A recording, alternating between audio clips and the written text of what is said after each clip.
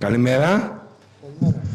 Good morning, ladies and gentlemen. It is my great pleasure and honor to moderate this panel session about the digital tools and AI and machine learning technology for cultural inheritance, with some distinguished panelists that we have here from professors and academia and industry, and not only from Greece, but all and the other attendants. According to the list that I have here, my name is Anastasios Doulamis. I'm professor at the National Technical University of Athens, the School of Rural and Surveying Geoinformatics Engineering, with my background in computer vision and artificial intelligence. I have the distinguished colleagues here. It's Andreas Menichtas from the University of Piraeus. Andrea, say goodbye and hello. Okay. Kyriakos Lavropoulos, assistant professor from, where is Kyriakos here? From the National Technical University of Athens. Anagnostakis Liana, with the chemical engineering from the Directorate of Public Relations of International and European Affairs. Here. Technical Chamber of Greece. Karfas Ioannis, which from Geoinformatics Systems. It's here. Georgios Gavidakis, professor for the University of Aegean. Klios Sgoropoulou for the University of West Attica. Hi, Klio. And Professor Konstantinos Tokmakidis from the Aristotle University of Thessaloniki and the School of Rural and Survey Engineering. My colleague. Okay, now can we start? I have a short presentation for 5 minutes in order to trigger the discussion. Δεν υπάρχει εδώ. And Foutos, sorry, Foutos Ioannis, for Professor from Ioannis, I'm sorry. Mea culpa, mea maxima culpa. Okay. How can I open the presentation? Είναι ανοιχτή. Στο πόδιο πρέπει να πας.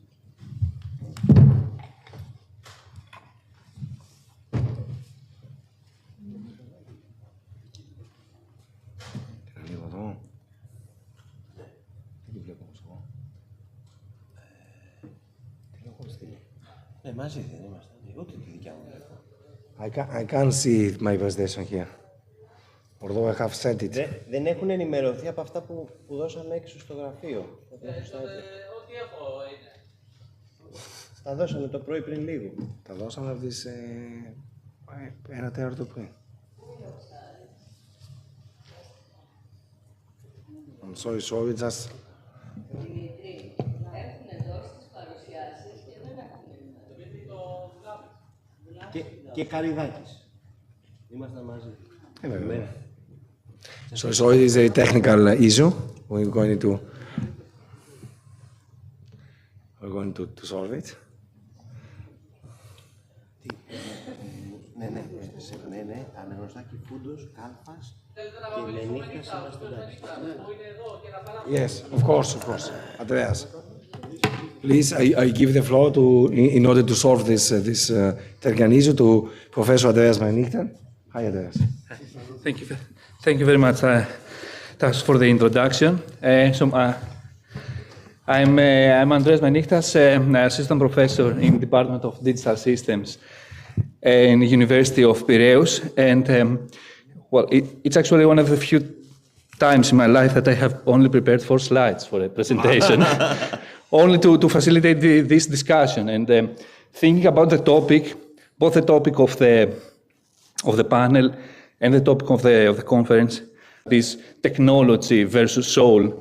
By soul, I wanted to express the human perception for the digital heritage, but it's the technology that should have a soul. It's technology with a soul that should be part of the tools, of the algorithms, or of any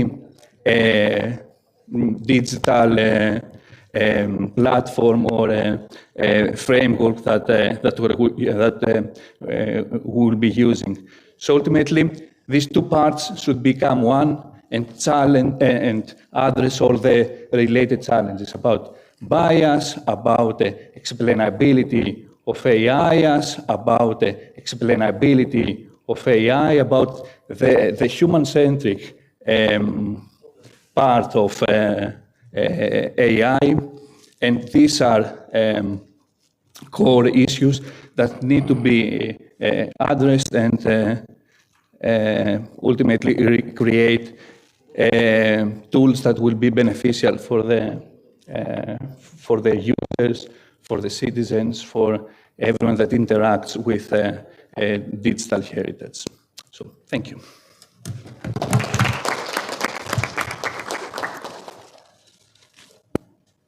Thank you, Andreas. Let me see if my presentation is okay. Okay.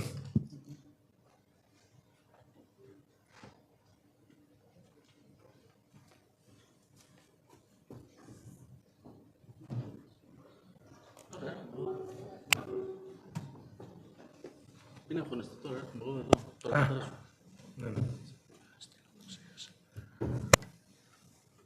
Έχετε και τη δικιά μου. Πιθανόν.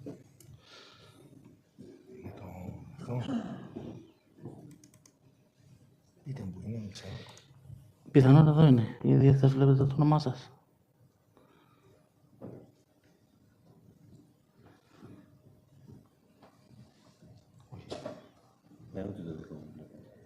Δεν πειράζει. Παρουσιάζει αυτό εδώ. Παναγίου, δεν είναι το βαρύδι. Πίσω. Στην TMM. Ναι, ναι.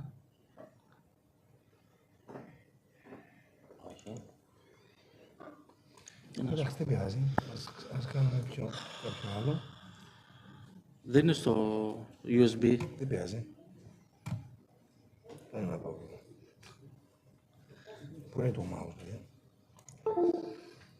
Το βάλε. I give... it's here. Okay, no. Δεν είναι μέσα. Okay. Τη βρήκα. No. Okay. This is my short presentation of 5 minutes. My name is Anastasios Doulamis, as I told before. I'm the moderator of this panel session. Okay. I'm going to give my first presentation was just a start of a triggering of the whole panel discussion. So I try to focus on an holistic view of AI digital tools for cultural inheritance. First, for this reason, I'm starting first with the new sensors that we have now, which means that new sensorial data. The new sensors is, for instance, terahertz devices, hyperspectral, multispectral, and sensing devices, LiDAR, environmental sensors from climate change, magnetic and ground penetration radar, fiber optics. This is a wide range of sensors, each dealing with a different application scenario, different aspect of the cultural inheritance analysis. For instance, with terahertz, we can find hidden monuments, hidden items under the ground. With multi-spectral sensors, we can find and we can detect material detection, which is a very important element for the structure of the elements, and not only for the tangible, but for the intangible ones. With environmental sensors, we can find the impact of the environment and the climate change, of the penetration, of the drought, etc., on the monuments, and how this intents can affect the monument structure. But also we have also the wearable sensors with the ground sources and the devices of the cameras that we have the pervasive computing that also increase the documentation. We have done also some work in our lab dealing with this in the wild documentation of the content. Now we can move to the new techniques for cultural inheritance, for monitoring inspection, like for instance, computer image algorithms for decay detection and for decay analysis, material detection and color and texture detection, for photogrammetric tools, 3D reconstruction. This is, for instance, some examples of one research that we have done in 3 years before in a prestigious image processing conference in ICIP, which is dealing with a new device, a 1K tensor flow for the detection of an automatic categorization of the stones of a monument. But all these can be tailored with deep learning models, like, for instance, convolutional neural networks, vision transformers, autoencoders, long-term short LSTM, long short-term memory networks, LSTMs, tensor-based learning with some models that we have implemented in our lab. UNet networks, which more for classification purposes, GANs, generative adversarials models, NERF, neural radiance fields, the MAMPA, the new state models, with now in 3 years they have been studied in Stanford and in the very prominent for classification. The VLLS models, the vision language models, with it's in comparative with the LLMs, the language models, which also can improve the analysis.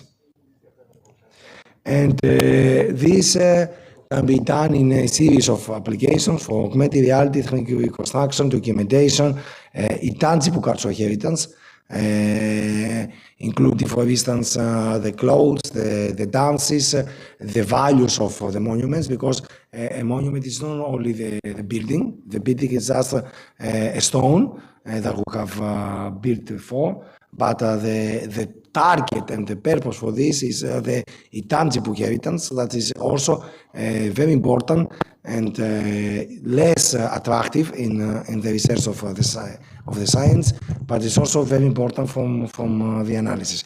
This is some results, all these results, some results that we have done in our lab. For instance, this is the Calv city in Germany that we have performed a 4D reconstruction, meaning the reconstruction plus time, because we have data from about 150 years before, and we can see how the Calv city is involved through time. We have in the first here, I cannot see the laser. On the above, it's the reconstruction of the Porta Nigra and gate in Germany, in Frankfurt, which is the goal is to reconstruct it from the wild, from images taken from just a mobile phone. So it's to replace the photogrammetry using very low sensors. And of course, on the bottom we have the dances and the model, which is meaning now 4D, dynamic 4D motion, because it's the 3D geometry plus the time. It's not just a simple reconstruction of and the recording of the dance movement, but the 3D geometry plus the time with very dynamic nature. And we have done a lot of work for the dances. And now we have some applications about augmented reality, that we can put a monument, an honored monument in an O1. You have seen, most of you from Greece, you have seen the Kronos application of Cosmote, which is the same concept as we have done many years before, that we can replace an old monument, for instance in Olympia, with the actual monument as it was in this time, and a user can interweave, can navigate and play with this monument. We have also, we can see, but this can go, because culture is not only the monuments, it's also the history, it's also the environment. So you can see, for instance, seeing the animals, the plants of a site, or to can see the 4D dimension or the 5D, as we have said by Professor Ioannidis in our lab, which meaning the 3D geometry plus time plus scale, because the scale is also very important. One is different, the capacity and the computation requirements of a model when it's going to be played by a mobile phone or a high expensive device. We have also the underground. We have also here Professor Tokmakidis with underground documentation, which is also a very important aspect of the cultural inheritance, less attractive again, and of course the LiDAR and the documentation of the content. So this is just these are supposed to be the first presentation of the panel in order to trigger the discussion. We have seen the excellent presentation of Professor Menichtas about the soul and how the values and the importance of the tangible thing of the monuments trigger us.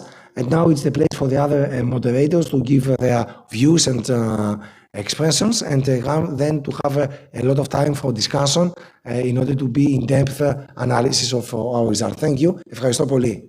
Thanks.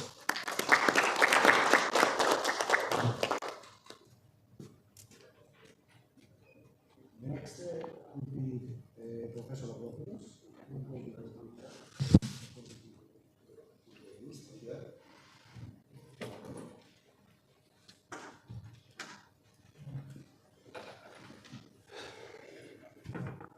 I haven't prepared a presentation because I'm going to most probably put a food for thought, and I'm standing among esteemed colleagues that are either surveying engineering, geoinformatics, or computer science. And me and Jan are chemical engineers, and I'm worried about AI, not about the benefits of AI, that AI may find it hard for cultural heritage. What I mean is the following. From what applications we have seen and the trends we have seen, AI is recently doing very well in representing, reconstructing the form, the geometry of a monument. But digital heritage should not be limited only to that. A cultural heritage asset, it's not only its form, its geometry, it's the materials. It's the materials, it's the values. So I think that AI will find it difficult in trying to interpret reconstructions in all its level of the monument. For example, unfortunately, most of the material science techniques have not been digital from the very beginning. So there is a wealth of information, and I'm coming back to Andreas, that he's right to be worried about that AI will continue looking at whatever he has already created. There is a wealth of information that has already been created and has been available, but has not been digital from the beginning. It's a different thing to have it digital from the beginning and a different thing to have it digitized. A text, it's probably easier digitized, and AI is doing very well in interpreting or reconstructing text and making something out of it. But how can you make something out of a thermal analysis? How can you make something about a chemical analysis? Fortunately, some of the non-destructive techniques lately are becoming more three-dimensional and geo-referenced and very digital. Unfortunately, this has not been in the past. I have seen a ground-penetrating radar formation, for example, where no, that have been only graphs. So there is the human factor, how to interpret the targets. I'm looking forward for the time when the AI will help me identify the targets in a micrograph, in an image, or in a georadargram. I have seen it, it's doing very well in image processing, so it probably is doing much better in infrared thermography, for example. But I'm still worried that we are going to lose some of the information that is not actually, let's say, geometrical or digital from the beginning. And that's the clear danger, and we have to look at it. For example, for us, to look back at the information, how this was created. Obviously, George will talk about semantics. It's not an easy thing. But again, I'm worried about the non-digital information. Information that has been with us about how to make a mortar, what composition we have. And last but not least, we have seen the virtues of BIM and H-BIM, especially BIM. BIM has gone many steps. But modern buildings are what they say, modern. So from the beginning, they have been designed under three-dimensional digital environments. So now there have been a lot of applications that can actually predict and the piping, the plumbing and mechanical and electrical piping. But the cultural heritage has the difficulty that it's mostly ad hoc. There are so many cases, so many information available that it's very difficult to organize. And AI may actually, since they don't have the raw material, we have seen that in the Holidicula project. This was one of the projects that was was very digital from the beginning. We were trying to have everything information in 3D environment, digital. We were trying our best. The next level was the Respect platform that we try to see to get new information out of that. And now with APTHIA, we're going to move it also to other aspects of digital heritage. All I'm trying to say is we have to look at digital heritage, not just for the 3D, very nice reconstruction of a building, but there is information lying behind the facades. There is information above the facades, which are the values. So we have to keep this in mind when we create new information through all the techniques that we're involving, and when we're trying to digitize past information to have it available for AI and for 3D platforms like BIM and H-BIM and so on. Thank you. Thank you, Professor Davropoulos. Now we can go from to Dr. Anagnostakis Liana to give a talk from the Technical Chamber of Greece, Chemical Engineering. Thanks.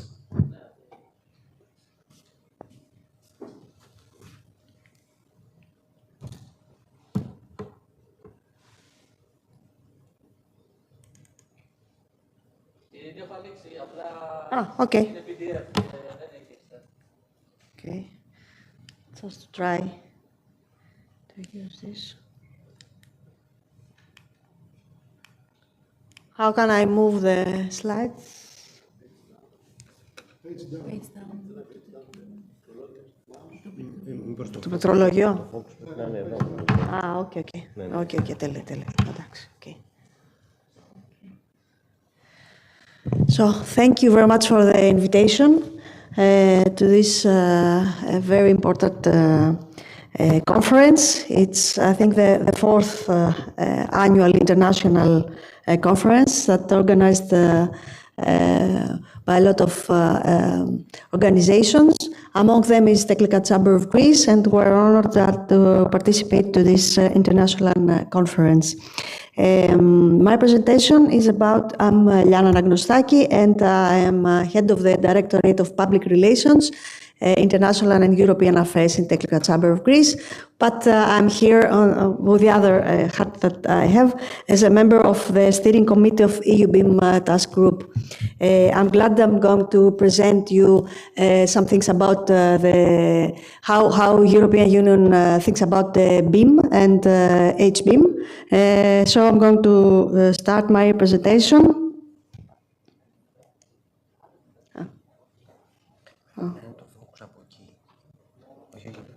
Πώς είναι? Okay.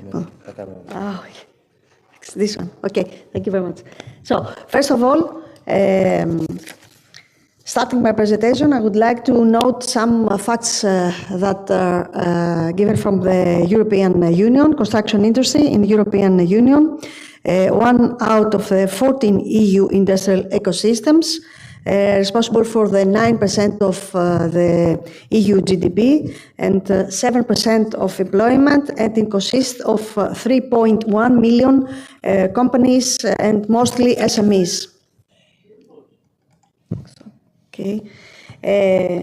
From these numbers, we can understand why the digital transition is so important for the European Union, saving resources through digital transformation, and building information modeling, BIM, is the most fundamental vehicle for the digital transformation of the construction industry. It is essentially the digital simulation of infrastructure construction, but also the operation of the infrastructures. It leverages technologies, processes, and digital information to achieve improvements for the customer, but even if the customer is private sector or public sector, and the project outcomes. BIM is the factor that we can improve the decision making. It's called the data-driven decision making processes. And BIM has to deal with the entire life cycle of the infrastructure. We use smart digital models, and we provide to them necessary information to design, study, and make the infrastructure faster, cheaper, with better quality, and with less impact to the environment. BIM uses can be used in construction, in new construction projects, but also play a key role in the restoration, renovation, and maintenance of the built environment, which represents also the large part of the construction industry activity.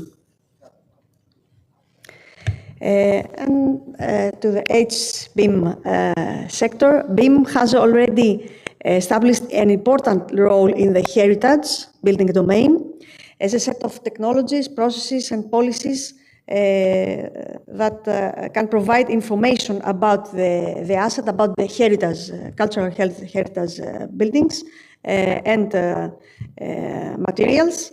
And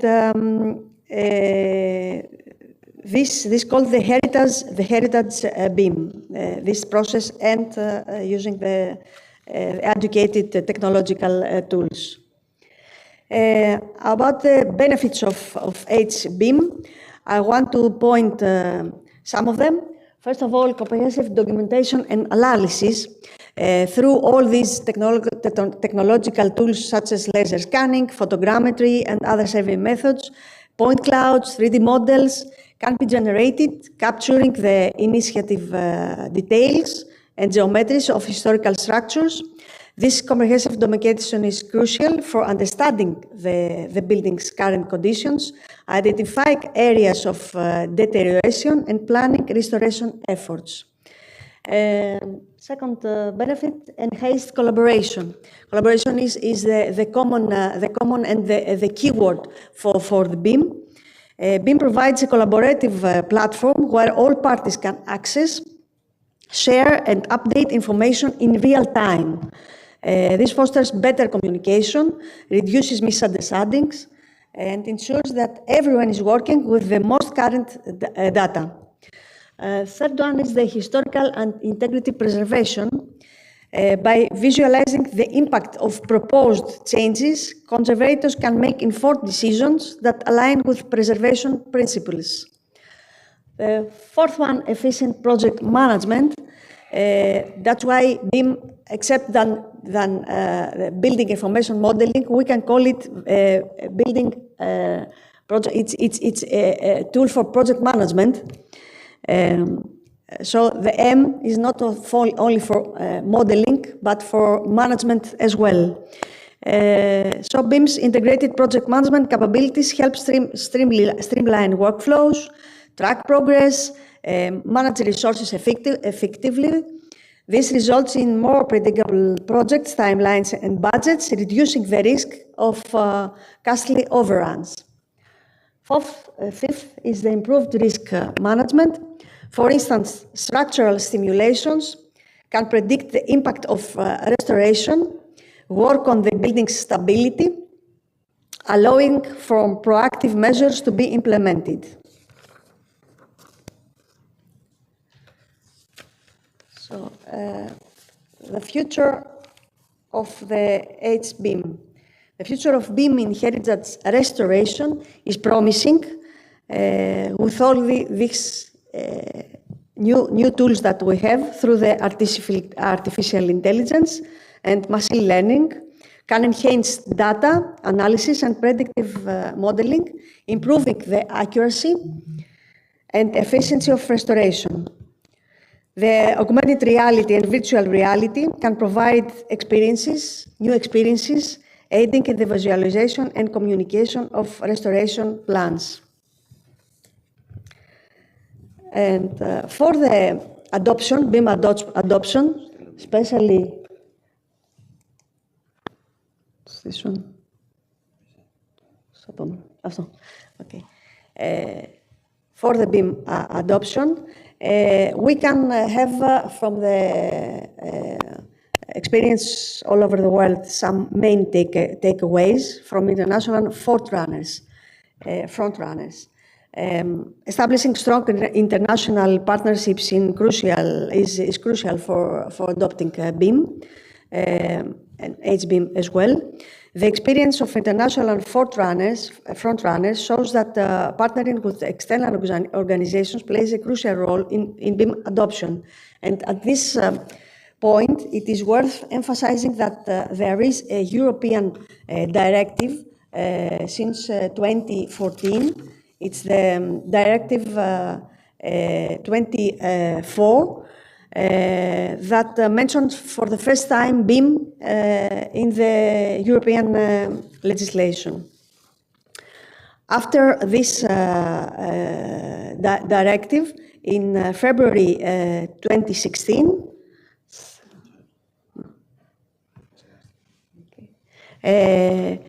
it was established a task group under the umbrella of DG GROW in the European Commission. It's called EU BIM Task Group. Consists of the members of public sector, the representatives from all 27 member states of European Union. Greece was member. Let's try it. Oh, no. Okay, Greece became a member since 2018, by the end of 2018, and since 2020 we have a position in the steering committee of this organization, and we can give our inputs in this task group and take a lot of experience from other member states, how to use BIM in our public works. We have also a national strategic plan for public works in Greece using BIM since last year, since May of 2024. And let's continue with other takeaways from international frontrunners. First of all, provide financial incentives to adopt BIM. It's a good way to adopt BIM if everybody believes in this new process with new technological tools, and the government and public authorities invest to fund the BIM implementation projects. Second is create an active digital construction ecosystem. In this ecosystems are included private companies, academia, government agencies, and research institutes, or other stakeholders, vital stakeholders, to accelerate the pace of digitalization of the construction sector and contribute to the implementation of BIM. And of course, last but not least, invest in BIM education and of course in HBIM education. HBIM and BIM is a complex process to operate because it doesn't deal only with the design and construction projects, but also in the operation of these infrastructures. And it's necessary to upskill professionals in the construction industry to use it. And since we're talking about the need for collaboration, funding, and synergies in the process of adopting BIM, we can say that, next slide please, thank you. We can mention such an initiative is also this project, the project of Evlogon. model interdisciplinary development and technology and cooperation transfer in the restoration of iconic monuments and the promotion of Christian values in dialogue with society. This project is funded by the General Secretariat for Research and Innovation under the National Development Programme with a total budget of €2,400,000. The objective is to develop and apply interdisciplinary and innovative standardized methodology for the restoration, preservation, protection of major Christian heritage monuments, establish a national network for knowledge exchange and collaboration, strengthen all the international collaborations in the protection of religious heritage using all the digital tools, create a holistic relationship between society and cultural heritage. The duration is from February 2025 till December 26, and we have the honor to participate to this project. The next one, please. Thank you. The partners project coordinator, National Technical University of Athens, with the president, scientific president, Ms. Moropoulou, and partners Orthodox Academy of Crete, Technical Chamber of Greece, University of the Peloponnese, University of Ioannina, and National Center of Social Research. The key deliverables will be digital repository for emblematic heritage restoration case studies and National Network for Sustainable Heritage Conservation, books, training, workshops, and open labs, cross-disciplinary scientific forums, and of course the digitalization and AI will be the center of this project.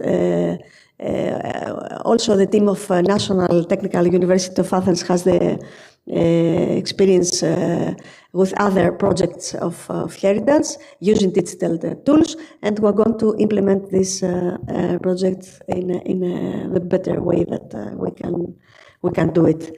And that's all from me. Thank you for your attention.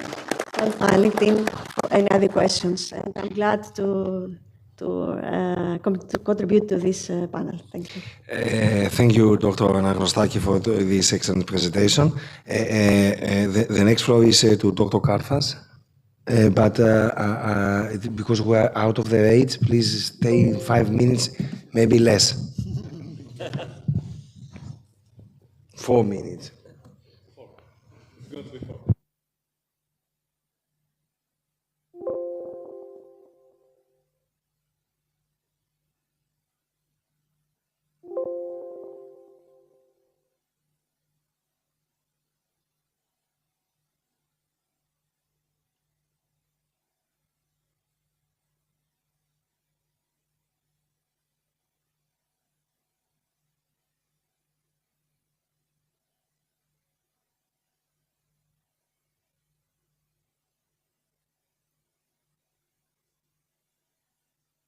We can go for the next one in order to detail for the technical issue. The next is Professor George Garidakis. Please, George, stay in the time.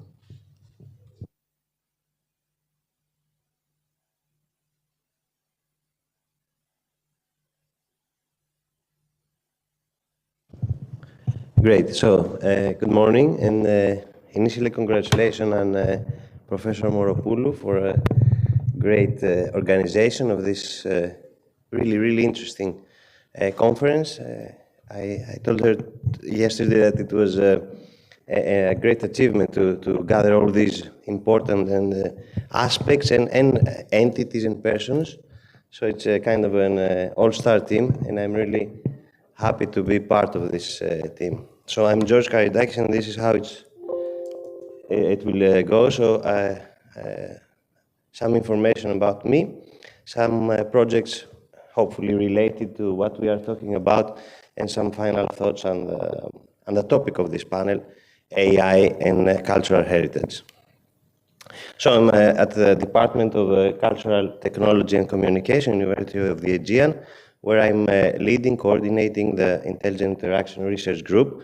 And Recently, we have established a spin-off, Go Insane. You can visit. The name was my, let's say, thought. And I'm also affiliated with Athena Research Center. Eleni Petra is currently here, going to talk about some work we've done there. The NTUA and Paris, which I visited last year for my sabbatical. And during the last 20 years, being involved in more than 40 R&D projects. So I have been contributing, offering my service to Horizon Europe for evaluating GSRT, LIDEC, IKI, etc. Leading, chaired the ESETEC Council, Research Council on Tourism, Culture and Creative Industries, and am currently an expert on the data space for cultural heritage, which is really, really relevant to what we are talking about. Also a regular member of the Hellenic Foundation for Research and Innovation, General Assembly, and the chair of the ACM Greek Chi and the MedChi Committee. So my research is based on three axes: data, AI models, and user. My research could be intelligent user interaction or user experience, but also involving data in collecting, processing, and representing them in order to be used from models and users. So the first example would be the ancient Tirinth in Nafplio, which we preserved and restored the Acropolis there with capturing 3D models and the most important, documenting intervention processes. So the intelligent aspect of this would be, so this doesn't work, okay, would be that we represented using semantic web technologies the process and the material and the final result, and also simulated via open labs and in-lab settings also the pure preservation and conservation process, but also the kind of storytelling and narrative of the usage. So the ontology, the resulting ontology, was based on CDOC, CRM, and other established models, and included both the digitization and the intervention itself. The Open Lab and mixed reality instances included a narrative of the legend of Melampus and a guided walkthrough through the reconstructions you can see below the images and on the right. So Archimon is really a work in progress, not yet funded, but hopefully soon. Based on, it deals with preservation of coastal heritage and includes IoT, infrastructure, predictive risk analysis of the environmental effects on the coastal heritage instances, and mixed reality for crowdsourcing and also raising awareness. Kyriakos Lambropoulos, a great colleague, talked about non-destructive techniques, including infrared thermography and GPR, ground penetrating radar, which we are working on, still not funded, but hopefully soon, about detecting, classifying, analyzing, and interpreting structural damage using AI and semantic web technologies, knowledge representation. The Paros queries really, a couple of years ago, we scanned not only the queries themselves in Marathi Paros, but also the surroundings using drone 360 capture and binaural audio, including the,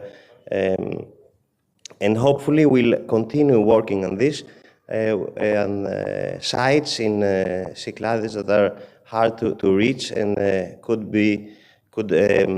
take advantage of this technology. So the Athens School of Classical, Studies in the American, I have been an advisor to the current project dealing with digitization and documentation of the Schliemann archives and the excavation in ancient Corinth, along with part of the Gennadius library, resulting in interactive digital exhibitions, including narratives and crowdsourcing. But the interesting part is the SparkQL annotator that automatically annotates material using external sources, and also the enrichment process. Finally, the intangible and living heritage, we have piloted a small project co-called within the RIERUA Horizon 2020 program, involving Paris and Lesbos for the commonalities in communities using culture. So some work on SEDCE. SEDCE is the Common European Data Space for Cultural Heritage. It's part of the Digital 2030 agenda and strategy. It's notably the data included in this attempt is notably worth of around 800 billion euros, so really a big thing. And we're hoping to build on the 2021 recommendation, also involving new and upcoming approaches and concepts and nodes. Some of these thoughts about AI and digital heritage is that AI could play a role as an enabler, supporting the access, the democratization of the cultural heritage content and processes and around the topic, interpretation, and finally sustainability. Issues, challenges, I would say, data regarding the quality, validity, and fairness with the fair approach. Ethics, which we overall, and especially in cultural heritage, should not be optional and should be the basis of the usage and the building AI systems that deal with everything, actually, but especially for cultural heritage. And finally, the user and the heritage, this is what it's about, not about the system itself, not about the data, but it's about the user and heritage. So, not AI, data, and user. So you can find more about me, just Google me around. Thank you. Thanks, Professor Karidakis. We can, if the technical issues have been solved, yes, so we can move to Dr. Karfas.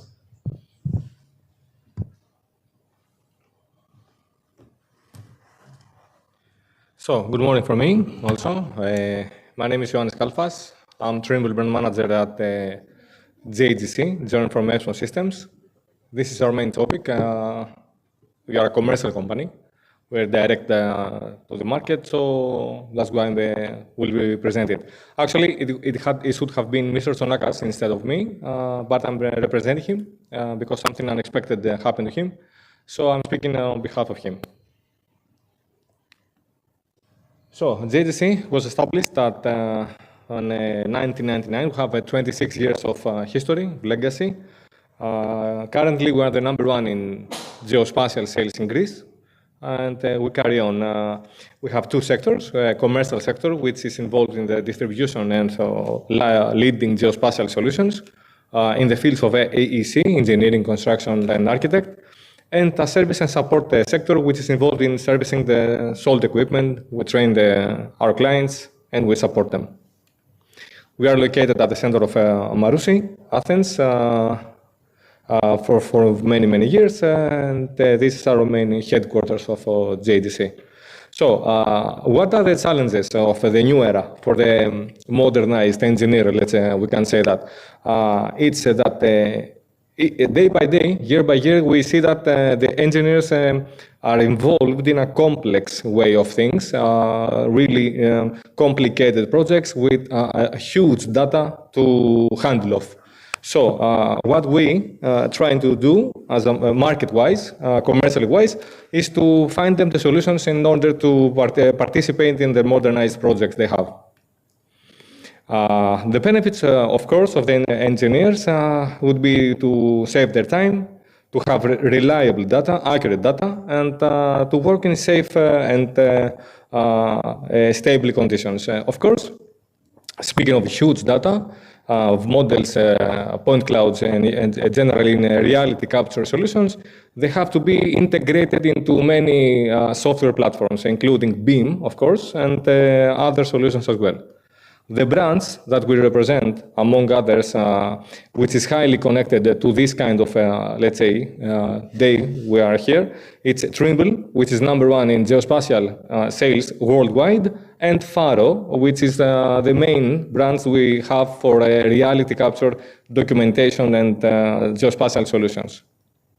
So Trimble has, to say it really quickly, has a really wide range of geospatial solutions. Among others, as we told before, we have 3D LiDAR scanners, terrestrial ones and mobile ones, in order to collect data, big data, huge data, in a really efficient and fast way. What we see that has changed in the geospatial environment worldwide the last couple of years is that augmented reality has been involved more and more. So we have dedicated software in order to implement 3D models inside the physical world. The solution in the commercial wise is Trimble Sight Vision. As we told before, we have the 3D LiDAR scanners. Among others, we have terrestrial ones. That the benefit of the new way of terrestrial LiDAR scanners compared to the past is that the point clouds collected are registered, georeferenced directly in the field. No more spheres, no more known points, no more control points. We have them all together in a point cloud. We have the point cloud together and registered directly in our tablet. Other than terrestrial ones, we have mobile mapping solutions. The same way that the terrestrial LiDAR scanner collects data happens with mobile mapping ones, maybe with 110 kilometers per hour in the car, so we collect up to 1 million points per second. Regardless of Trimble, Faro, a really legacy brand name by itself, for many, many years, has a wide range of reality capture solutions, including the new model that uses the SLAM algorithm in order to collect data while we move, not this time with a car, but it's with our handle ones. For smaller objects, we have a wide range of scanners, again, optical ones, with to colorize the point cloud directly with a scanner, with micrometers, which are really, really big precision for monuments or something like that. In general, what we would like to say as JDC is that the geospatial solutions are here in order to implement them in the tradition of and the documentation of the cultural heritage, in order to measure them, in order to monitor them regarding the damage that time has been caused to them, and of course, and to implement it into the historical context, including the augmented reality technology. If you need more from our company, you can memorize, or we can get in contact in order to have more information about our solutions. Thank you for that. Thank you. This is Dr. Karfas, who is an interesting point from the industrial perspective, commercial one. Okay, it's the same field. And for the companies, we can move to the next presentation. Professor Kliokis Esgopoulou, please.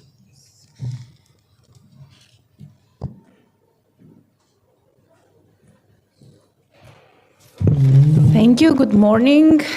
And many, many thanks to Professor Moropoulou for this great event. It's my pleasure to be here with the distinguished speakers and also the international audience. I will try to keep the 3 minutes.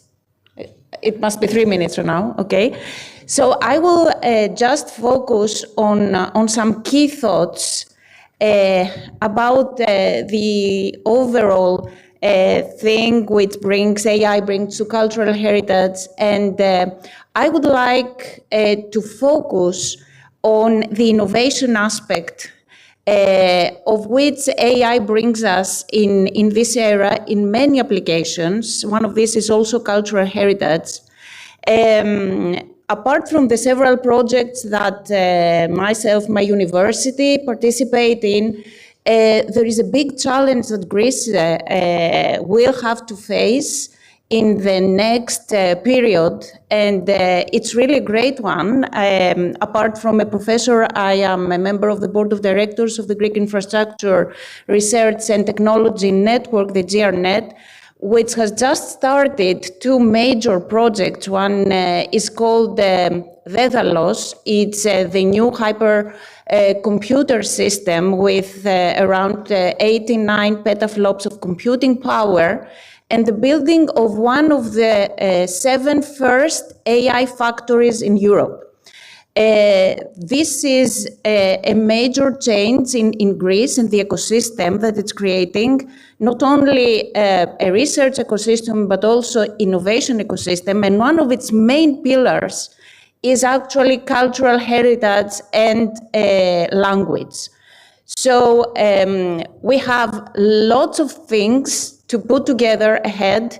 And apart from the actual research in the field, in the sciences themselves, as the chemical science, the geoinformatics, all these things that we've heard before and are involved in cultural heritage research, one thing we need to build is strong societies, interdisciplinary societies in research, and strong innovation systems. So based on that, I would like to discuss how AI innovation intersects profoundly with digital heritage and cultural preservation. Because as our speaker said before, cultural heritage can be understood not only for its tangible nature, but also the intangible aspects like customs, craft, natural and born digital heritage, and not only comprises digitally created or digital materials, but also includes tools used to preserve, research, and communicate these forms. So in this context, the new era that I'm describing of artificial intelligence becomes a catalyst for transformation. AI technology offers vast capabilities from advanced data analysis and predictive modeling to immersive visualization. But to harness these aspects effectively, we must embrace holistic methodologies that integrate disciplines like history, anthropology, theology, archaeology, and of course, computer science. The two projects that are emblematic here and create a core activity in Greece, the RESPECT project and the Evlogon Action, are prime examples of how this interdisciplinary collaboration can produce powerful digital infrastructure for managing, analyzing, and disseminating heritage data, particularly from emblematic sites like the Holy Edicule. But beyond these initiatives, the whole Europe has shown and is showing a deep commitment to integrating AI and digital technologies in cultural heritage. So what is being created now, we heard about the European data space for cultural heritage and other major projects like the Notre Dame restoration collaboration, Vatican digital replica of St. Paul's Basilica, the ECOS project that create apart from the plans and 3D models of the monuments, they create federated platforms where museums, libraries, and archives can share data, collaborate in research, and leverage AI-driven tools. So apart from these opportunities, we are also facing significant challenges. So historical imagery presents issues of quality as well as problems of data scarcity, annotation, and standardization. Unlike other AI applications, historical sources carry singularity and complexity that defy simple heuristics, requiring rigorous cross-validation and mixed method approaches. Time itself complicates things further, so nonlinear transitions in historical sources require multidimensional data sets, intelligent algorithms for accurate reconstructions. Current techniques in charge detection or metadata analysis still struggle with heterogeneous and inconsistently dated materials. Another major problem, transparency and explainability, also matter greatly. AI systems must be interpretable to foster trust and allow historians to verify findings, especially in heritage, where meaning and authenticity are essential. Ethical considerations such as bias, inclusivity, and cultural sensitivity are vital in any AI cultural heritage application. So these issues underscore the need for strong innovation ecosystems. As defined, innovation is a multi-stage process by which ideas are transformed into new, improved projects, products, services, processes. In cultural heritage, this unfolds multi-stakeholder environments requiring policy support, ethical frameworks, and tailored education and training programs. So to foster a thriving innovation ecosystem around digital cultural heritage, there are certain activities that need to follow our research. These being living labs and research hubs that bring together the technologists, the historians, conservators, and all other scientists to co-develop and test. AI tools are really important to be considered within hackathons and co-creation workshops to stimulate fresh AI-based ideas for heritage storytelling, preservation, and interpretation. Support for SMEs and startups in order to be active in heritage tech is another key activity through dedicated accelerator programs and EU-level funding investments. Development of open standardized digital repositories to facilitate data sharing, reproducibility, and collaboration. Citizen science project encouraging people to contribute to data collection, to public heritage and conservation and reinterpretation, enabling inclusive dialogue. There are more of these key initiatives which are really important in building all this innovation ecosystem and maintain the dialogue to society. So in conclusion, leveraging AI and cultural heritage is not merely a technical challenge, it is a social, ethical, and interdisciplinary one. As we advance technology, we must ensure our efforts reflect a deep respect for cultural understanding, inclusivity, and societal engagement. So the goal is not to automate our past, but to illuminate it thoughtfully, collaboratively, and ethically for the benefit of future generations. Thank you very much. Thank you, Professor Zgovopoulou, for the kind speech about the explainable AI systems, which are very important, the AI factory of the future, which is one prominent, as you mentioned, project with 7 in European Union and 1 is for Greece. But it's the honor to give the floor. It's my honor to give the floor to Professor Tokmakidis from Aristotle University of Thessaloniki. Thank you, Professor Doulamis. I will speak for my chair here. And we have heard in this panel that have been developed new sensors for data collecting, and the problem is that we have huge data volumes. And then Professor Doulamis speak about the computer vision, and I want to refer that around 2000, when the laser scanning started in cultural heritage applied, there was a problem that the computers at that period could not manage the data.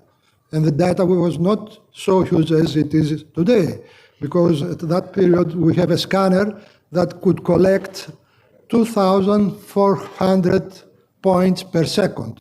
Today we have scanners that can collect millions points per second. So you imagine, but the computers have been developed, and we can manage now to manipulate such data. And the last speaker talked about that there is a program, Daedalus, that is starting in Greece, and this is very promising because in these supercomputers we can do many things that we couldn't do at the past. And I want to refer in a text that I downloaded from European Parliament, and the title is Artificial Intelligence in the Context of Cultural Heritage and Museums. And the subtitle is Complex Challenges and New Opportunities. So in this text, it says that in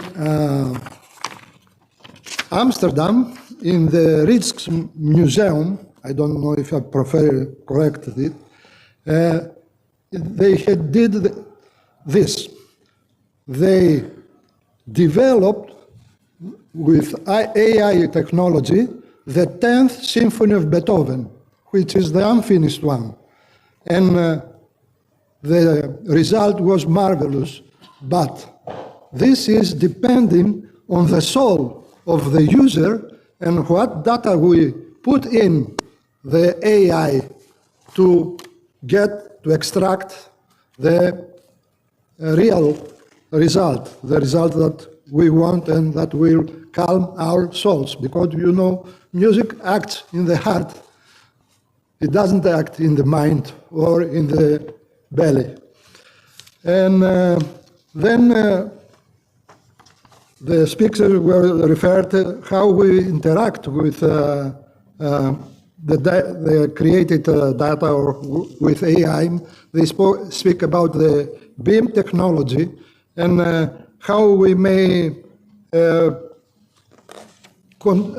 succeed to have a correct BIM model in monuments that there is no symmetry. For instance, in our city, in Thessaloniki, we have the Church of St. Demetrius, and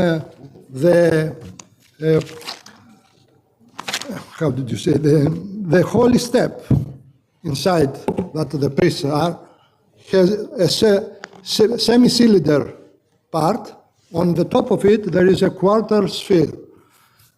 While outside from the church, the outside part of this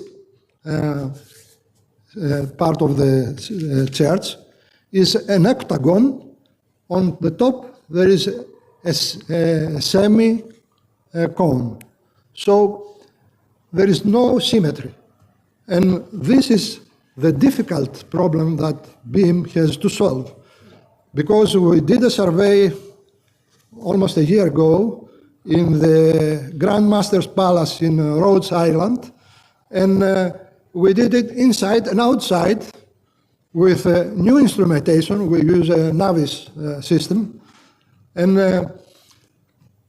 it has very great accurate. It is very real result, and then we give this result to the Polytechnic School in Crete, where they tried to build a BIM model of the palace. They didn't succeed yet to do it. We did BIM models, but in modern constructions. We survey a factory in Fiva, and there, because there were engines inside, there were corridors, there were columns, rectangular columns, that it was easy to build the BIM model. But when there is no symmetry, it's not so easy. And so I will close, because the time is already past, saying that the European Union Parliament has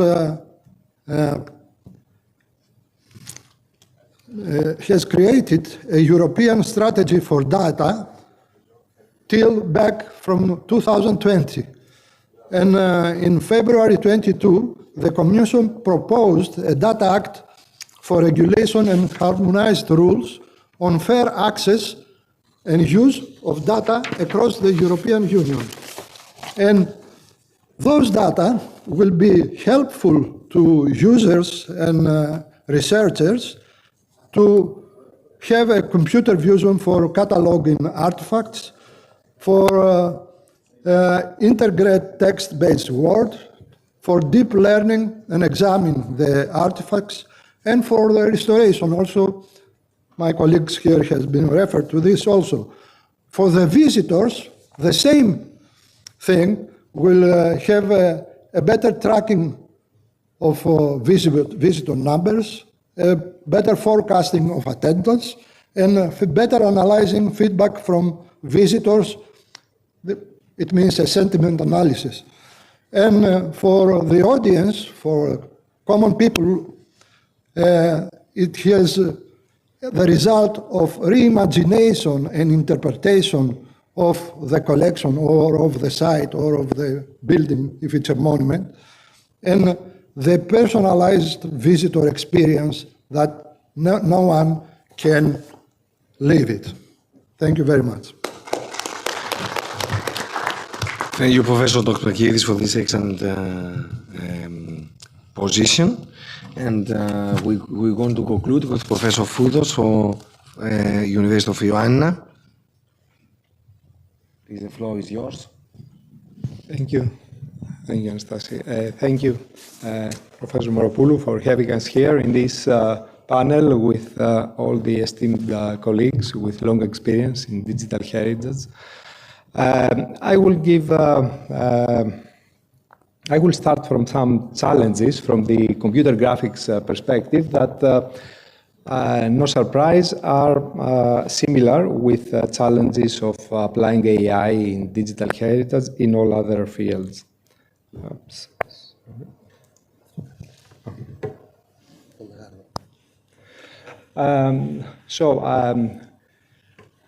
One challenge is the higher resolution of 3D scanning and modeling, as it was mentioned before, which must balance now detail and computational efficiency. The integration of AI in these processes introduces complexities in ensuring that the generated models maintain cultural fidelity and do not introduce biases or errors, something that was already mentioned. Another challenge is the management and presentation of vast amounts of digital data, which requires robust storage solutions and adaptable formats to withstand technological changes, something that also Professor Zouropoulou mentioned earlier. Additionally, the accessibility of these digital heritage resources presents a hurdle requiring user-friendly interfaces and interactive experiences that engage a wide audience while still respecting the cultural heritage context and significance. It's important to have the citizens engaged in this, so the users to actually use these new technologies, VR, AR, extended reality. Lastly, there is the ethical consideration of ownership and control we use with computer graphics. It's easy to reconstruct archaeological sites or monuments, and there it is out on the web, but there is this consideration of ownership and control over digital representation, demanding transparent protocols and collaborations with original custodians of the heritage. So I will go exactly some examples of graphics for cultural heritage. We have used multi-fragment rendering for showing the inner layers of monuments, like the one we see here, and we used current techniques for doing 3D reconstruction on the Dodone eagle, which is the logo of the University of Ioannina, as you know. Other scientists had used AI for producing plausible versions of ancient cities, like in Nicosia. Currently, we are using neural materials, as it is called, to produce more photorealistic lighting in real time.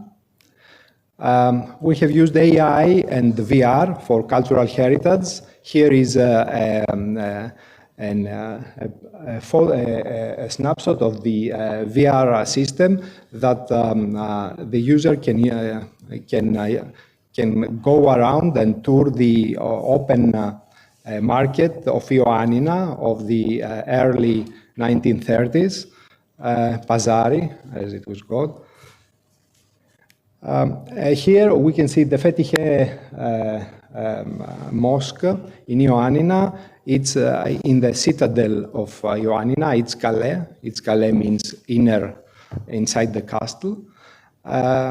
We used the drone and 3D reconstruction to produce this. And then here is an example where the Fetihe Zami is shown with before the Fetihe Zami, which means mosque of Conquer, there was the church of Archangel Michael, Taxiarchi, which was there. And here is an attempt with a plausible version of this monument, of this church that was there, to show with the current monument of the Fetihe Zami. This using XR technology for showing both the monuments with transparency. So my view is that key issues, I showed the challenges at first, but right now, from the computer graphics, at least perspective, it's two things: computational efficiency and storage, and cultural fidelity. Thank you very much. Thank you, Professor Foutos, for this nice, excellent presentation on VR, AR graphics, which is an important issue for the cultural heritage. Unfortunately, we are 15 minutes overdue, so we don't have time for discussions. I like to apologize for this, but we start late. Probably one or two questions if you have. We don't have time. Okay, so we're going to close that to sum up.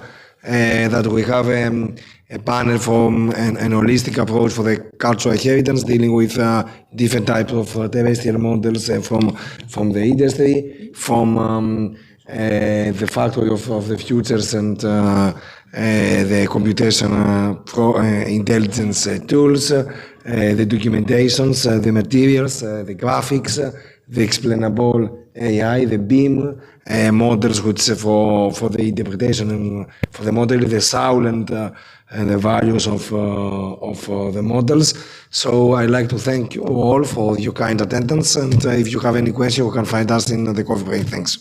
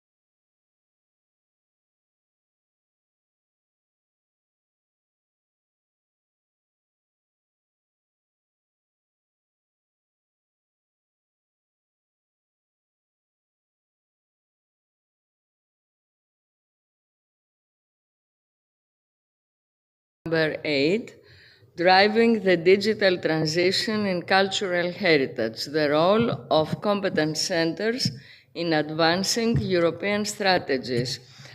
Professor Roberto Di Giulio from University of Ferrara is the moderator, and I kindly ask him to take the floor and guide us.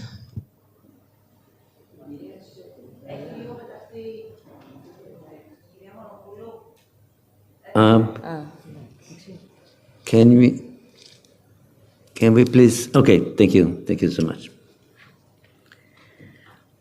Okay, good morning, everyone. Thank you so much, Antonio, for giving us the opportunity to have this panel to discuss about the aspect related to the topics that we already heard in the previous panel and also in the opening session yesterday, in the opening panel session yesterday.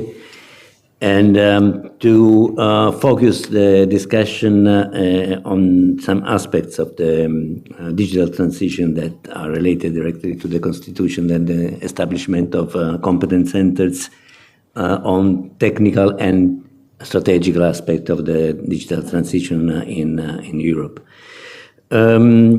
The panel will be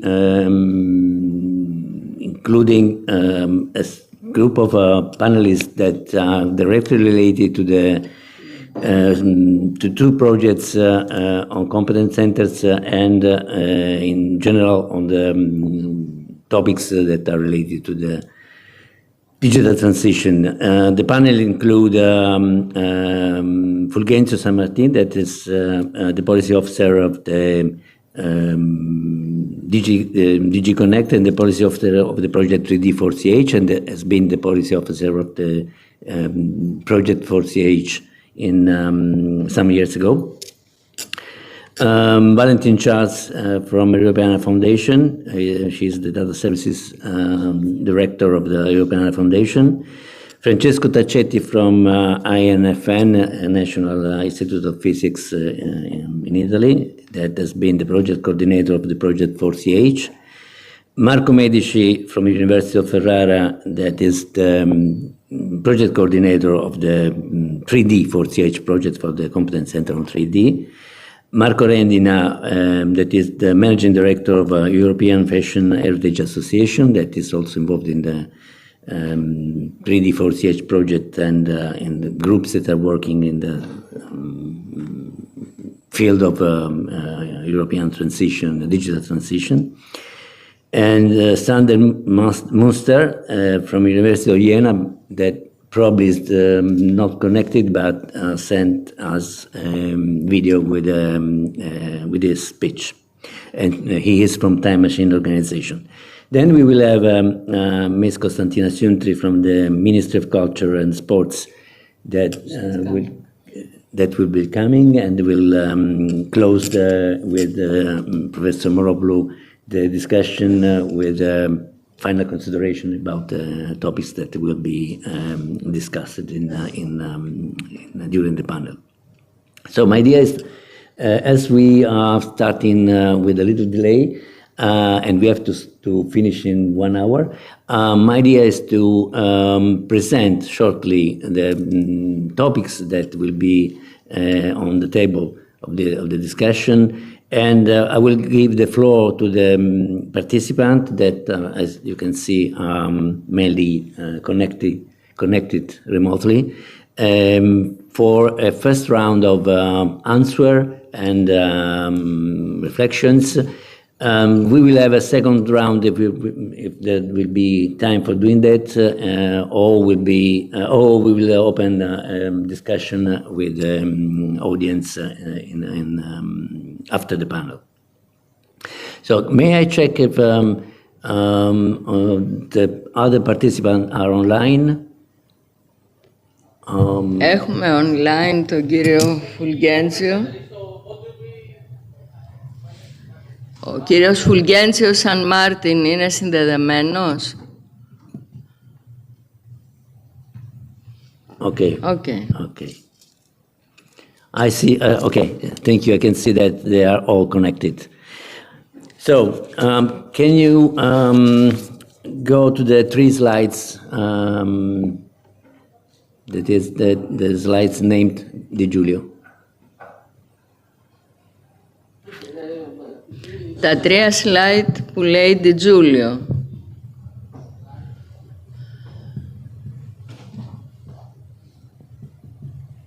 Okay, I can manage from here. Πού είναι ο δείκτης? Είναι στο... It is at the podium. Oh.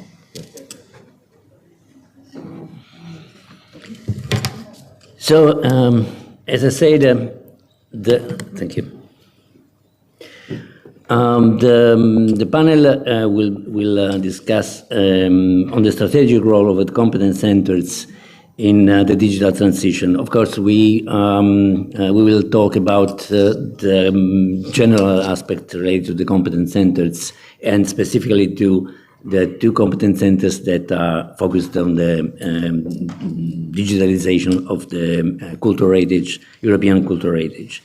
Generally, the main aspect of the competence center is that one related to the cooperation and exchange and sharing of knowledge between the European countries. And you can understand that the strong cooperation, in particular in the ICTs field, is absolutely urgent, especially in these days. The innovation and new technologies, as you have seen in the previous panel, but also in the other session yesterday, is going ahead very, very fast, and there are very interesting innovation in the field of digitalization, cultural heritage. But it's very, very important to share this knowledge, to cooperate in this innovation, and in particular to create the possibility of the creation and establishment of standards, common standards, and for the common accessibility, the exchange of data, and share of the next steps that we have to do in the field of digitalization of the cultural heritage in Europe. This is the first topic that I will put on the table and on the attention of the participants, of the panelists, and asking them to talk in general on the aspects related to the roles of the competence centers in Europe, especially and particularly the role of the competence center in the digital transition of cultural heritage, in the field of cultural heritage. The second aspect is more focused on 2 projects. The first one, the 4CH project that has been developed from 2020 to 2023, that established a competence center for the conservation of cultural heritage. As you can see, the definition, the field of activity of this competence center is quite large, is extended to all the aspects related to the knowledge, to the tools and technologies for the conservation of cultural heritage. This project has been closed in 2023. It established the governance, the structure, and the tools of the competence center, including not only the general aspect of how to manage and how to develop the competence center, but also developing some very important tools and infrastructure of the competence center, including a knowledge base, including a platform for the exchange of the data and digital sets of the European cultural heritage. And it's been tested in a collaboration with Europeana in the Twinit initiative last year. This is the second topic. This is the second question that I asked the panelists to discuss in their speeches. The third point, the third aspect is a strategical, let's say, aspect about the competence centers, and especially related to the two competence centers I was talking about, the 4CH and the 3D 4CH, that is the focus of the competence center on the 3D aspects. The first one, the 4CH project, was for the general and global, let's say, competence center. 3D 4CH, as we will we will be informed about that in detail from the PI of the project. The 3D 4CH is the specialization, let's say, of the 4CH competence center on the 3D aspects. It will be an online competence center, and there will be 4CH as an advisory board that includes a set of a very important person like Professor Moropoulou that talked about that said something about it yesterday. And there will be another technical advisory board in the 3D 4CH. This aspect will be complementary. The complementarity is very important, as it is very important for the continuation and the sustainability of both the competence center, the cooperation from the other countries.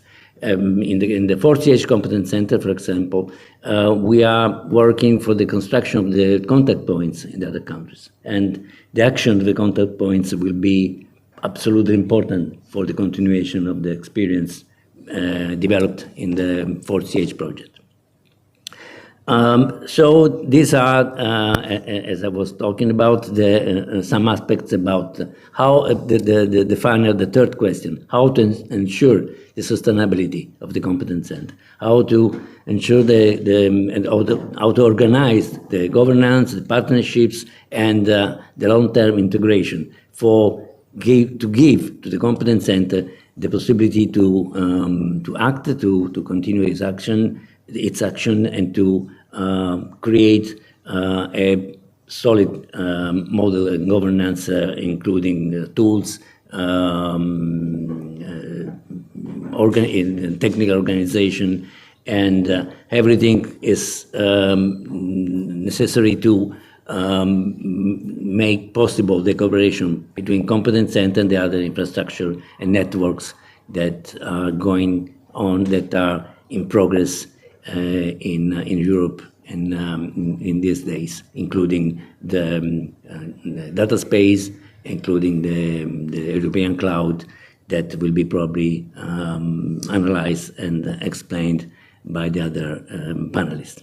So I will not take other time during the discussion, so I just limit my role to give the floor to the panelists, and I will give the floor now to Fulgencio Sanmartin to open the discussion and to start the sequence of speeches of the panelists. Say who is he, please. Sorry? Who is Fulgencio? Oh yes, I already said Fulgencio is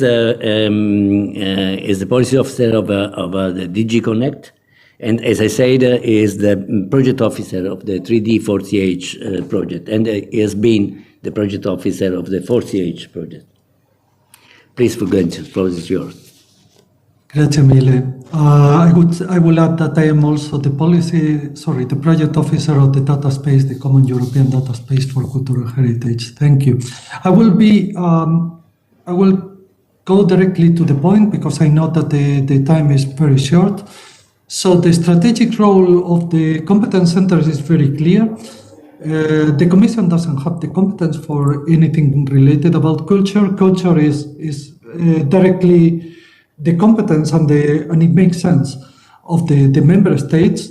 So as it is the defense or the health, culture shall be closer to citizens. It's not the same as, I don't know, economy or money or things like that that can be maintained at the core of the European Union. So the maximum that the Commission we can do is to really coordinate the efforts and standardization and put together some resources. That is exactly what we did in 2008 when we created the initiative that is nowadays called Europeana. Now, there was as I was saying, the best we can do at the Commission is to recommend to the member states, and that is exactly what we did in 2021, and before that in 2011. And the recommendation, the latest one from 2021, was clearly dedicated towards 3D and set some very high, very ambitious targets, because as there were some presentations right before, the risks that we are facing, they are coming into us, and they are not only of climate change. There is a war in the East that may come soon, and actually the prime ministers are gathering together to deal with that. I will not go into that, but clearly the recommendation stated very, very clearly that we should accelerate the 3D digitization of anything at risk, of anything most visited, and also anything that is under digitized, typically the intangible heritage. We also commissioned a study about 3D, and it clearly stated that it was a very complex matter. So with those together, that the recommendation targets are still far. There will be a publication very, very soon. Actually, it is just now in the process of being the layout. So it's really the graphic design process, because the content is already there. But clearly we are far behind the targets. So that was the reason to create the Competence Center. That is the strategic role of the Competence Center, to help the member states to reach, to understand, to digitize the 3D, with 3D, their cultural heritage. So we need the competence centers to improve skills, to build capacity building, to promotion the digital literacy at all levels, and to exchange knowledge. That is the main thing that we want the competence centers to do. Now, about the second question, how the new 3D 4CH project improves or builds on the 4CH, there is a clear difference. The 4CH was funded by Horizon Europe, actually by Horizon 2020, H2020, and it was all about research and innovation. The new 3D 4CH is not.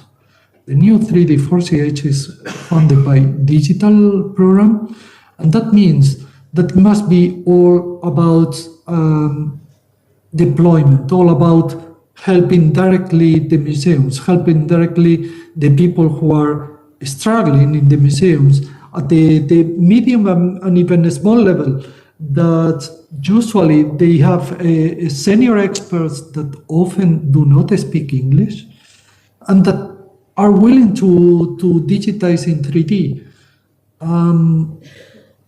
That is the main difference, because there is no research, there should be no research, no development in the digital program.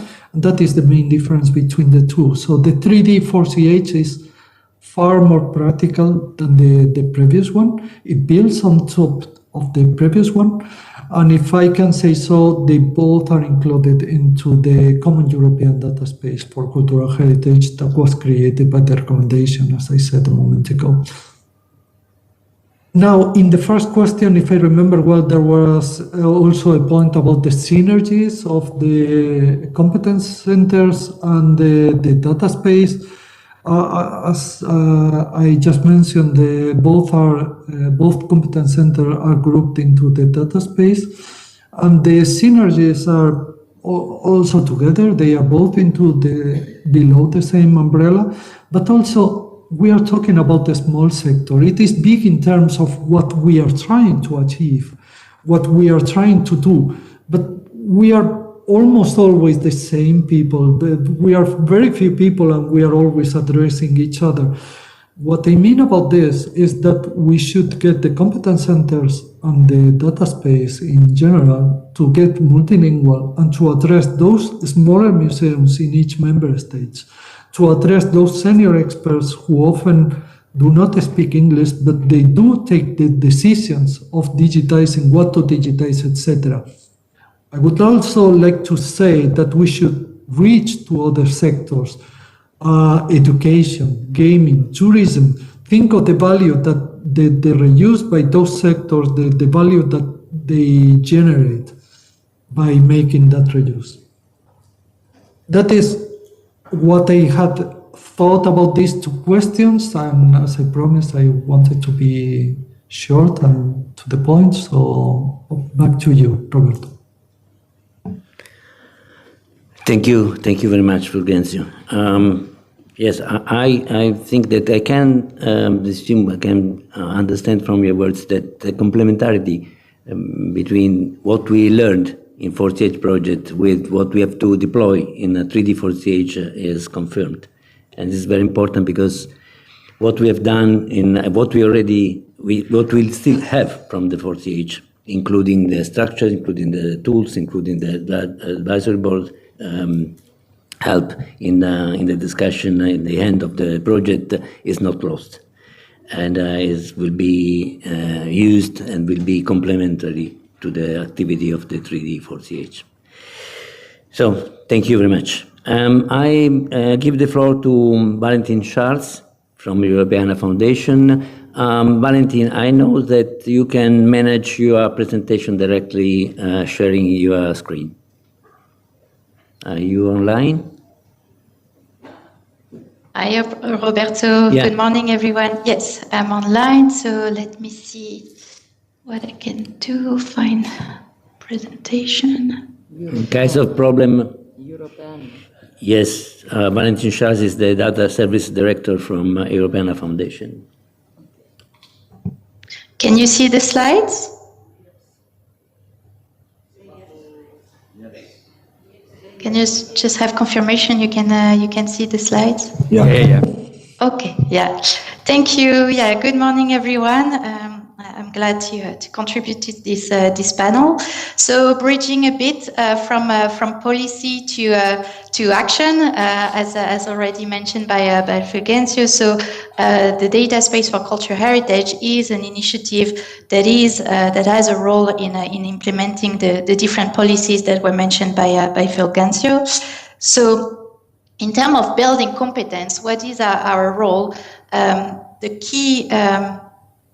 The key role of the data space is, let's see, because it's really to democratize access to cultural heritage data. So that's a vast endeavor when it comes to building competencies, building capacities. What does it mean in this context? First, to give you a bit of broader context, because that might be confusing for this audience. Europeana was mentioned, the data space was mentioned. So I'm going to give you a quick tour so that you understand what I'm talking about. So for some of you, you might be familiar with the Europeana initiative. So Europeana started in the years 2000, and here the idea was really to allow cultural heritage institutions to share their data, to publish their data online, and allow European citizens to find and access this data. So this is where, in terms of capacity building, working on interoperability across the cultural heritage sector was very important, and this is where the efforts have been focused on. Then, as we progress a bit in time, the next stage of Europeana's life was to allow European citizens to use the data the way they wanted it and on the platform they wanted it. It was the time where in 2010, link data became quite prominent, and where many different platforms started to emerge. And the idea is that audiences wanted to be able to also use this data on their platform of choice. So this is where for Europeana, working on framework has become really important, working on how to improve the quality of the data, how to make licensing condition very clear. So this was really a driver for the development of the different framework Europeana as in place now. New context, as also motivated by the policy context, we are now entering in the age of the data space. So Europeana, together with a consortium, is now responsible for stewarding the data space for cultural heritage. And here the idea is really to allow actors that have data to basically publish this data, and for actors that want to consume data to be able to use this data much more easily. So building competence is key to make this happening. In terms of the strategies moving forward, we think there are three aspects that are important when it comes to build competence for the sector, but also for audiences. First is about data. This is where data is core to the data space, and the idea is to continue to build capacity to be able to publish and share different type of data. So data about cultural heritage assets, but also maybe other type of data that are relevant in the context, such as statistical data, but also data that are thermal data in relation to specific assets, or sometimes geological data, especially for monuments and sites that are in regions where they are a bit at risk in terms of natural disaster, for example. So it starts with the data, and then you also have to develop tools. So not only developing the tools, but also make these tools visible so that institution can manipulate data more easily, but also for audiences that wants to reuse this data, they have a direct access to tools that are relevant to them. And lastly, to combine all this together, you need training. So training resources that really help audiences, whether they are cultural heritage professionals, but also educators, teachers, to really understand what they can do with the data and how to use those tools to create the use case they want to fulfill. So in terms of data, we do have a lot of data already available. Europeana has reached now 16 million cultural heritage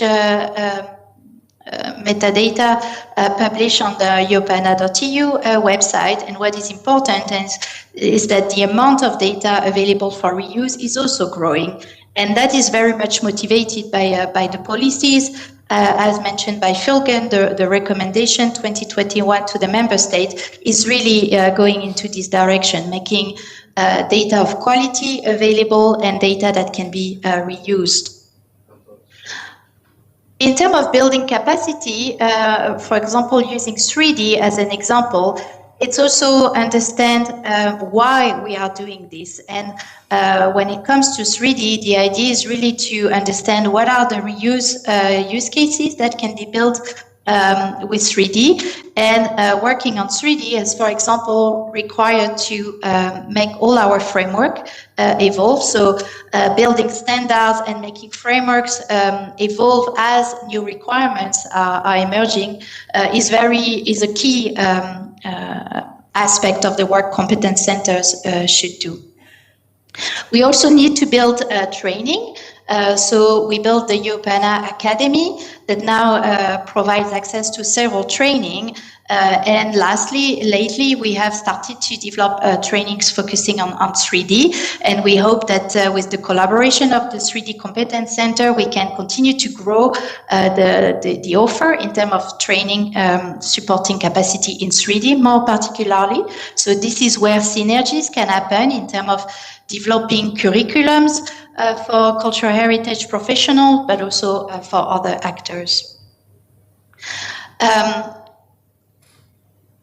Building capacity is also sometimes creating momentum. Last year, we worked on the TWINIT campaign, 3D for Europe, which was really a campaign working together with member states. And the focus was to build capacity around 3D. As Phil Gann said, the idea is that member states should have most of their heritage at risk being digitized in 3D, but there was a push needed, and campaign like TWINIT can be a way to accelerate sometimes development in some areas. And I think the role of Competence Center is really also to be relevant at specific times. So being flexible and creating those kind of momentum is important. So through the TWINIT campaign, we got participation from the 27 member states. And the idea was for every country to select one item to be digitized in 3D. And that was the opportunity to also address different questions around standards, tools that are available, repositories that are available for working with 3D, and really start building capacity around this topic. Events are also important. Events are a way to bring different communities together, like the one you are having today. It's about bringing different perspectives, and that is also essential to build capacities. And Competence Center have this role of bringing different groups together on topics. The European 25 conference will happen in June this year, and I invite you all to come and join us to discuss more specifically the topic of preservation, protection, and reuse for the cultural heritage sector. And the networking aspect is also key to encourage cooperation. I think that was it for me. So it was a way to show you the different areas where cooperation is essential, and when a Competence Center can have a true impact. Thank you. Thank you, Valentin.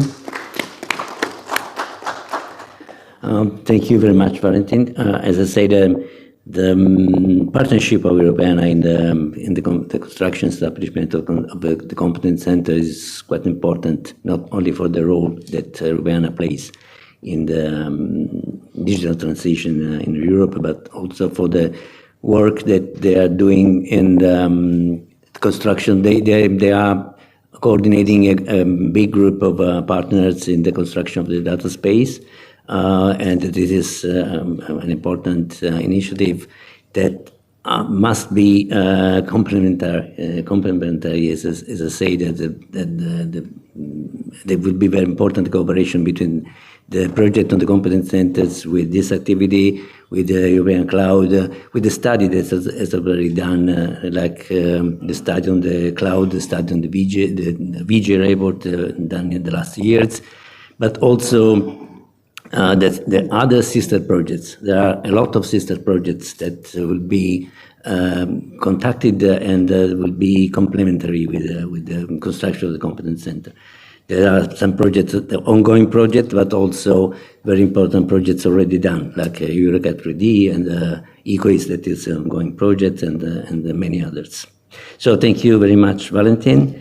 I give the floor to Francesco Taccetti. Francesco Taccetti is the coordinator of the CH sector in INFN, that is the National Institute of Physics in Italy. And he has been the project coordinator in Project for CH, and INFN is also partner in 3D for CH. So I think that the opinion of Francesco about the transition and these two projects, and also the relationships with the other initiative is very, very interesting. So please, Francesco, the floor is yours. Thank you, Roberto. Can you hear me? Roberto, can yes, you hear me? yeah, it's okay. Okay. You're connected. Okay, it's fine. Thank you, Roberto. Thank you all, and good morning. So, I think that the competence center certainly plays a crucial role in the digital transition. And I think that on one hand, its effectiveness will be greater the more it will be able to involve local and private institutions. So I think that there is one of the main focus of the competence center is the strong interaction and synergy with the territories. And this is connected also to the last question, okay? So to the point of sustainability. On the other hand, I think that it's absolutely necessary for a competence center to form alliances with partners. I would say mainly European infrastructure, but not only, because we think also to the forecast provision. It's extremely important to have contacts with them. Infrastructure that can provide the data that make the 3D models usable not only for reconstruction phases, for example, but also for prediction phases of damages that the cultural heritage assets may suffer from natural or anthropic disaster. In addition, I think that the use of artificial intelligence can simplify aspects that the competence center should address now and in the future. And it's really must keep an eye on alliances also for AI. The competence center, at least in the idea that we proposed and studied during the 4CH project, must be an example of how the digitization of cultural heritage can be addressed by involving, when possible, European infrastructure, which are working on complementary activities. Obviously, data space, cloud, but not only, okay? So also, for example, people working on high-performance computing bubbles and so on and so forth. I think that surely a great effort will have to be made to systematize all the activities projects in progress now, but I believe that this can be done and that the competence center could play an important role for. About the question number 2, I think that the 3D 4CH project is definitely a pillar of the competence center, as already proposed during the 4CH project. 3D modeling is one of the fundamental parts, even if not the only one, for the construction of digital twins. Digital twins that, can be used for many purposes. For reactive digital twins, so again, predictive models. It can be used for storytelling, for training, for upskilling. So I think that 4CH 3D plays really a very important role in the context of the competence center. And I think that this project, 3D 4CH, deals with many fundamental aspects for the creation of competence center and for its future success. I believe, moreover, that 3D 4CH, in addition to supporting the standardization of 3D models, in addition to helping in the preservation of cultural heritage, can also be a stimulus for a dialogue among European digital infrastructure. And this is because I believe that 3D 4CH can interact with digital infrastructure for different aspects, for repos, web services, tools, data interoperability, high performance computing, and so on. So I think that really 3D4CH can play a crucial role, and it's one of the pillars of competence center. Last question, sustainability. Yes, okay. We have, during 4CH, we proposed a model for the general infrastructure and for sustainability in the future. And I think that the point is a simple one. The competence center is to show that it works at two European levels, but above all, national and local level. And the competence center must be felt close to local institutions, and this can help in the future sustainability. Thank you very much, and that's all, and I'm back again to Roberto. Thank you, Francesco. Thank you very much. Yes, I think that the experience of 4CH and the continuation of 4CH's project is the test is the opportunity for testing how to make sustainable this experience, the new experience, and the other experience of other competence centers. So I now give the floor to Marco Medici from the University of Ferrara and from Inception Spinoff. He's one of the founder of Inception Spinoff and currently the CEO of Inception Spinoff. But Marco is the project coordinator of the project 3D4CH. So we will hear directly from the PI how the project is starting, and as Marco with Inception, with me, and with Francesco was also in the 4CH project. So the complementarity that we were talking about will be underlined also by Marco, I presume. Marco, you are online?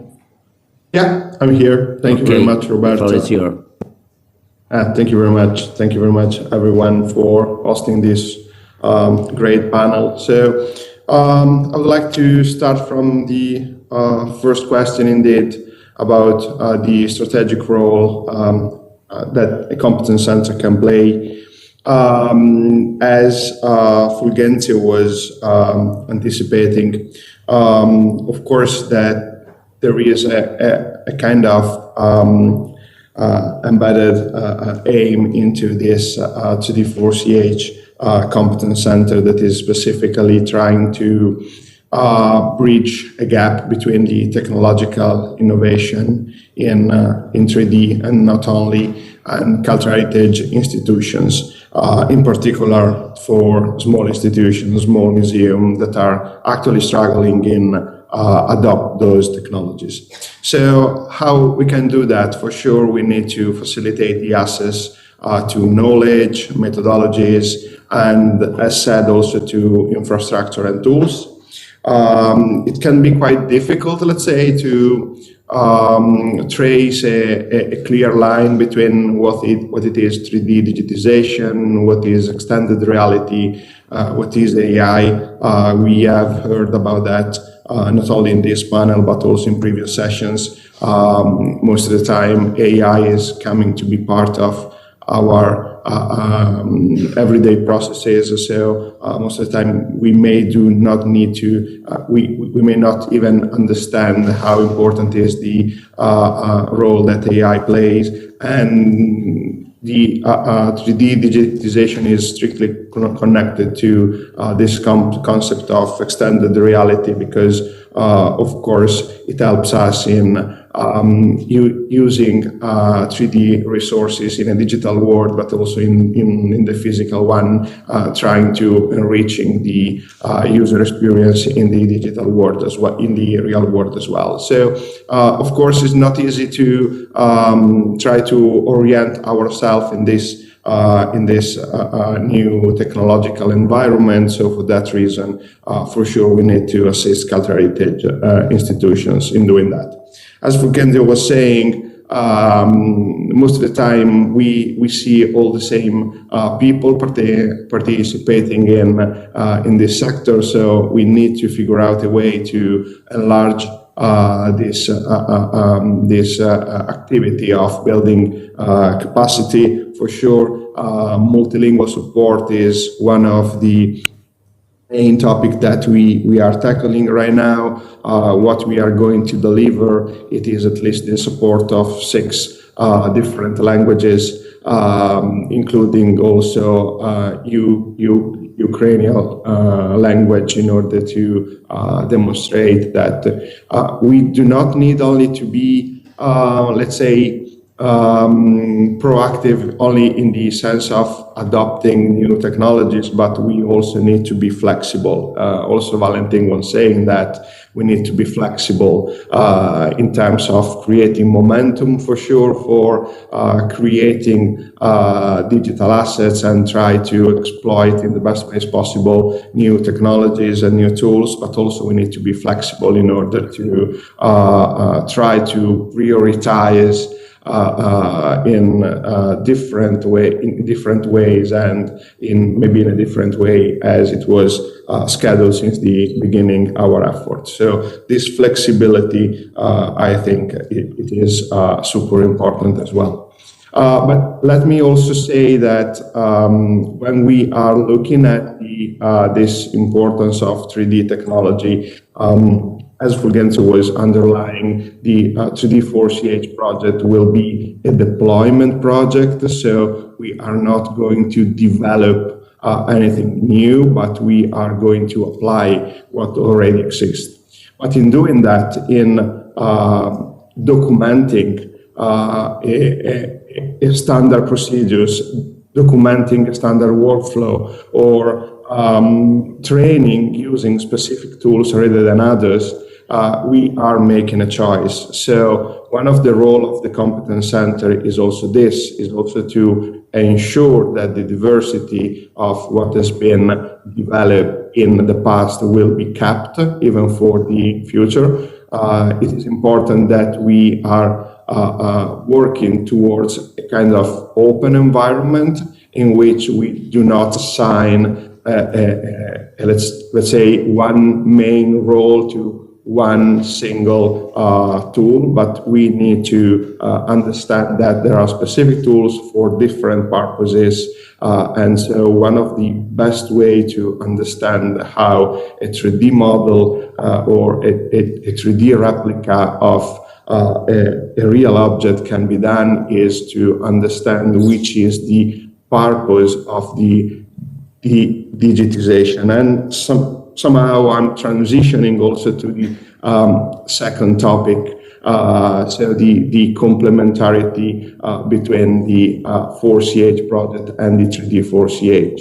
I mean, 4CH project, as also Francesco was mentioning, was a kind of project that acted, let's say, even at higher level, also conceptual level, in order to understand how a 3D, but not only a 3D, can be used. Francesco was indeed mentioning digital twins, and it is particularly important because it is not only 3D, it is not only data, metadata, and paradata, but we need also to understand how to perform simulation and so on and so forth.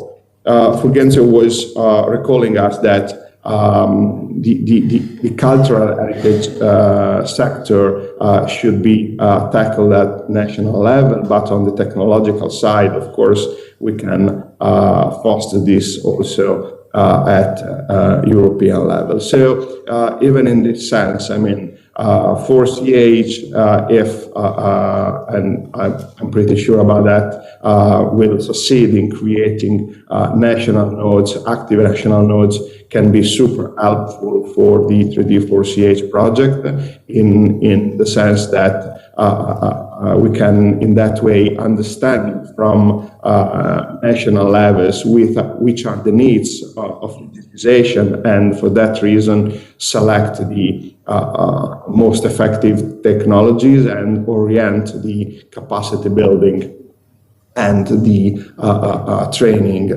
in that direction.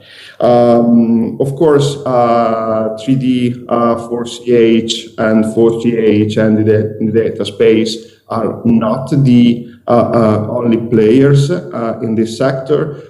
Once again, we are deploying, but there are also ongoing activities at research and innovation level, like, for instance, the development indeed of a European collaborative cloud for cult heritage.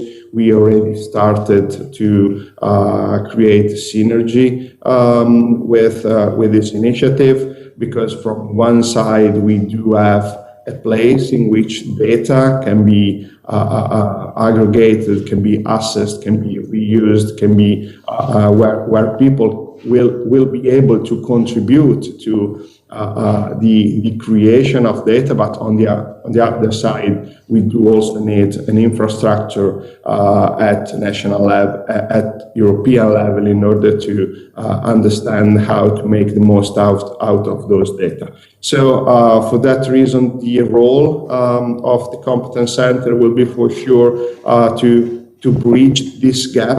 And as I said, the technological innovations that we are assisting at are not only an improved capability of creating 3D, but it is really a more complex environment, and we need to help indeed cultural heritage institutions in order to adopt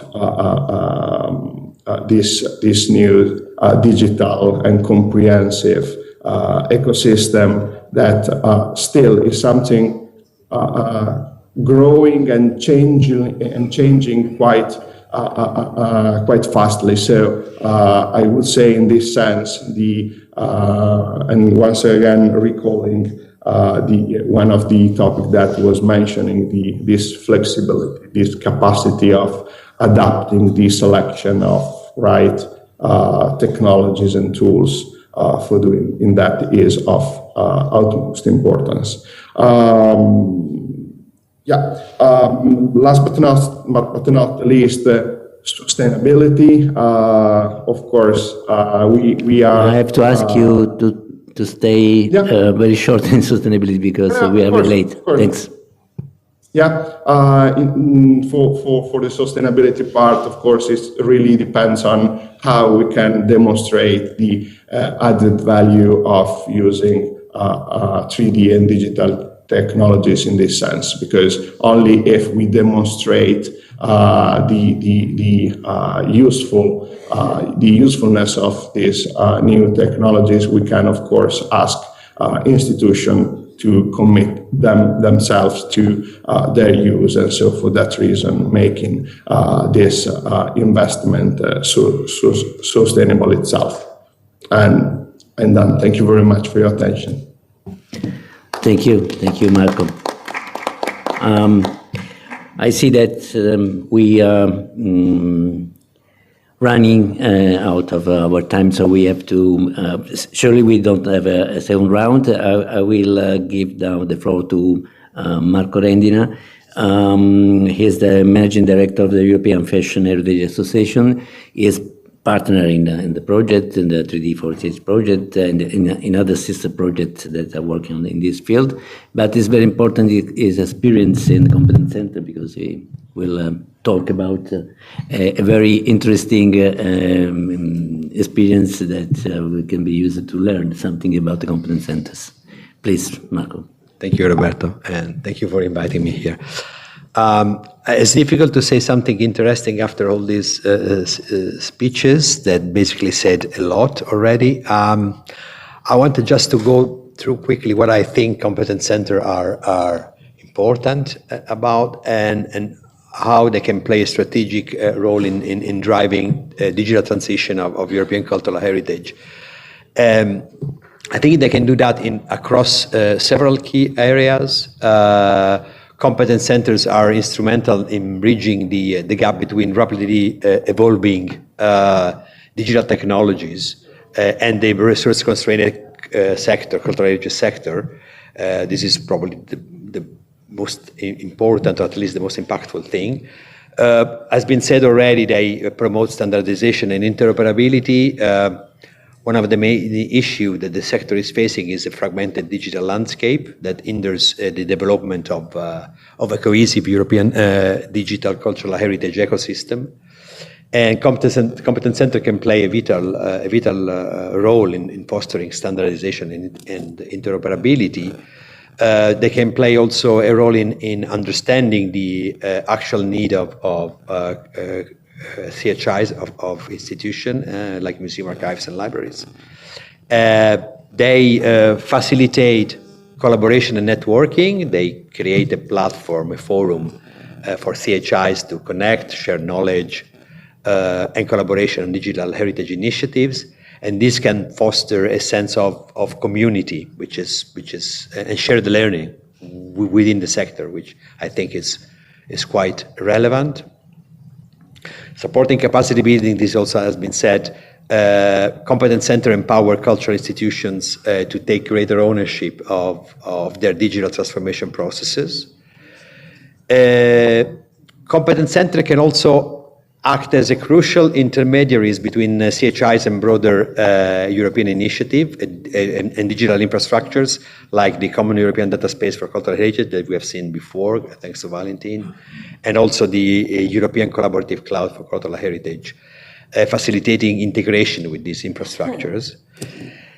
And finally, again, last but not least, Competence Center can drive innovation in digital heritage technologies by fostering collaboration with technology providers, in particular SMEs, like Inception. Competence Center contribute to the adoption and deployment of innovative digital heritage technologies, including AI, 3D, and XR solutions. Like Fulgencio said before, it's not about the research really, but it's more about application of innovative technologies in the sector. So from this overview, it seems everything super interesting, super nice. I have been like 15 years ago into another competence center on audiovisual heritage, the Presto Center. I don't know if you have heard of it. It went on for, thanks to funding, to European funding, for 6 years, 8 years. And then when the funding stream was interrupted in like 1.5 years, 2 years, just switch it off, basically. I'm saying that not because, of course, I think this is the end of that the D4CH will do, hopefully not, but because I think this is a crucial aspect. And I think it's not a coincidence that only Marco briefly mentioned this issue and all the other presenters just skipped the sustainability thing, because I think this is quite a serious issue. And it's basically the elephant in the room, I think, because this kind of initiative is, if they are not designed to sustain themselves, are doomed to fail in the sense that, and their impact also will be on the long term very limited. So I don't have a magic solution for this. So I'm sorry if I'm not providing a solution from the experience. For the experience that we had, I think it's just important to, and I know that the D4CH is doing that, is implementing for the very beginning a sustainability plan, and also trying to differentiate eventual stream of funding. So European funding is always important, but we should rely also eventually on other kind of incomes, like selling consultancies or certification of training modules and things like that. Because if we don't think about this from the very beginning, any competence center, I think, will suffer the same fate of the Presto Center, basically. And I know I'm not finishing with a happy note, but that's it. Thank you. Very good. Yes, but I think that we have to see the reality. Probably we are going to face other limitations in the resources for cultural heritage. I don't want to go in another field, but we all know how the investments in Europe are going to.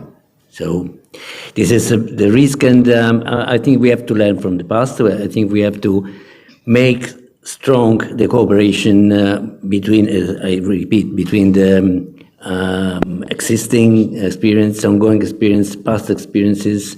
We have a very big knowledge to be used. Sustainability is an art thing, is an art challenge. The 3D Competence Center is online competence center that could be easier to maintain, to sustain, but also an online competence center requires and needs resources. So this is the very important aspect that we have to face. And cooperation, I repeat again, cooperation is the very important things to do.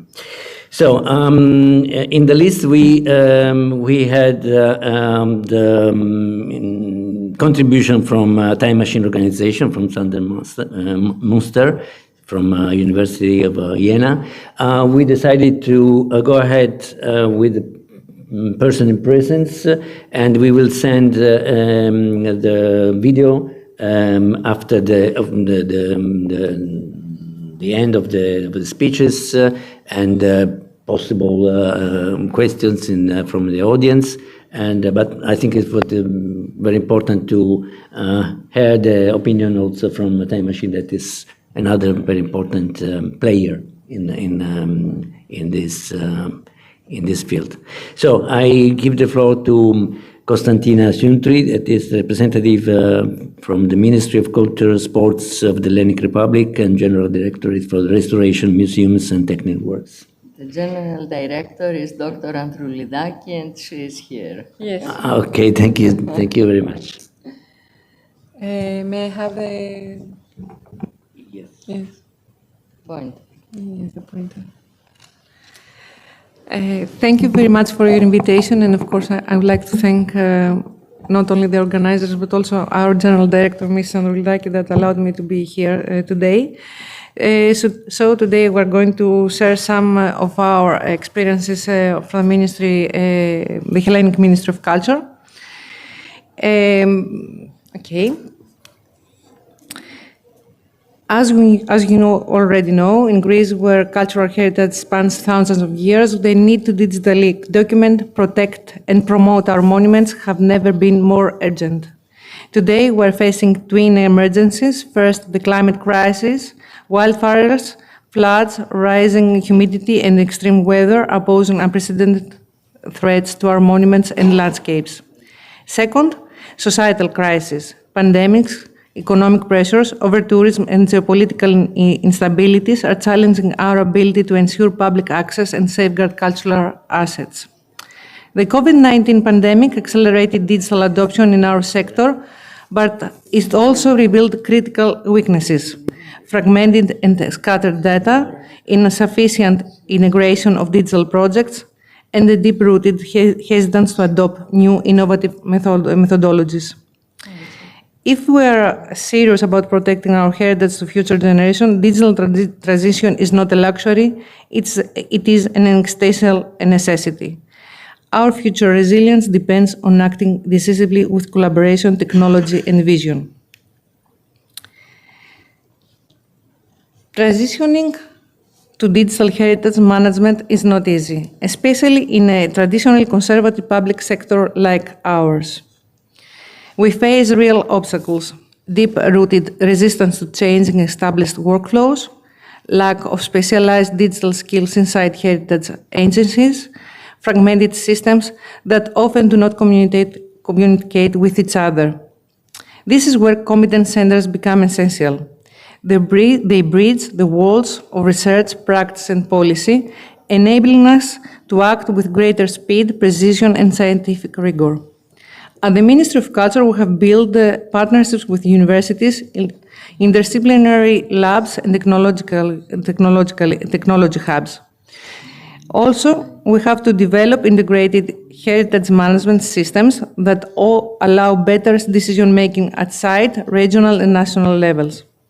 And most importantly, we need to invest in training, equipping architects, conservators, and site managers with the new digital competencies that they need for the future. In this context, competence centers are not just technical bodies, they are catalysts of innovation and guardians of cultural resilience. Over the past 5 years, the Hellenic Ministry of Culture has launched a wide range of innovative digital projects, many of which are reaching completion in the coming months. We're ensuring wider digital access to Greek heritage through our collaboration with Europeana and by expanding our e-ticketing systems and live cultural broadcasting services. We're modernizing critical information platforms, such as the reconstruction of the Odysseus portal, and developing new systems for museum licensing of cultural spaces and excavation documentation. Our data infrastructure is being enhanced with the full operation and upgrading of the archaeological cadastre and the establishment of national standards for digitization and 3D documentation. We're also investing in heritage and enrichment, digitizing antiquities, religious cultural assets, and artistic education programs. Finally, we're introducing immersive technologies, including AR and VR experiences for exhibition, and developing telemetry infrastructures for monitoring vulnerable sites in real time. These projects position Greece at the forefront of the European digital transition for cultural heritage. As we move forward, we must not only continue digitizing our heritage, but we must rethink how we protect it in a rapidly changing world. Technologies like building information modeling, IoT, offer powerful new tools to simulate maintenance cycles, monitor structural decay, and plan precise, sustainable interventions for our monuments. Artificial intelligence, either LLMs or deep learning, can enhance our ability to predict risk, automate documentation, and open up cultural heritage to new audiences through dynamic accessibility tools. But with new technologies come new responsibilities. We must ensure that digital reconstructions are ethically grounded, culturally sensitive, and the human judgment remains central to all decision making. The climate crisis demands immediate action. All future conservation strategies must be climate adaptive by design, with real-time monitoring and vulnerability assessment embedded into site management. Finally, we must empower the new generation, training young professionals to be fluent in both heritage traditions and digital innovation. The future of heritage preservation must be digital, ethical, and climate resilient. This is our mission, and this is our responsibility. I would like to conclude by transferring the message that digital transformation is no longer a choice. It's a necessity for the survival of our cultural heritage. The climate crisis, societal shifts, and emerging technologies demand that we act urgently, wisely, and collaboratively. Competence centers are our bridge to the future, connecting research, technology, and public policy, enabling innovation while safeguarding authenticity. Our heritage carries memory, identity, and hope, and it must remain alive for future generations. Thank you very much.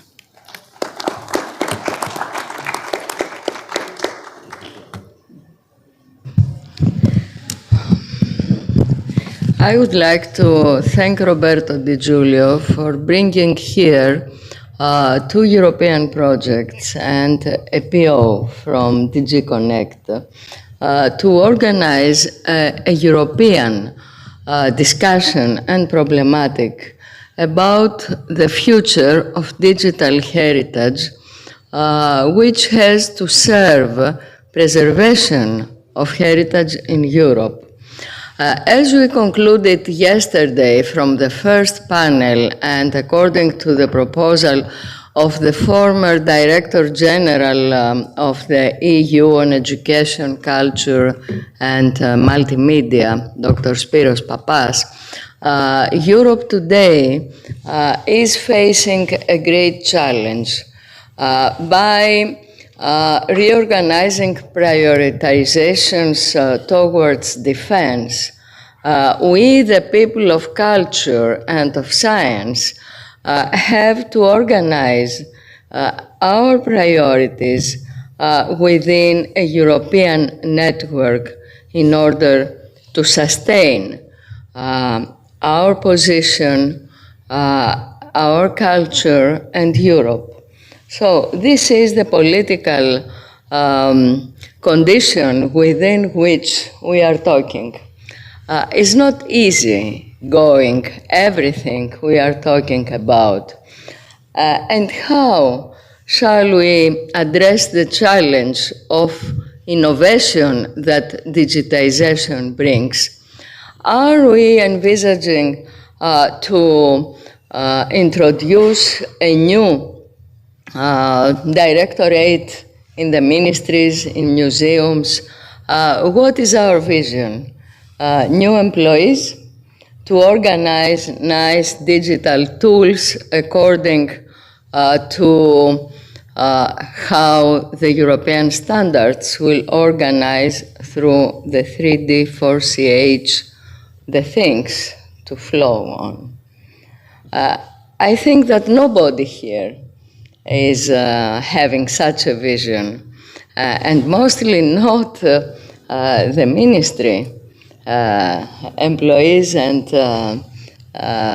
militants, because it was a very political and a very to the point presentation, the presentation of the Directorate General of the Ministry of Culture, Directorate General for Restoration. So what is the issue? I think there is an issue, and we have to point this issue out. The issue is that if we have learned some lessons from the rehabilitation of the Holy Edicule of the Holy Sepulchre in Jerusalem, from inception, brilliant European projects which made a step of progress in the European acts in science and technology.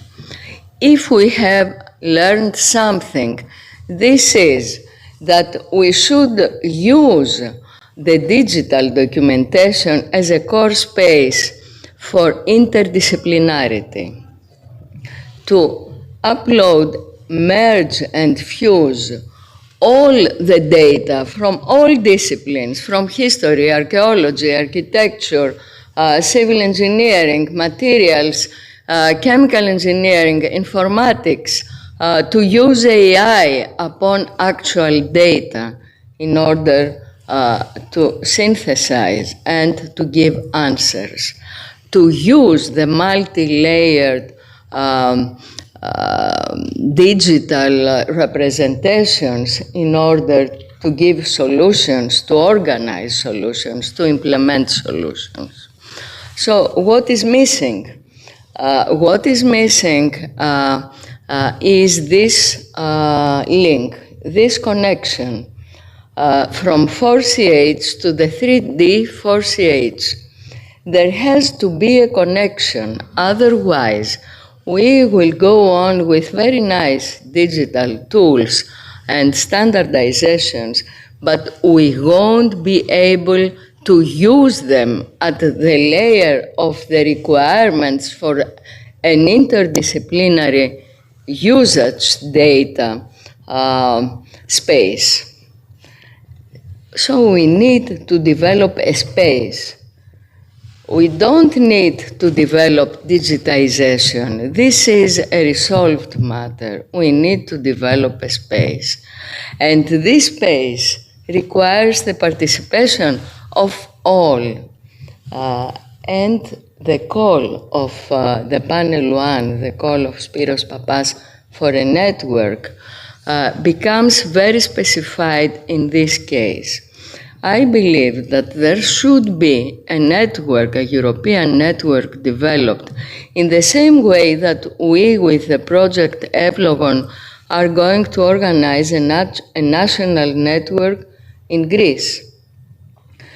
We will organize the depository.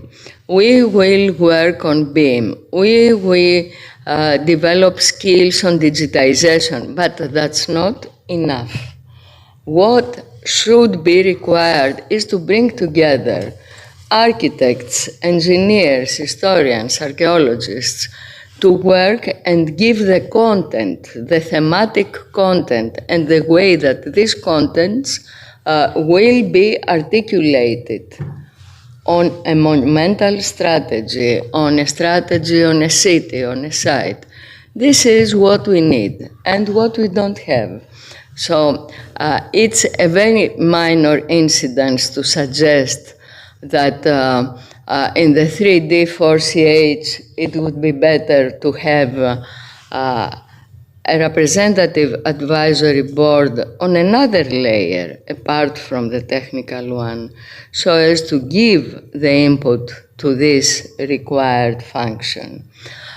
The major is to organize a European network that will express the needed strategy.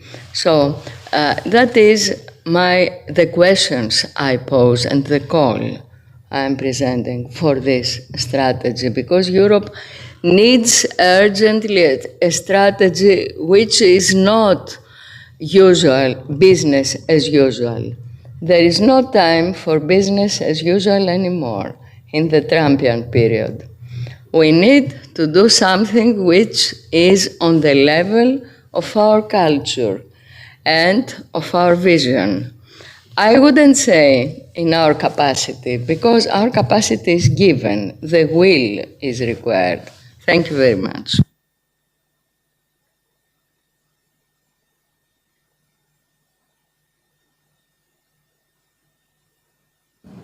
I think we can give, just in 2 words, the advisory board of 4CH is still living. It's not closed.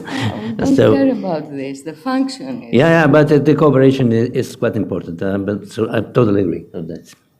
I don't know if we have some minutes for questions. If Rocco Zarkins would like to. Of course, you can make the question to all the participants of the... No, I just wanted to add something what Tonya said now, just a short word. All what you said is necessity today, but we have already elements developed. We just have to put them together.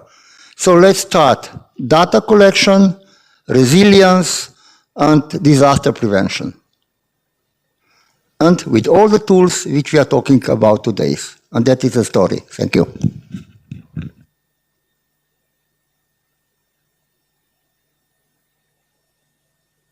I would suggest, if there is no any other, Professor Karidakis.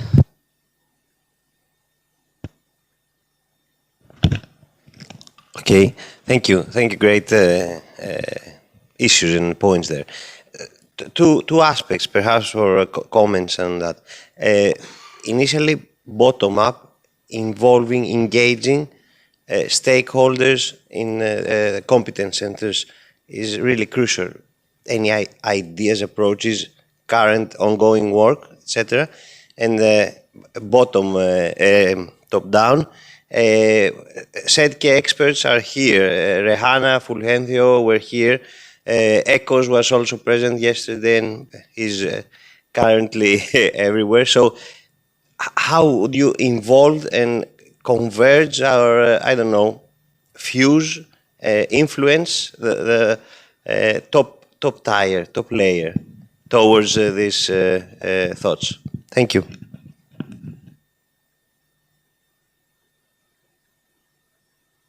Yes. I answer to the second question because the first one was for Antonio, I think. Yes, I totally agree about on your point of view. There is a stakeholder panel in the 3D 4CH project.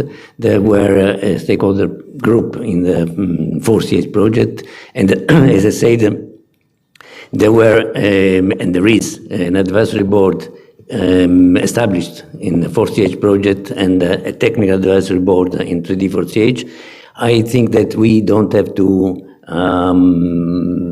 lose any potential activity of these bodies. Of course, the problem is, again, the resources that we have for giving an input,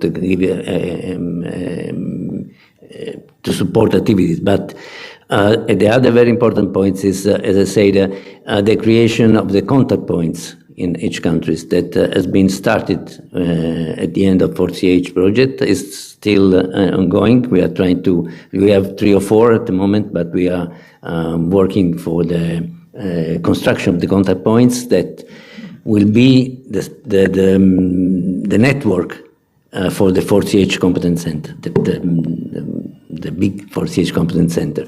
And this is also part of the commitment of the stakeholder panel that are currently involved in the 3D 4CH, but it's also the commitment of the advisory board of 4CH, because the advisory board for CH include a very representative person. Of course, I don't need to underline the presence of Antonia, but Rocco and other, Rocco Zarnic from Slovenia. But we have a panel of a very representative person in 4CH advisory board. As I said, it's still existing. We are the contacts, we are and we, with the 3D 4CH, we just started 1 month ago, but our idea is to take all the experience implemented in 4CH project, because we were part of the 4CH project, and one of part of resources of the 4CH project is also the advisory board at the contact points that we created. So, as I said, we need to cooperate in this direction, and absolutely agree about on your point of view. May I add something? Sorry? May I add something to this? Oh, yes, of course. Yeah, I think you were talking about bottom-up approach. So to be really bottom-up, one other thing that we have apart these stakeholder groups that are kind of designed by the project.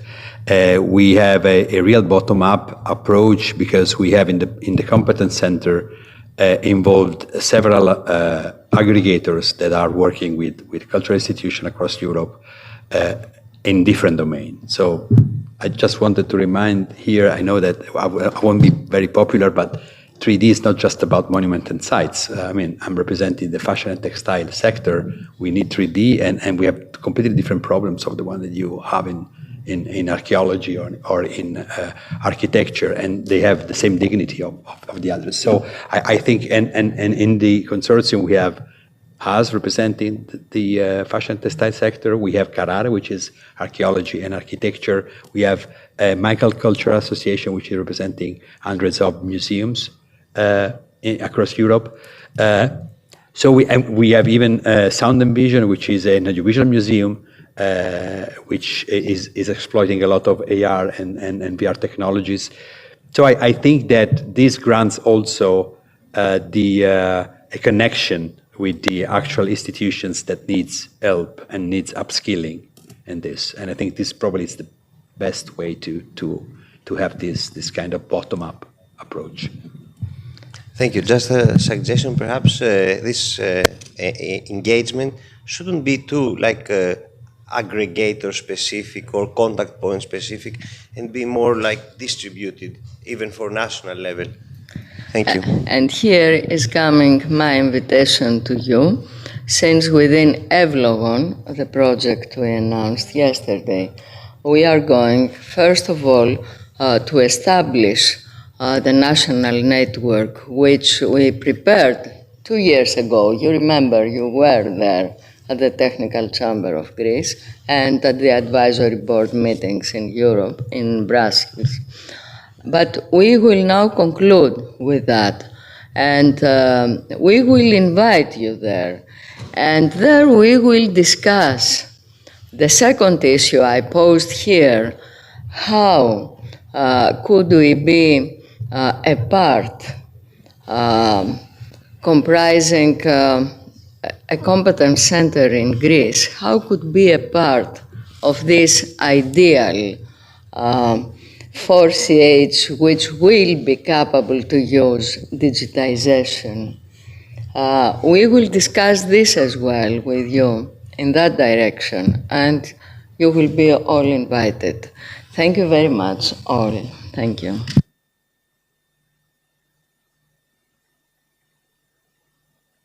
Please play the video. Να δείξουμε το βίντεο ενώ θα αλλάζουμε το πάνελ.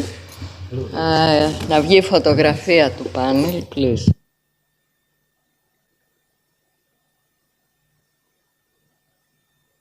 Minister, and I'm Secretary-elect of the Time Machine Organization, which is a European research organization based in Vienna in Austria. As Time Machine Organization, we have 650 institutional members, amongst them various academic members, but also heritage institutions and of course also commercial partners, so ranging from smaller companies up to larger players. It's our great pleasure to joining the 3D4CH Competence Center project and of course also to working together with the colleagues in order to setting up and implementing the Competence Center. And in that function and with regard to also a strategic relevance of the Competence Center, one important challenge and also realm is, of course, to dealing with the different requirements of communities dealing with 3D assets in Europe. In our work as Time Machine Organization, we are working very much with local and regional communities, dealing with digital technologies, but also specifically urban, architectural, but also genealogical data and endeavors. And of course, different purposes, dealing with history, with language, but also with intangible heritage and of course, creative industries.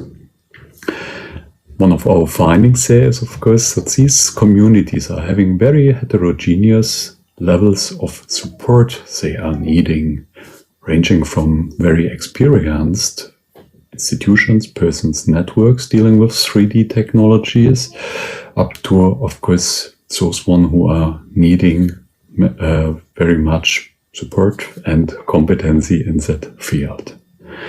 In that field, we are seeing and hoping the role of the Competence Center in order to specifically connecting to these communities on a national, but also in a maybe smaller regional and sectoral level, and of course enabling a good use, reuse, but also awareness of 3D technologies. Another challenge related to that is, of course, to monitor the demands of a sector or the different sectors dealing with 3D and cultural heritage in Europe. And that is another important role we are seeing, of course, the Competence Center well equipped and in a wonderful position for to also uncover and revealing demands, but also chances and maybe also developments in these different smaller communities. Another point regarding the implementation, it is still interesting from our point of view that there are lots of untapped and not seen collections of 3D objects which are already extant in Europe. We have currently chance to collecting or to assessing collections of 3D objects at very large scale. And it's really interesting that many of these 3D assets, 3D objects, which are visible and shared and open in platforms like Sketchfab, for instance, are of European origin and created by European communities, institutions, but also companies. And one of the big challenges, but also the big chances of the competence centers, of course, to getting connected to these collections and open those up, of course, also for a European community, and finally also aggregating those in Europeana as a European Cultural Heritage Library. That brings me to a last point, the challenges and opportunities. One important point will be to creating a good reach out to these very different, very small, but very heterogeneous communities. Of course, it is an endeavor and a challenge, not only to reaching communities on a national level, but also to getting into local and to regional communities, and of course to also having opportunities and mechanisms to avoiding, maybe I would say, too much to focusing on specific sectors or on specific player networks and so on. So to finding a good way to mitigating and managing these various communities related to 3D cultural heritage. Another point is, of course, how to dealing with the topic of competency development. And that is something where the Competence Center has a very unique and a great chance to also connecting to the various teaching opportunities which are already extant and available in Europe. We recently had a chance in a project to revealing and to uncovering the very different teaching opportunities in academic and study education, but not covered at this moment, also the postgraduate or even the school education related to that. And of course, there is a large heterogeneity of programs available, of competencies and competence niveaus related to these things. Minister Sander. One important. Thanks a lot, and Roberto Di Giulio for the former panel. Introducing the panel discussion 9 on preserving compatibility, the materiality and integrity of structures and architectural authenticity. I would like to have excused Professor Maravellaki since a very serious family problem keeps her away from us, and ask Professor Patsavos, the president of the Department of Architecture at Ioannina, to chair this session. And I'm very pleased that very good friends and very good people serving cultural heritage preservation is here, starting from Ioanna Papagianni, from Aristotle University of Salonika, Panagiotis Pathis as well, Athina Alexopoulou from the University of West Attica, Kostas Karadimas from National Technical University of Athens, Giulia Vobiri, architect associated with the NTUA, Ioannis Ioannou, University of Cyprus, and Aris Hadjidakis, the European Center for Civil Engineering, immediate past president, Technical Chamber of Greece, and Miltiadou Fezans Androniki from National Technical University of Athens. It's a really interdisciplinary panel, and thank you very much all for being here with us today. Thank you.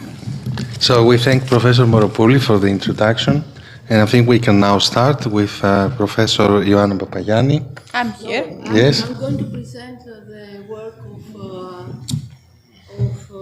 Noni Maravellaki. Okay. He sent a presentation. That's a surprise. So, okay. Although she's not here. So we start with the presentation of Noni. Because okay. she was the moderator, so she had already worked. Okay. And you can do it on her behalf. Present it. Okay. So I will present it on her behalf. Okay. It's better to go here, so I can control it. Maybe you need to switch on your microphone. Το πράσινο κουμπί. Yes, okay. Is that okay? Yes. Okay, so the panel has already been presented by Professor Moropoulou, trying to make a certain presentation of the matters that we are going to discuss today. Okay, thank you. First of all, let's remind that, as we all know, built heritage protection involves a combination of disciplines. That is why this panel has such a lot of disciplines, as well as basic knowledge of scientific and technological aspects, but I would as well add historical and other aspects regarding the aesthetics, the arts, as well as understanding scientific, technological, cultural, social, and values. And these values are conflicting ones. So, as we are going to see, we need a kind of optimization at the end. The other point is that we must always think of the building as entities. We must think the integrity of the building, not only the materials or some parts of it. Of course, there is a relationship between physical deterioration and the environment, and that integrates art, materials, and structures, and there is a need of understanding the evolution of historic structural systems and contemporary methods. Speaking about principles, of course, I'm not going now to present the whole Charter of Athens and Venice and its evolution, but one has to point out the importance of compatibility, which concerns not only the materials with the existing ones, but as well the structure itself, and has a lot of parameters, and the reverse engineering to performative materials. So we learn from what we find, and then we're going to design materials and interventions that they are compatible. Of course, we need to evaluate the restoration materials compatibility, but not only compatibility, but as well as their durability and longevity.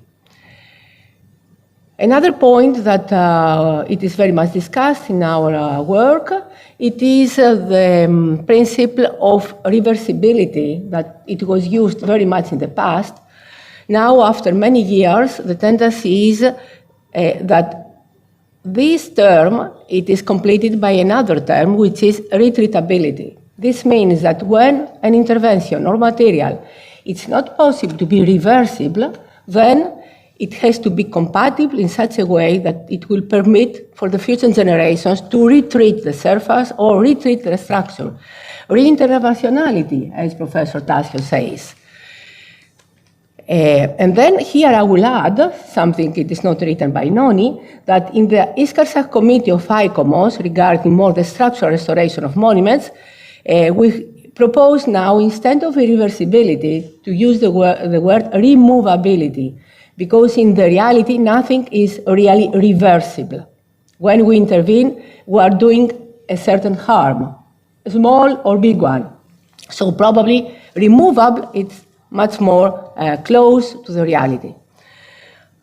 Of course, another point is the monitoring of the decay state and of cultural heritage and the assessment of the effectiveness of the interventions. So we must not only apply interventions as materials, but we must judge them in the future and try to understand if finally they were good or not.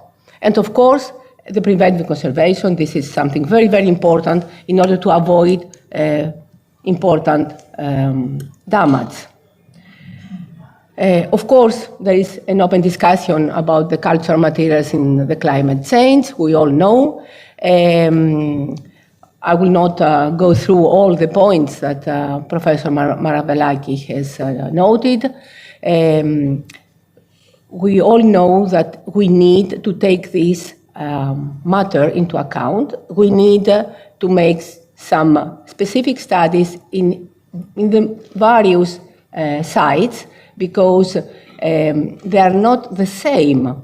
The situation with climate change in Peloponnese or the North Greece or in other countries has differences, and that is why it is very important to have data, and on basis of this monitoring system data, try to make some workshops and training, and make not only the professionals, but as well as the public, to make them aware of this problem, which is as well a real problem for the monuments. I'm sorry, the next one it is. Of course, there is as well the question of artificial intelligence. There was a session this morning.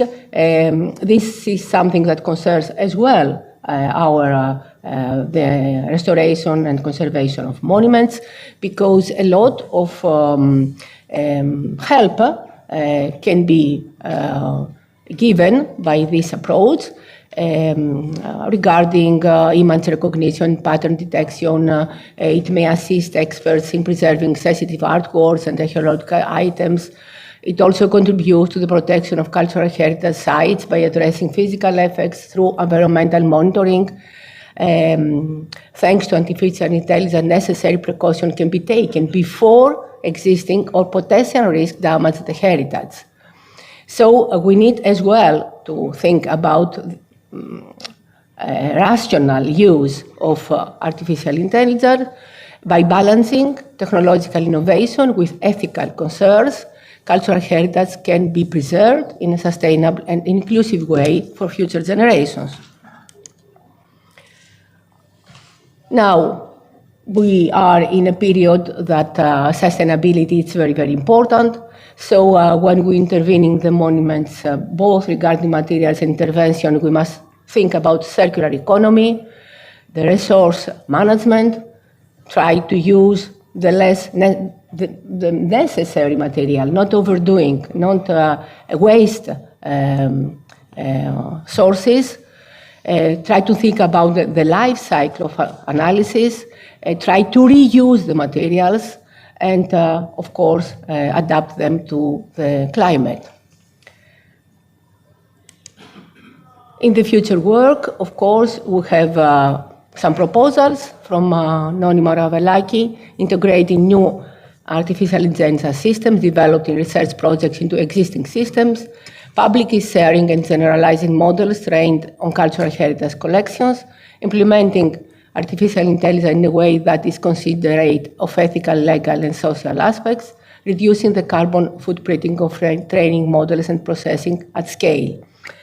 I would like to add here in these proposals of Noni that we have as well to try to prepare in a way that will reach all the professionals the knowledge we already gained. So we need some regulatory documents, both regarding materials, because we know a lot of things, and regarding as well the structures.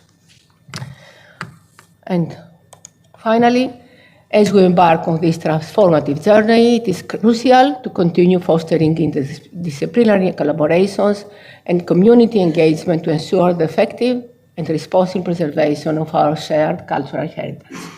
Thank you.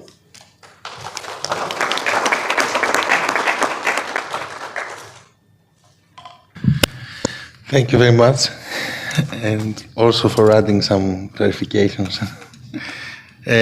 We will need now to continue with Professor Ioanna Papagianni from Aristotle University of Thessaloniki. Here, yeah. Will you speak from here? Or? Okay. I wait for the screen. Okay. But who changes the slides? Yeah. No, oh, I have seen. Yeah, here. Thank you for the opportunity. I must thank you, Professor Meropoulou, for ask all of us to be together and discuss very top topics, I think.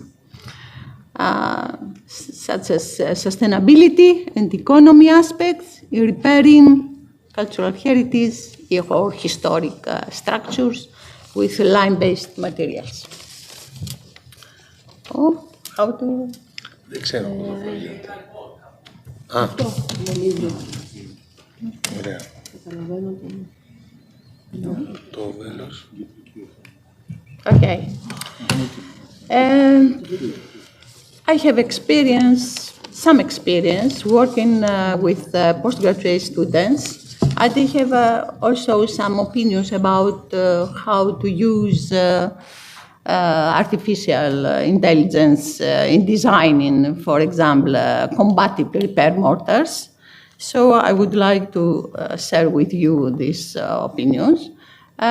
My opinion is that the last 30, 40 years, it seems that, particularly in the case of monumental structures, as we say, all the principles of restoration, compatibility, materiality, architecture in general, are taken seriously into account for designing new repair materials, and especially lime-based mortars dominate in repair works of historic structures. As far as I know, communicating with the most important laboratories in Europe, and not only. Of course, in the case of rehabilitation of historic buildings from the end of 19th century, beginning of 20th century, this compatibility and materiality are not always kept. I can confess that I have seen owners of historic buildings to insist on using cement because there was moisture in masonry, traditional masonry of the structure. In addition, it was not something that happened without work previously. In the last decade of the 20th century, great projects funded by European Community were implemented. And in addition, in the frame of consecutive RILEM technical committees, many things have been clarified as the meanings of compatibility in technical terms, how to achieve compatibility, for example. And also a step forwards was to modify existing standards or propose new ones in order to be more adaptable to lime-based mortars. Nowadays, apart from compatibility, it's very important because of climatic change. It's very important to have long-lasting repair materials. It's another parameter. So are pursued these long-lasting repair materials, not only for economic reasons, but because if you have no interventions, you have economy, of course, and because of sustainability, as we say, aspects. To enhance a little these options is the fact, according to European reports, Eurostat, that restoration of monuments, including also the rehabilitation of old building stock in urban areas of Europe, historic centers, we say, is considered around 35% of the construction market. It's something that is important. And of course, economic issues we know very well. Tourism, for example, are closely related to repaired historic centers. But if they continue to be historic centers, means authenticity, materiality, and architecture have been safeguarded. We have now ways to benchmarking mark alternative sustainable solutions for selecting raw materials. We have life cycle assessment, different scenarios, cradle to gate, from materials extraction up to factory gate, cradle to grave, up to the end of life, including recycling many times. We have EPDs, which are certifications about the carbon trace of the constituents. We have also, in the case of cultural heritages, we have life cycle analysis, including the impact to economy, and SLCA, life cycles analysis, considering the impact to society. In the case of monumental structure, cultural heritage in general, all tools should be used together in order to have a realistic estimation of sustainability. By using the tools I mentioned previously, we proved easily that a repair solution based on lime is not only compatible, but is also environmentally friendly. Is about the half of comparing the carbon dioxide emissions if we use cement and if we use lime-based mortars. In the case of lime, of course, we have recapture of carbon, 33%, according to a report of Polytechnic of Milan in 2020.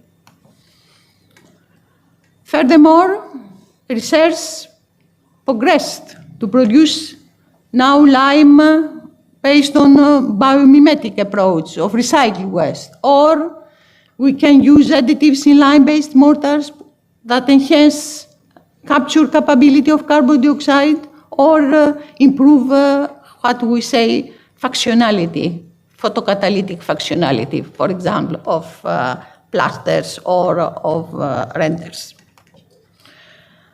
A great challenge for me, the future challenge, is designing lime-based mortars by using artificial intelligence. Of course, it's undisputable. Yes, we can say that we are sure that all artificial intelligence processes data faster than human brain. And we, as a human brain, decide on reliable data, on our empathy, on experience from damages, on social background, inspiration. We're not always based on data. So I say to my students, whenever we are in front of a decision taken by artificial intelligence, we must ask, which is the platform the data come from, which is the model and the assumptions of it. We take the same decision without artificial intelligence, and we must know very well the consequences of an unsuitable or wrong decision. Because artificial intelligence is not to substitute our critical ability, but to enhance it by enriching our experience. Thank you. To keep the time.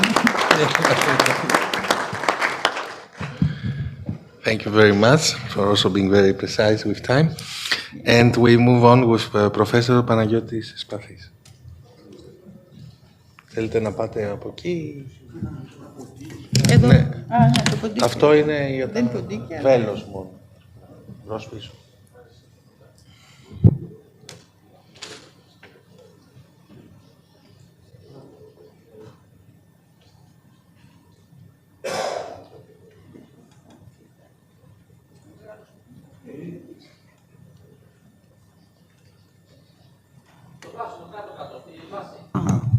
Okay.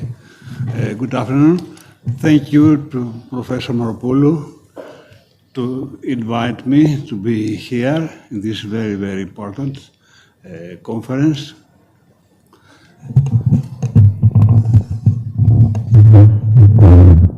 Okay, thank you.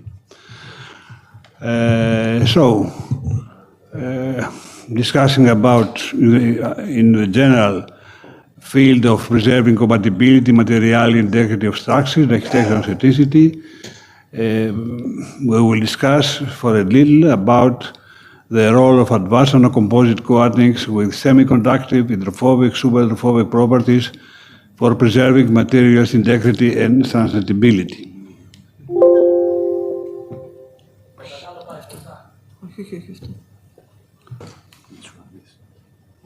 Okay, thank you.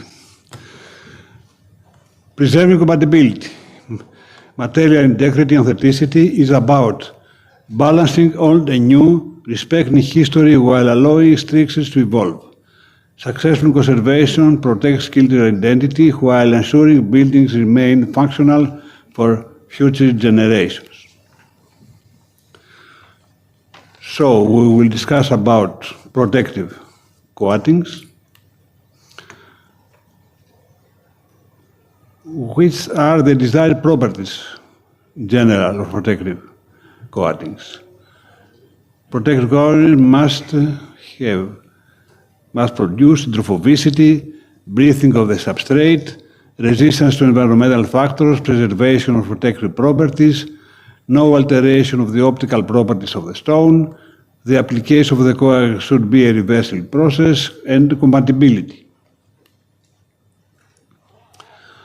Starting with polymeric coatings. Disadvantage of polymeric coatings.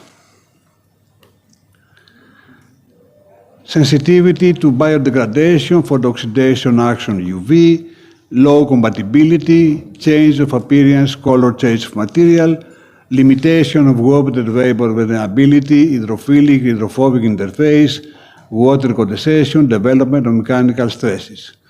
No inhibition of the diffusion of calcium ions from the surface of the stone to the corrosive environment, structural changes, irreversibility of the process, shorter lifespan, long-term preservation, no long-term preservation, final acceleration of wear and tear. And now, we go on with durability and physicochemical stability. Polymers. Extraordinary performance as freshly applied, but very risky in the short and medium term. Thus, the chemical nature of the substrate, the work of art, should be the driving factor in selecting and formulating new materials. Art-compatible materials need to match the properties of the materials constituting the works of art. Other materials and techniques have been developed. An important, not the only one, but a critical key point for all this development of methods and materials is the well-known Florence fluid in '66. And also a second point, material science, colloid science, nanoscience play a fundamental role for the development of new art-compatible materials. Now we continue after polymeric materials to various other methods for the protection of building materials, of monuments and works of art. Method of protection with semiconductors. It is well known the catalytic properties of semiconductors and what we have done is to produce protective coatings as we edit N semiconductors to a reaction of oxidation, that means corrosion, and so we have a reaction retardation. Here I have to say that we cannot discuss about cultural heritage and conservation of monuments without a reference to the work of our teacher, Professor Skoulikidis, who has a very important work on all these fields. Adding semiconductors to polymers means that we prepare oxides, hydroxides of various elements with end semiconductor properties, and so we have with polymer sulfurization and cracking acceleration, doped polymers we have protection, increased protection with increased semiconductivity, protection, and from acid rain. Second method, hydrophobic protective coatings. A water repellent layer on the surface of the building material exerts an important protective effect as it does not allow water to penetrate the pores or cracks and cause damage. Unsolved problem, a surface layer is suitable for the protection of low porous material but not for high porous ones, because if water accesses the pore system from some unprotected surface or an internal source leaks capillarized by soil moisture, condensation of moisture under the coating will not play a protective role. And second, the durability. All hydrophobic materials undergo oxidation when exposed to oxygen and light and lose their water repellency over a period of time that is still very short, about 5 years for the best materials, until now. Here we see some experimental results from our laboratory from various bulbs, Thasos and Dionysos, and with various protective coatings, polymeric alkoxysilans with nanocomposite, hydrophilic and hydrophobic. And also we have a work about super amphifolic composite coating for the protection of marble natural stone made in our laboratory. We have enough time to see all of this. Polysiloxane material, hybrid material, super hydrophobicity, swolophicity, super amphifobicity was presented in previous conference here.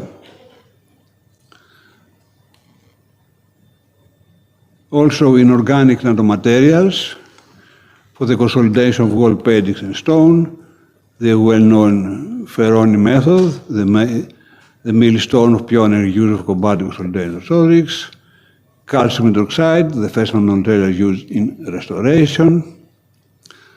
Factors affect the performance of nanoparticles.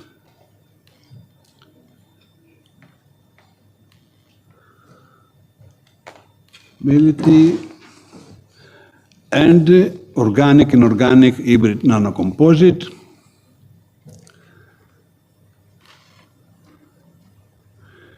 Typical features of nanocomposite: mechanical projected, resistance, chemical resistance, decreased permeability, protection against ultraviolet radiation. The organic part usually provides hydrophobic adhesive properties to the film. The inorganic portion grants a higher physiochemical compatibility with carbonated silicate stones and provides consolidating or protective properties. Here, various kinds of nanocomposites tested user prepped coatings in metals, marbles, or stone. Inorganic nanomaterials for certification of paper, also. Stable dispersion of calcium hydroxide or magnesium hydroxide nanoparticles for the desertification of paper. And also inorganic nanomaterials for the desertification of waterlogged wood. An application for the consolidation treatments with silicon-based materials, solid techniques, and also work made in our laboratory. The analytical, this work will be presented this afternoon here, one collaborator of our laboratory, highly hydrophobic siloxane nanoglycerine hybrid coating for the protection of heritage wood.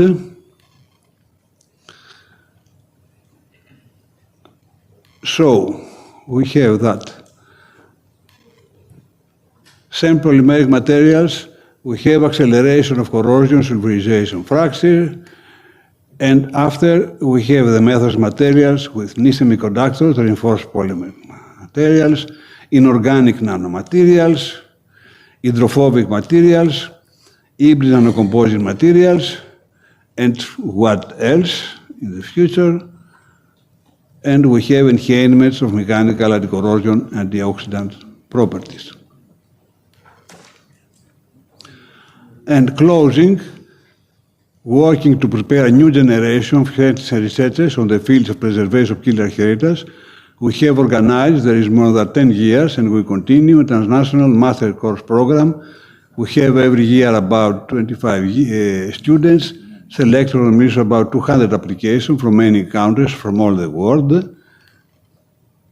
And this archaeological materials program is an integrated master program, University of Évora, University of Thessaloniki, and Siapessa Rome University, and with many other associated members and partners from all Europe and not only.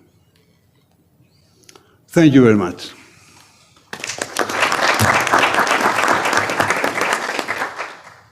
I was out of time. You were a bit out of time, but very inclusive.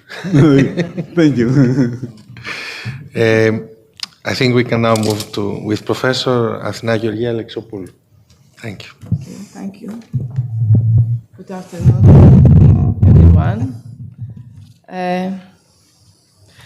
It's truly an honor to stand here among such esteemed colleagues, united by our shared effort, the preservation of our architectural heritage, and in general, our cultural heritage. We do not speak only about safeguarding structures. We are talking about the tangible stories of humanity, the very fabric of our cultural identity. But this task, as we all know, is fraught with challenges. From our hand is the environmental degradation, the non-stop march of time, and the demands of modern use that constantly test the integrity of these irreplaceable treasures. From the other hand is the imperative need for adapting green and sustainable solutions. True eco-responsible practice demands a transformation in how we approach all aspects of cultural heritage work, from research and collection to diagnosis, conservation, restoration, interpretation, exhibition, and transmission. These processes must prioritize ecological soundness, accessibility, sustainability, and inclusivity, moving away from resource-intensive, environmentally damaging and unsustainable methodologies. Initiatives like the MOXIE, Go Green, and Green Art projects funded by the EU Horizon 2021 program are actively addressing these challenges by proposing green and sustainable materials and methods for cultural heritage preservation. I'm happy to be part of this effort. We are happy to be part of this effort, coordinating the University of West Attica team for Green Art Project, which is dedicated to developing cutting-edge, eco-friendly solutions for both curative and preventive conservation of cultural heritage. Aligned with the European Green Deal, a key focus of green art research is replacing traditional conservation materials such as polymers, solvents, and surfactants with biological, natural, or low-impact materials that are fully sustainable. And I have to say that is the first time that all these materials are produced and are being approached by all the stage of production. That means production, evaluation, tests in real materials, and studies about safe cycle assessment and life cost assessment too. These solutions includes developing new consolidants, coatings, and packaging made from plant proteins and polysaccharides sourced from renewable resources. By bringing together academic institutions, you see now the categories of new green material here. By bringing together academic institutions, innovative industries, small and medium enterprises, museums, public entities, and policy makers, green art fosters an interdisciplinary approach to protecting and restoring invaluable cultural treasures. Green art champions non-destructive testing, NDT, particularly imaging techniques, to undergo rigorous assessment and elevation of these novel green materials, and this is where we come. Non-destructive testing is a leading approach to diagnosing the condition of movable and immovable cultural heritage. We've built years of expertise in this field, and we believe for good reason. NDT offers a range of benefits. It's a green technology, eliminating the need for sampling. It allows for in situ application, providing immediate results, and it's both user and environmentally friendly, minimizing waste and energy consumption. Furthermore, advancements in imaging technology enable the capture and analysis of even minute details, making it a powerful tool applicable to a wide variety of artifacts and structure, from stone, metals, and frescoes to paintings, ceramics, and archival materials. This versatility supports a multidisciplinary approach to documenting, analyzing, and protecting works of art and structures, offering substantial added value. By NDT, performing serial checks, monitoring the evolution of deterioration over time, and assess the long-term effects of environmental factors or conservation treatments is also possible. Ultimately, NDT provides a green, fast, reliable, economical, and safe method for testing, especially crucial when dealing with delicate or high-risk objects and structures. But NDT isn't perfect.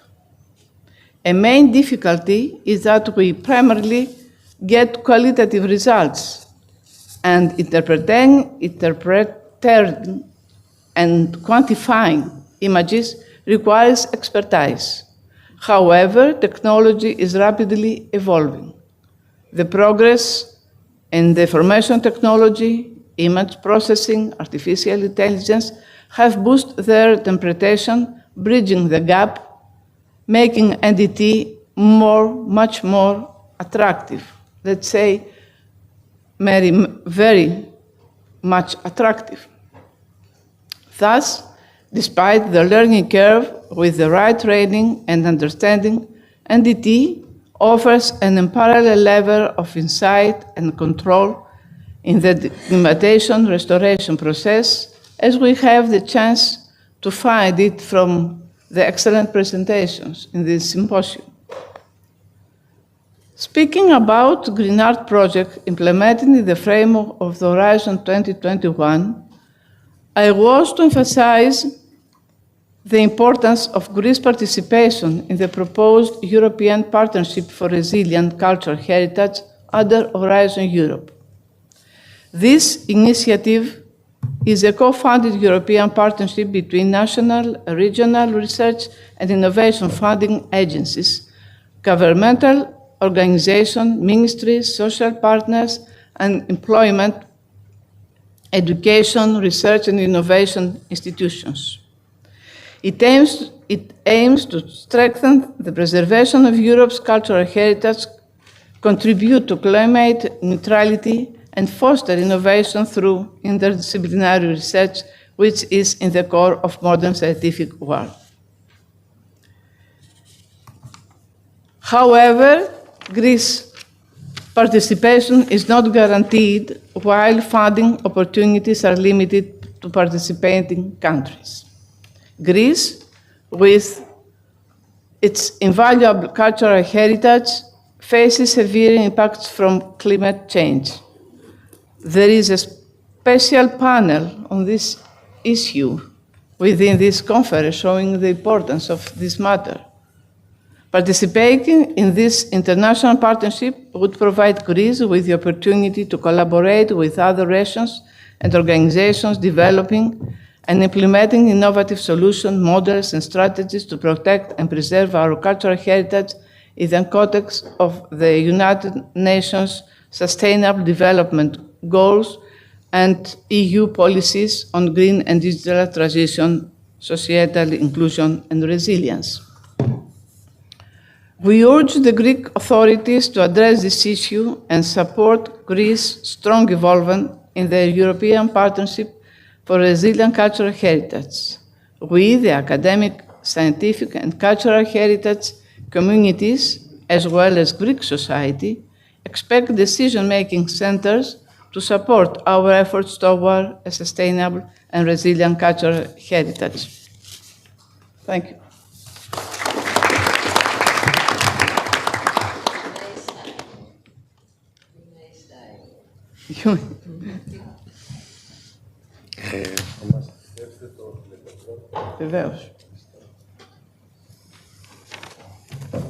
So it's my time now. Someone has to stop me.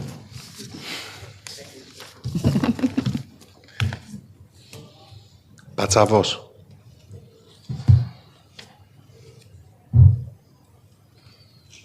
Okay.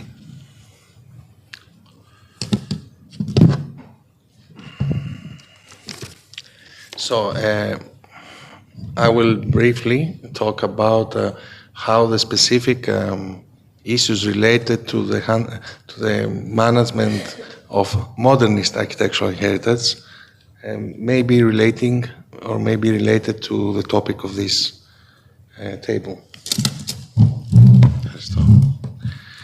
So modern architecture, despite its historical significance, faces unique preservation challenges.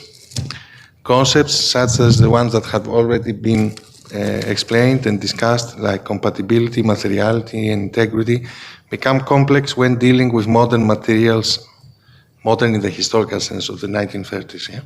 And construction methods. Texts like the Venice Charter of 1964 were not designed for modernist heritage, raising the question, should our international conservation ethics evolve in some way in order to be able to adapt to the need of preserving and reusing these monuments also? Of course, there is a paradox referring to something which is modern and it is a monument. There are some key challenges that we may point out. The first one would have to do with materiality and structural integrity. Modern materials such as reinforced concrete, early plastics, experimental architectural finishes degrade differently and require interventions that challenge authenticity. They have to be replaced most of the times. Compatibility and sustainability. Many modern buildings were not designed for longevity, they were not monumental in their intention, and they were not energy efficient according to the way we define this today. So how do we balance preservation with the need for sustainable performance? And the idea of adaptive reuse, highlighted by DOCOMOMO, the international body focusing on documenting and protecting modernist architecture, which was deeply function-oriented from its conception. Unlike monuments of the past, its very essence is tied to the idea of function and adaptability. Sustainable management must focus not only on material conservation, but also on ensuring that these structures continue to serve a purpose in contemporary society. I will very briefly present some case studies which I think provide us with an array of the issues we have to deal with. The first one is the Bauhaus building in Dessau, Germany. Originally, of course, designed by Walter Gropius, constructed between 25 and 26. And the background of the story, we all know, it has to do with the Bauhaus school moving to Dessau in 1925, where this iconic building was constructed by Gropius as an expression of functional modernist principles. The restoration efforts related to this have to do with the first one in 1976-79 during the GDR times, which was not fully faithful to the original design. The 1996-2006, which were a very comprehensive restoration by Wilfried Brenne Architekten Office, restoring original materials while improving long-term preservation. And the 2017 Bauhaus Dessau Conservation Management Plan for the systematic and long-term conservation and management of the Bauhaus building in Dessau, which is more or less a set of principles and guidelines, both regarding everyday function and use of the building and future possibilities related to its use, with the support of the Getty Foundation. So should we prioritize original materials or long-term sustainability when preserving modern structure? That was a question which was put by the Bauhaus example. Now, the second case study is the Tate Modern, as it is called now, in London, originally designed by Sir Gilbert Scott, which was the architect of the Bankside Power Station, which was not needed as a power station anymore. And it got decommissioned for that reason and transformed later on in the early 2000s, in a way, into a new department of the Tate Museum, which was focusing on modern art and contemporary art. Now, its first conversion into art museum was done by Herzog and de Meuron from Switzerland, maintaining the industrial character while introducing public and exhibition spaces and with an architectural concept which was meant to enhance the kind of function of the building as an interior public square and to connect it with the adjacent public space. And the same office, the same architects in 2016 completed the expansion, the addition of the Blavatnik building, a twisting brick parametric addition by which was expanding the museum's capacity, which the museum had become very famous since its original opening, while maintaining architectural harmony in the way that the new and the old wings relate to each other. One of the lessons related to that is, can adaptive reuse preserve both the historical and functional essence of industrial heritage? The third example is the Torre Velasca in Milan, which is the way we were being taught about that was it was a prestigious postmodernist building. Actually, it's not a modernist one. Originally designed by Studio BBPR and constructed in 56-58. A post-war architectural landmark of the city, blending modernist principles with references to medieval Italian architecture and in a way reconciling the modernist tower and the way it works.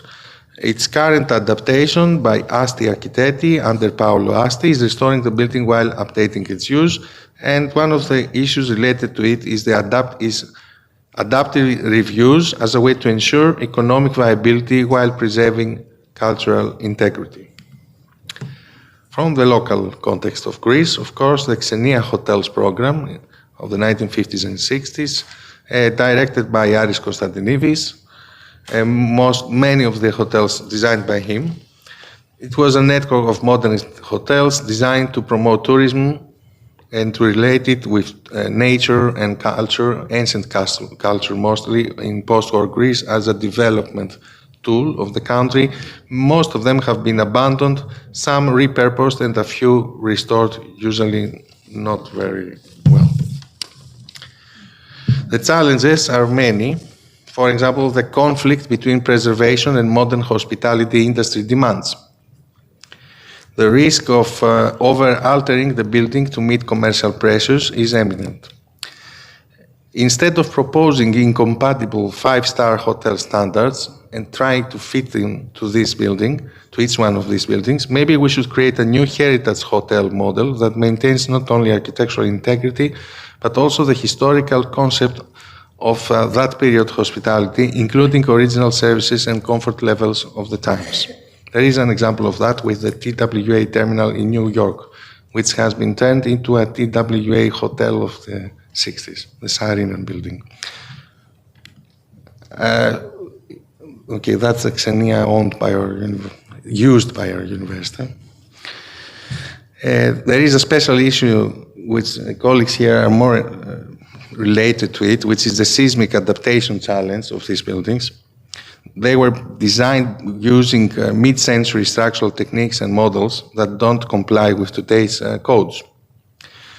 Possible methods is fiber-reinforced polymers, base isolation or damping systems, custom retrofitting strategies, which of course are raising also a lot of cost considerations, raising the question, should we view these expenses as a burden or as a kind of investment that we can calculate in the long-term cultural, social, and economic value of these monuments?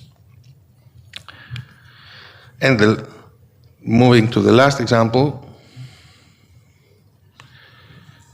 the Venice Charter, which does not fully address modern challenges, we may propose some updates recognizing adaptive reuse as a valid conservation strategy, expanding the definition of authenticity beyond materials to include social, economic, and environmental sustainability, developing guidelines for balancing heritage values with contemporary needs and cultural values. Modern architectural heritage is fragile yet vital. Most modernist buildings were both experimental and non-monumental. We need a revised, if not innovative, toolkit of concepts, methods, and techniques. Balancing authenticity with functionality and sustainability is crucial. Sustainable management of modern architecture must focus primarily on the new function and the original function of the buildings, because maybe, in a way, trying to preserve their architectural essence would need also to have some kind of new function, which is a reinterpretation of the original one, because this was central in the concept of the building. In a way, if you spare its functions, there is no building left. Updating international guidelines is necessary, and we need to acknowledge especially the role of social, economic, and environmental sustainability. We need to invest a lot on public awareness and acceptance, because there is a serious lack on that level regarding modernist heritage. Their historical and aesthetic, if not any other values, are not easily recognizable by the public. Modern heritage, of course, still a paradox, or maybe just in transition. The decisions we make today will shape whether these buildings survive as a testament to modernism's ideals and achievements or fade into obscurity. Thank you.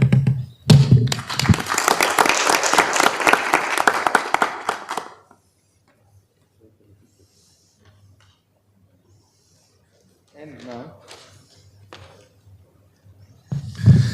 we move with Professor Kostas Karadimas from the Polytechnion. Okay, thank you, Professor Patsavos.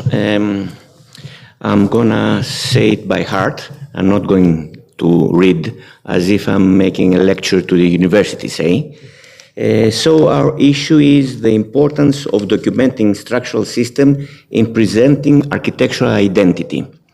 If we think and discuss about, the structural system or the structural framework, say, of a building, in most cases, even going back to historic terms, the structural framework, it's the building itself.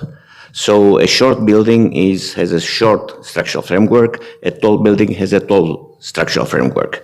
There are issues of either decorative features or many other things that are actually added to the surface of the structural framework, or even wall materials that are actually composing the building itself. So in one term, by preserving the structural framework of the building, you are preserving the building itself. And by securing the fact that the building is going to live in many years, you are in one way or another securing the fact that you are preserving the structural framework of the building. In most cases, and especially in old times where there was not such a need of mainly the standard building of having most decorative fixtures or more, added things on top of the framework, the building itself was standing in terms of the framework itself. So the documentation of that part of the building is quite easy. It's you measure, you document the structural framework itself, so you're actually documenting the building. There is another issue that I want to raise, and this is the main point that I'm gonna, figure out. There are many things that are associated with the structural framework of the building, especially in this part of the world that we have earthquakes that are in one way or another hidden. So there are things of the framework itself, not the main framework, but the additive parts that are in one way or another they are incorporated in the building, they are hidden. So the need of documenting these parts that are in one way or another hidden is more important, because there are many cases either we lose them or we hide them again. From that point of view, I'm going to say, for example, the standard thing of, wooden ties. The wooden ties that are going all over the buildings that are usually focusing either to the seal or the base of an opening or the beginning of a floor have certain, there are certain cases where you have some additional frames, say in the openings, wooden parts that are associated in the opening itself, which in one way or another are hidden in the structural framework or are hidden in the plaster. If you are going to restore the building and you are going to represent and redo a kind of plastering, either you hide them or you lose them. So the thing that, the importance of, documenting and importance of reconstructing in one way or another with all types of, all types of weapons and all types of materials that we have now is in one way or another of great importance from that point of view. Another thing is is of some importance, equal to that, is the fact that the structural framework itself is not just one piece. There are many pieces that are connected together.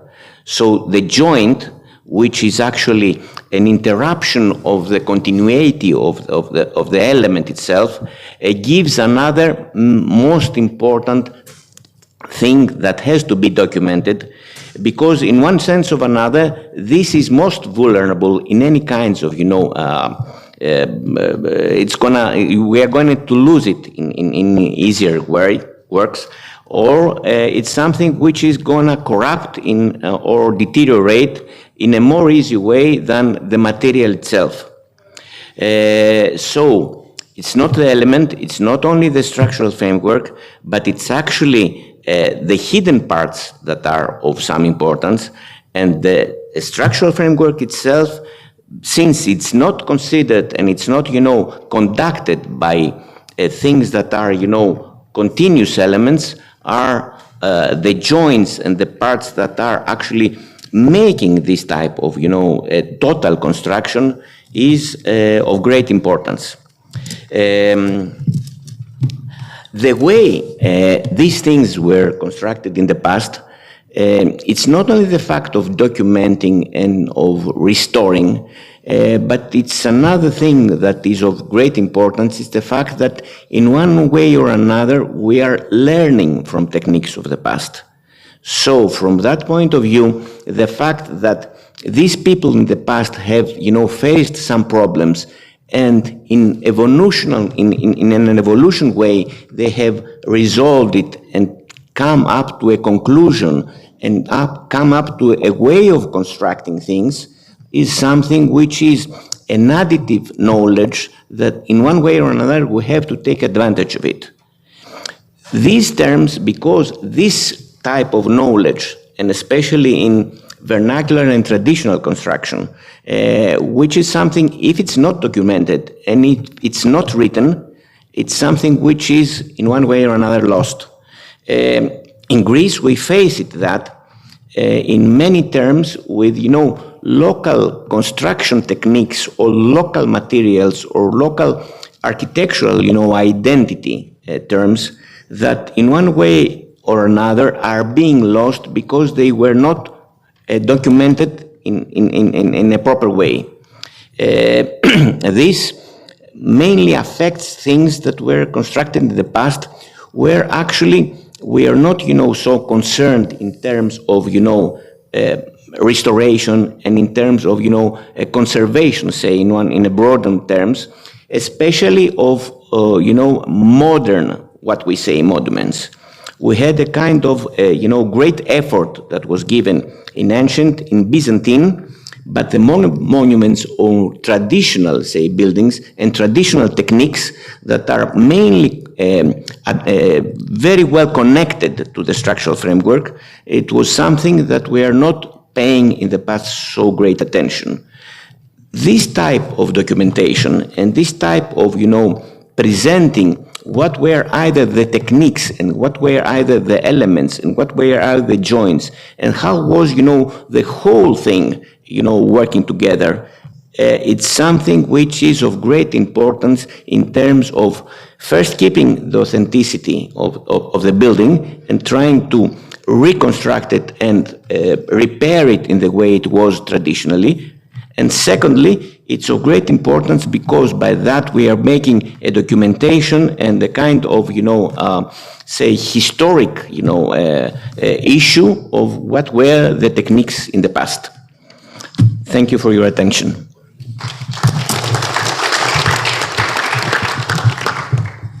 Thank you very much. And we can move on with architect Julia Vobiri.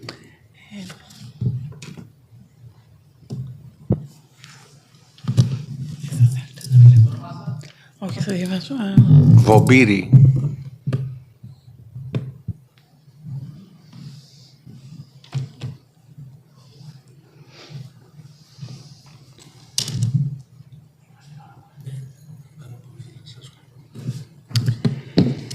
Good evening to all the estimate participants. I would like to sincerely thank Mrs. Moropoulou for the invitation to join this panel. In this presentation, I will elaborate on some of my thoughts regarding the preservation of our architectural authenticity in monuments, drawing from recent cases I have encountered during my involvement in their restoration.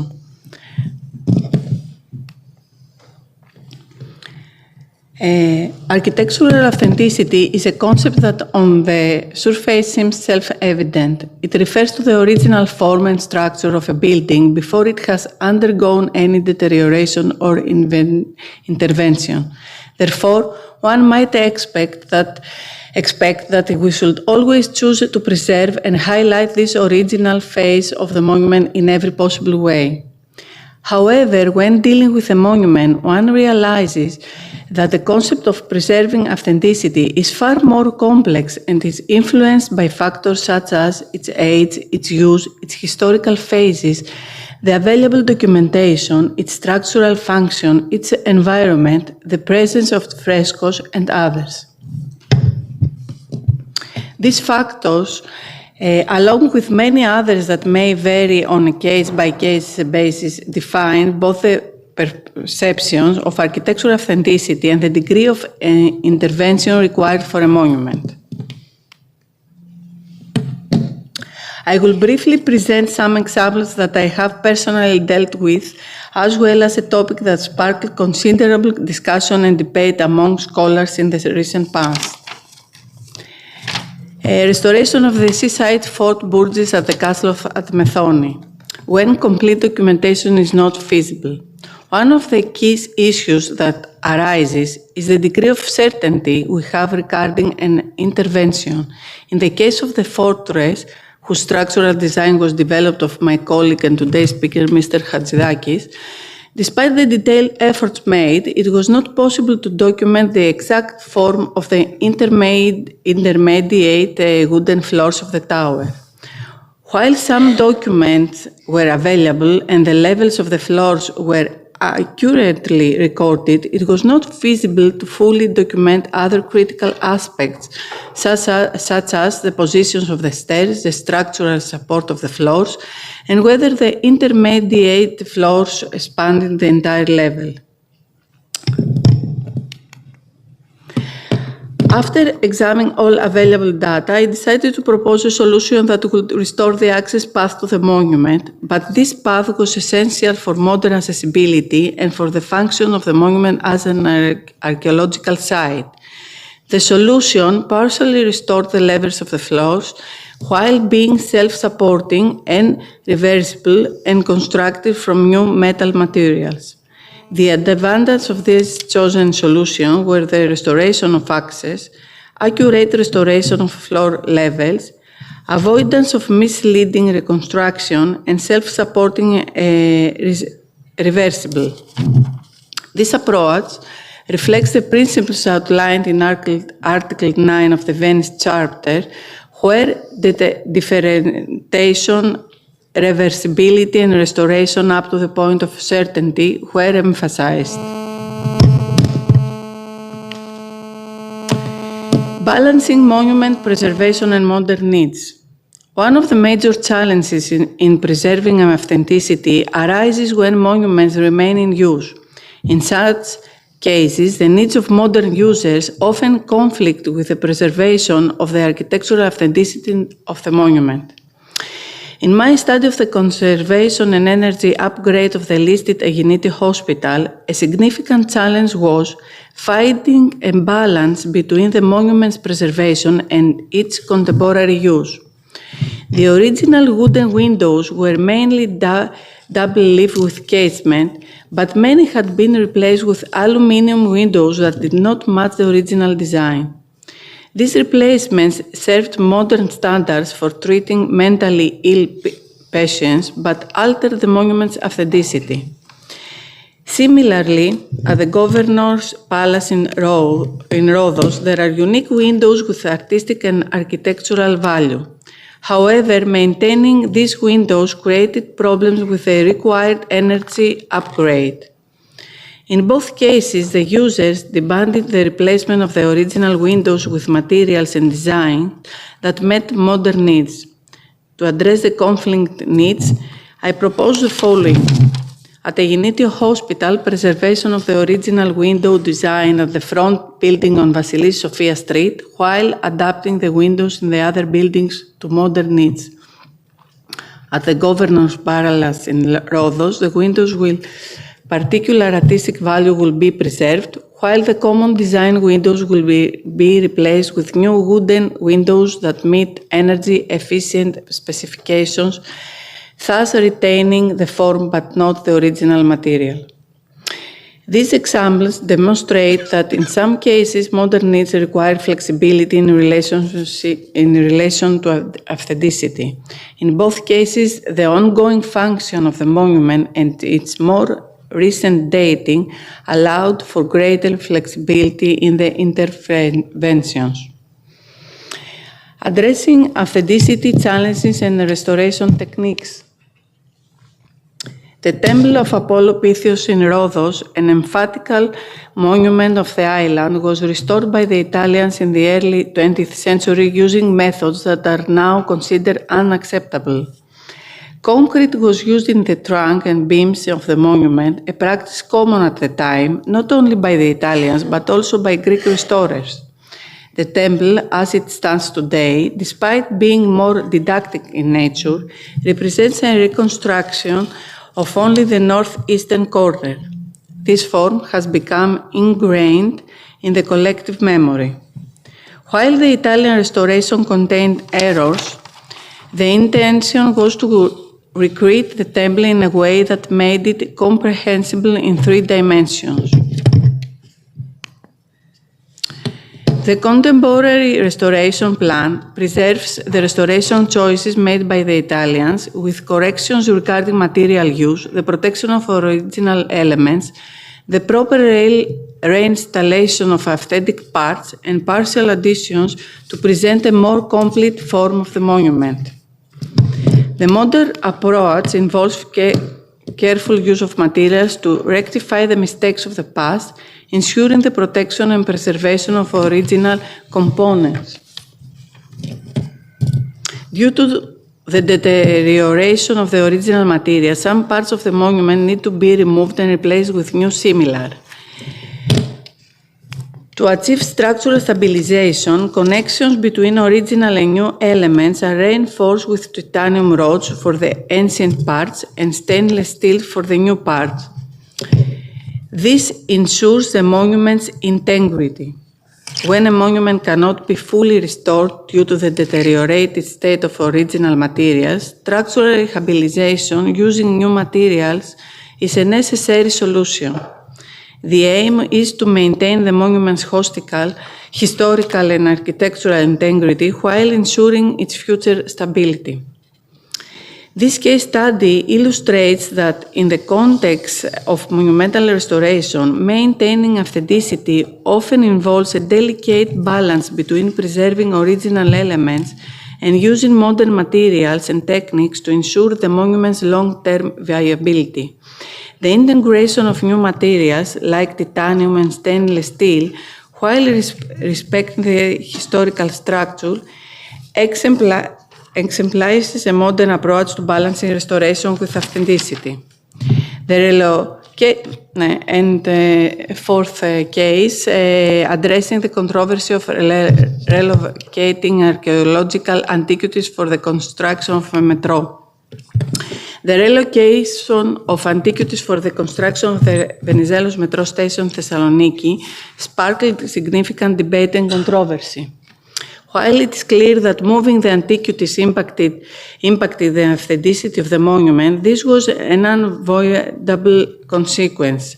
The challenge remains in balancing the preservation of heritage with the modern needs of urban development. Moving the antiquities undoubtedly harmed the monument's authenticity. The construction of the metro system in Thessaloniki, considering the city's needs today, is seen as a reason of national importance that justified the relocation of the antiquities. Alternative suggestions, such as burying the artifacts, halting the project, or redesigning the construction, will have led to significant traffic management issues for Thessaloniki, making this modern city uninhabitable. While a certain degree of authenticity was sacrificed, the benefits of the project, particularly in terms of public education, urban development, and improved transportation, outweigh the costs in my opinion. The creation of an open-air museum that allows for the public engagement with these ancient artifacts presents a significant cultural gain for Thessaloniki, making the trade-off between preservation and progress more acceptable. In conclusion, we find that factors such as the preservation of the monument, its historical significance, aging modern needs, and the degree of documentation significantly influence the extent of intervention concerning the preservation of architectural authenticity. As researchers, in my opinion, we must ensure this authenticity without being rigidly fixated on it, disregarding other parameters such as the integration and function of the monument in modern life. After all, throughout the centuries until the 20th century, When the first restoration principles were articulated, monuments were modified and reused based on the needs of the era, creating palimpsests. Therefore, my personal experience has taught me that the best practices for preserving architectural authenticity are in-depth study of the monument, exhaustively documenting, evaluating its place in modern life, researching modern materials and the possibilities they offer, and adhering to international restoration and preservation principles that aim to ensure the monument's protection against any other interests. Thank you.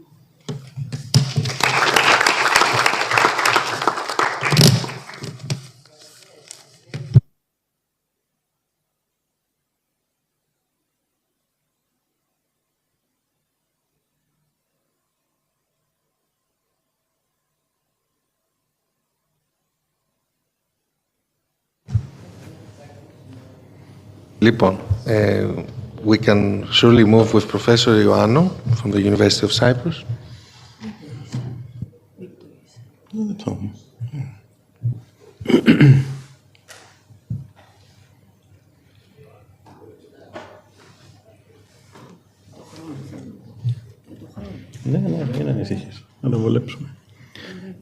Right.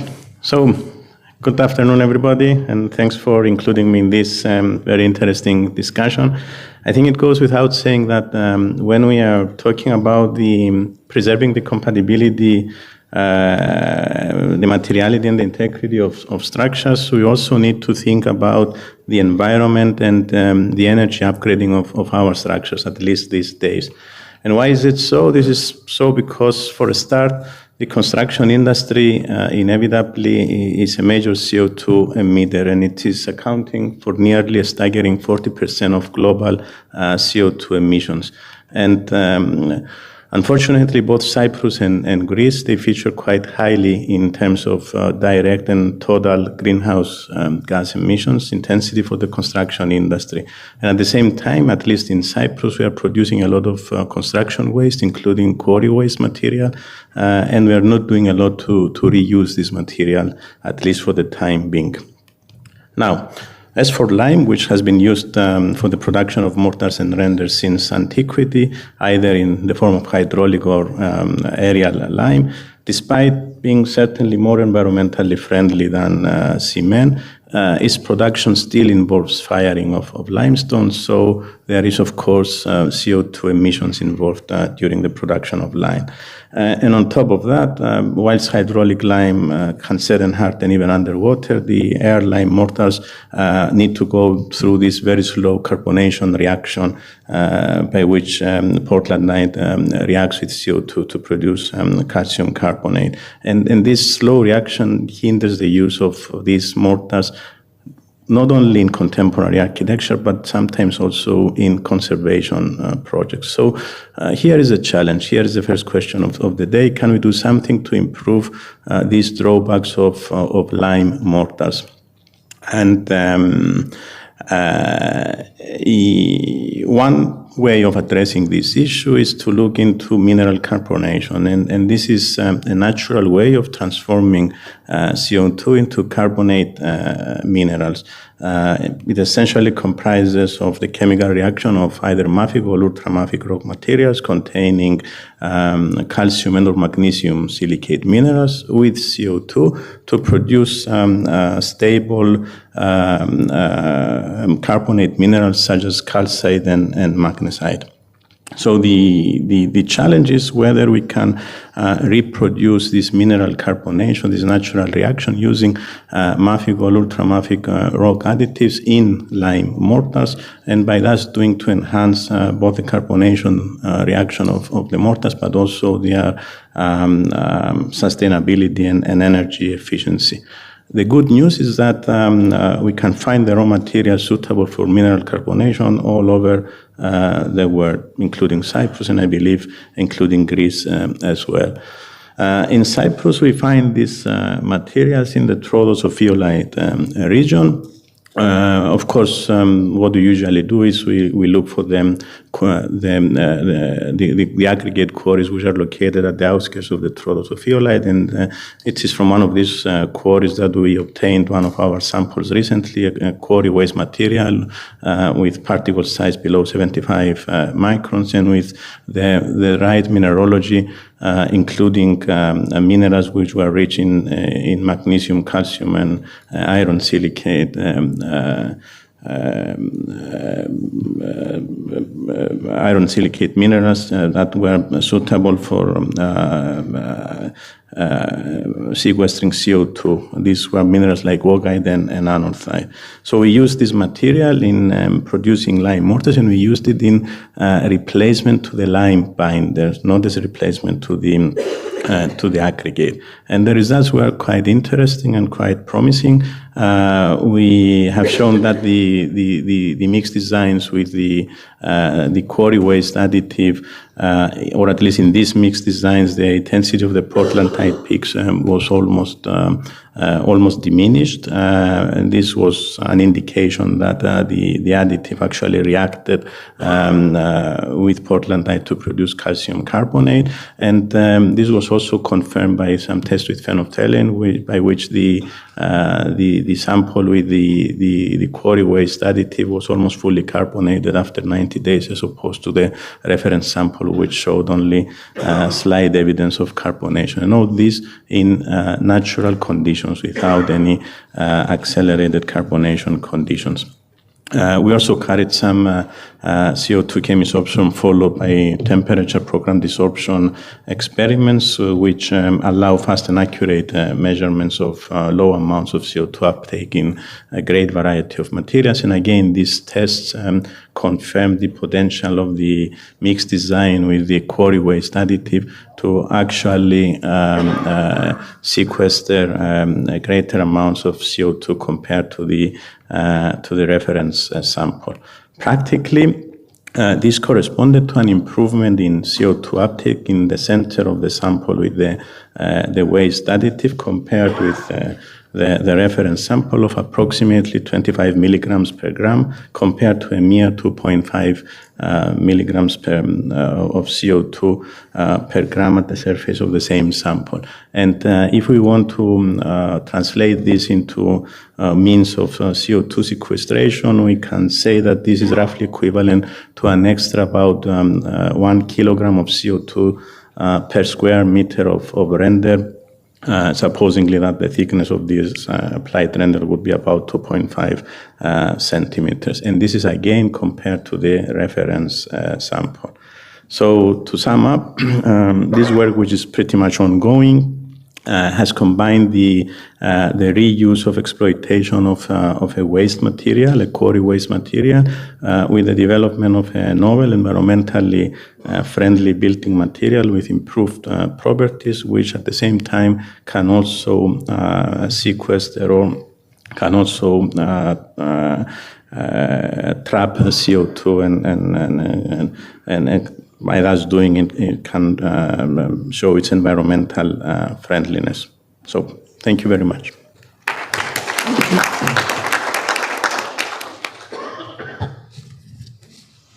Okay, thank you very much, and we can now end the first cycle with Mr. Aris Hatzidakis.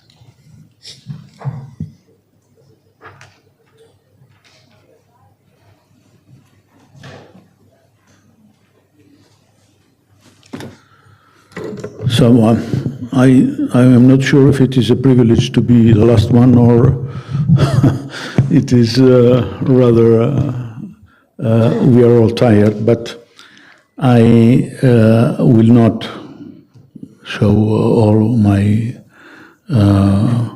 presentation here, and I will focus just in one thing that I would like to come out from this panel. It is that we are mature enough to proceed to a regulatory framework that we have left behind 15 years ago. So many things have been evolved since then. We have learned a lot. We had, let's say, proceeded too much on our knowledge on masonry structures or on materials, on analytical methods that we now can, let's say, use. And it is about time that a big synthesis comes out from all this experience we have all these years. And this I feel that this is my main point here, and there are a lot of arguments to, let's say, I don't have to invent anything. I know that every one of you has a lot of experience on these matters, and we've been wondering, as civil engineers, that we are obliged to use numbers. Numbers are not enough in any case. There are cases that you have to base your judgment just on quality aspects and other things that do not come easily to numbers. And as far as it concerns the side of values in monuments, values are not, we do not demand values to be expressed in numbers. So this is a rather easy part, and it is open to any kind of literature. But as it concerns safety computation and the part of civil engineer, things are not so easy. We have to give numbers, and we have to prove that a structure is safe and will remain safe during its lifetime and use. So, although we know that in structures that it is the monument itself is a structure, as Costa said, while before, we cannot easily touch the structure because it is also an intervention on the form in the same time. So things are not easy, but the most difficult maybe thing is just to, are we sure we know the real stress level that the structure is under? Not even that. Not even that. We know that in the best of cases, we just can predict, let's say, an ultimate load case, but not the actual stress field of the monument. So I will just show what we left behind.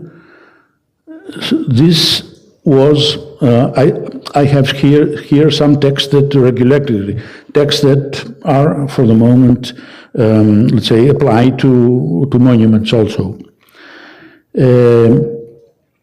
I won't come to the guidelines of ISCA-SAC, they are known. We have some, let's say, in some part, Eurocode 8 has to do with structures, part 3, most of that. And then I would like to just to mention the Italian Linee Guida, which is, in my opinion, the most, let's say, elaborated document on monuments. And I'd like just to remind that it is just a guideline. It's not, let's say, a framework and legally binding framework. But safety has legal consequences. For the moment, ugliness does not have. So maybe things are not equal for each part of this, let's say, team that we have to work together, because some of the team are legally responsible for what they're doing, and some others have, let's say, the freedom to invent values or fixed ideas that we have suffered for many years about some fixed ideas. So what I just wanted to to say it is that for me that the draft framework that I show on the picture that started to be elaborated 15 years before by a team of engineers and comrades from the Ministry of Culture at the time, and with in the head of the whole this procedure, Professor Tassios has to be again on the table. And besides my, let's say, capacity as former president of European Council of Civil Engineers, I still am, let's say, vice president of OASP, which is the Organization for Anti-Semitic Protection, and we are trying to put on the table again this very serious and nationally important matter. And we hope that this will be done in a professional basis, because we are, let's say, we are used to work on a volunteer basis, but this is not no more enough. So I don't think I have to say anything else. I would like to ask the moderator here and Tonya also to bring this message as a conclusion, at least this demand, because I think that we have to be, from now on, professionals at this point, and let's say it is just a matter of democracy not to have the civil engineers as the victims of the whole procedure, okay? Thank you so much.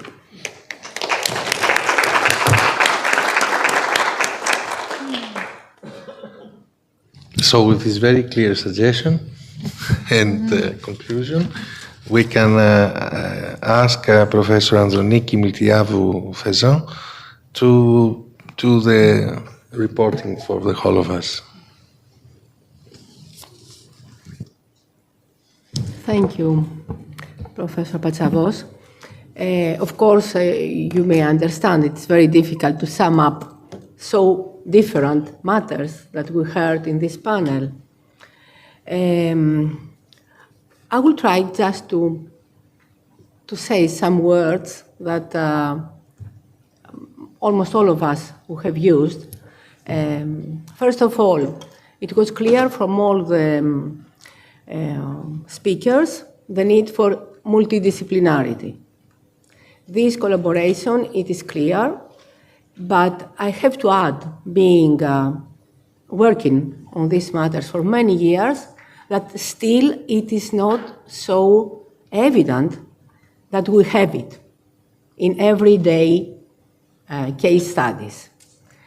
Sometimes some monuments are lucky enough to have a multidisciplinary approach. Some others, due to the needs that there exist, the lack of personnel, we are running in order to have at least a civil engineer and an architect.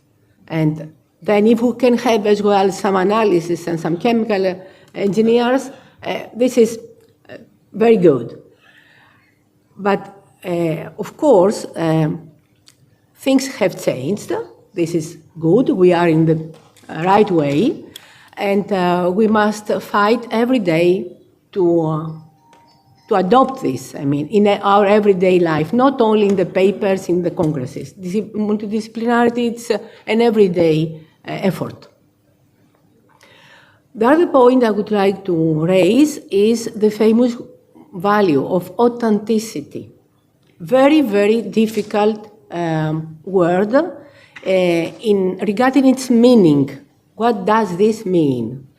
So here as well, we must not stick that authenticity is the material itself, because sometimes we are obliged to touch the material. This is, for all of us, we know that we touch the material, we take some material out, and then we say that the intervention is reversible. That it is not true.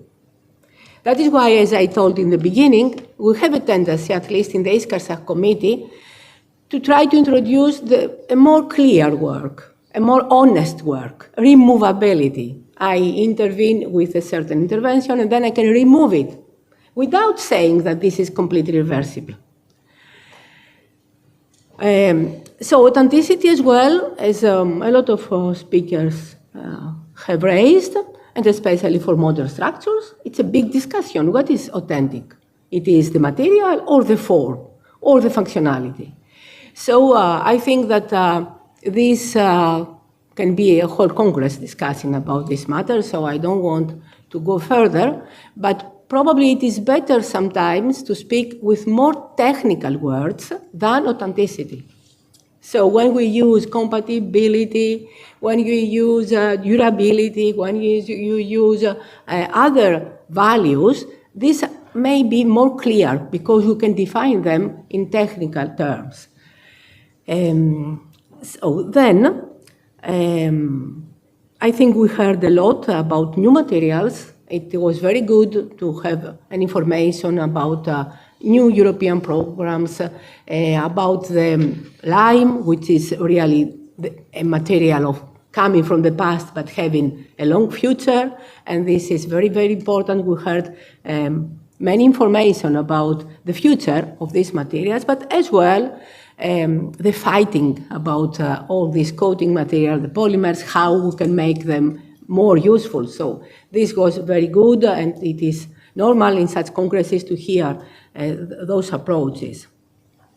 But in all cases, I think, and I'm coming now to our colleagues that are architects and civil engineers, but as well in the material scientists, a word that has to be underlined, it is optimization. In all cases, whatever we work with materials, we have to optimize various parameters and their impact, and in many cases, this impact is not only quantified with technical terms, but as well with social, ethical, aesthetic terms. That is why we need optimization, because we cannot put in a balance things that they are not similar. So we need optimization and multidisciplinary team to optimize this approach. So I think that, again, this is an effort that have started for years from all of us that will work in the domain, from Iskarsach and then the Italian colleagues and our regulatory document. This is the word, optimization. And because this is the only way in order to arrive to select finally an intervention or a material based on its capacities from the technical point of view, and from the other point of view on its impact on these values, which are not really measured with technical terms. And coming to this, yes, I hope, dear Aris, that we shall come back and have again the regulatory document on the table. All of you, you know that I have worked for years about this matter with Professor Tassios and other colleagues. And it is very important for our country because you have earthquakes and the intervention of the civil engineers. They have a big impact on the materials and all the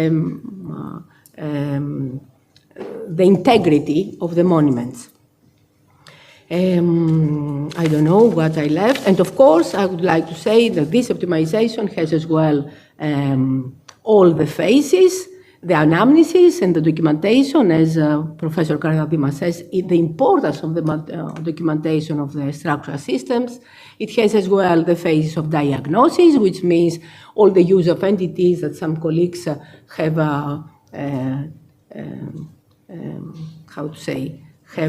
referred to and their importance, but it has not only the entities, but as well their calibration. So we need documentation in order to calibrate. And then the therapy, of course, where we have all the interventions, the materials proposed, and the new era of nanomaterials, of how to be environmentally friendly. And finally, the control, which is mean that whatever we're doing in the laboratory or in situ, we need to control its efficiency. So we need all of us to have these phases: anamnesis, diagnosis, therapy, and control, whatever our work is in the laboratory or in situ. I tried to sum up. I don't know if I managed. Thank you very much for your attention. Thank you for your valuable contribution to a discussion that has to be articulated. So we've pinpointed the house. It is to continue. Thank you very much. Thank you. Thank you for inviting us. En fotografía. Okay.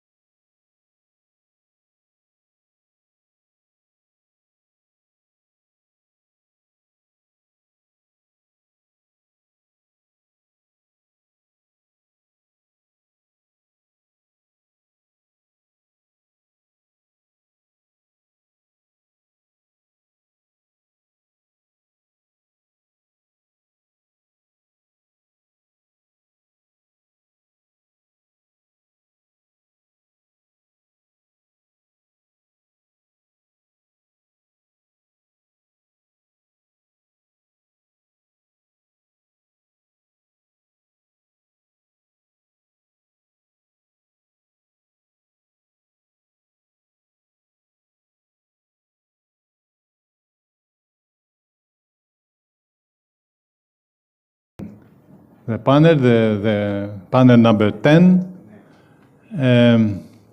My name is Haralambos Ioannidis.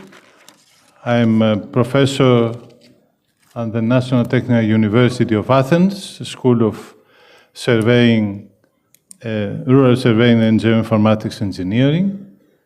And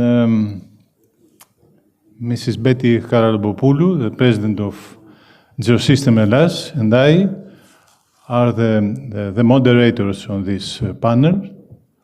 On this panel, we have significant scientists, experts in cultural heritage protection, and it will be very interesting to present their experiences and their knowledge about cultural heritage protection and all these relevant issues. And we'll start with a brief presentation from each one of the members of the panel, and then we'll have time for panel discussion. Betty, can you hear us? Yes, of course. I would like also to welcome my others. We are a little late because of the late lunch. I am connected remotely because of a parallel visit of the European Space Agency, and that's why it was difficult for me to be in situ. I would like to say that it's a great honor to be part of this panel that is panel 10 and has to do with resilience to climate change and risks. And as Professor Ioannidis have already said, we are going to have, according to the program, 10 minutes presentation from each presenter. And after that, we will pass to an interactive Q&A, questions and answers, since it is very interest and ambitious for all Europeans, the subject of cultural heritage and climate change. So according to the program, the hosting project of this session is the Project Triquetra. And I firstly ask Haralambos Ioannidis, professor in NTUA, that it's the project coordinator, to give us a brief 10 minutes input about the Project Triquetra. Okay, thank you.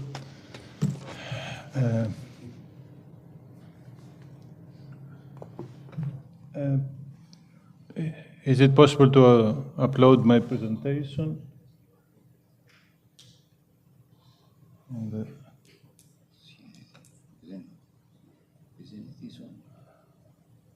This one, yes. Okay, thank you. Okay, the goal of the Triquetra project is the creation of a toolbox for assessing and mitigating climate change risks and natural hazards threatening cultural heritage within 36 months. The project started at the beginning of 2023 and will be delivered at the end of this year. We are 21 partners from 7 European countries. Of these 21 partners, 6 come from the public entities, 4 SMEs, 7 university research groups, and 4 research institutes. The Triquetra project aims to address the challenge of safeguarding and protecting Europe's cultural heritage from the effects of climate change and natural hazards, disaster risks, and pollutants, including remote areas, coastal and maritime cultural landscapes, and underwater heritage, through discovering, implementing, evaluating, and promoting innovative and sustainable ways. The project aims at creating an evidence-based assessment platform and a database of available mitigation measures and strategies, and finally to develop a decision support tool towards efficient risk mitigation and site remediation. The TRIQUETA project is based on three major pillars: the risk identification, risk quantification, and risk mitigation. Okay, first we have the development of a knowledge-based platform for storing all knowledge on cultural heritage risk and relevant previously applied mitigation measures, and a decision support system which will enable stakeholders and decision makers to make the most appropriate choices concerning risk mitigation and remediation of endangered cultural heritage sites. This project includes 8 pilot sites across Europe, 3 from Greece, at Kalapodi archaeological site, the archaeological site of Colonna in Aegean Island, the sunken city in ancient Epidaurus, one from Cyprus, Chirokitia Neolithic site, one from Germany, one from Italy, Switzerland, and Poland. Novel tools for the program include the development of flash LiDAR, imaging LiDAR, a swarm sensor, a laser-based spectroscopic sensor, also the creation, the development of novel models and technologies for risk quantification. For the development, we develop models for risk quantification stemming from water, ice and snow extreme events, geohazards, chemical and biological hazards, climate-related hazards, as well as structural damage risks. Also, the development of the knowledge-based platform, the decision support system, novel protective materials, mitigation tools, methods and technologies for protection of cultural heritage sites, and also an application in order to activate citizen engagement and crowdsourcing in cultural heritage site monitoring. Through literature research, 257 sources of information related to potential risks and monitoring processes are selected. These include 655 case studies with 40 types of monuments, and all these information uploaded to the knowledge-based platform. Here you can see examples of some data, like maps and DTM, photos, and so on. The next step was the new data collection campaigns using various methodologies, photogrammetry, terrestrial laser scanner, UAVs, hydrographic multi-beam sonar surveys, underwater photogrammetry, seismic noise measurements, geological technical surveys, thermographic survey campaigns, multispectral and hyperspectral data collection, bathymetric measurements, geophysical measurements, and so on. Okay, we collect the historical and climate data and in situ climate data in order to develop the risk identification models concerning climatic information, geological risk identification, with data collection, data analysis, and geological hazard identification, and all these uploaded to the knowledge-based platform. The next step was the development of risk model risk assessment and by developing climate models for site-specific damage risks concerning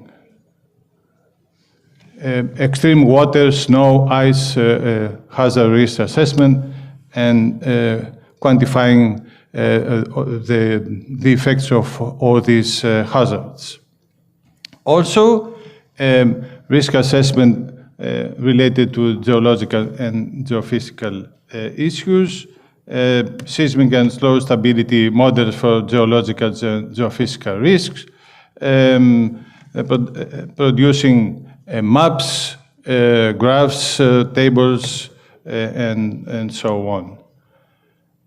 And a very important issue was the multi-hazard approach.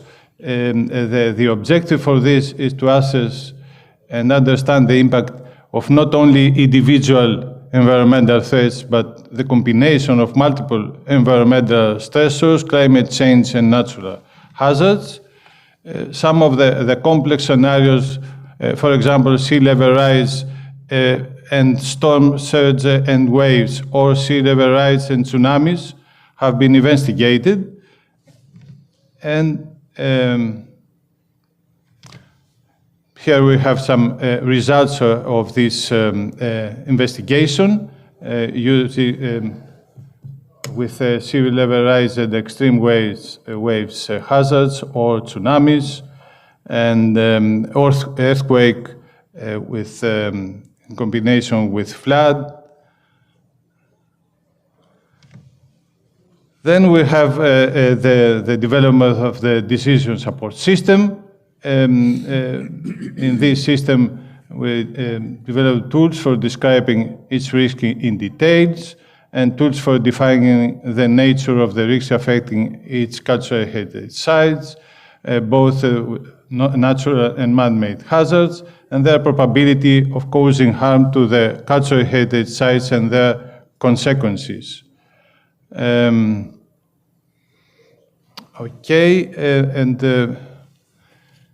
The expected outcomes from this project generally include digital and cutting-edge technologies, enhanced knowledge-based, advanced preventive and mitigating strategies, effective risk assessment and management strategies, advanced sensors, novel coatings and advanced materials, robust knowledge of climate change, natural hazard and remediation pathways, fostering EU's position and role in the global cultural heritage remediation scene, increasing EU scientific and technological base, and the implementation of the European Green Deal.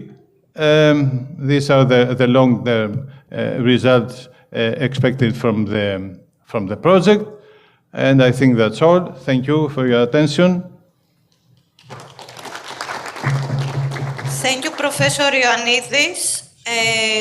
Since it's a continuation effort on the Triquetra project, and we have a quite interesting and larger team working with us, I kindly invite the second speaker to give some more information on the processes that are running according to the project, the specific project. So according to the program, I would like to ask Anastasia Anastasiou, which is a colleague from Geosystem Hellas, to give some more information of the processes, more technical processes for the Triquetra project. Anastasia, you also have 10 minutes. Thank you, Betty. Hello, everyone. I will briefly present the two platforms of the project, the knowledge-based platform and the mitigation measure module of the TSS. I will jump ahead because these were also presented by Professor Ioannidis. Regarding the knowledge-based platform, we basically have a twofold solution, which in one part is a comprehensive searchable electronic bibliographic repository collecting and indexing literature on cultural heritage monitoring and mitigation. And on the second part, we have a user-friendly WebGIS interface, which allows for dynamic visualization and supports strategic planning for mitigation, particularly, of course, in the context of climate change. The first component of the knowledge-based platform basically includes all the data that has derived from the literature review conducted within the project. This section provides the end user with information regarding the scientific publications and reports that have been studied within the project. And the second component of the knowledge-based platform, the WebGIS, basically it is basically used for the visualization of all available data that are related to the pilot sites and have been collected throughout the project. Here's a very brief picture of the architecture of the knowledge-based platform. And as you can see here, there's a brief demonstration of the knowledge-based platform. The user is able to conduct either a map search based on their preferences. You can see that each paper that has been reviewed is included on the map. And in the window on the left, the user is able to see some more information about the paper and also use some filtering criteria regarding the country where the monument is located, the general pilot site area, the type of risk, the period, the site context, the type of the monument, or the natural environment of the monument. Here you can also see the second component, which is the WebGIS platform. Of course, we have information, general information about the project, and then we have folders regarding each of the pilot sites, and a series of layers, be it georeference data such as orthophotos, point clouds, climatic data, risk data, and also some external services such as Copernicus services. Here, for example, you can see that once the user selects the specific layer in the region of Aegina, we can see some historic orthophotos, and the user is able to edit the opacity and other criteria and preferences they have. Moving on to the decision support system. Moving on to the decision support system and the mitigation measure selection and optimization module. Basically, we have set some objective functions which define the objective of the optimization, created also some constraints and geometric restrictions, and some stop conditions that serve as an indicator that the solution has been found after a number of iterations. Here we have a brief structure of the architecture of the module. The user is able to select a pilot site, apply specific characteristics regarding the period, the type of the monument, the material, the natural environment, and so on. And then the user is also able to select the hazard at hand and get back basically a list of proposed mitigation measures that have been cross-referenced with similar monuments in bibliography. We have a hierarchy of low to high importance in the way that the matching is taking place. We start from the lower level of pilot area, then we move to the country, the period, the natural environment, and finally the type of the monument and the type of risk at hand. And then the optimization process is taking place using some user-defined parameters, such as the cost, the implementation time frame being be it long or short term, the mitigation measure category, the area of application, whether it is on the monument or in the general area, the topological effect of each mitigation measure, and finally the risk score range. This is the interface of the module. It has a storytelling approach where the user is picking each of the parameters from a drop-down menu. And as you can see here in this video, the user is basically selecting all the parameters they are interested in, and the final result would be to get some mitigation measures that have already been applied to similar monuments with similar characteristics that are also facing similar risks. You can find out more about our project by visiting our community on Zenodo. And also, you're more than welcome to join us at the EGU convention, where we are holding a session regarding climate change and cultural heritage for the identification of impacts and the implementation of preservation strategies. Thank you. Thank you, Anastasia. As we all see, the digitization is of high importance and is serving all the green initiatives for cultural heritage. And with that, we give the floor to Professor Salvatore Martino from Sapienza University in Rome, who is also a member of the Triquetra project, but also a member of an older project that have concluded some time ago, the Stable. So, Salvatore, the floor is yours. You can also, if you wish, share your screen, or can you hear us? Yes, Okay, I'm going good. to share my screen. Good. Please, can you see it? Can you see my screen? Yes. Okay, Yes, thank you. yes, Thank we you. can see.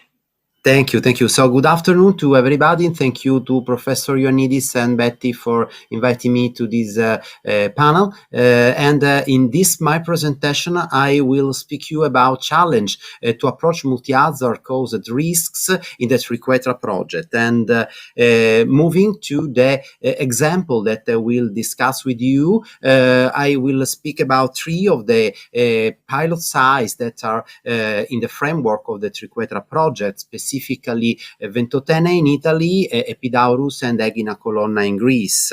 Ventotene is a little island in the Pontine archipelagos, so in the Tyrrhenian Sea, and it hosts the ancient imperial villa of Julia, a very relevant monument since it represents a characteristic building of the imperial time.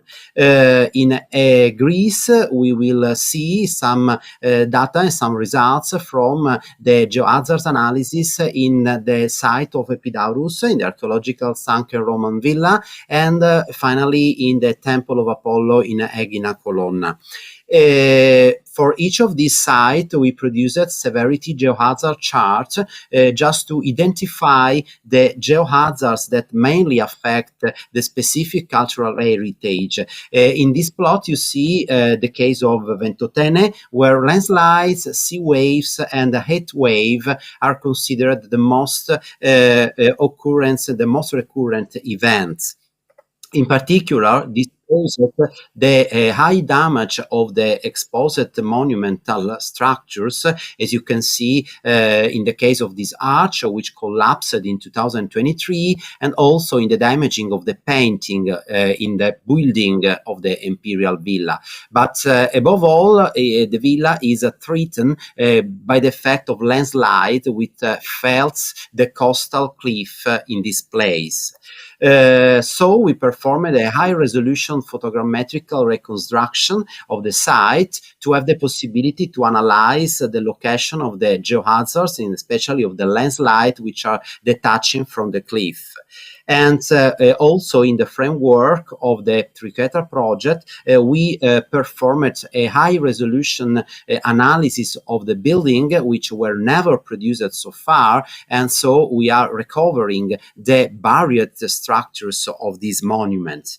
And by the time during the project, we went to measure also the temperature effects on the structure exposed. For example, you can see the measurements of the temperature on the painting of a typical lapis romanus coverage of the building. And for the geological characterization, we used the specific geophysical approach, which allow us for the first time to measure the thickness of the deposits outcropping in the Punta Eolo promontory, which hosts the Villa Giulia building. And thanks to this information and thanks to this reconstruction, we were able to suppose that the seismic action can be amplified in the sites significantly. Using the Triquetra project, we went to install a high technology installation which involves several sensors and instruments devoted to control the effect of the sea wave impact against the cliff, but also of the wind, of the rain, and on the possible detachment of the block. And actually, we are measuring this data and recovering them thanks to a remote transfer of informations since the last May, so since May 2024. In some events, we can observe the movement of the block produced, for example, for the composition of rainfalls and of temperature affecting the cliff. And now we are moving toward the numerical modeling of the possible effect due to the waves of the sea and to the temperature itself by using finite difference and finite element approach. Here you can see the modeling of the temperature propagation inside the cliff by using of daily, monthly, and yearly thermal input, which were measured by the system installed in the cliff. And finally, we are going to model the sea wave effect against the cliff by using the monitoring data and also the hydrodynamic modeling that in the framework of the project were produced in the reconstruction of the sea waves. Going to the site of Epidaurus, here we can see the main hazard expected in the site that's represented by seismic subsidence. In particular, the site is located in a high seismicity area where 6.5 earthquakes were also expected in 1,000 years.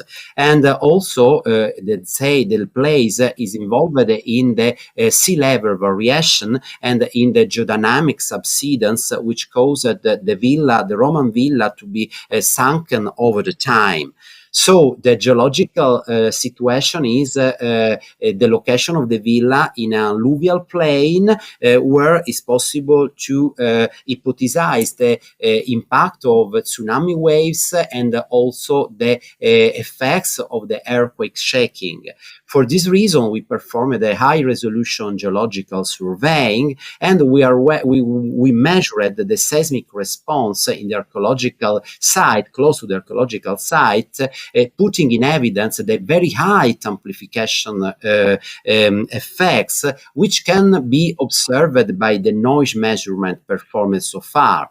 And now we have also a stratigraphic model of the subsoil, which allow us to produce a numerical modeling of the seismic response and to evaluate the possible effect of subsidence produced by the shaking due to the earthquakes.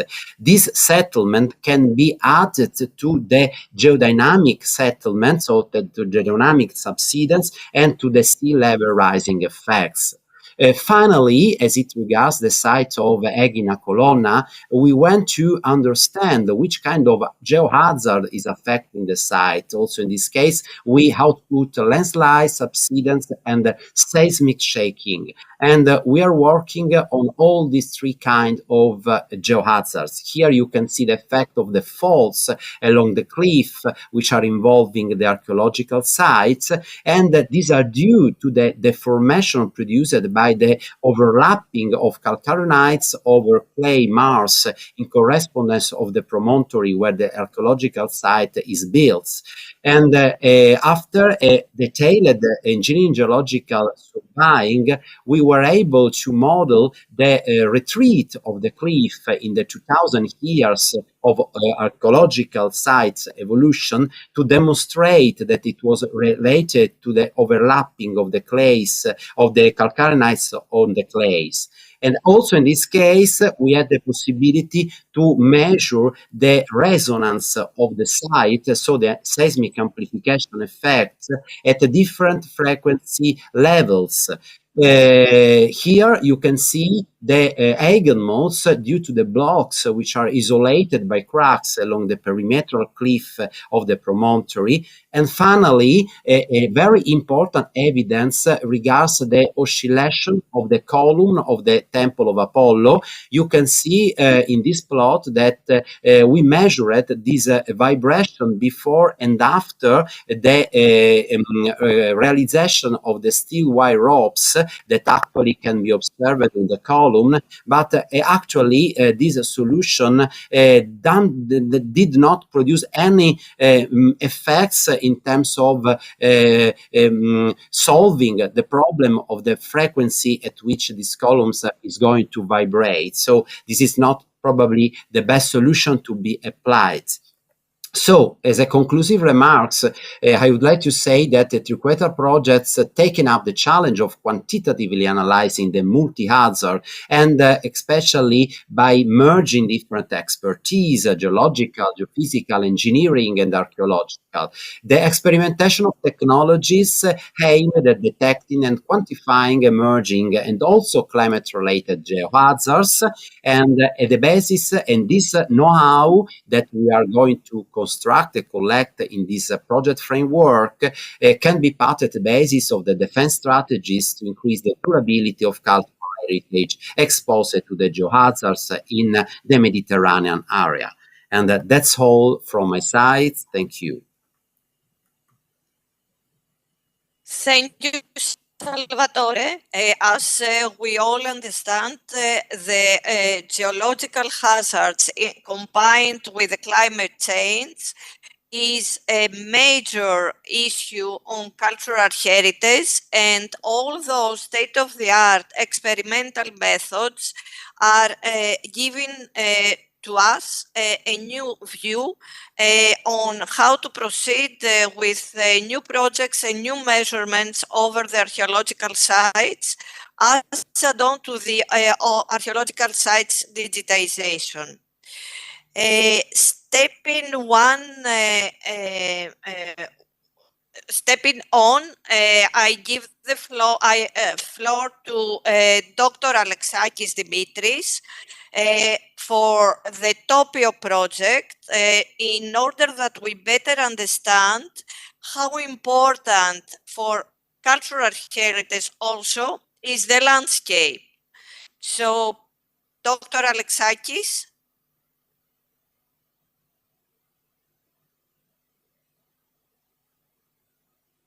Oh, do you hear me now? Yes. So, hi everyone. Thank you, Betty. Thank you, Professor Ioannidis, for inviting me to this panel. I will give you a short talk about our project. It's actually TOPIO. It's the Greek word for the landscape, and we will see how we integrate cultural heritage monitoring and landscape monitoring in this project. So just a few words. I'm principal researcher at the Fourth Foundation for Research and Technology, Hellas. We are located at our main premise are at Heraklion in Crete, and we have 10 institutes across around Greece in different disciplines, computer science, biology, humanities, etc. So our institute is the Institute of Mediterranean Studies. So we're the only institute of ITE, of Fourth, that we also work on humanities and history and digital technologies, combining all of these approaches. So we work on Mediterranean history, geoinformatics, and technology for the environment and the culture, and we are located at Rethymnon. So that's all for Fourth and for Institute for Mediterranean Studies. And some things about TOPIO.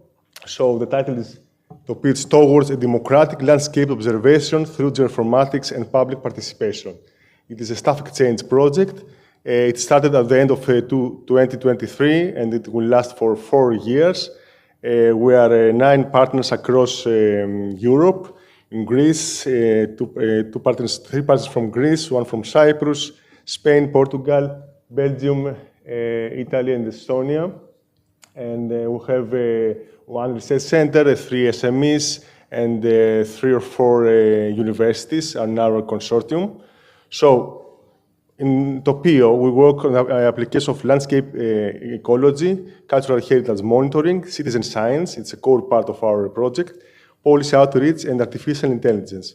So with the aid of Earth observation, digital twins, and geoinformatics, we aim to find a common ground to involve both scientists, science experts, and citizens in a unique bottom-up approach in order to implement the European Landscape Convention and somehow assess the quality of the rural landscape.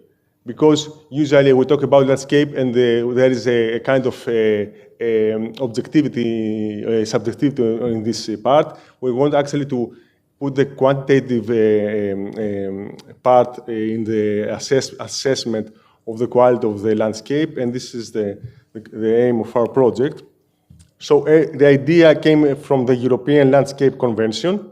It's the first international treaty on landscape. It covers all aspects when planning European landscapes, and of course, it has inside it has the aspect of cultural heritage monitoring, and it was adopted by the Council of Europe back in 2000, and it obliges the members, and of course Greece, to incorporate the landscape dimension in their legislation policies.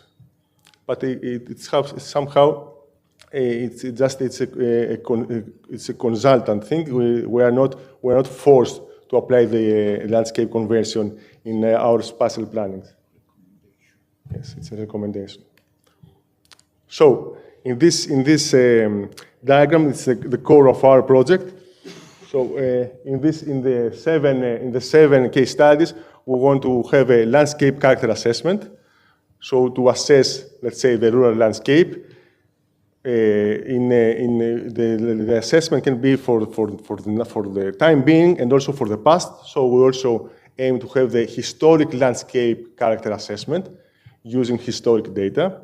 So from the one part are the experts, the scientists that collect different data, different layers in GIS environment, let's say about morphology, vegetation, soil, geology. There's a series of data we're going to collect, combine them, and try to delineate different landscape patterns according to experts' opinion. And the other part, very important, is the public, the citizens. They will assess, they will delineate the patterns. Okay, so here you can see delineation of patterns, of landscape patterns in Thalassalia and Western Crete, according to the expert's opinion, using different GIS layers. Okay, the public is going to use a GIS platform that will be developed by Geosystem Hellas, where there will be questionnaires. The people will answer to questions about the landscape, how they see the landscape, what they feel about the landscape, what are the memories of the landscape, and these answers will help us to delineate patterns using public participation opinion. And in this process, we also have the aspect of cultural heritage. What has changed, if they feel that the cultural heritage, there is a danger because of natural hazards, and etc. So here is an example, of Thalassalia, how it was back in 1977, and how it is now with many, many greenhouses and hotels. 40 years ago, 50 years ago, it was an isolated area. So, do I have time? So, okay. So we want to identify areas of distinct character, specific combination of natural, sociocultural, and perceptual attributes. And this is a very important graph.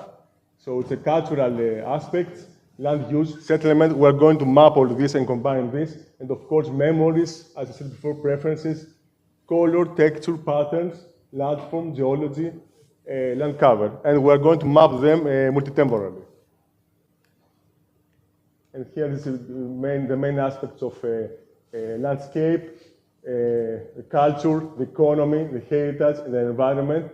Of course, the people, citizen science, but the decisions are taken by the governments. So, public participation, here's an example how the platform will be developed by Geosystem Hellas, and here's an example of the questionnaires. Each case study in Portugal, in Greece, in Italy, will have a different questionnaire adapted to the needs of each case study. So our Portuguese partners are working on this. And of course, here you can see an example from our first summer school at Ghent in Belgium, where the local people, together with scientists, they delineate patterns of landscape according to their expertise. Because some of them are locals, they know the place, they have some feelings, they have some memories, and they delineate the patterns according to their opinion. And of course, the experts are going to their experts' opinion.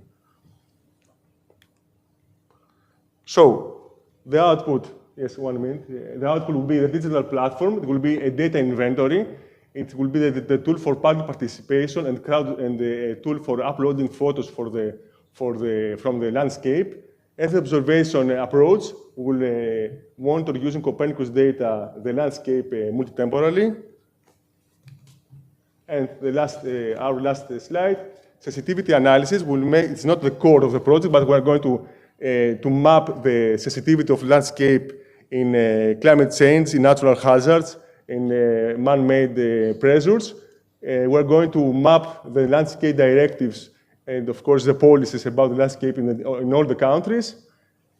A tool about visual quality assessment. We're going to train an AI tool for assessing the landscape quality automatically through crowdsourcing photos. And at the end, for all this, we are obliged to make a digital twin inventory using all the data in order to help us to make this assessment. And thank you. Thank you, Dr. Alexakis. I would like to ask all the presenters to stay with us in order to continue after the presentations with the QAs.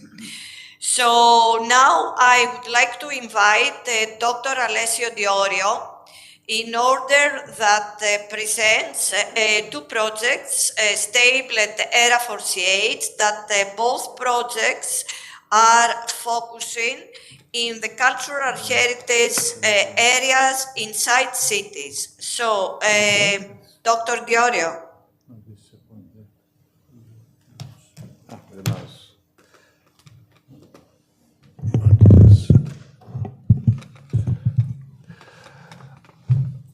Good evening. So I'm Alessio Di Orio. I'm CEO of this company, Alma Sistemi.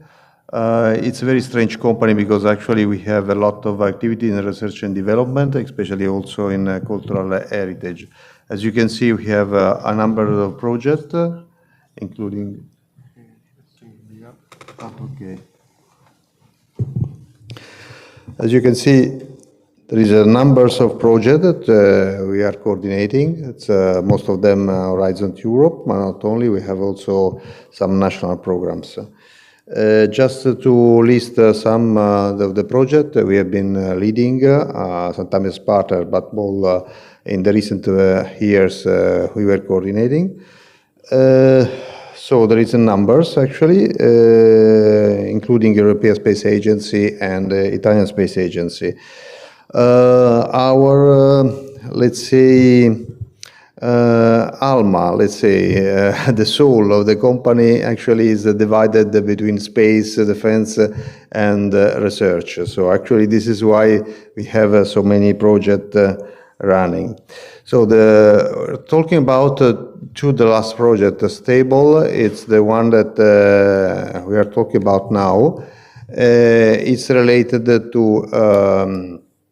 to analysis, risk analysis about earthquake in historical center, especially not only in Italy. We had actually 4 case studies in Italy, Greece, and Cyprus.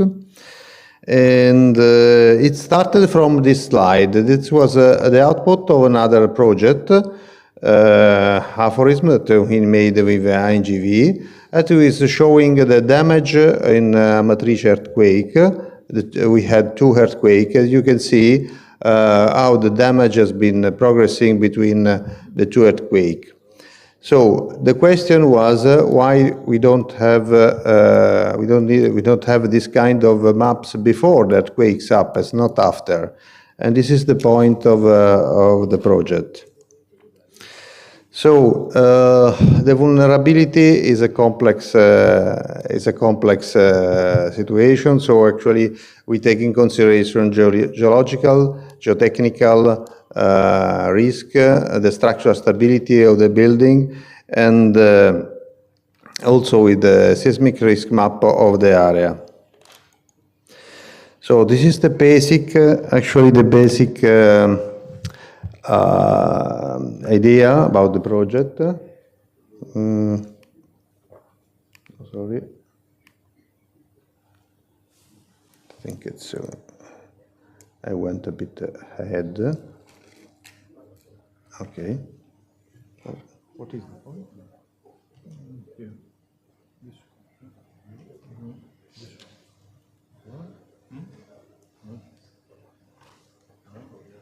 Oh, yeah.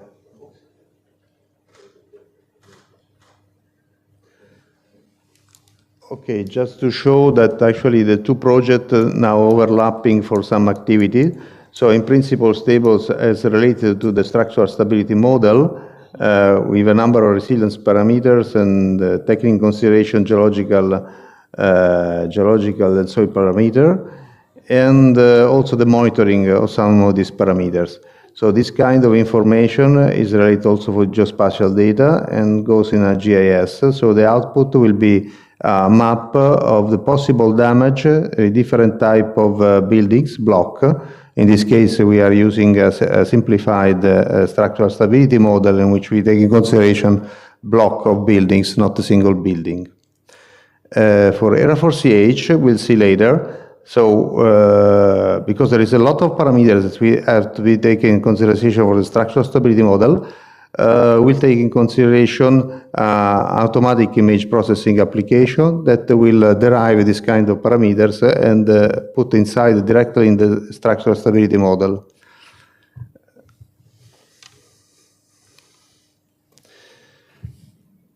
Okay, these are the numbers of data that are included actually in the system. So we are starting from space, but we have taken consideration geological map, PSA vectors, acceleration map in this case for 1D and 2D models.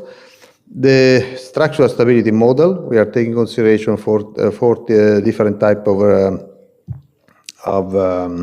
probability of the event, environment risk map, and the building outline. So that's the basic of about our model.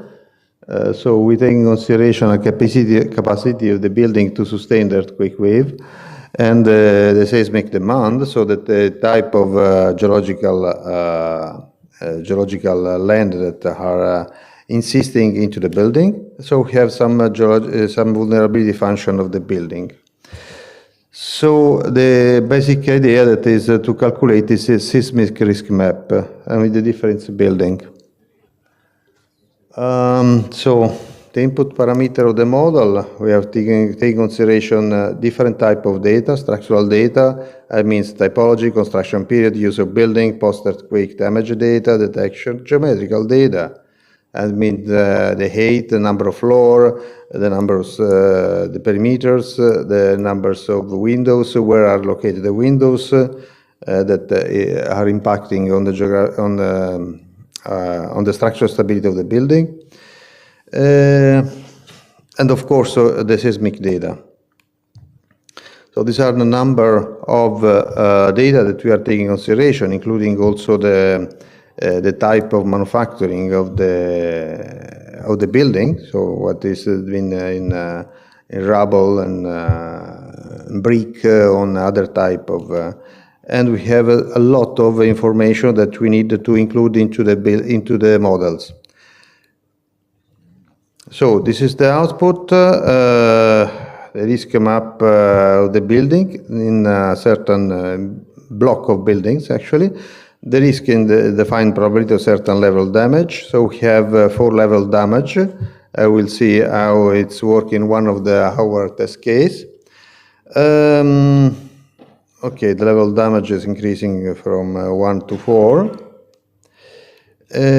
So these are the case studies that we are taking into consideration. So Naflio, Retmino, Strobolos, and Reedy. So we have this is the number. This is the case of Reedy. I'm not showing the others one. So there is a numbers of buildings that has been selected. And these are the probability. So considering the probability of one earthquake after 475 years, so we have the probability of small damage. It's much higher. And in this case, we have the total destruction actually of the building, collapse of the buildings will happen with a small probability. But this is because actually we don't expect a strong earthquake in 500 years. So this the platform has been developed together with Geosystem Hellas. This is ERA4CH. We can see that for the point that we have identified the number of characteristics that goes into the model. So in this case are the number of windows, facade elements detection, the cracks that are an important element to define the structural stability of the building. In principle, this is automatically generated code. So it's automatically generated result from the code. The number of floor, the type of material, construction material, this is all automatically detected by video and images. Construction period estimation, so without any cadastral information, and other type of the damage detection. So this is a summary, so the windows, doors, balcony, so we can identify with the image and video, cracks, number of floor, construction material, we have the model and techniques. So damage assessment heat map, so this is the pipeline that we have. We have to follow the process. This is the case of Hania. So we selected the one area of the city. there will be a number of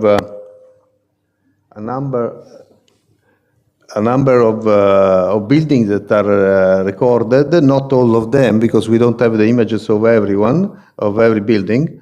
And these are the heat maps that are described, the score for presence of crack, for example, in this case. So we automatically detect the number of crack and the distribution of the building per type of material.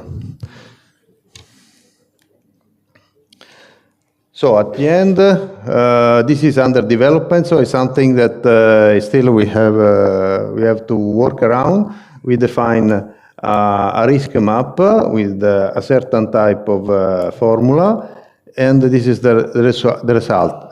Actually, this is something that is under debate, and actually is the most important result of the project. So just because I think it's in the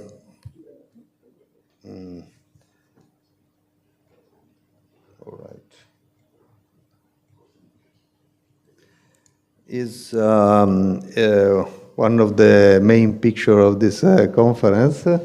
It's interesting of the case of the Holy Sepulchre in Jerusalem. We have also another project in which we are developing luminescence dating instrumentation. So this is the history. I think it's one of the most important work in archaeology that's been done. I think it's also Greece has been very well represented for this. So has been done a very, very good job to analyzing the data of the different type of construction and reconstruction of the Holy Sepulchre. So actually this has been validated. The only problem that actually there's the analysis of the OSL sample that give the exact date of the sample. It takes normally 12 months. This is what has been recorded. So, and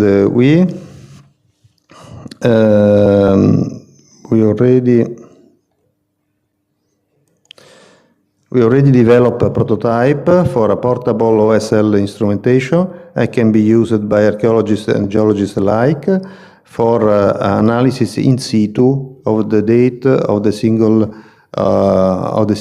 sample. That means, of course, that is compatible with carbon-14 analysis.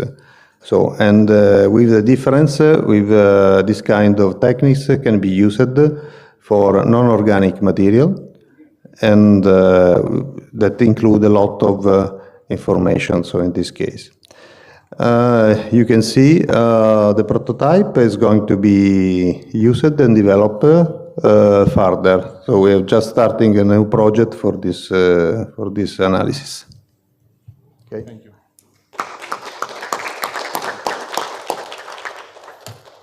Thank you, Alessio. It was very, very interesting also to see that prototype.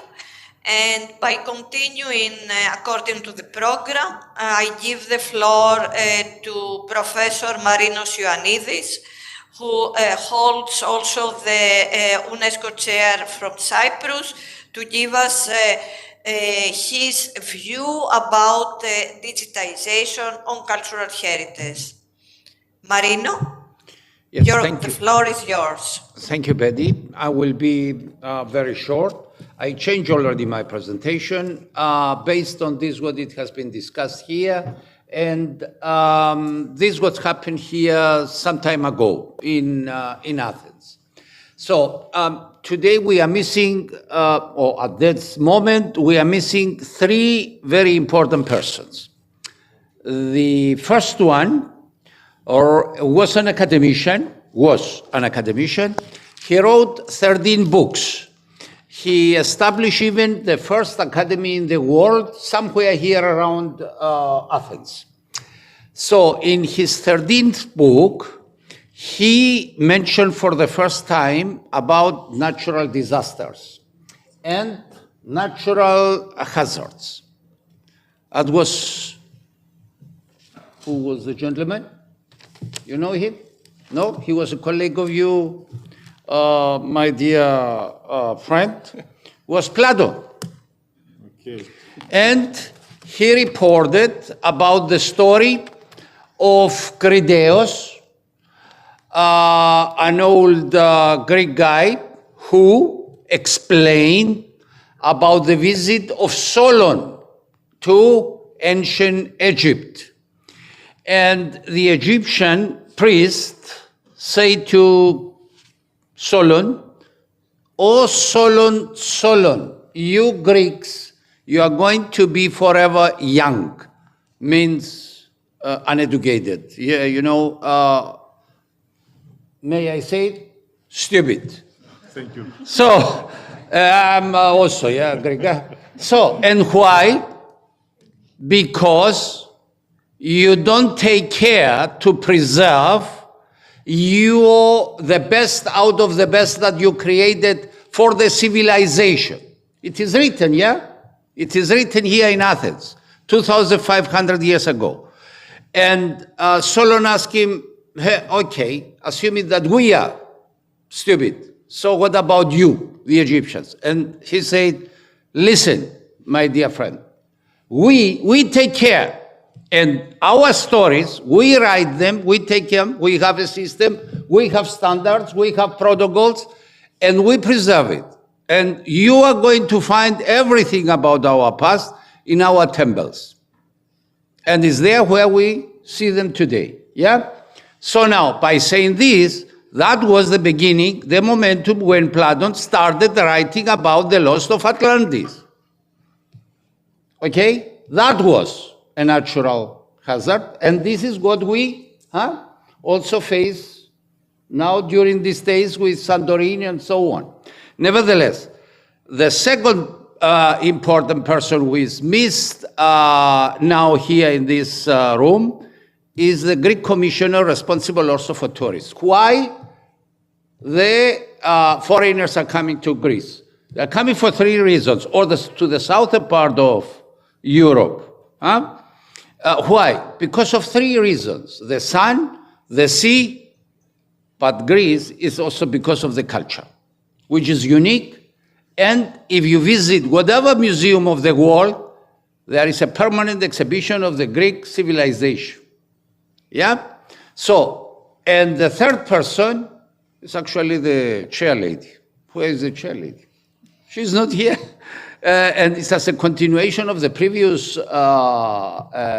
session, or the two first sessions of the day today. It's extremely important, yeah, to have that as a continuation. Now, by saying this, and taking that into account, whatever it happened here or during the project, the Triquetra, but also the Topio one, it's extremely important, or it was also extremely important for Plato to see what his successors did to at least take care, but now in the European level, and because it was also the point of sustainability mentioned today, what's going to happen when the Triquetra project is over? The financial support is over at the end of this year. Is there any continuation so far as this unique platform concerned? And what about the preservation? And now I'm coming back to the Plato, yeah? Or to the Egyptian priests, the preservation of the knowledge of this God. It has been created even from Topio. And if you come now and you merge your results with the results here, and you add also the whatever storytellings, the crowdsourcing, because there is also crowdsourcing here, but so from the tourists, from the images and so on, and from you is from the stories. So if you merge all this together, there is a story, there is and you mentioned one very nice word, memory. Yeah? I picked that, which is not only the digital twin, it's also the memory twin, the most important about, and that was the story also, or the point where the Egyptian priests criticized the Greeks on that time. And by this achieved now under the coordination of the Greeks, it's extremely important that something has to be done. It's a multi-million euro of investment, taxpayers' money, and it has to be done something. Otherwise, we are running around the circle and we never learned anything. And that's exactly the point. We are the story of the dialogue between the Solon and the Egyptian priest came to an end in the 13th book of Plato. This is what I wanted to say, Betty, and I'm sorry that I changed my presentation, but I was so influenced from the two presentations or from all the presentations here. Thank you. Thank you, Marino. It was really inspiring. And I prefer that kind of presentations that are opening our mind and our hearts.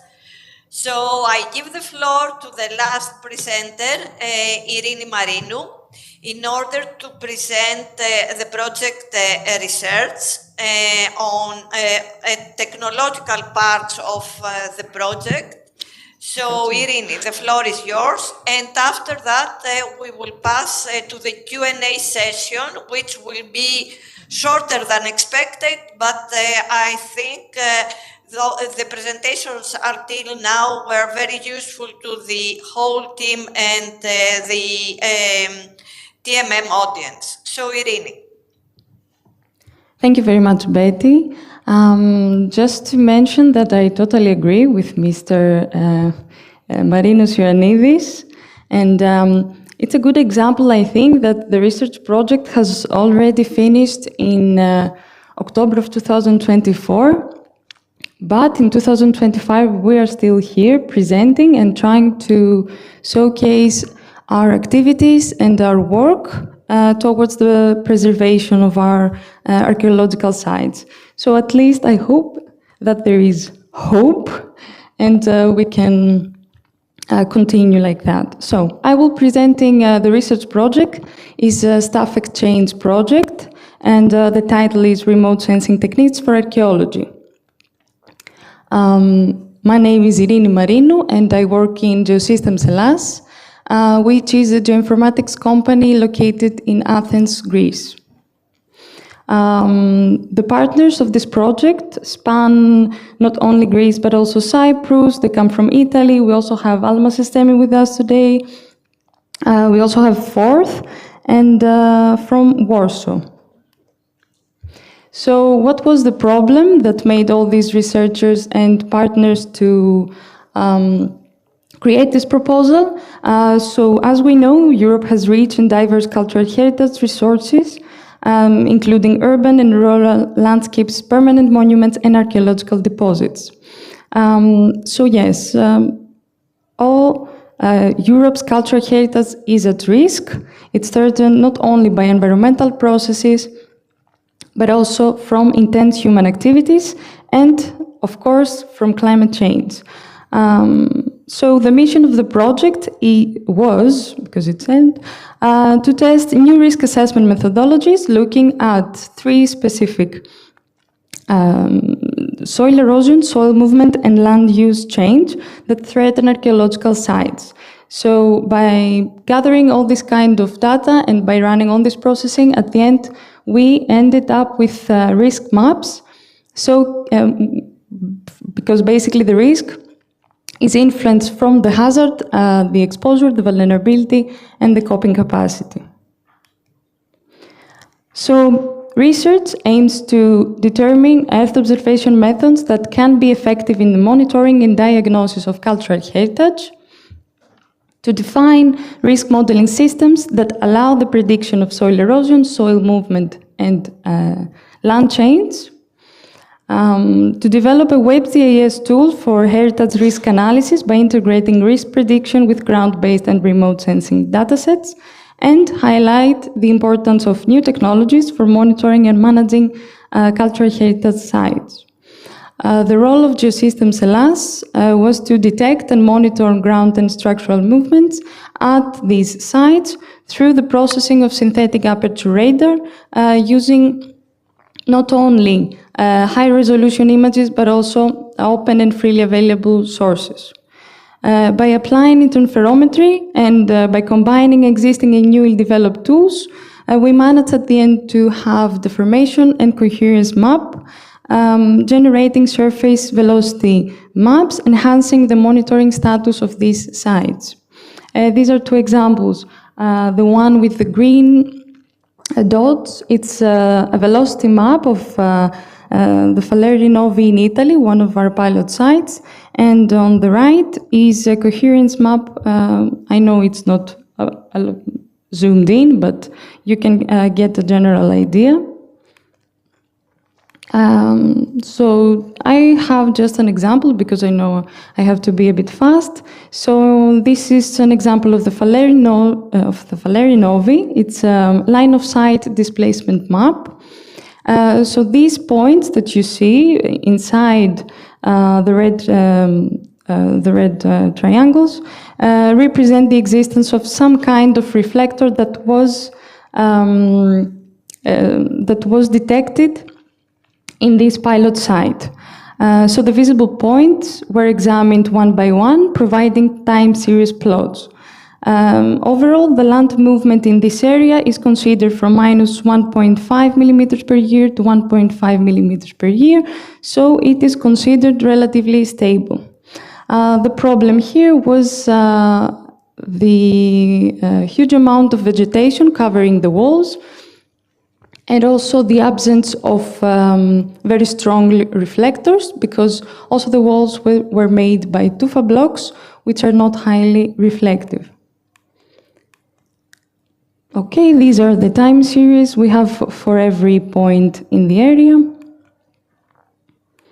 Another example, and yes, by the combination of the solutions offered by the partners, so we had soil erosion results with soil erosion maps included in our database. We had land use results and the land movement with the velocity maps I showed you. We created a thematic platform. So basically the research risk assessment approach applied through the thematic platform that was created with this fusion of the datasets, and it uses these generated deformation risk maps and efficiently converts them into qualitative information that is combined with construction vulnerability maps to produce the final risk maps of these archaeological pilot sites.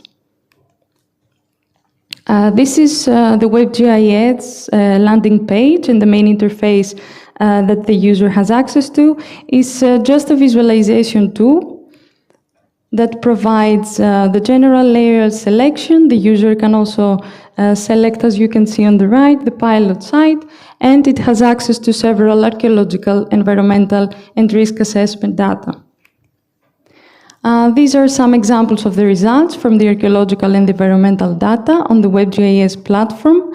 GSH was also responsible for this platform, and I'm happy that we are also developing the other platform from the rest of the projects, because it's very fascinating to uncover every time new data sets. And these are some examples from the risk assessment maps for the processing chain of soil erosion, for example. And that was my presentation. Thank you very much for your attention. Thank you, everyone, and thank you for moderating, also you, Betty, this panel. Thank you. Thank you, Irini. And I think we can share the questions in the screen. We will go fast in the questions. So I give the first question to the team. Okay, the technology is there. So, but each team is facing technological challenges. So my first question goes to Dr. Dimitris Alexakis. Sorry to interrupt you, but yes? We have no more time for this session. Yeah, I understand, but it will be very, very fast in order to each 3 questions to be answered from one person each question. And the audience can get the questions to further think and brainstorm. So I give the first question to Dr. Dimitris Alexakis. What are the major technological challenges that you faced during the project's implementation, and how the emerging and disrupting technologies you think that can help digitization, visualization, and decision support systems? Yes, thanks, Betty, for the question. So about our project, yet I can say that we don't have, let's say, technological problems. Maybe the problems have to do with the data. So speaking about historic landscape character assessment, for each case study, we need the historic maps. And somehow it's difficult to have this data provided. Let's say, for example, in Belgium, in Ghent, there are many maps from the medieval times, and they can have the land use regime of this era. But let's say in Greece, in Falasena, we don't have this data. So this is one problem. And of course, concerning the second part of your question, we need all this. We need these technologies not only for risk assessment, for monitoring, but also for predicting, for visualization, for AI, for virtual reality, but also for predicting using let's say big data. Satellite big data and different other data in order to climate change data in order to predict the future and make risk assessment maps concerning the cultural heritage sites. So yes, all these tools are very useful for monitoring, for preserving, for modeling, and for predicting the future. Thank you, Dimitris. And I go very fast in the second question to Marinos Ioannidis because he gave some inputs during his lecture before. What are your suggestions for the future? Do you think that European Union have invested enough in cultural heritage, which is part of the Europeans' history? And do you think that cultural heritage can be mentioned as part of the critical EU infrastructures? Betty, thank you. Being at the view of being vital for the functioning of the society and of our economy. Yes. And you know that Europe is investing a lot at this moment on defense funds. Do you think that cultural heritage can be served and can have that position as critical infrastructure? Betty, definitely yes. But whatever is happening now with the big investment of Europe in defense is a big mistake. That's going to be a part of the work of historians to cover in the next, let's say, 10 years.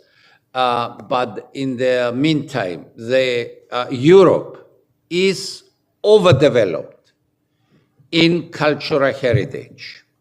This is the continent which has not only the story, the memory, the knowledge, the tangible and the intangible in place, well preserved, and under whatever conditions, well protected. Research is also ongoing. It has been presented. Here is the venue of the conference where results are coming out and so on. But if we go back and see what it has been achieved up to now, 1.7 billion, not million, billion euro has been invested since the FP4, the Framework Program 4, in the area of cultural heritage from the European Union. 1.7 billion euro, which it's nothing, and it's not enough for that, what it is in place as a continent overdeveloped in this particular area. Imagine now if we can compare it with this what exists in Germany related to a country overdeveloped in engineering, so that Germany is now going to invest in defense, in the military industry, but not in engineering. That's a pity. we have to recalibrate, I'm using a word from your domain, ourselves and see what we can do. So far as this unique sector that we have, and we don't take care so much as we have to do, unfortunately. So far as digitization concerned, it has to be accelerated. You mentioned that, yeah, a natural hazard, and not only natural, but also human driven things like the war now currently here. See what's happening in Gaza, see what's happened 50 years ago in Cyprus, and what we lost. And I think there is no other option. But politicians are politicians, and there is a big difference between a politician and a leader. And leaders are not here at the moment. That's the problem that we have, unfortunately. Sorry, but... Thank you, Marinos. Yes. I think I'm not going to go through the third question because it's already answered for you. Just hope that the future will be a continuation of efforts in digitization, in cultural heritage monitoring, management and prevention, and also in peaceful projects like the ones that have been presented at this session. I think Europe can do more. And this session is concluding with this motto. Yes, we can do more in monitoring, managing, and preserving our cultural heritage.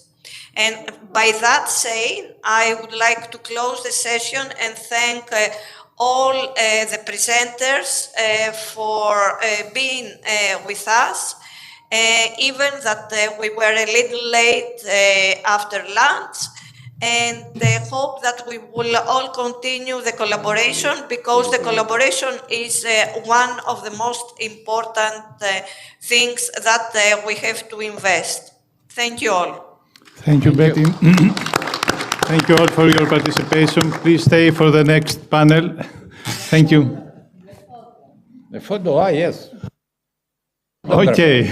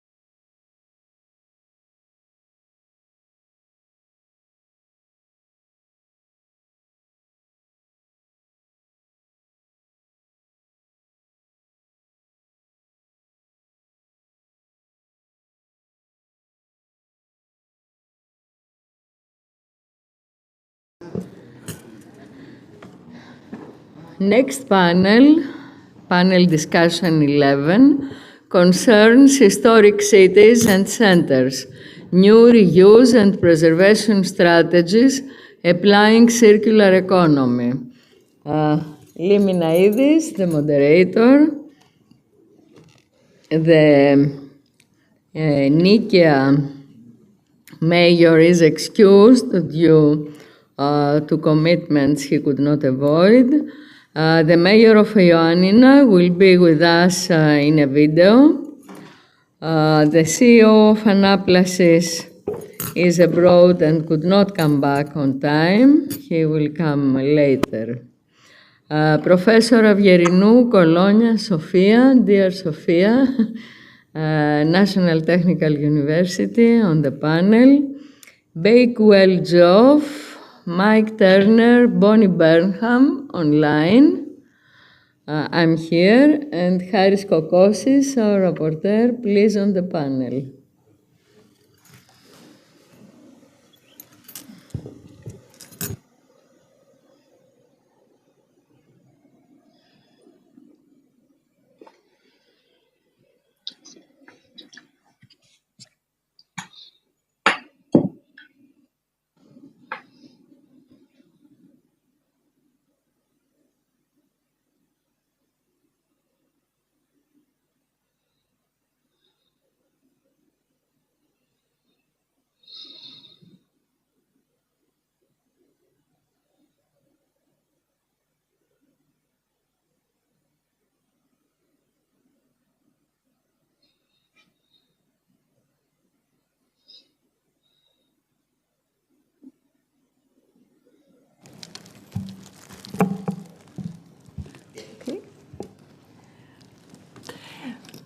So, as Professor Moropoulou said,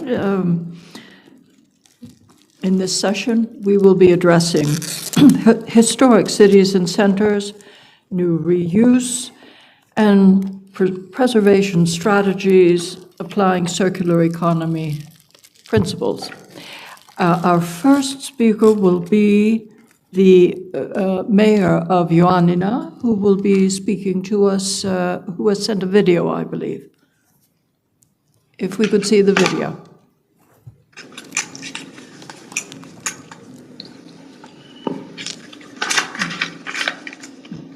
Ladies and gentlemen, esteemed colleagues, it's a great honor for me to be here today among experts from all fields representing my city, Ioannina, a city with a long and rich history, a city that is developing, a city that is on the way to shaping its identity for the future, the city that I love.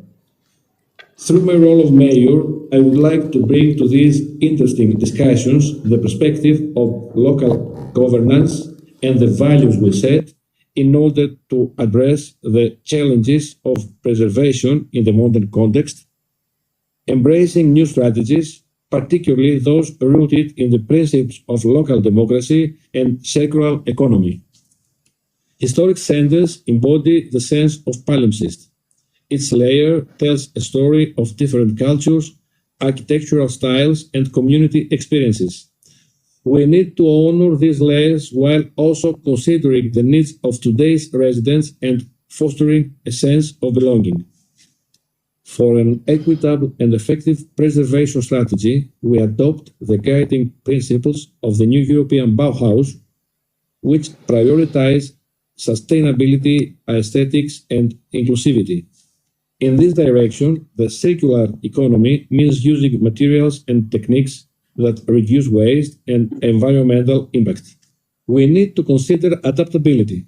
How can we repurpose existing structures to meet current needs without compromising their historic value? We also need policies that identify our valuable traditional craftspeople and ensure their involvement to shaping guidelines to optimize the use of the local materials, giving them the space to share their knowledge and inspire innovative approaches. A cohesive narrative that tells the story of our historic centers' evolution should highlight the contribution of all buildings, old and new, and how they collectively shape the community's identity. We see it as an opportunity to create dialogue between the past and the present. The dialogue can enhance our understanding of how communities change and adapt over time and foster a sense of ownership and pride among residents. An example of this coexistence of old and new in Ioannina are the two buildings of former bus stations that were functional until 2 decades ago, located in the hearts of the two most historic districts of our city. These two traces of mid-century architecture stand among iconic buildings, historic neighborhoods, and more recent developments. They are not a property of the municipality, and we are currently trying to find a legal and funding scheme to establish them as landmarks with enriched content. In this process of creating history through tracing history, we face serious challenges. As a local authority, we have a clear vision and established principles, but we are constantly trying to overcome obstacles such as the legal framework, the public procurement system, and above all, the funding. That's why we're working on deploying a strategy to find a common ground between the public and private sectors in order to join forces and maximize impact. What we carry in our toolbox. We are not alone in this effort. The municipality of Ioannina is participating as a pilot city in the European mission 100 climate neutral and smart cities by 2030, and as a part of this initiative, we receive valuable support from the Net Zero Cities organization in the fields of sustainability and urban transformation. We also work closely with the University of Ioannina to document our decision-making and to draw on their research and human resources to shape our strategies.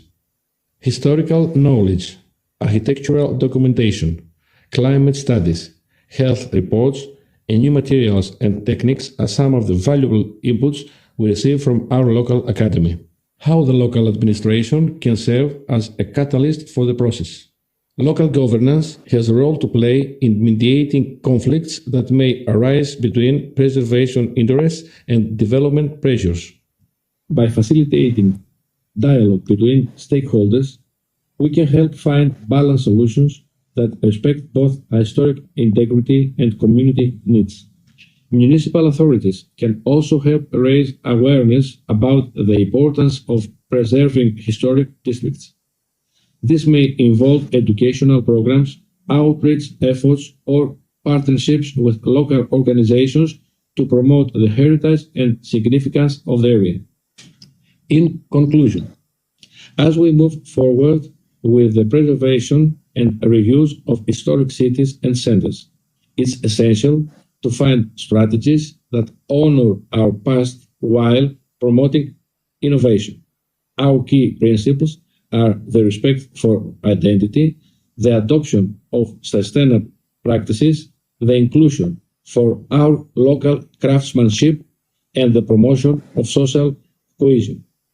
By doing so, we can create vibrant spaces that honor our past while embracing the future. Thank you.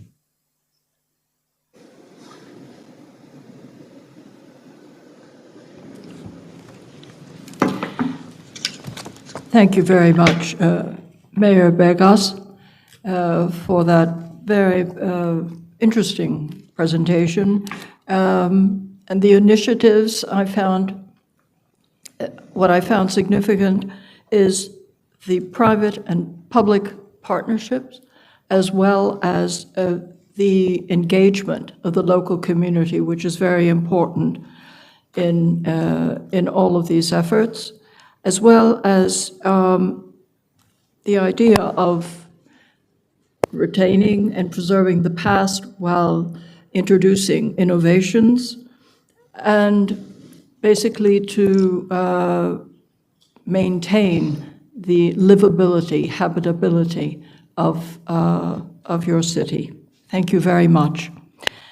And now we will proceed. Unfortunately, Mr. Akritidis was not able to arrive in time, so I will ask my dear friend, Professor Sofia Avgerinou-Kolonias, professor of the National Technical University of Athens in Urban and Regional Planning, the School of Architecture. Sofia, you have the floor.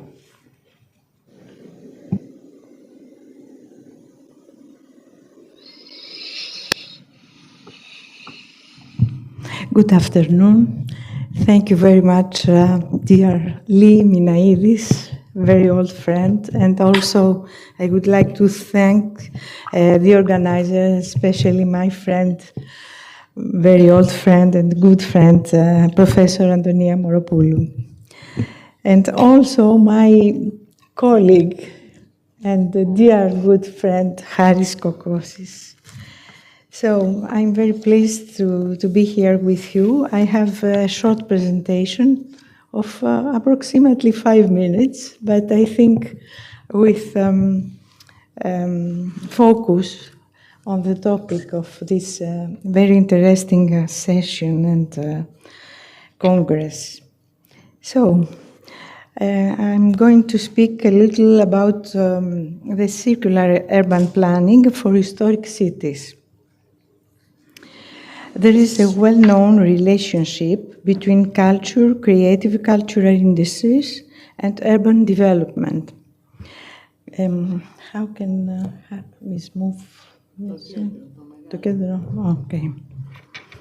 Cultural creative industries, which are closely linked to the development of historic cities, create on the one hand social and cultural networks, including clusters, networks, hubs, and collaborative spaces, which constitute the so-called creative ecosystem, and on the other hand, implement recycling process. However, waste management remains a challenge in many historic cities. This is a multi-faced social, economic, and urban environmental issue, the resolution of which is of considerable research interest. As we have observed from our research in National Technical University, the well-functioning of creative ecosystem can facilitate recycling process and simultaneously promote the regeneration of historic cities. We applied in selected historic Mediterranean cities within the project promoting upcycling in circular economy through innovation and education for creative industries in Mediterranean cities in AMEDAP. Under NTUA's responsibility, we have established innovative practices and smart tools to connect small and medium enterprises, creative and cultural enterprises through circular networks of collaboration and exchange. We found that the cities and creative cultural industries need to consider their specific urban and economic characteristics, such as socioeconomic fabric, the availability of raw materials and technologies, or the position in the global supply chain, and to be informed about the different solutions they can adopt to contribute to circular urban development. A second important finding was that a new approach to urban and land use planning is needed in conjunction with the circular economy and the latest recommendations in the global scientific debate on cities and historic urban landscapes. Circular urban planning is an alternative model inspired by the principles of circular economy applied to city building. Its goal is to implement the principles of the circular economy in urban development. It designs and organizes the city based on what already exists and in such a way that it can constantly rebuild itself according to the changing needs of population. Following this hypothesis, We proposed within the project CARISMET the restoration of the built environment by implementing low-cost adaptive reuse strategies, LCARS, to underutilized or abandoned urban stock, area, site, or building. LCARS are combined with sustainable development and the circular economy. Specifically, the LCARS strategy initiates a systemic change in consumption, production, planning, policies, lifestyle, cultures, and values. It can also produce significant sustainable impacts in residential areas and common resilient outcomes for the well-being of citizens. Three main axes for urban circularity. Look deep into the characteristics of building stock, production, and supply chain to map the current state of circularity in the urban built environment, existing challenges, potential circular solutions, and innovative approaches at the urban level. Priority should be given to the imperative of a paradigm shift towards a circular economy through innovative urban policy, considering the opportunities presented by the role of creative cultural industries, small and medium enterprises, in shaping the urban environment while preserving the rich cultural heritage of historical cities. The integration of upcycling methods in urban development, green infrastructure and architecture, the adoption of renewable energy sources and low-cost adaptive reuse practices, LCARS, is necessary for an effective and inclusive green transition based on the resilience of historical cities and the cultural creative industries they host.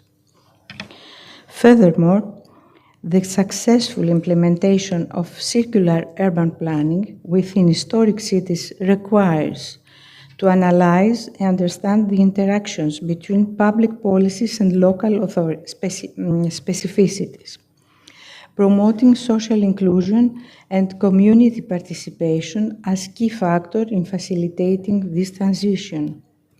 And finally, to ensure adequate governance of historic towns and cities. Thank you.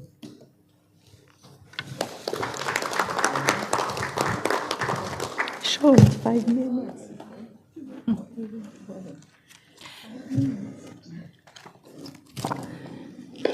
Perfect timing, Sophia. Thank you very much.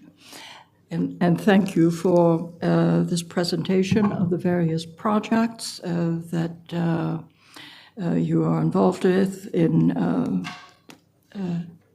the development and of in historic cities especially, and emphasizing as well the resilience of historic cities that have lasted many centuries, many of them, and also we see a theme from Yanina into these projects of social inclusion and community involvement, which is very important.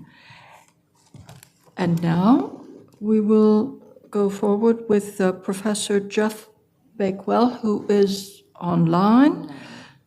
Yes, from Rhodes College, the American School of Classical Studies. Okay. Professor Bakewell, you have the floor. Thank you so much, and I'm sorry I couldn't be with you in person. Is it possible for me to share my screen with you all? Yes. Wonderful, thank you. Sorry, let me pull this up. And then let's go here. Okay, so thank you again. Can you hear me all? Yes. So I would like to talk to you today very briefly about my work as a person studying Athenian topography and the ancient philosopher Plato. And I wanted to make you aware of some of the ways in which this kind of scholarly work ties in very well with your emphasis on historic cities and centers, using Athens as a sort of a case study here. So this comes out of some archaeological work I've done with the American School of Classical Studies, that I published a preliminary version of in its journal, Hesperia. And that's if you want to look at sort of the scholarly underpinnings. As many of you will recall, Plato's Politeia begins with this statement. I went down yesterday to Piraeus, kateven kthesis Piraea meta glafkonos to Aristonos, and I started wondering, what would it mean to take seriously the idea that one could walk from the Upper Poli down to Piraeus? And here you see sort of a schematic idea of what that might mean with up on the upper right, the upper city of Athens, the very narrow corridor of the long walls leading down to Piraeus, and then its three harbors.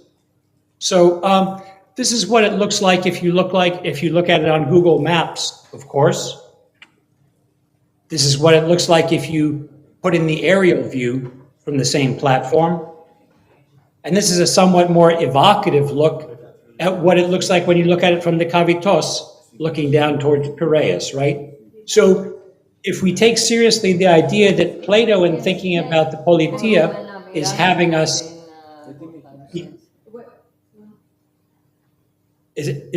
begin with a topographical framing of a walk, what does it mean to take that walk? We don't see your presentation. We're not Can you seeing share the it? slides. This is the problem. I see. You can't see the slides. Okay, I'm sorry about that. So you're not seeing any of the slides. Just share. Okay, so let me pull that back, because if you can't see them, I'm not sure why, but let me speak to you then. There are two organizations that are doing great work in using electronic and digital resources to help us think about ancient topography. One of them is Topos Text, founded by a foundation, a Greek foundation, and put together by Brady Kiesling, a prominent American expat, who has been able to link to your phone, to your cell phone, the ability to pull up essentially all ancient textual references to particular places. At the same time, the group Dipylon, an Athenian group, has managed to create digital walkways to places like Plato's Academy, and walking down along the long walls, and walking the ancient circuit wall of the city. So with these two kind of resources, without doing any damage or having to do any sort of excavation in the modern city, you can today walk the streets of Athens with your phone and explore ancient pathways that are very, very important for our understanding of ancient Greek philosophy. Now, the next step is to integrate these kinds of resources to allow us, as we stroll about the city, to pull up both ancient texts and modern scholarship and photos from a variety of ages to think, okay, if we want to think topographically about the ancient historical city, we can walk around with all of these references in our pocket, recreating some of the journeys that are most significant for understanding ancient Athens. And we already have started to do a little tiny bit of this. Think about the impact of bringing the ancient marathon back to the center city occasionally. We can do the same sort of thing without having to do any excavation anywhere in the modern city. Just imagine the possibility of, say, recreating the walk to celebrate the ancient mysteries at Elefsina with your phone. And the resources to do this are starting to be available now through organizations like Topos Text and Dipylon. So that's what I have to say, and I would be grateful for questions later. I'm sorry the slides didn't work.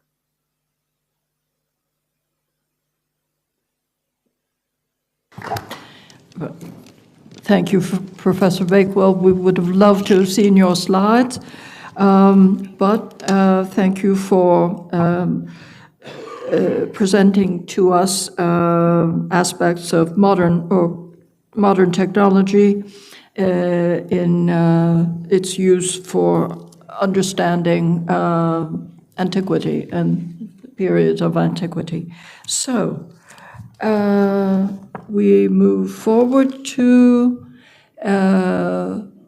Professor Mike Turner, a dear friend, professor of the Bezalel Academy of Arts and Design in Jerusalem and the UNESCO Chair in Urban Design and Conservation Studies. Mike, the floor is yours. Thank you. Thank you. And thank you to Tonya. Thank you to all my friends and colleagues, which I can see on the panel. I shall be looking at new reuse and preservation strategies, and I'll speak about cyclical thinking beyond the circular economy. Next one.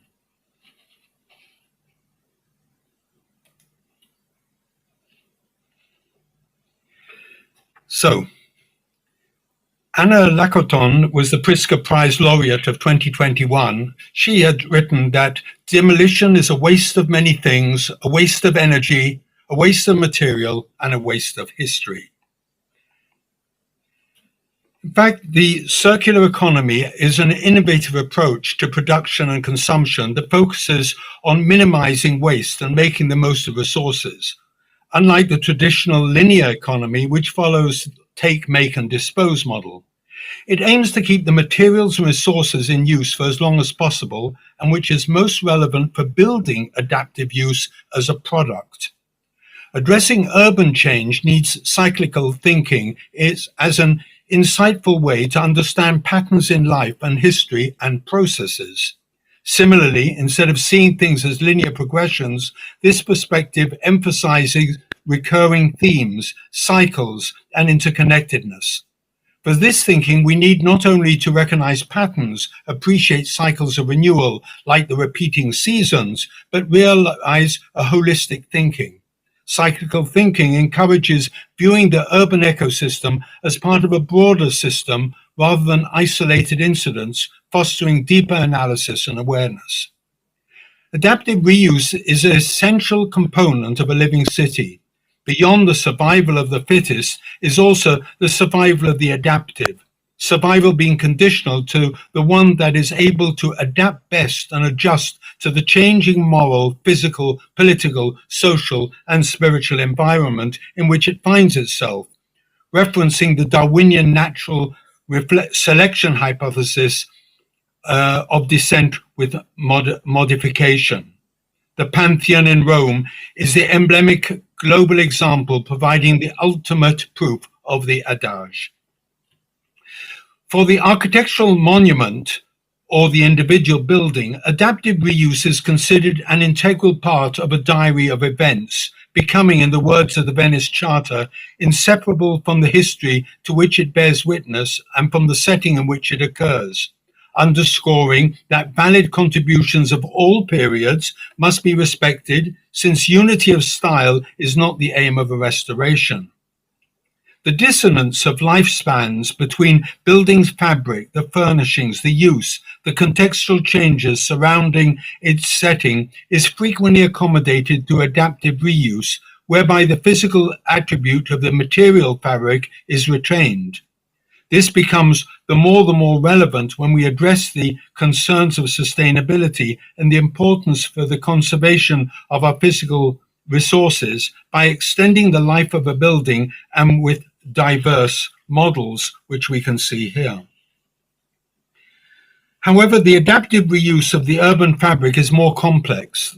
The 2011 UNESCO recommendation on the historic urban landscape addresses these very issues on an approach going beyond the notion of the historic ensemble to include wider setting and context, paragraph 8, and which can also be identified in the retrofitting of the diverse components that make up our urban heritage in paragraph 9. This approach must be supplemented by the continuity of urban memory and intangible community values, which may be understood through the adaptive reuse of ideas, images, and texts. These resemble buildings in that over time they may become unsuitable by persisting in their original purpose. While adaptive reuse is an alternative to demolition, the adaptive reuse of ideas, texts, and images saves them from vanishing. As a result, the intellectual environment, like a city, preserves at least in part its traditional outlook, although serving a new programmatic requirements. The question is not so much on the values and attributes of a place, but the urban narratives and texts and their interpretations. Adaptive reuse moves the focus of the value from the use to other attributes, such as materials and substance, spirit and feeling, in determining the urban continuity and renewed identities over time. Specifically, it is related to understanding the differences between synchronic and diachronic heritage. Synchrony and diachrony are two different and complementary viewpoints in linguistic analysis, but may be applied in reading the urban scene. Simply stated, the synchronic approach considers the moment in time without taking history into account, while a diachronic approach considers development and evolution over time, critical for continuing urbanism. Adding to this urban complexity, each layer or component might be alternatively synchronic or diachronic. The adaptive reuse of Hong Kong's Tai Kwan Center of Heritage and Arts Complex being an exceptional example where the new synchronic adaptive reuses are tempered with a diachronic memory evoked by the physical fabric, challenging the values of its original use for incarceration. Other examples abound. The challenging values of bullfighting to an epic commercial center, the railway station to a museum, new lines of distribution take over shopping malls, while ports and markets reinvent themselves. Adaptive reuses is at all scales, from large-scale infrastructure to telephone booths. The reality of the increased pressures of development resulting in large-scale demolitions leaves a new legacy that needs to be redefined. This includes identifying the values of the remaining physical attributes from past decades, or possibly creating new values through contemporary interventions. Urban adaptive reuse is process-orientated, as opposed to the architectural refit that is project-orientated. Regardless of its challenge, the new approach brings together many disciplines with multiple communities, with a rewarding experience for future generations by engaging with the continuity of intangible spirit and feeling. And let me end with Brecht's poems of a way to construct enduring works. How long do works endure? As long as they are not completed, since as long as they demand effort, they do not decay. Inviting further work, repaying participation, their being last as long as they invite and reward. Thank you.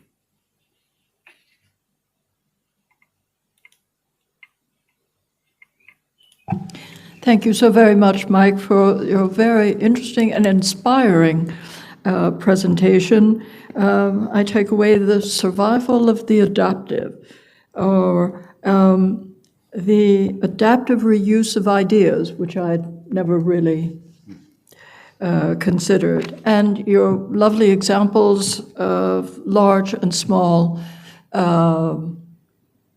circular economy reuse.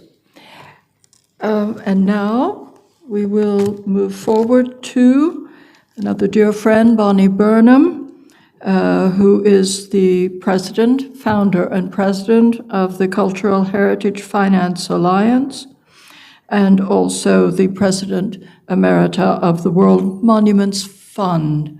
Bonnie, you have the floor.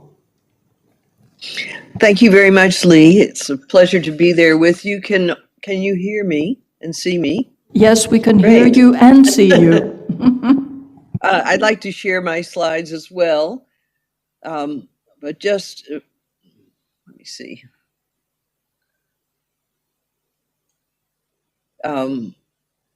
With a word to say that this is my fourth participation in the TMM-CH conference.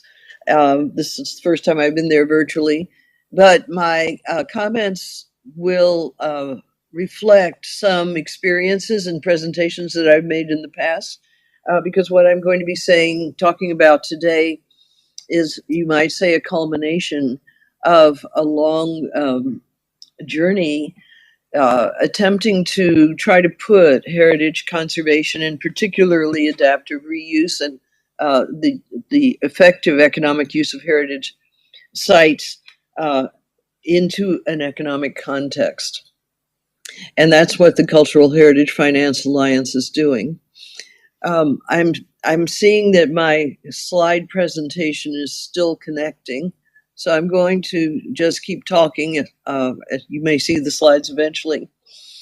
This year, thanks in large part to introductions from Lee Manitis, the Cultural Heritage Finance Alliance launched a partnership with the Organization of World Heritage Cities, which has itself been on a pursuit to address issues that have emerged as common problems shared by the members of this organization, which are amongst the most prestigious cities in the world in terms of their recognition. And I've already spoken briefly about these problems in the opening session, but they relate to depopulation caused by a variety of factors that range from the effects of climate change to changing economics of the urban centers, and challenges that have to do with things like mobility and how livable these historic centers have become.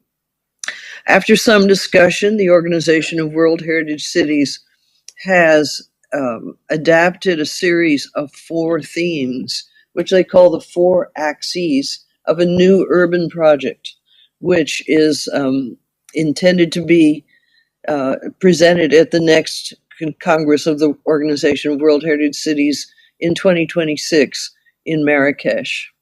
And these themes have to do, first of all, with habitability, what they call requalify the habitat, meaning focus on abandoned and dilapidated buildings that exist in all these historic environments, and create a harmonious and dynamic relationship between residents and other users. And so that goes straight to this topic that's already been talked about today, of finding ways to make existing buildings and the history that they contain more productive within the urban context. The second theme is to refresh the city, to add green space and make residents more aware of the relationship between nature and the urban environment, and how catastrophic interactions such as flash flooding and things like that have become a feature of many cities that are ill prepared for the new world of increasing rainfall and other kinds of environmental phenomena can be adapted. Their third theme is to transform mobility, meaning move away from the car only model and introduce other forms of mobility that favor responsible, ecologically responsible travel. Many of cities are experimenting with green transportation and the reduction of cars, and it closely relates to the discussion about the greening of the city. And then the fourth theme is to regenerate the urban environment, meaning revitalize city centers in a way that draws upon territorial intelligence and the intrinsic identity of each city. And so those themes are a point of reflection for the organization, as well as a kind of strategy for expanding their capacities individually and collectively for addressing these problems. The CHIFA, the Cultural Heritage Finance Alliance, converged with their thinking in the presentation of a series of success factors that, from our research, help to ensure that cities can progress toward these kinds of goals. And these are political will, leadership from the governmental sector, measurable outcomes from a social, economic, and environmental perspective, mitigation of risk for investment and encouragement of incentives, capable and empowered non-governmental leadership, and transparent management. Hearing about these success factors, the Organization of World Heritage Cities adopted them as part of their new urban project as a kind of framework for measurement of progress and success. And so we've converged now in a program which is called the Urban Heritage Regeneration Accelerator. As many of you know, regeneration projects can take a long time and can cross over from one political regime to another over time. And so our goal is to try to fast track projects that try to achieve these goals in individual cities where most of the work is happening on the ground, and our mentor group is providing guidance and a kind of matrix for reaching success. So this is what we're embarking upon in the next couple of months. We have put out a call for applications and received a very interesting range of proposals from cities in the developing world and cities in Europe. So I think our cohort of 5 to 6 cities, which will be announced in the coming weeks, will combine cities that have very large capacity but are trying to stretch their capabilities to address these new urban issues that have arisen in the last decades, and cities that are really starting from scratch and have very little articulated policy and strategy. It's a 9-month program, at the end of which we, as the accelerator model implies, will intend to bring the participants and their presentations in a group of pilot projects to contact with potential investors, with interested parties that could help them to create a kind of circular ecosystem of renewing support amongst these various sectors. So I think that's the sense of what we're trying to achieve. I've already heard similar presentations this morning about other cities that are undergoing a similar process. So I think we're all on the same page in terms of what needs to be in order for our historic cities and the city centers to be part of the future in terms of being able to function within growing urban environments around the world. Thank you. Thank you very much, Bonnie. It is the new urban project of the organization really has and will benefit from the partnership with GIFA, and we are very appreciative of your efforts. I'm speaking now on behalf of the organization of World Heritage Cities, and for the regeneration of city centers and the needed financing, which is always, a problem. And with your help, many cities will benefit. So now we move on to my other dear, I'm so pleased to have so many dear friends on the panel. That's great. Professor Emeritus Antonia Moropoulou of the National Technical University of Athens, School of Chemical Engineering. Antonia, you have the floor. Thank you, dearly. It seems that within the last 4 TMM-CH conferences, we have established a forum through this panel with some militants which are stable. And I would like to say that, yes, indeed, there are directives, there are guidelines. We understand where we have to take the historic cities so that they will have a future. But within this discussion up to now, a fresh air is coming where we are stuck. And of course, I will come back to what I have to present to you, but I want to say this in advance because I was tired to present research work, cultural regeneration in order to go further with local people, but we came to a point that we cannot go further.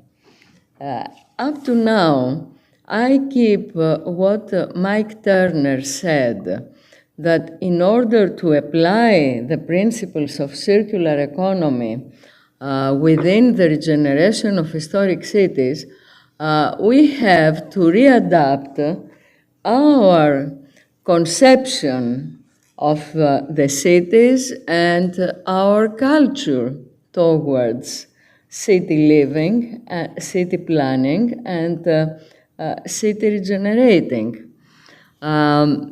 This is true indeed, as well as what Bonnie Burnham said, and what is responding to what Liminaidis and the Organization of World Heritage Cities are doing, that what is going on and is giving us a hope that there will be a progress is a private initiative through the Alliance for Cultural Heritage funding, this institution that Bonnie Burnham has established.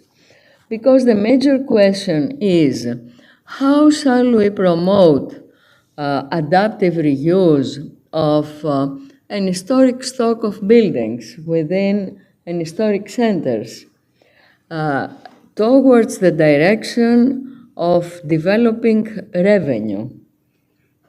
Because without a revenue, the public economies are incapable anymore to cover the gap of funding in order to provide protection and sustainability, longevity, and livability to the historic cities. They failed.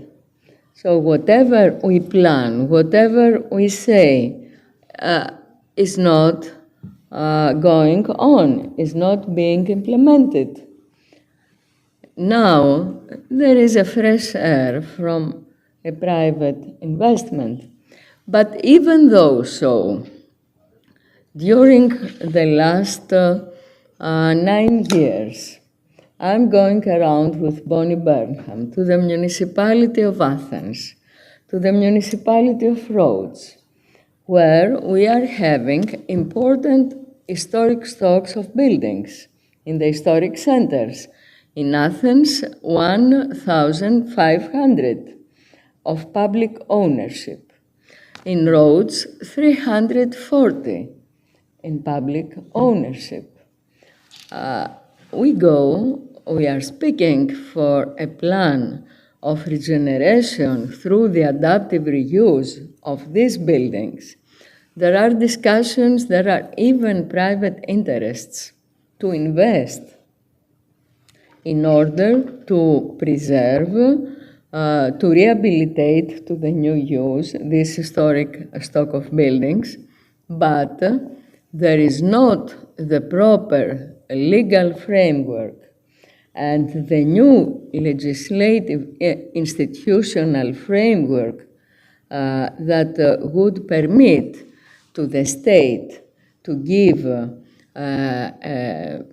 a long time leasing to the investor in order to go on and to produce revenue. Furthermore, how could the investor, through that leasing, provide the basis to the public owner, the municipality, or the agency, the development agency, to get the benefit through this investment to go on to make some long-term loans and with the revenue added to that to provide protection to the historic city. All these are questions. So with all these questions, very briefly, I will go back to what is happening today. First of all, the UNESCO's historic urban landscape through the approach of 2011, the Sustainable Development Goals of the UN 2015, and the new urban agenda, the Habitat 3 of 2016. It is a must that we have to keep up livable historic cities, economically viable and resilient. Key principles: authenticity and integrity, sustainability, community involvement, legal protection and management plans, adaptive reuse, documentation and research. Preservation. Preservation is not a luxury, but the public funds are not capable anymore, neither philanthropy, to cover this need. We are going to the public-private investments, to Cultural Heritage Investment Alliance in order to cover this gap. But how would that be implemented? Of course, integrated approaches are the basic framework to go on with this. The summit of the southern countries of the European Union in Athens, September 21, concluded that climate change prevention measures in all sectors have to redefine regeneration strategies in historic cities. These are important axes, and the United Nations World Tourism Organization has pointed out how sustainable tourism, like the one that Bakul Geoff presented to us, how through rediscovering the history, strolling within the city, we would give to the city some points, some perspectives for new economic benefits. But the question is dealt within what we very gently call cultural relativism. Cultural relativism means how the local society is conceiving the changes. And that means that local decisions, according to the social involvement, are defining the future of the well pre-designed solutions.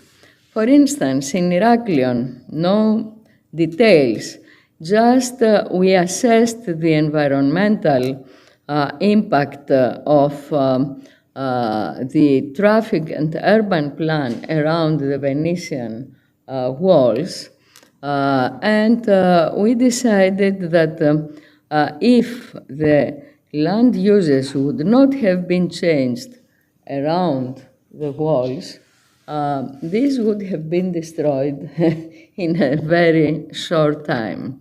The impact of the traffic on the fortress, the bus stations around it should be changed through applications, technical applications, we made our suggestions. For the good of the city, the local authorities decided for these changes and they applied it. But this was something that had no cost, but only the cost to change the habits of the local people, the inhabitants. And they were positive to that. So that's the positive aspect of cultural relativism. But there is another one. In our homeland, in the medieval city of Rhodes, where both of us with Lee have worked a lot in order to go a step further, here we are stuck. We are stuck because of the reasons I have said in advance, and we have to admit that. So I am presenting a work we have made from different levels and mechanisms, and Lee and me, but we are now at a point that something else has to be done in order to go further. Okay, the cultural regeneration of the medieval city has been achieved by the young generation, the youth ministry at the 80s. Harris was with us at that time. And the whole moat of the medieval city was cleaned out and had a cultural reuse, along with some fortresses that were regenerated and reused culturally. But the international trends and the guidelines that were requiring a new specific urban planning, a program for sustainable preservation, a program for adaptive reuse within the circular economy direction, based on well-documented and well-estimated plans, is still at the level of plans.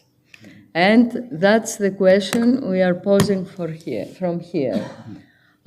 We need a new alliance. This new alliance should not be only a funding alliance, which is a prerequisite. It should be a social and political alliance as well, to convince central governments, local governments to decentralize their power to the local, and from the local to decentralize their power to the initiators of these new plans.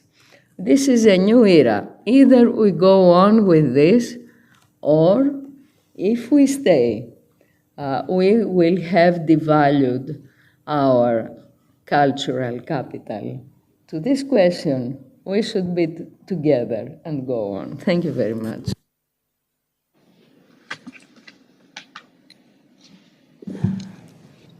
Thank you very much, Tonya, for this presentation, which reveals or reminds us of the limitations that we have at this time and the obstacles that are before us in the efforts of so many to restore, to reuse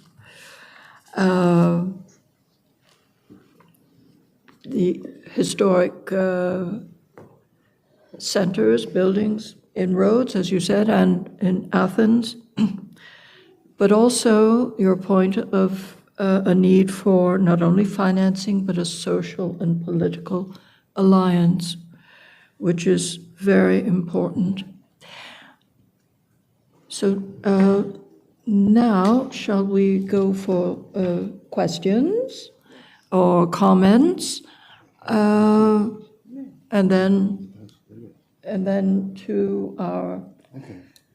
He would like to make his presentation. Oh, you have a presentation. Not necessarily. Most necessarily, of course. You have a president. Yes. So, our rapporteur and again, dear friend, Haris Kokosis, who will, I didn't realize there was indeed a presentation. Haris, you have the floor.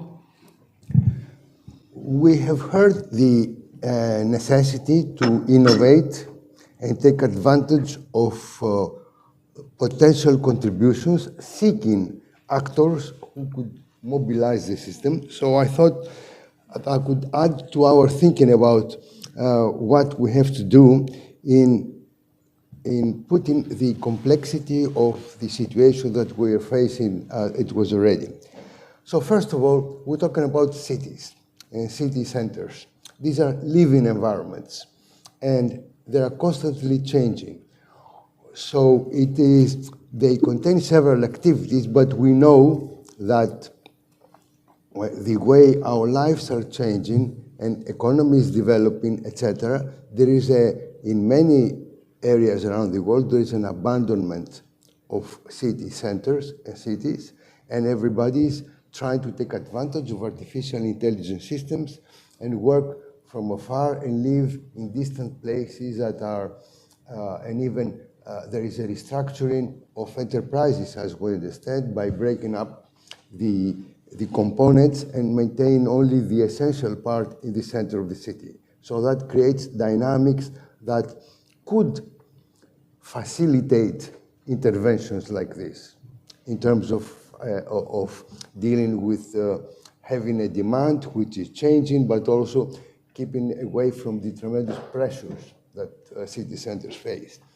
The second has been already presented. We deal with areas that have a historic character. They feed us with important items that we need as society to develop on a contemporary basis that constantly changes, and we have to look at changes in a way that by bringing in our past as well. The third part, which was also presented, is about the policy context, which is changing rapidly. Economy is changing, society is changing, and the way we look at environment is changing. Of course, we have developed, as Tonia Moropoulou presented, guidelines, principles, etc., but we have to go beyond that and work on the social responsibility aspect, meaning mobilize actors and mobilize also respondents, societies, to think about it. And of course, we planners, we deal with how can we contribute to that, and we know that urban planning, urban design is the essential basis, which talks about principles and processes, but then we lack the last component, which is the empirical cultural experience. But so we talk about demographic dynamics, societal values that are changing. We know people are more individualistic in contemporary society, in the sense they look to satisfy their own particular needs and interests.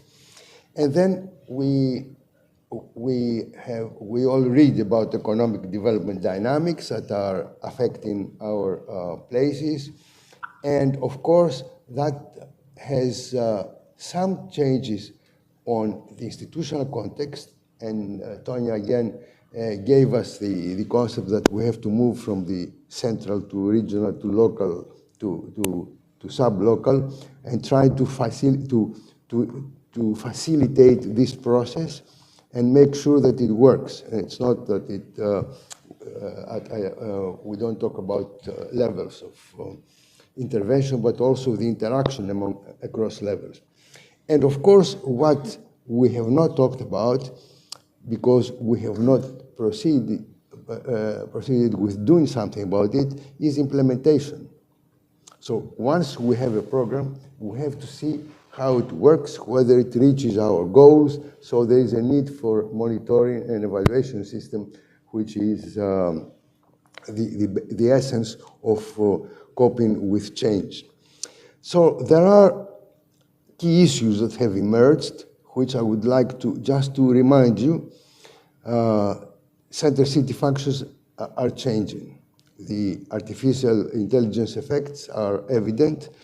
As we said, there are concerns about the necessity to provide habitat, residences, the availability, and because of tourism and other reasons, there are problems created, and we know that there are several cities around, from Amsterdam, Barcelona, Venice, etc., that have long-term efforts to cope with these pressures and provide affordable places for people to live in the center of the city, affordable and accommodating in this sense on a contemporary context.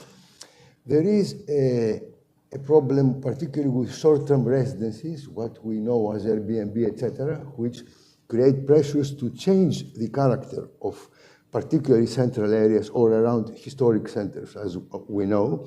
And it tends to be, it creates problems of various kinds, which we have read already, but it is there. It's not something which is easy. It cannot be easily controlled, so it is an issue. And then, of course, we come to what can we do about it with the existing legal framework? How can urban planning interfere? Can we talk about residences, residence areas, okay? How about these short-term rentals? Are they affecting residence areas? Are they stimulating? Because there are positive aspects as well. There are areas in Athens, at least, and many other places that have been revitalized because of this system. And of course, they're revitalized, but they have also lost many of their residents. So we have to respond, and you've heard from all speakers about reaction, adaptability, resilience, building up resilience, meaning the capacity to be functional with coping with changes. So essentially, one of the key areas also is to seek the means, not only the legal and the institutional context, but as Tonya said, the funding of that. So I think this is just, as a rapporteur, a summary of challenges that we are facing. Thank you very much.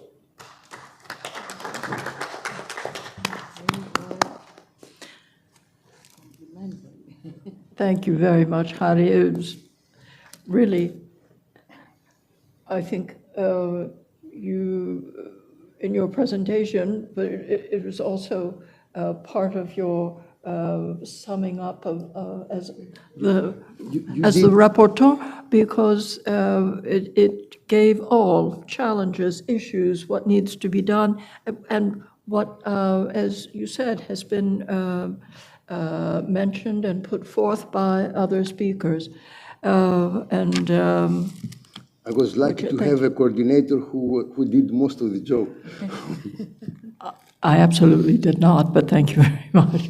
So before you give your final summary, shall we go forth with questions or comments?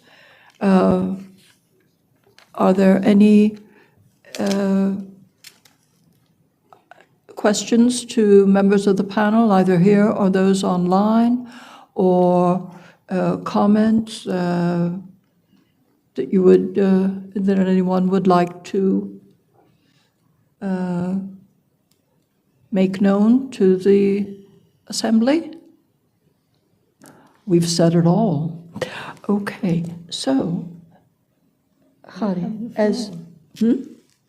Sorry? So, as a rapporteur, the best I know.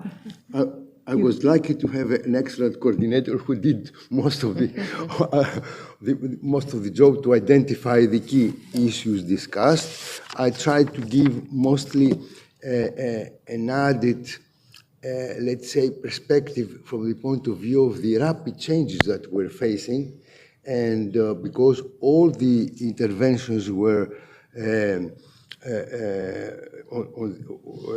gave us the different ways that we're thinking about coping with these changes. But what I wanted to stress mostly with mine was to stress that changes are fast. And of course, we have realized that we're not fast enough to react. And by the moment we react, it's already sometimes too late, and things have changed so much we have to rethink our what we have to do. And we have heard about the necessity, the opportunities and examples of participating in efforts like this from the net zero cities, for example. It was from the mayor of Ioannina to the creative ecosystem and promoting upcycling by and circular urban planning, which is a new perspective to rethink about planning. And we heard about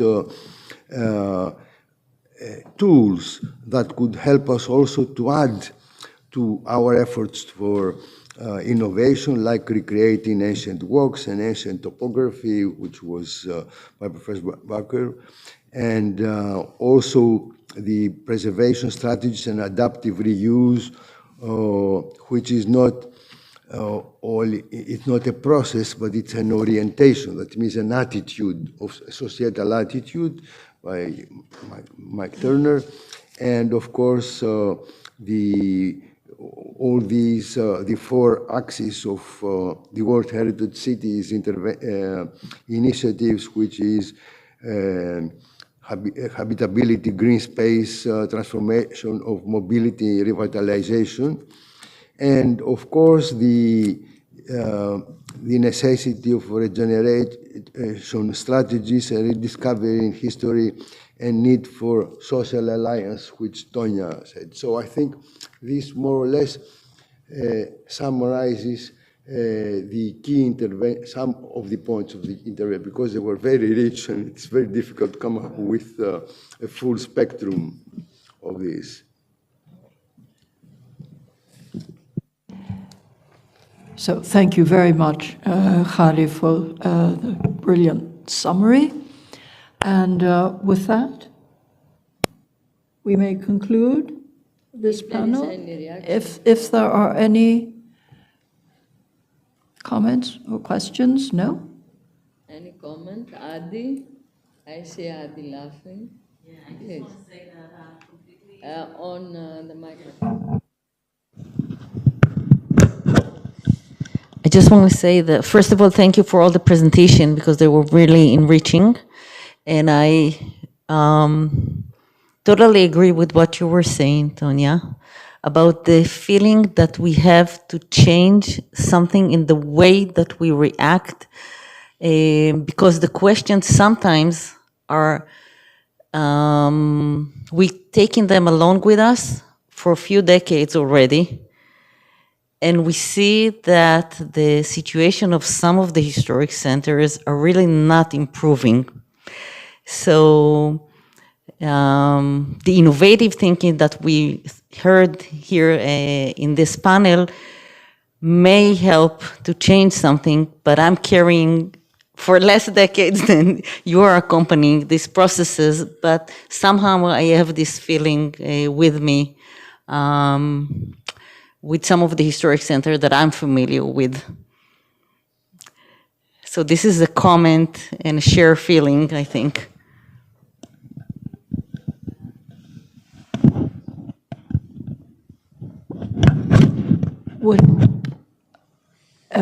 Are there any comments or questions from our speakers online? Any further thoughts that you would like to share with us? No? Bonnie? Hmm? Okay. All right. It seems that all has been said. I thank all of the speakers and our rapporteur for a great job, and so wonderful to see my friends on screen there as well, and hope that we will be able to meet in person in the near future. Thank you all very much, and thank you for your attention. Thank you, Lynn. And stay all online for the photo of the panel, yes, please. you'll stay and online our because appointment will be at the 5th TMM, December 26, at the end of Evlogon. Okay, so Please.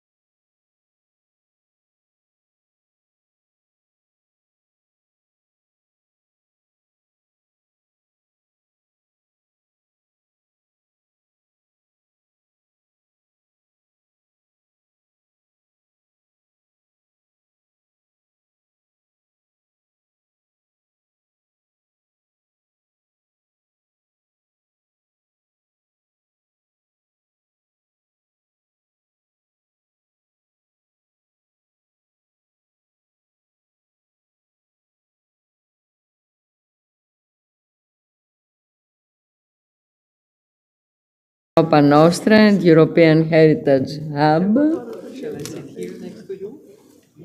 Lila de Chavez Chronopoulos is excused for a serious health problem. Chrysanthos Pissaridis, President of ICOMOS Cyprus. I don't see him, but he is here. I invite him to come. Vulteps Sofia, former Deputy Minister on Migration and Asylum, an MP. She will come after 6:30 and participate. Zdouko Alexandra, former Energy Deputy Minister, now the press responsible of the governing party. She will come. Alexandrakis Georgios from 4th. That's the Coastal and Marine Research Laboratory of 4th. He is connected. And Phoebe Koudouri, she is here. Please, Phoebe. Okay. Professor, Athens University of Economics and Business, Technical University of Denmark, President, World Council of Environmental and Natural Resource Economists Association, Chair to the SDSN, Global Climate Hub. She is, so many titles I have never seen. So, dear Yorgos, you are starting. Well, thank you very much, Professor Moropoulou, dear Tonia.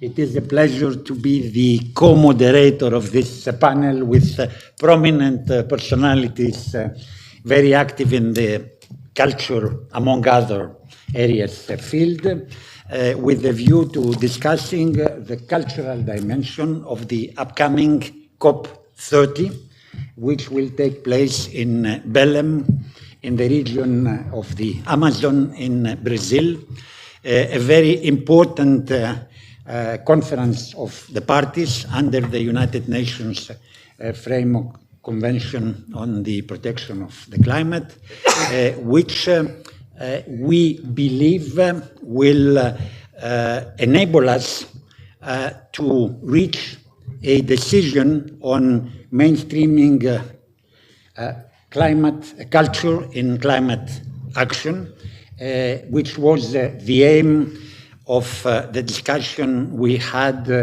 in COP28 in the Emirates, where a declaration was adopted on culture-based climate action with the creation of a group of friends.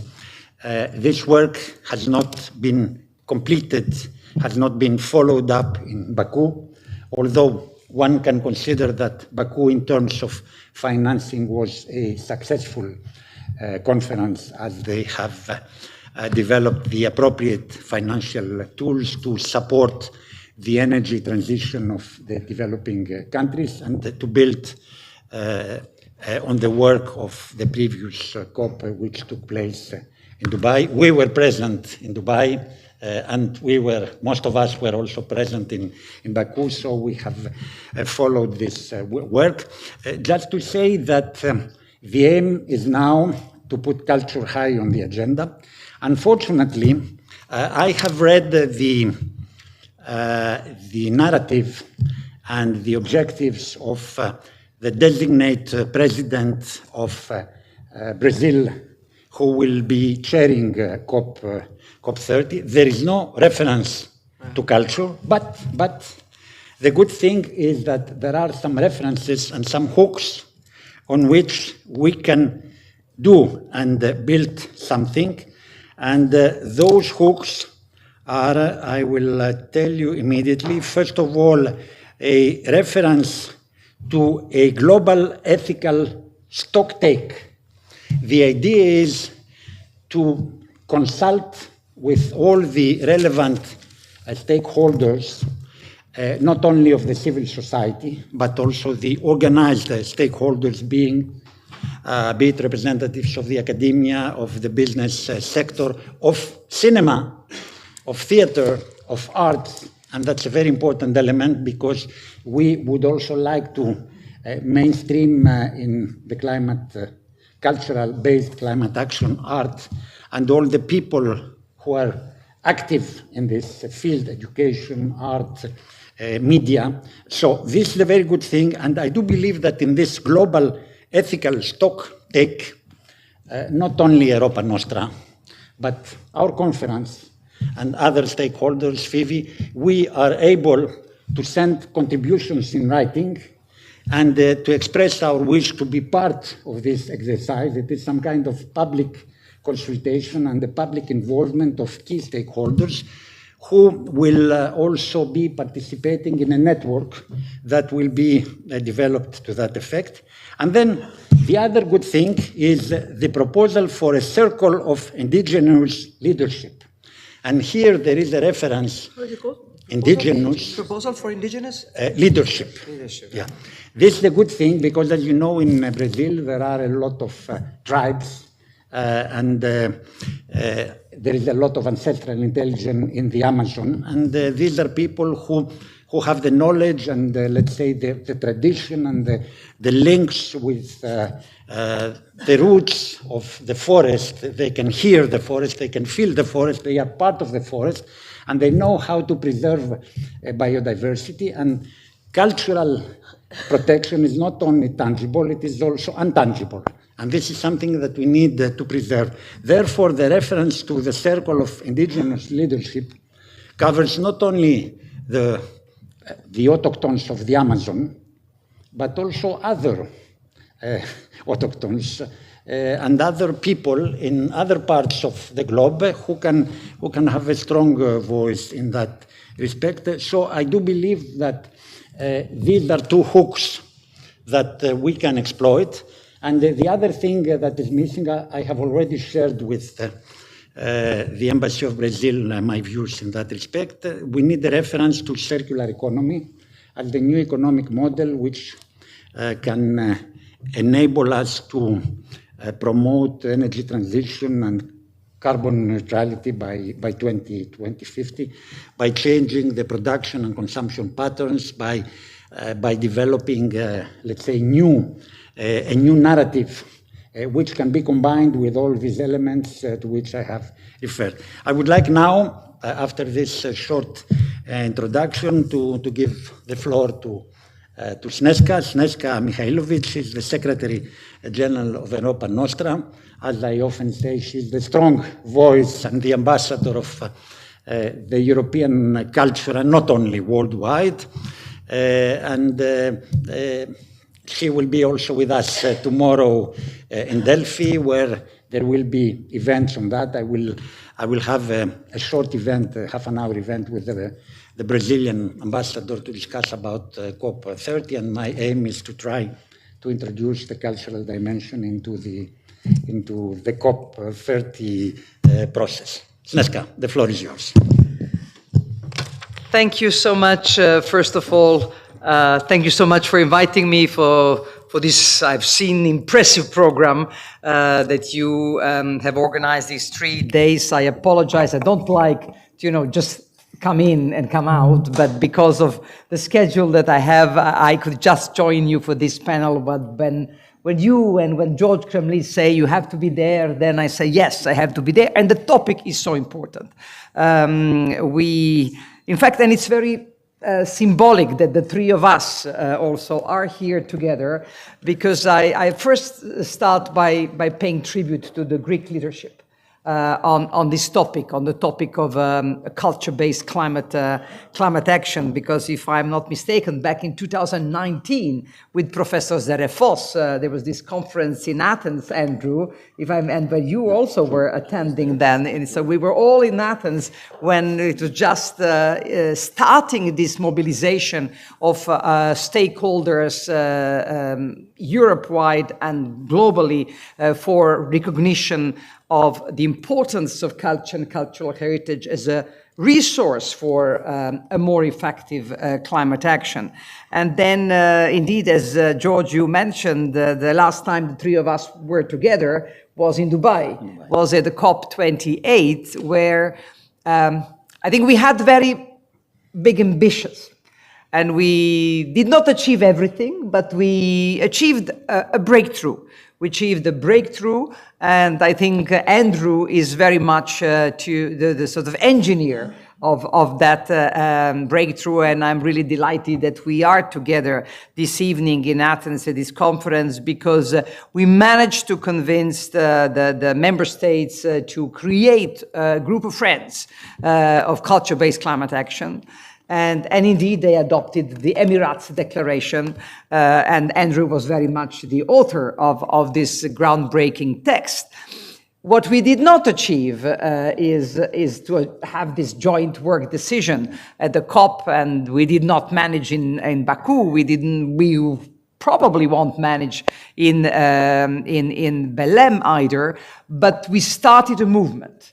And that is very important, and Andrew will tell us more, because he has been really one of the leading personalities of getting all of us on board as a founder and coordinator of the Climate Heritage Network. He said, Europa Nostra has to be in. You are the voice of cultural heritage in Europe, so we need to rally the European stakeholders, and then with very much, George, with you and Greek colleagues, we got our act together, in a sense, and we also, within the European Heritage Hub program, we organized during our 60th anniversary in Venice, an important event where we also launched the Venice Call to Action for culture-based climate action, and that has led to a global call and to the group of friends. But I think I would leave Andrew to, go more in details of the main messages of that call. But when we say, I think they're listening to you, George, when you mention, I think it's very interesting, that hook that you have identified for Belém, the hook of the global ethical stocktake.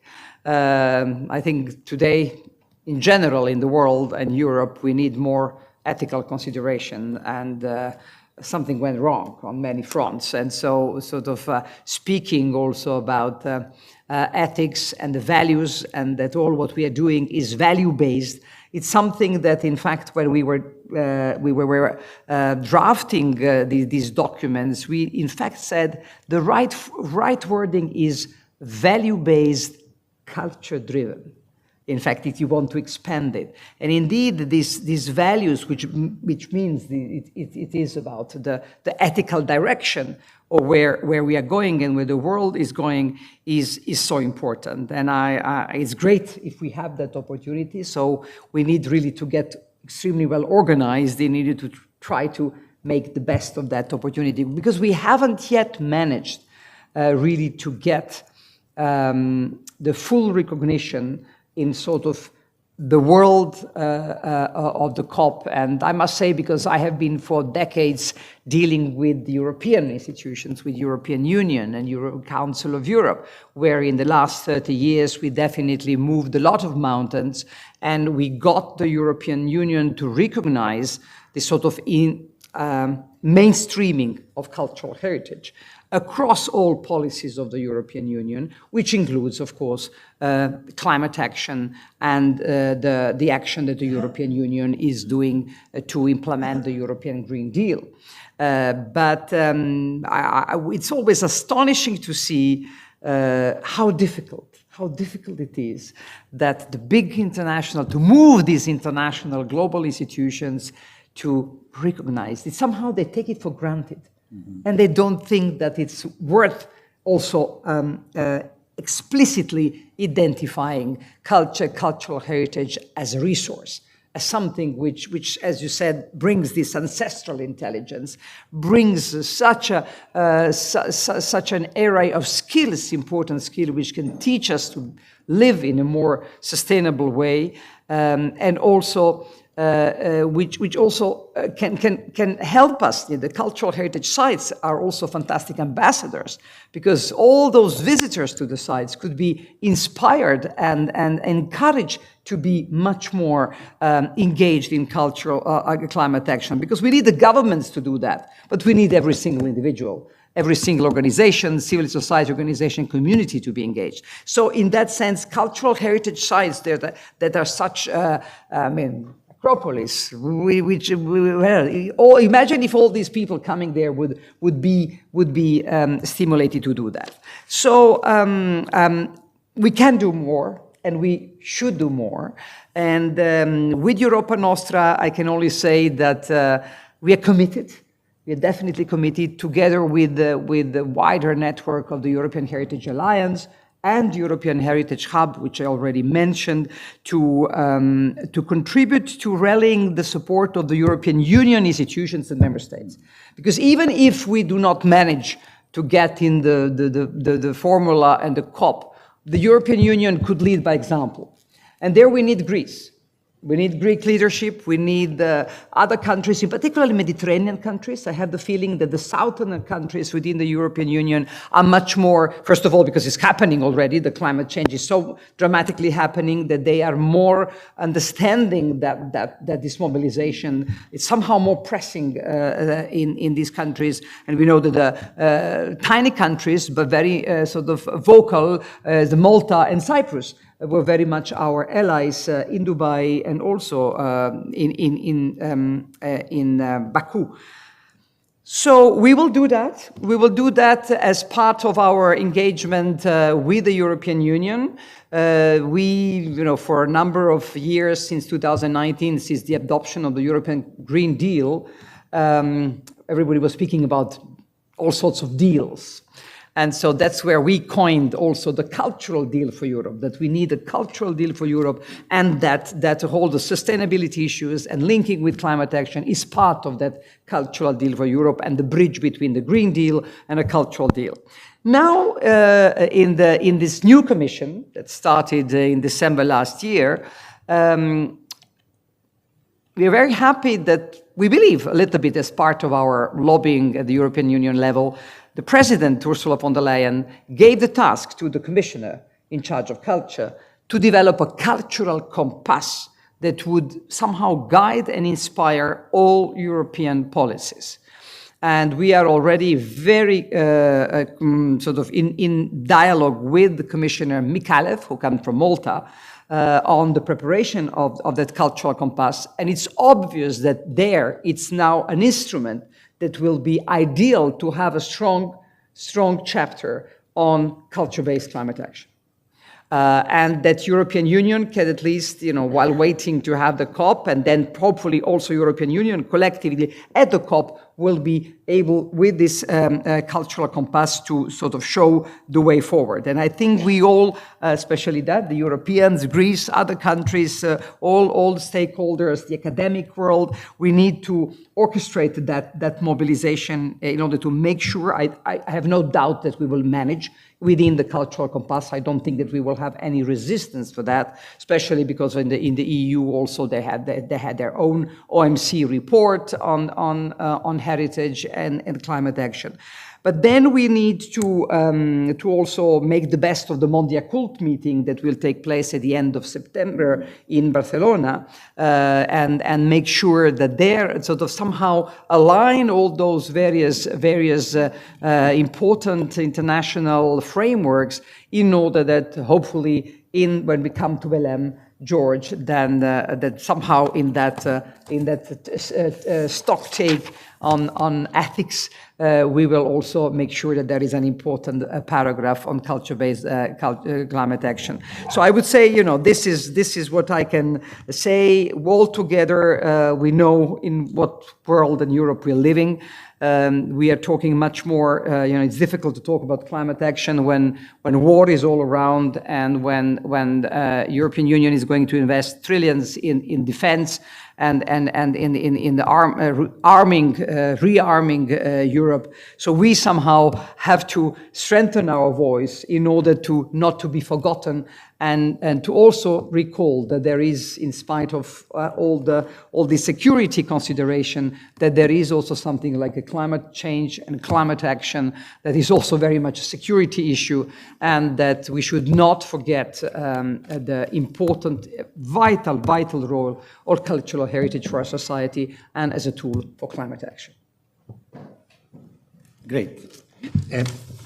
Before Tonya takes the floor, let me first of all thank you. It is always a pleasure to listen to Snežka. She can speak for hours. It's always passionate, and you can listen to her without losing interest.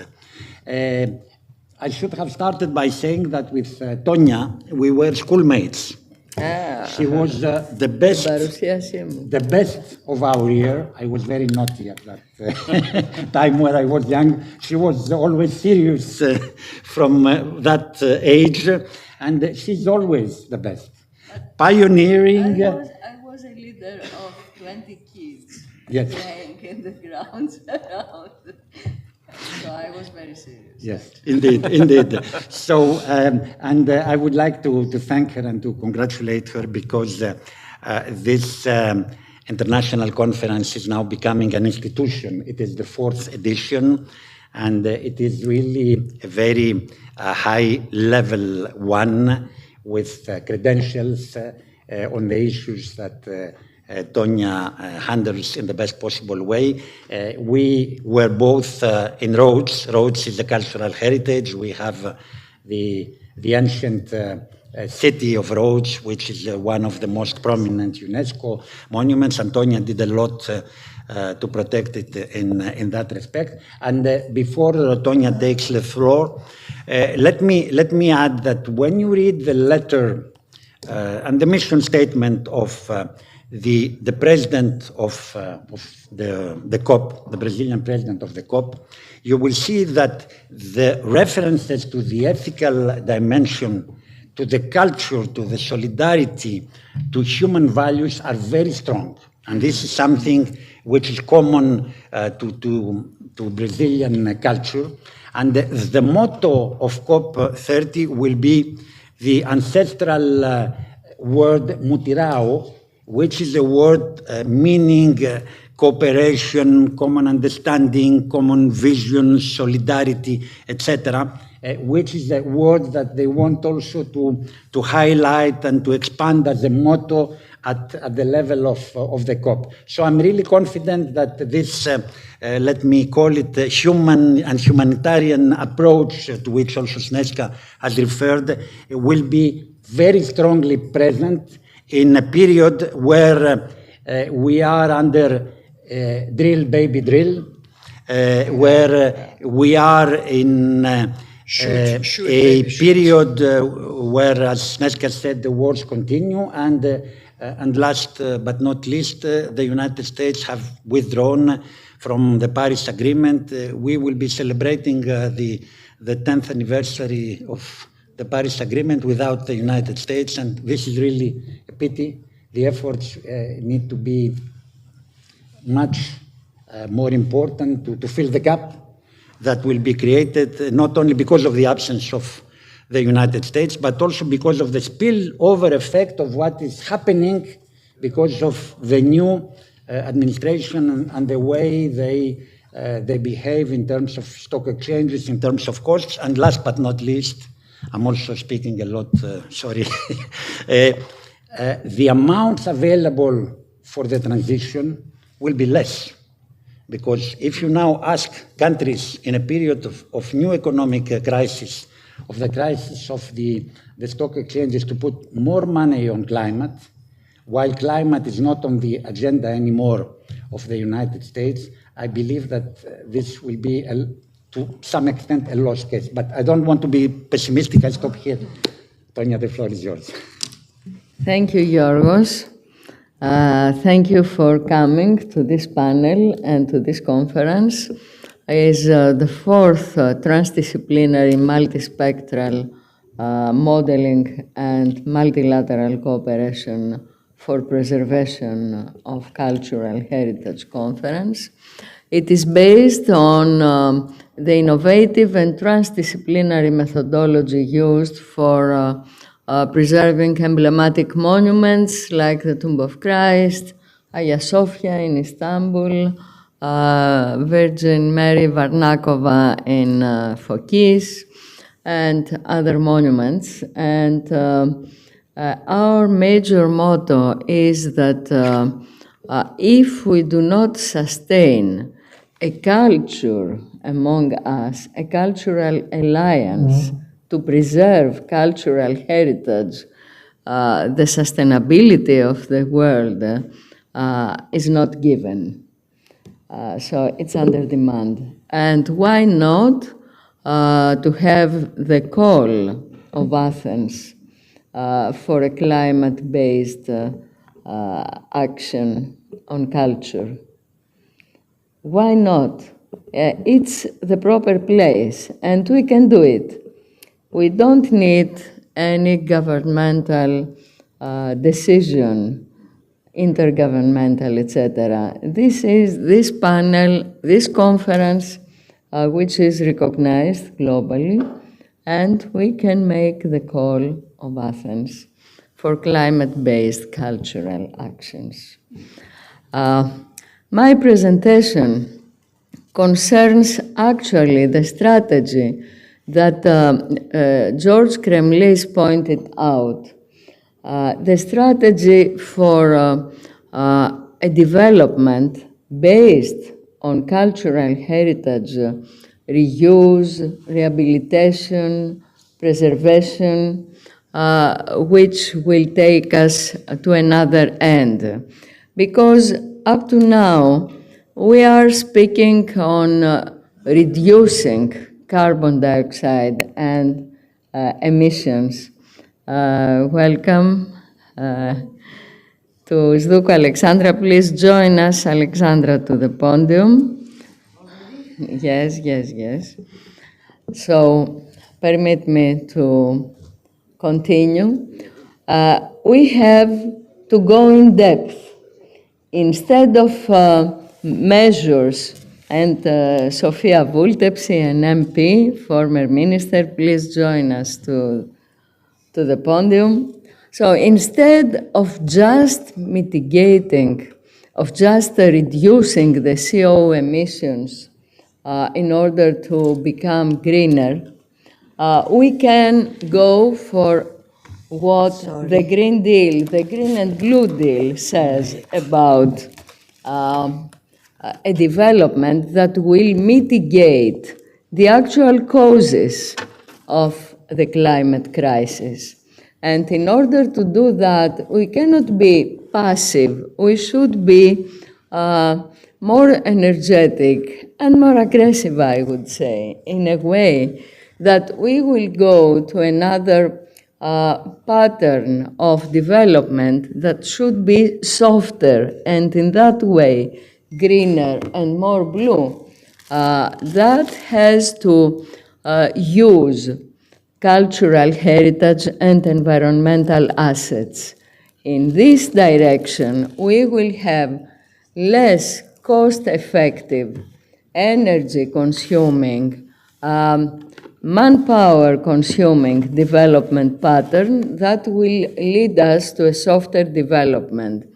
I will just pass through some examples.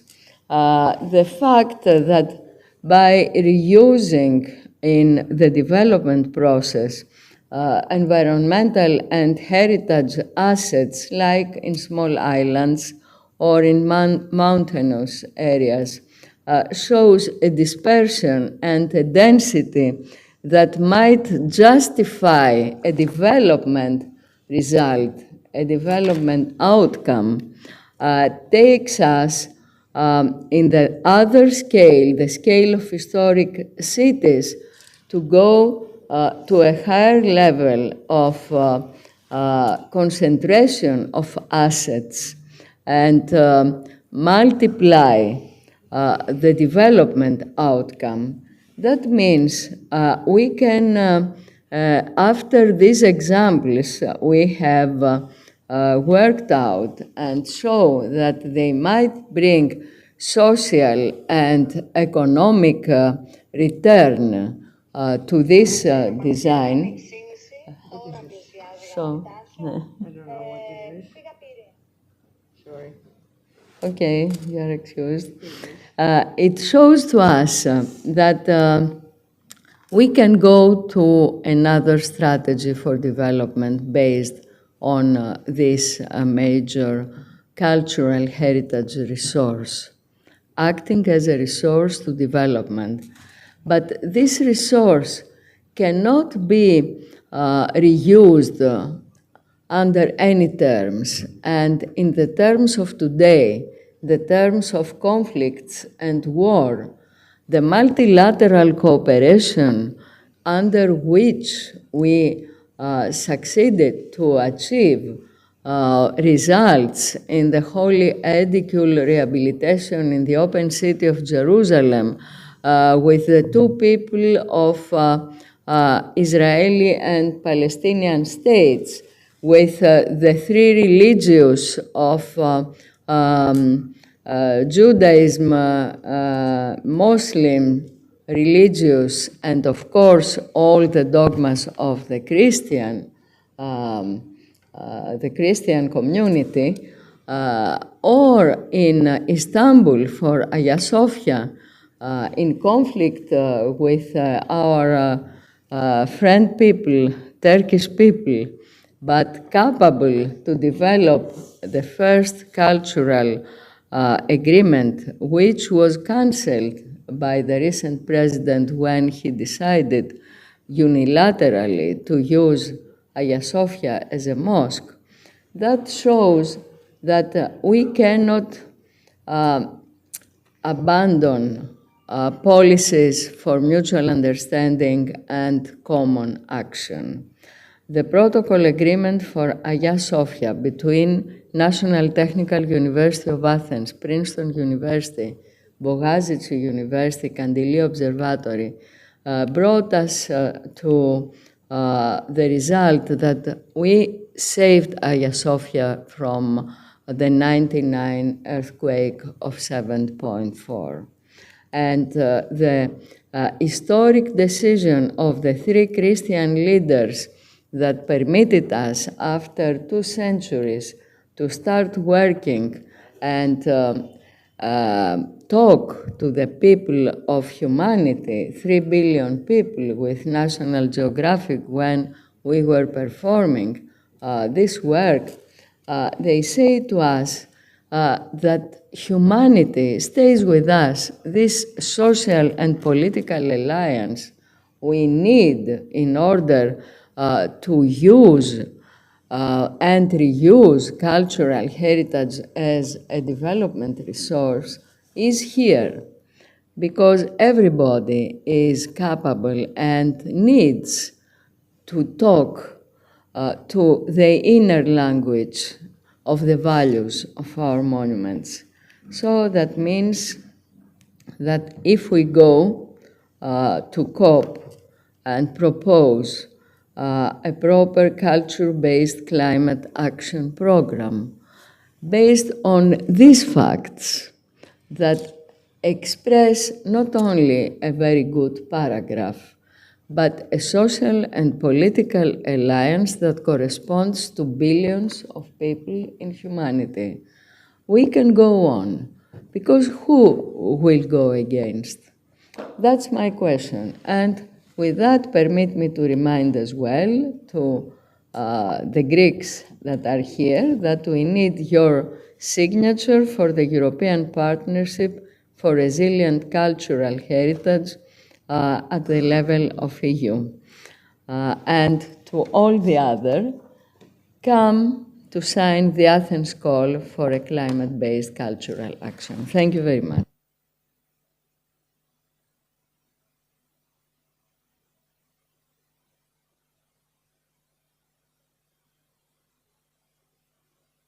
I'd like to invite my friend Alexandra Zdoukou, former Minister, Deputy Minister of Energy.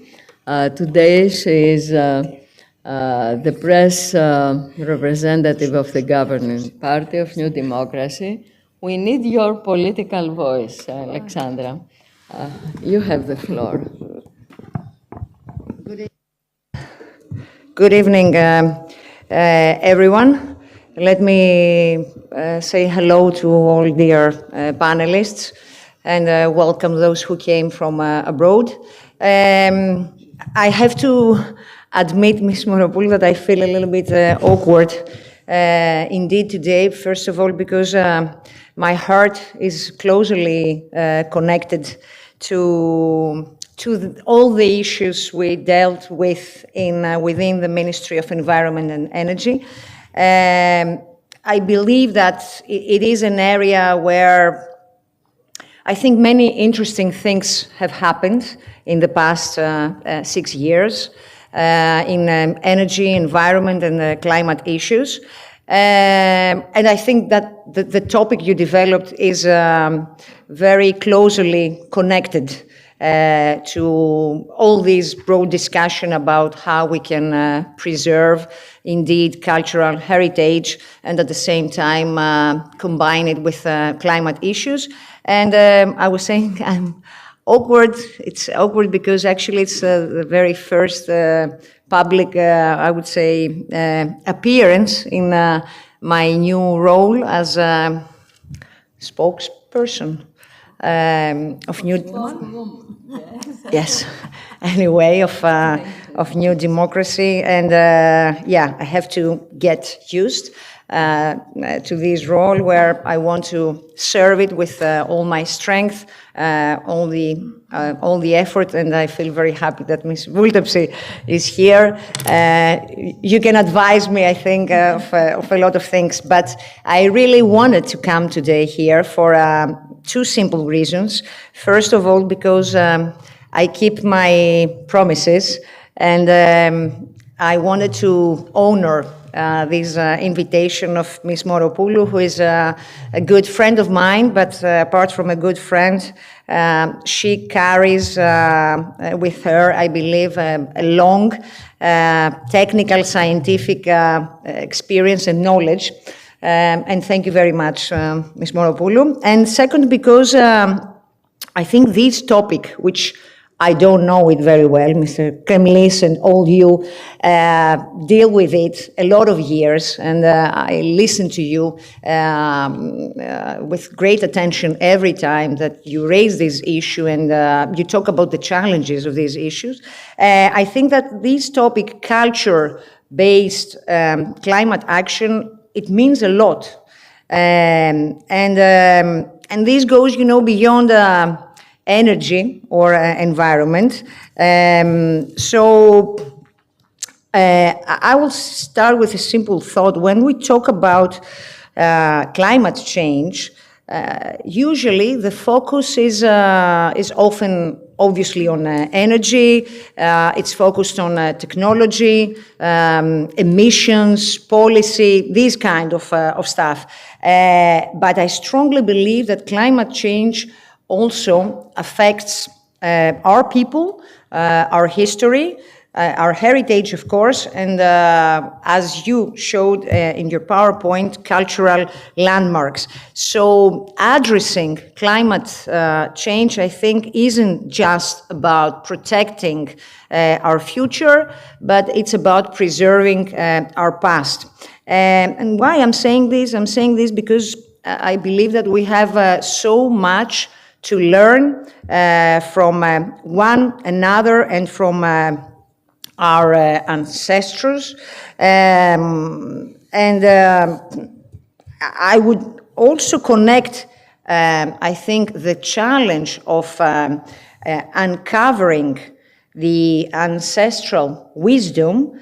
I think it's just as important as artificial intelligence is, because what we learn actually from the past, I think, is just as valuable as the technology we build for the future.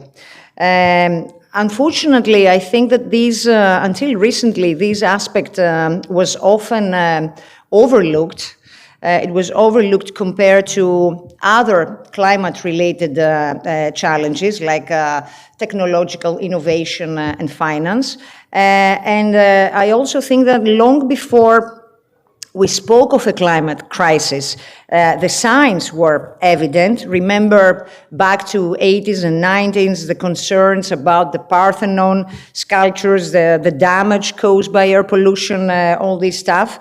And all these early warnings showed obviously, how environmental issues can threaten our cultural treasures. But our government, led by Kyriakos Mitsotakis, recognized this issue quite early, I would say, and he has committed to protecting Greece's cultural and natural heritage since the start of this government's term. For those you remember, back in 2019, George Kremlis knows very well about that. You were one of the mentors, I would say. Greece took a bold step by launching an international initiative to protect cultural and natural heritage from climate change. And this effort, as you know, quickly managed to gain global support, including backing from United Nations Secretary General, by UNESCO, by the World Meteorological Organization, if I remember well, the Council of Europe, over 100 UN member states. And to turn this vision into action, we then created the so-called flexible mechanism, which was a collaborative team made up of representatives from Greece, UNESCO, UN Framework Convention. And I think that our mission is simple, but it's powerful, I would say, to connect actually scientific knowledge with practical tools for climate adaptation and mitigation. I think that these can help us make smarter decisions if we want to safeguard the cultural and natural heritage. And I'm also sure that Mr. Kremlis and also Ms. Koudouri, who I see here, they remember the powerful message that was sent from COP29 in Baku last November, that climate emergency is actually a cultural emergency. And this dialogue, of course, reinforced the need to integrate culture into global climate strategies and build on the momentum from COP28, where, if you remember, over 20 countries, including Greece, adopted the, what it was named, Emirates, I remember, the Emirates Declaration on Culture-Based Climate Action. And I think that this was a very clear acknowledgement that culture is crucial to shape climate solutions and influencing how we approach sustainability. My last point is that climate change, I think, is bringing obviously even more threats to our cultural landmarks. Tonya showed a couple of pictures there. We have extreme heat, we have wildfires, we have war, we have flooding, we have earthquakes, even dry weather, I would say. So all our cultural monuments and sites are obviously under an increasing threat, and we must act to protect them. We have a couple of examples. Years ago, in 2007, in Olympia, for example, or Mykines, or other iconic sites, Vergina, Delphi. But I think beyond Greece, the Mediterranean, which is actually one of the most vulnerable regions on Earth, is also feeling the effects as well. And on my way here, I read a study from 2021 in Nature, which I think that was impressive. 86% of UNESCO World Heritage sites in the Mediterranean, it shows that they are at risk. It's quite a huge number, 86%. George can share more about this. And also that study, what I saw is that it assessed 244 UNESCO sites in the Mediterranean, many of them ancient monuments, and the results are quite alarming. 35 sites are at very high risk, 12 sites are in extreme danger, and of course, if this is not a wake-up call that we must protect our cultural heritage, what is it? There are many ways we can make a real difference. For newer, let's say, monuments, we can explore ways to make them models, I would say, of upgrades if we want to ensure that they are protected and resilient for future generations. I also believe, to put some energy here, that renewable energy as well, wind and solar, I think they can play also a huge role in, why is that? In reducing our carbon footprint and also fighting climate change. But it's not just about clean energy. We must also respect nature, cultural heritage. Finally, one issue that I see it also important is that we must focus also on helping communities to adapt to climate change.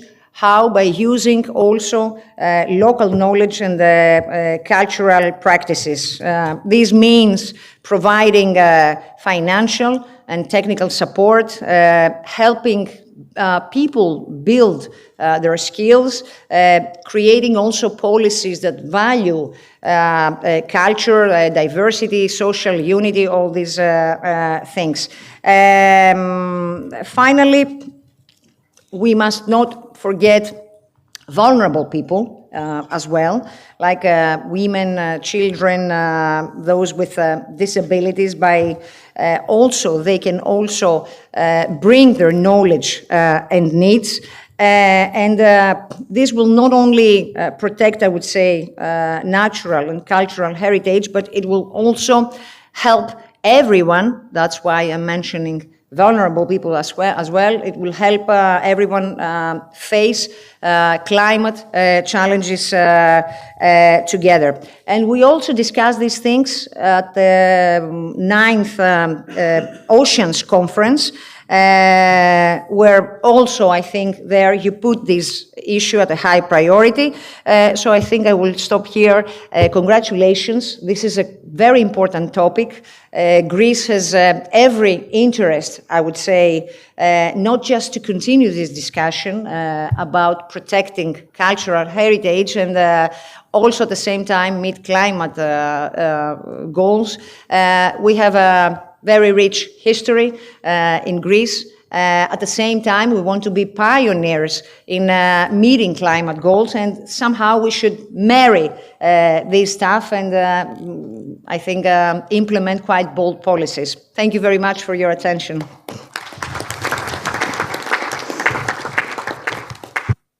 Thank you very much, Mrs. Doukou, and I wish you to be strong in this very effort you are undertaking. I will try. I have the pleasure now. Okay. Okay, I would also like to thank Alexandra. She has complemented my speech by referring to the Greek initiative at United Nations level.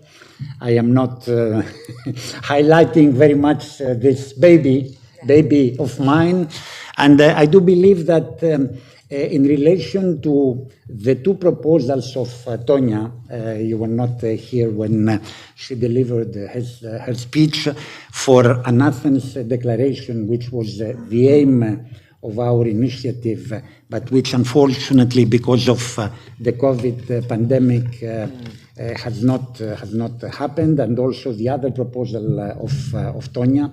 I do believe that we can now develop the Greek initiative not only as a top-down, but also as a bottom-up initiative, starting from the civil society, from the stakeholders, and making the link with what Alexandra has mentioned. Just to say that Alexandra, for me, was the best deputy minister for energy that we had. We already miss her. I underline this. And of course, we already miss Sofia Vultepsi, who was our prominent deputy minister for migration, a very difficult portfolio. Both portfolios were difficult, but migration even more difficult. And I must say that Sofia was extremely successful. I hope now that as a member of parliament, you have a little bit more relaxed, although you are still very active as you have the historic knowledge of this portfolio. So I will give the floor to Sofia, just to say that I have to leave. I will probably leave with the permission of Tonya before the end of this panel, because I have to drive to Delphi tonight. You go today, Yes, tomorrow I have an early appointment with the Bulgarian minister, President of the Republic. So I need to be there. So with your permission, I will listen also to Andrew, and then. We have at 7:30 another panel on Bauhaus. But it is already so 7. I will. It's already 7. Yes, I will call for your brief and very strong points. And I'm sure that, Sophia, your voice won't ever be seized. Thank you very much, Tonya, and congratulations for the new topic, important in our very difficult geopolitical era. And thank you, George. Yes, I don't know if somebody misses me as Deputy Minister of Migration, but this is something that, it never ends. So I'm going to speak a little bit with my old role, like Alexandra. Of course, since I've been the first woman spokesperson as for a government, I have to whisper to her some words there.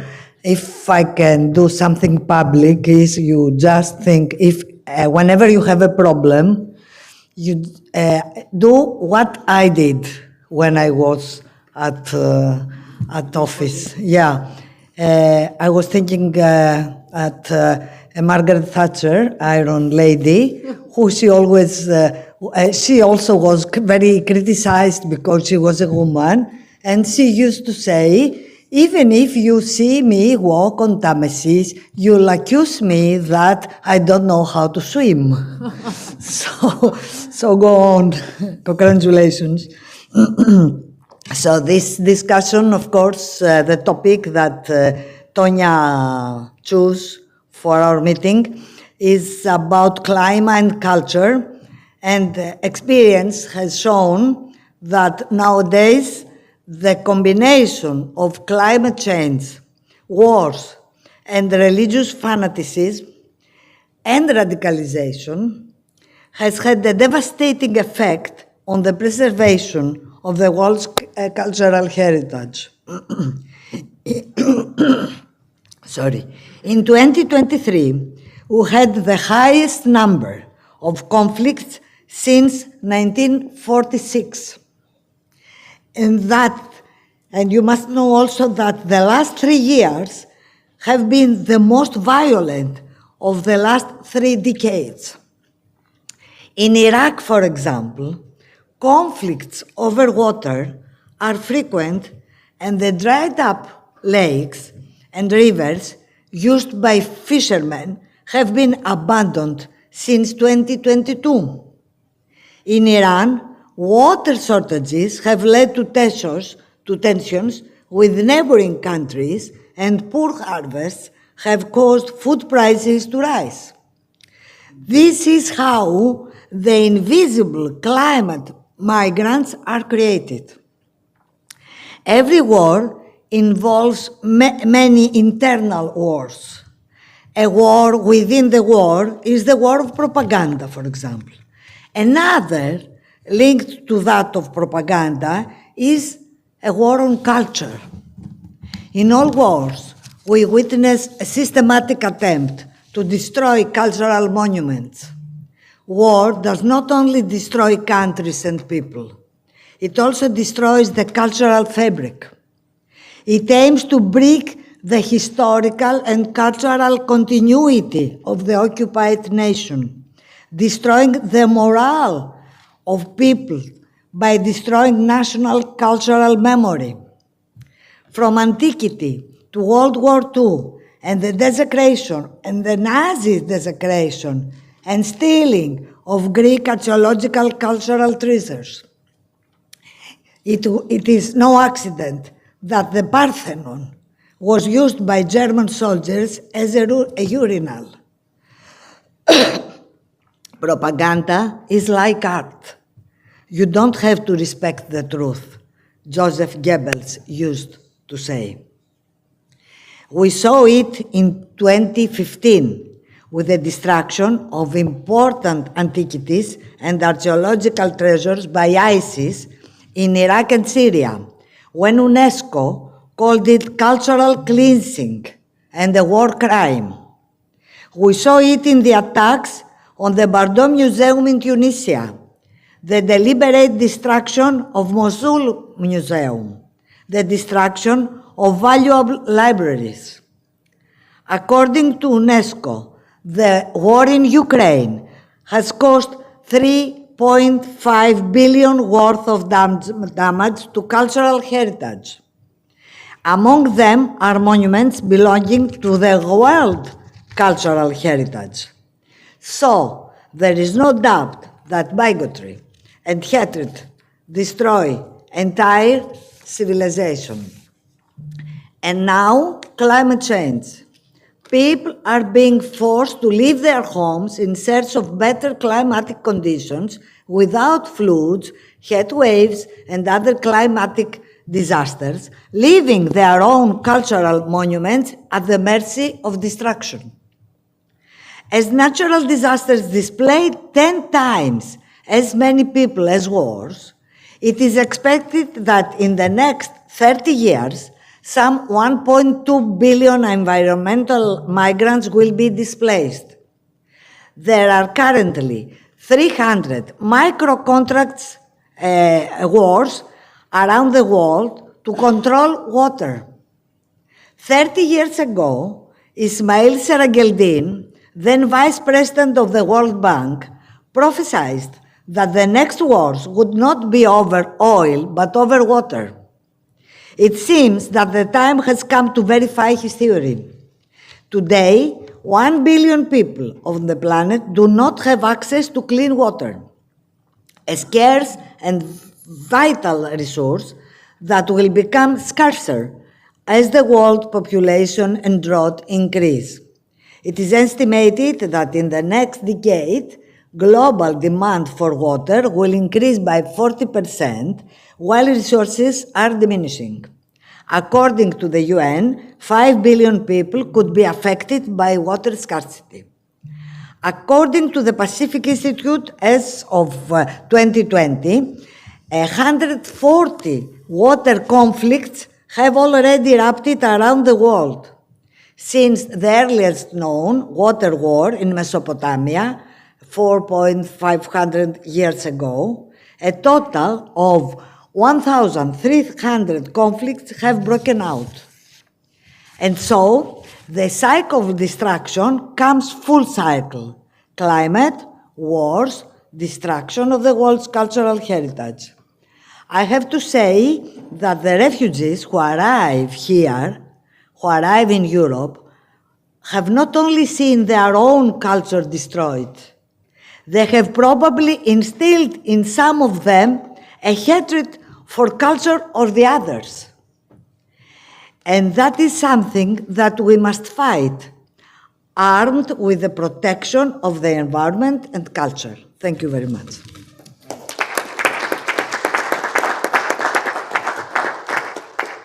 Well, thank you very much, Sofia, for this thorough presentation and for the data that you have provided. I do believe that this evidence is always very important, and for making the links between war, culture, and climate migration. Because in the heart of journalism. yes, because absolutely, you can use several hats.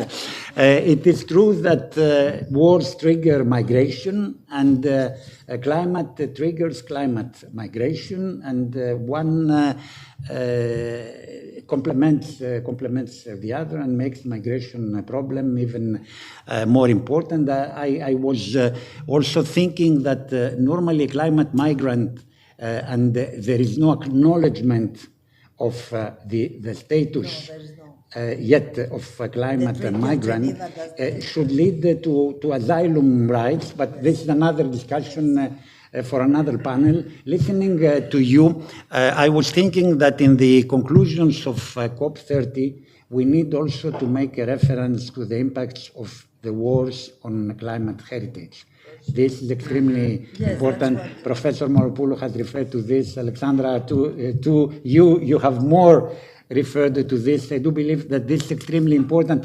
There is currently a moratorium between Ukraine and Russia not to hit energy installations, which is not respected, but at least for cultural heritage, and we know that the center of Odessa was hit the other day, and the Bristol Hotel, which is the equivalent of Grand Bretagne. I was planned to visit Odessa the day after, and the day before, Bristol Hotel was hit and almost destroyed. So, and we were pioneers in having the historic center of Odessa acknowledged as a cultural heritage, a world heritage by UNESCO, and it is really endangered. Thank you. So we now pass to the men of the table. The only woman that will be left is Phoebe Koudouri to act as a rapporteur at the end. So I would like to ask Andrew Potts to take his part.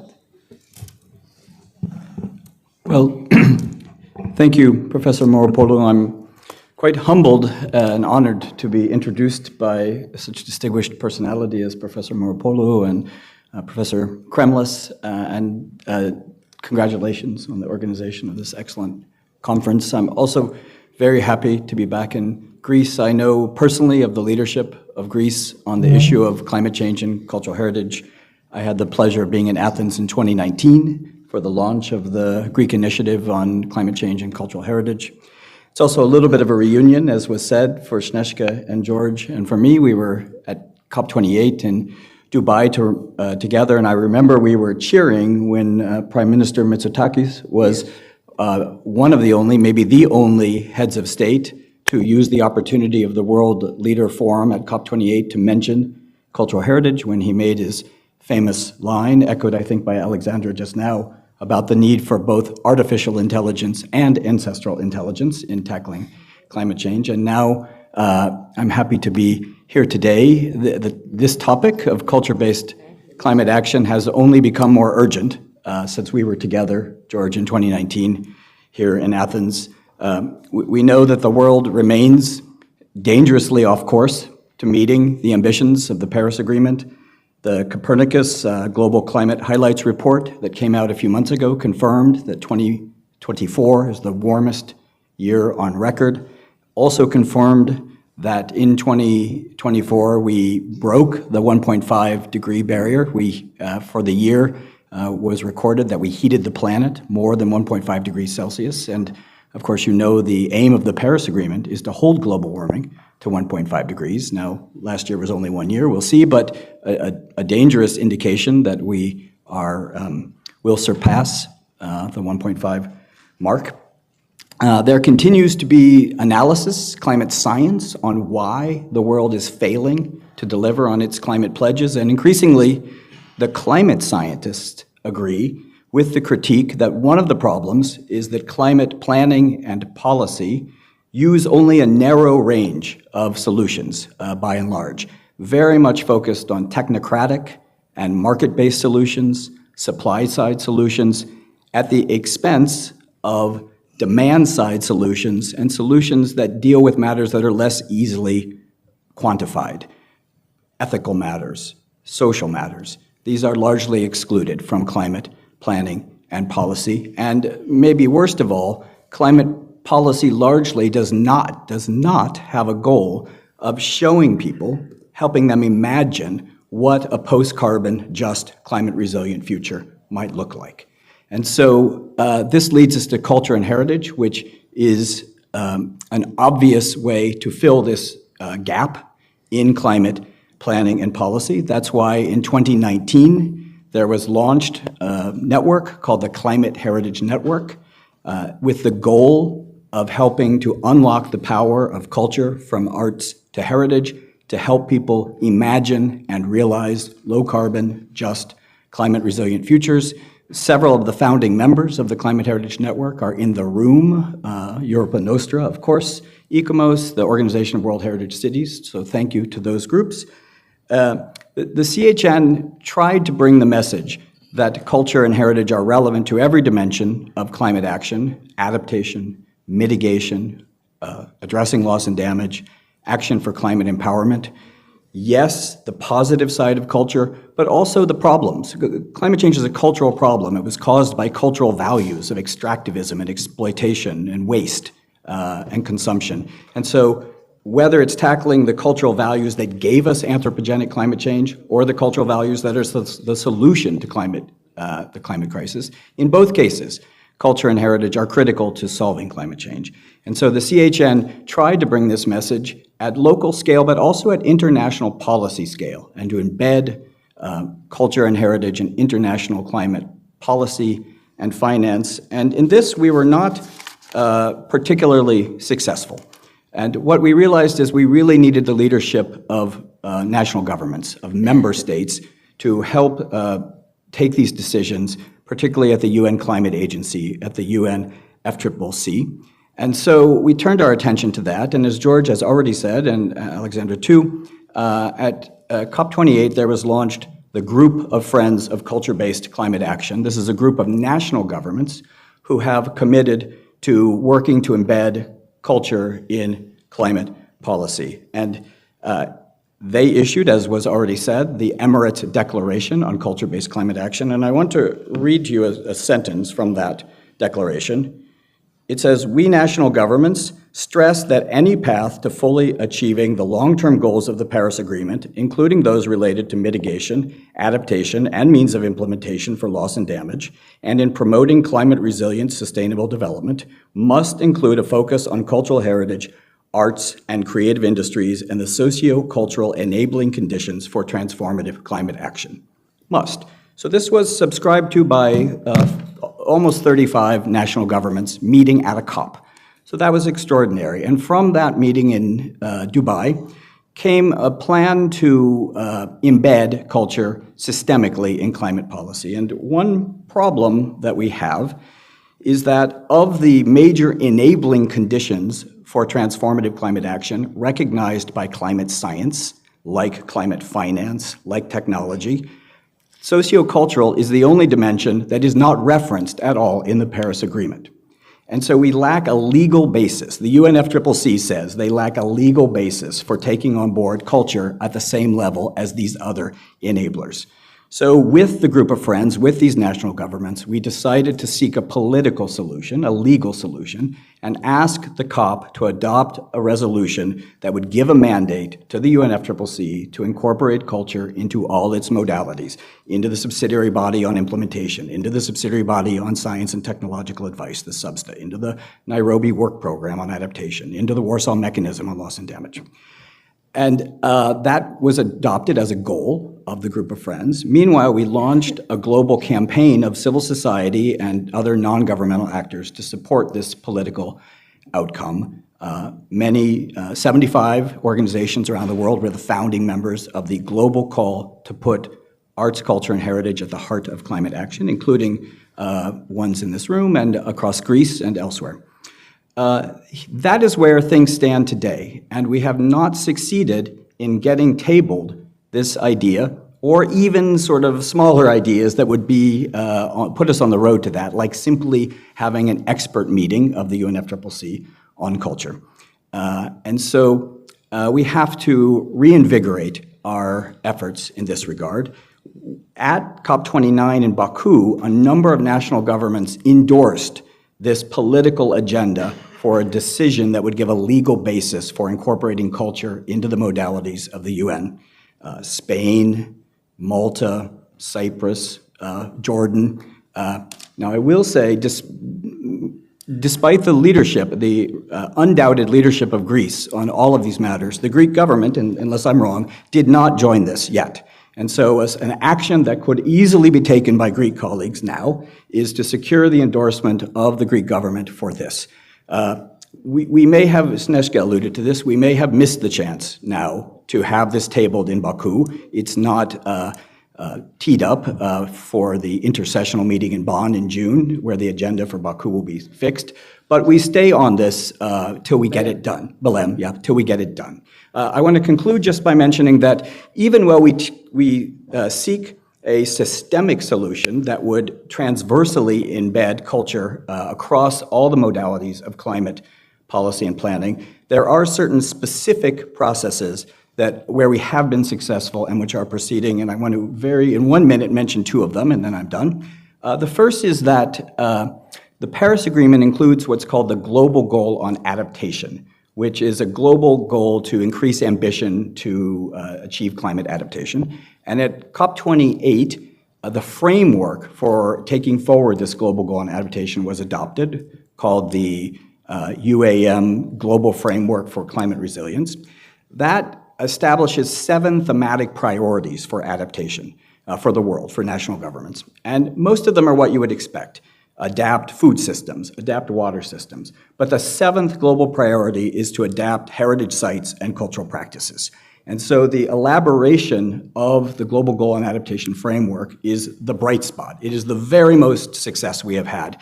And at COP30, national governments will be asked to adopt indicators for measuring adaptation progress as part of something called the UAE Belém Work Program on Adaptation Indicators, including indicators for measuring progress on adapting heritage sites and cultural practices to climate change. Draft indicators will be approved in Bonn in June, go to Belém. So this is a huge item to watch. And the last thing I say is the IPCC, the Intergovernmental Panel on Climate Change. In 2021, the IPCC, UNESCO, and ICOMOS hosted a meeting to look at how to mainstream heritage science into climate science. And that produced a report. I'm glad to say that last month, when the IPCC announced the outlines for the AR7, the 7th Global Assessment Report, the next that will assess climate change for the planet for the rest of the decade, those outlines have massively increased the treatment of culture and heritage in the AR7 products. This is a big victory. Now those reports have to be written over the next 4 years, and April 17th is the deadline for experts to be nominated as authors and reviewers in the AR7 cycle. It's fine to get heritage in the outline, but unless we have heritage experts as authors, that promise won't be realized. So I would encourage each of you to ask your national governments to nominate you as an author or reviewer in the AR7 cycle. And I particularly am happy to make this message here because I think heritage science truly can be a bridge between culture and climate scientists. And I know many of you are heritage scientists, and I think the role you have to play is extraordinary. And I finish with that, and thank you. Thank you. Well, if I can say, it is obvious that Andrew has the knowledge, the historic knowledge of the COPs and of the processes, and moreover, he has the ideas, and he has provided us with solutions and guidance on how to proceed, which is extremely useful. There have been missed opportunities, but we can still catch up, and I think that on the Greek side, I was successful in convincing Spain to be on board, but I didn't manage to convince my own country. But as I say, hope dies at the end, and we need to reinvigorate this important process. And Can I just also, because Tonya, to complement of course, Greece also once again pay tribute to the Greek, because thanks also to the support of Greece during the Hungarian presidency of the European Union last year, we managed to obtain in the conclusions of the Council of Ministers of the European Union adopted just before the COP in Baku, this Chapter 52. Chapter 52 that for the very first time recognizing the relevance of culture and cultural heritage for climate action and for combating climate change. And so I think we can really, and thank, again, Greece helped us, the Hungarian presidency as well, and I think we should be now building within the European Union that chapter and sort of the mandate of the European Union for Belém. Thank you. Just a second, Tonya. Thank you for reminding this. Indeed, Greece has been a pioneer on all these issues, and we will continue in that respect. There was one missed opportunity, but we can catch up. Tonya, I wanted to propose, and Andrew has suggested that in the conclusions of your conference, we can highlight those important elements, the Athens Declaration, which is the most important one, the bottom-up process, and all the ideas to which Andrew has referred. I do believe that they are important, including also the war, the impacts of the war on cultural heritage. And last but not least, adaptation is very important. There is a strong chapter on the agenda on adaptation. What is important is to make cultural heritage resilient to climate change. And to do this, we need to use artificial intelligence. Of course, ancestral intelligence is also very useful to monitor, first of all, to identify the state of play, use medical devices to find out how sick the patient is, the Acropolis, the other cultural heritage monument, and then how we can protect them throughout the climate impacts, which are not only floods, wildfires, atmospheric pollution, to which Alexandra has referred, and atmospheric pollution because of war and because of the chemicals that are triggered because of the war is becoming more and more important, not only for human health, but also for our cultural heritage. We have enough of these points pointed out by the other panels. But what is most important is to have a very clear Athens Declaration considering all of these issues towards a culture-based climate action. Thank you, Andrew. We can pass now to Chrysanthos Pissaridis, the President of ICOMOS Cyprus.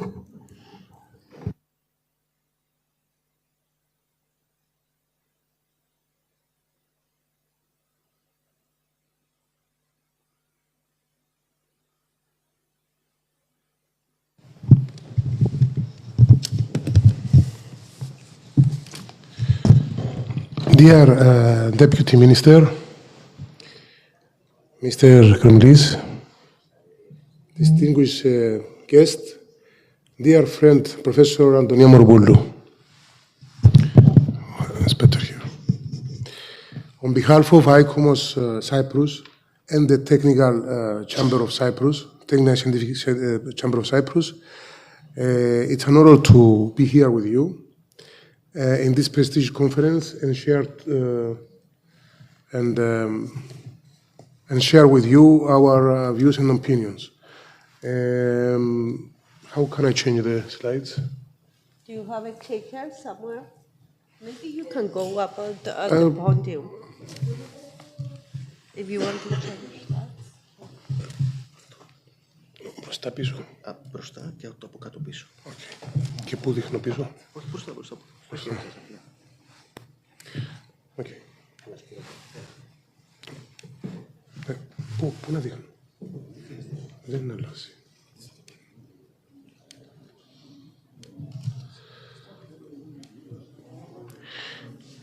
Αν δεν δουλεύει, ας το... Το κεντρικό. Okay, technical issues. So I will pass forward what is ICOMOS because we are all here specialists, and I will not pass again and explain you what it's about. And I will go forward to the ICOMOS working groups. Climate Action's working group of ICOMOS, established in 2016 as the ICOMOS Climate Change and Heritage Working Group, and was initially formed to address three specific tasks. The first one is develop and coordinate ICOMOS inputs into the update of the 2007 World Heritage Committee policy documents on the impacts of climate change on World Heritage properties. Second, develop a draft global climate change organizational engagement program from ICOMOS. And third, coordinating the drafting of a new ICOMOS charter on climate change and heritage. In 2019, the working group published The Future of Our Past, Engaging Cultural Heritage in Climate Action. The working group has now entered a new phase. In 2020, the ICOMOS General Secretary and General Assembly and declared climate and ecological emergency. This called for urgent collective action by all relevant actors to safeguard cultural and natural heritage from climate change, and calls on all the ICOMOS community to implement heritage responses to climate change. You can also see the screen, so I will pass some issues. The Climate Action Working Group has two objectives to help meet this aim. These are: the first one, the establishment of an online resource portal or one-stop shop for the ICOMOS and wider heritage community, which will contain thematic resources, including examples of best practice, relevant policies and guidance, and case studies of stories from around the world. Second, to create an engagement plan to communicate, raise awareness and literacy, and promote action amongst the ICOMOS community.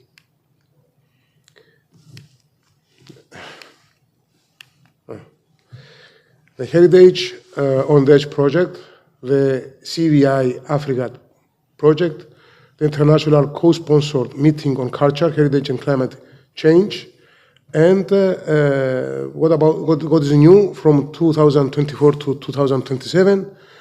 ICOMOS is pleased to announce that Ave Paulus has been appointed as the new ICOMOS focal point to coordinate the Climate Action Working Group for the period 2024 and 2027.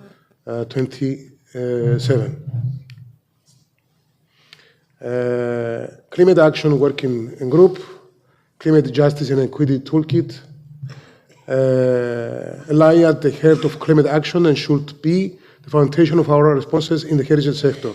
This toolkit provides an interview of the topic alongside some best practice examples and suggested actions activities for ICOMOS, national and scientific committees. Heritage, Climate, Justice and Equity Guide. This guide has been created by the Climate Action Working Group and is aimed at ICOMOS members, national and international scientific committees, using case studies provided by the ICOMOS community, and address the topic of climate justice and equity under the following headings. What is the problem? Why does it matter? How can ICOMOS address climate injustice and inequity? What can we do now, if we can do something?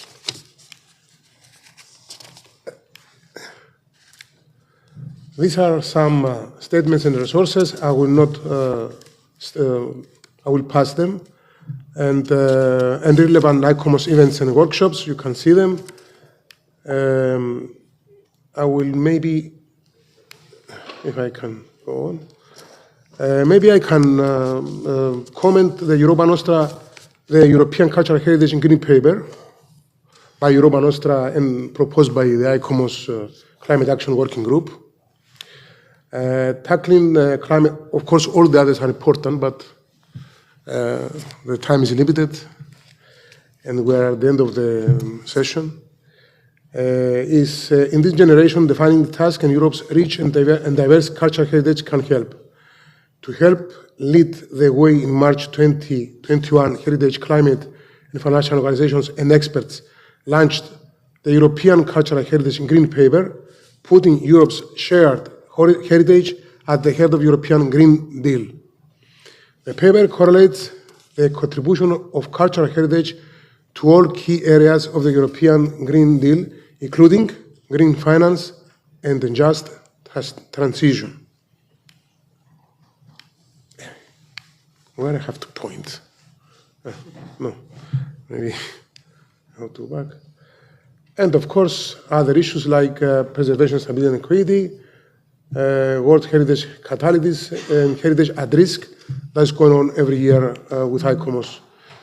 Now I will like to pass to National Strategy on Adaptation to Climate Change of Cyprus of 2025 to 2050, and done lately, recently in February 2025. The rise of the average global temperatures is an undisputed fact as the wider effects it poses on the Earth's climate system. This is further reinforced by the fact that 2024 emerged as the hottest year ever since record-keeping began in the late 19th century. In addition, weather extremes, the alteration of extended periods of droughts and heavy rainfall, wildfires, water scarcity, severe heat waves, the loss of biodiversity, and the resulting impacts on human health, infrastructure, and natural resources constitute grave climate-related hazards which are increased in frequency and intensity. The current global increase in climate-induced extreme weather events poses a major, I'm sorry for my English, to the environment, economic growth and social development and viability, causing infrastructure damage, building transportation, energy production and water supply, particularly in densely populated and vulnerable regions like us, like the Mediterranean. Rising sea levels make things even worse, leading to increased flooding and erosion, damage to property and infrastructures, as well as a lot of habitat for plants and animals. The situation calls for a more strategic and longer-term spatial planning approach to be adopted, both in land and coastal areas, addressing transport, regional industry, tourism, and energy issues.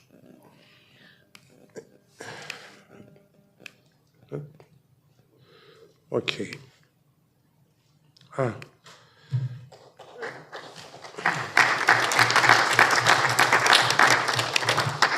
Thank you for your attention. Thank you very much, Chrysanthos. You are always to the point, and you participate with activities, not only with presentation. Thank you, Cyprus. Of course, Tonya, I have more, but I have seen. Thank you. I changed in Plan B. We are at the edge of time. Thank you very much.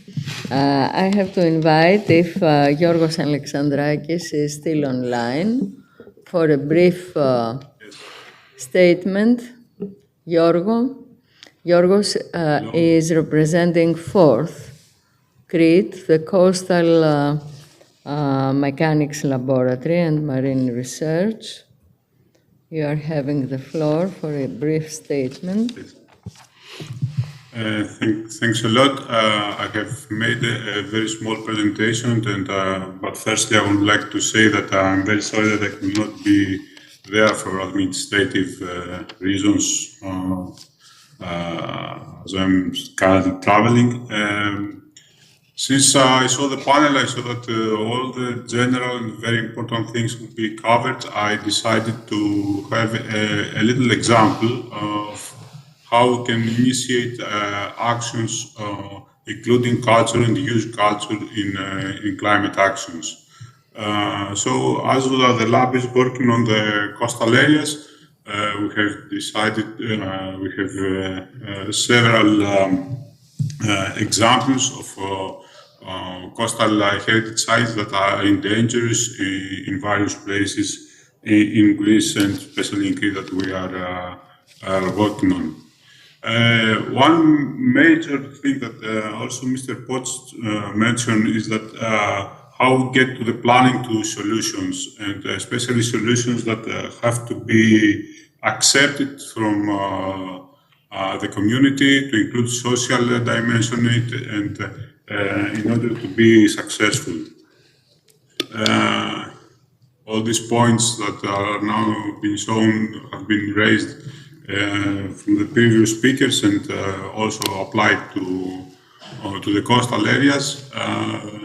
But in this slide, the important thing is that we can see that cultural heritage can also use culture in order to promote these solutions. Another thing is that also we can use culture in order to reconstruct and see how things were before climate change, or even and make a scenario, or see where we can what our objectives can be in planning this solution. So this circle that is commonly used, that we can use archive, nature archives, environment, and social dimensions to see how the environment was, to have data from archaeology, and then see how this affected, how the environment has been affected through climate change, and then do the climate modeling, and also promote climate literacy, ocean literacy, in order to have a successful solutions. During this search of us, we came across with a team with University of Athens that is using art to promote climate actions, especially applied theater techniques, in order to reach the public and get the knowledge of people, of their environment, of their heritage, and to put them and add them to their solution, in order to help them, as Mr. Potts said, to imagine a less affected future. In this kind of action, what was promoted was that they got in a role-playing game or something like a theater, and they propose solutions. First, they have their own perspective about the environment, how they see themselves through climate change, or in climate change, and what their future would be. What their future they think they could be, and how they want it to be. And that by this theater approach, many solutions came up that mostly are focused on the behavior change of the public, which is something very, very important in order to have the solutions, in order for the solutions to be successful. Of course, this was a small example that happened in Rethymnon, the old city of Rethymnon, in the coastal area of the old city of Rethymnon, but also in Istanbul and a place in Hungary. And in all the cases, what we saw is that solutions and accepting of solutions can be more easily addressed to the public through this way. In this way, we will also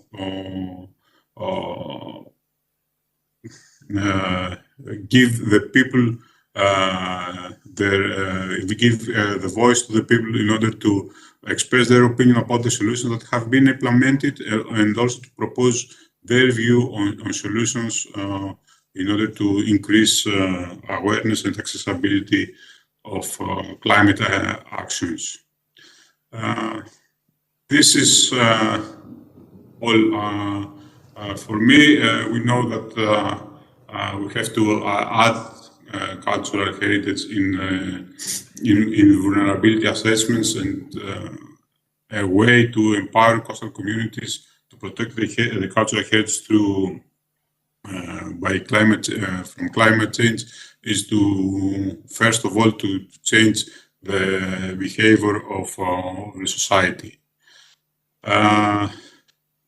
And of course, as all speakers says, that culture is not the victim, a passive victim on this climate change issue, but also can be a very powerful force to foster climate actions through public awareness. This is all for me. Thank you, George. We keep your point for coastal cultural heritage as a climate solution is a strong point. And I'm now inviting Phoebe Koudouri. I have heard her to present UN strategies, European strategies. Now, Phoebe, we expect our strategy. Please, okay, I have a presentation. First of all, I want to thank you, Tonya, very much, Professor Moropoulou, not for inviting me, but for keeping this conference on for the 4th year and making it an institution in terms of discussing very important issues that have to do with cultural heritage. So if I can move my slides, it will be very easy for me, but it will be easier if I have the clicker. But what I will keep it short. And the main message here is the following. Declarations are good. Treaties are even better. Policies, this does not move. So if somebody can help me move it. Yeah. Policies are also very good in mobilizing change. But the important thing, thank you so much. Okay. The important thing to get on the table is how. So, climate change is on the policy agenda of every country in the world. Cultural heritage is also on the policy agenda of every country in the world. What we need to do is to connect them in some explicit policy document, and there are various opportunities for that. But for me, as a scientist and as a leader of possibly the biggest team, the biggest research and innovation team in the world working on sustainability transitions, my job is to offer the how.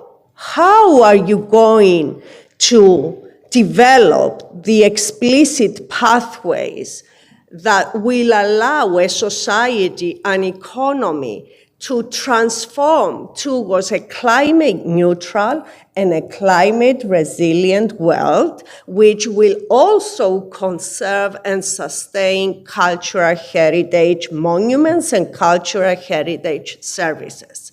There is something called the Alliance of Excellence for Research and Innovation on Aiphoria, on sustainability, that brings together the research institutions that I lead, accelerators, science policy networks, and scientific academies that work exactly on the how. And more explicitly, there is something called the Global Climate Hub of UN SDSN. This is a global network of 2,000 universities under the auspices of the General Secretary of the UN, and I'm chairing the Global Climate Hub of this. What we do here is to explicitly design the transition pathways for all the countries in the world. At the moment, we are working on 120 countries that will lead these countries for where they are today to climate neutrality and climate resilience. And this includes cultural heritage because it cannot be excluded from any resilience pathway, transition, or any even mitigation pathway.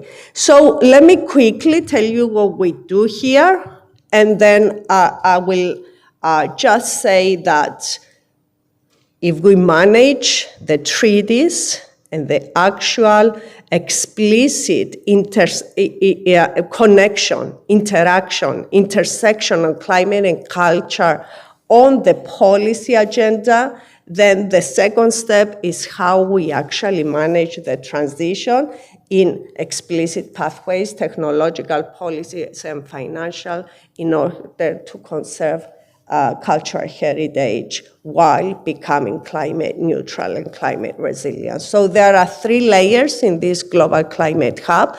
The first layer studies the different systems that need to integrate in a way that will get you to climate neutrality. Obviously, downscaling the climate systems and integrating into the scenarios of the climate systems over time and across space, the change, the transition of the energy system, of the transport system, on the land use system, including food systems, the marine use system, the health system, and the socioeconomic and cultural system. This is the first layer of mathematical modeling, and it gives you explicit, optimal mixture of policies, technologies, governance transitions, and fiscal and financial instruments that will allow each of these systems to go to climate neutrality and climate resilience while taking into account the trade-offs and the synergies between the systems. This is a holistic pathway, and there is no other way to do this, to get to climate neutrality. The second layer is the blue layer, and is the layer where you put the people in, the other stakeholder. The green layer is the scientific layer, and it's about mathematical modeling. The blue layer that happens simultaneously is the stakeholder engagement and transformative participatory approaches, where we have living labs in each and every country of the world that integrate stakeholder preferences, visions, values, knowledge, fears, risk attitudes into the pathways that we develop. And the final layer is, of course, the digital platform and applications that connects all this modeling and all these living lab results into data. And everybody can access all the data for all these countries into models, into results of models, and the results are made easier for the stakeholder. And when we are talking about stakeholders, we are talking about policymakers, politicians, businesses, financial institutions, civil society, technology developers, everybody that has a say in this transition and has to engage in the transition in order for the transition to be implemented. And at the end of the day, we present tools, visualization dashboards, digital twins, decision support systems aided with virtual reality in order to make it easier for the stakeholders to understand these pathways. So, in a nutshell, we are presenting the results of all these analyses at the next UN Conference for Sustainable Financing in Seville in July. We are presenting in that conference the whole of Europe, each and every country in Europe, 27 countries, the Balkans, the UK, Middle East, Southeast Asia, and China. By UN General Assembly in New York, third week of September, we are going to present all of the countries in the world. And the same will happen at the COP in Brazil. And just to showcase what it entails, this is Greece. And Greece has its climate, the National Energy and Climate Plan, which is about how you proceed with decarbonization. But this is one plan that has to be considered with the common agriculture policy in conjunction with the policies that have to do with maritime, because it's a leading country with regards to shipping. It has the biggest commercial fleet, so it's an important policy, and in conjunction with the Water Framework Directive. So the clue here is that for each and every country, you need to identify, together with the climate and energy plan, all other policies that are important, and transpose them into mathematical modeling and solve all these models together in order to come up with a plan that can be implemented, that will not drive policymakers crazy or ministers crazy because it did not consider the trade-offs and the synergies between the big anchor policies that govern the country. So I'm not going to go through the different systems of modeling, but we have explicit models for the food system, for the energy system, taking into account all sectors in the economy and all energy supply, fuels production processes, and all greenhouse gas emissions.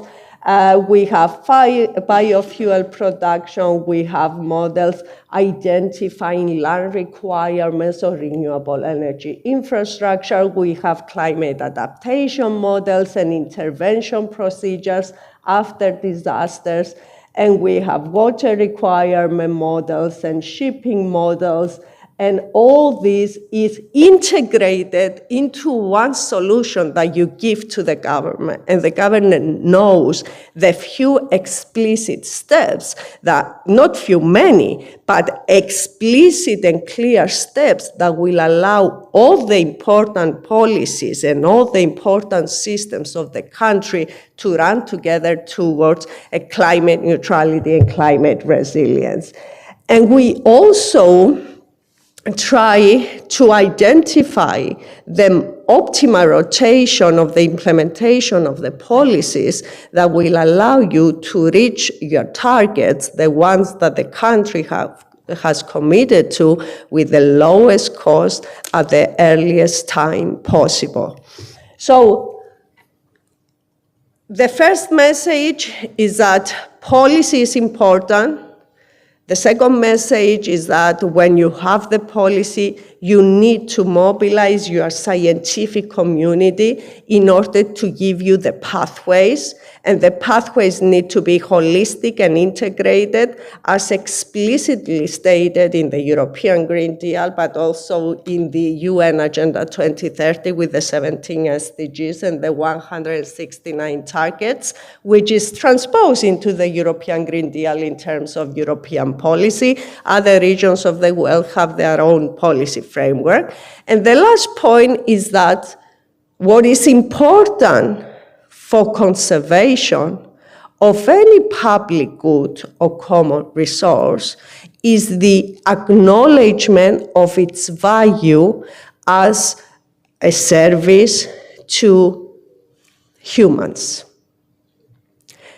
The fact that we conserve private goods has to do that we have an explicit acknowledgement of their value and the explicit right for their use. For natural resources, for cultural resources, this is not the case. Thank God, however, the environmental and natural resource economies across the world, the last 50 years, we have developed methods that allow you to estimate and monetize the value of these cultural and natural services and integrate them into your general equilibrium analysis, which is a computational analysis that allows you to optimally allocate resources.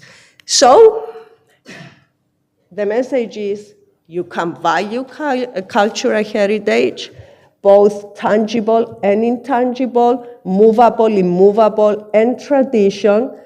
We have the framework, we have the methodological framework, we have used it extensively, we have studies in over 85 countries across the globe.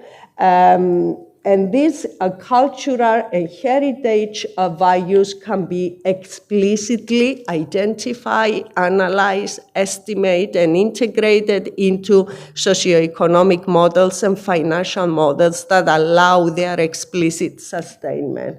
And to close, I will just showcase some evidence which gives you average values for willingness to pay for different cultural heritage assets. And what is interesting is that you get regional variation between Europe and non-Europe. For example, in Europe, you have higher valuation for tangible assets, monuments, buildings. Outside Europe, you have greater emphasis on intangible heritage. And it is also now another interesting part of the literature, the focus on estimating even spiritual values of ecosystem services, but also cultural monuments and heritage. So it is possible to integrate all this. It is possible to assess the effects of climate change on cultural heritage. It is possible to conserve cultural heritage while you are transitioning to a climate neutrality and climate resilience. It is possible to estimate the cost of this transition, to estimate the benefits, and make the case that the benefits are much bigger than the cost. So in closing, I just want to say we have supported as UNSDSN the 2019 Declaration for Cultural Heritage and Climate Change and Cultural Heritage. I am just back from the Pontifical Academy of Science. Yes, I am concluding. Pope Francis is now going through the Jubilee celebrations during summer. So it is one issue that we discuss, cultural heritage and climate change, and maybe you want to embed the Athens Declaration in the Jubilee year of Pope Francis and the Pontifical Academy of Science. Thank you very much, Phoebe. Let's remind to all of you that cultural heritage will be kept alive in dialogue with society. To add a final phrase, we don't have any more time. I will ask Andrew Potts, with his experience, to write this paragraph for the Athens Declaration, and all of you, if you want to add one phrase, please feel free to write it down and send it to me, to my mail, to incorporate. So thank you very much for a moving panel, the impact of which is in evolution, I hope. Thank you very much. Sure. Thank you very much. Permit me to invite the next panel discussion, the new European Bauhaus Creative and Interdisciplinary Initiative addressing materials and energy challenges. Before we leave, Professor Ronchi, can you come and undertake, but we need the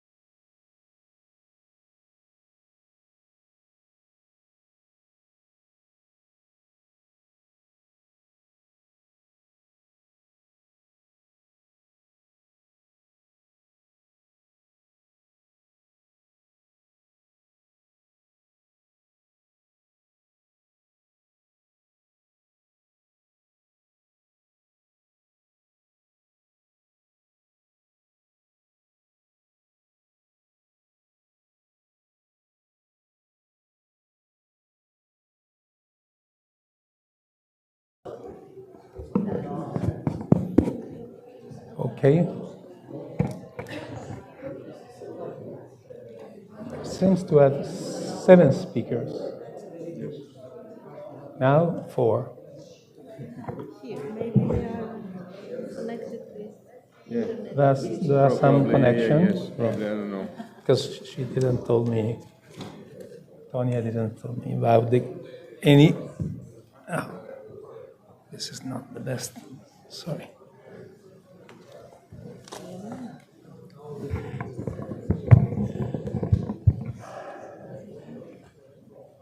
This is your home? Yes, thank you. May I ask to project the presentation?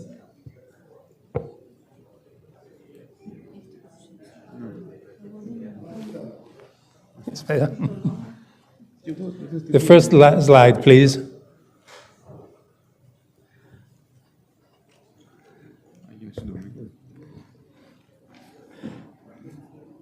Okay, thank you very much. So, if we have really 7 speakers, we have roughly 10 minutes for each of the contribution and few seconds for question and answers at the end of the panel. We are running really late. So, okay. So, thank you.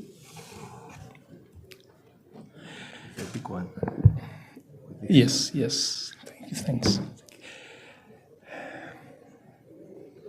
Let me look at on this one. May I ask to the speakers that are connected online to reveal if they are really connected at the moment? Sorry? There is no one online for this panel. So this means we are... Yes. Okay. Was expecting 3 to come or they cancelled their participation? Tonya, we have only 4 speakers?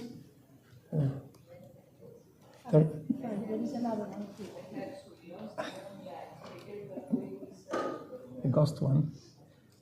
You have the rapporteur? No.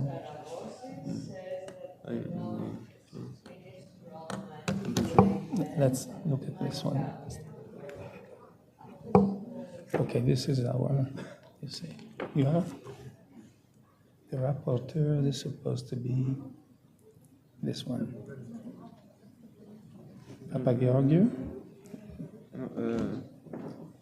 This is the one. I'm here. Yeah? That is the same? No. This is the one. Okay. Good. You can keep yes, thank you. Okay. But the rapporteur is here, or?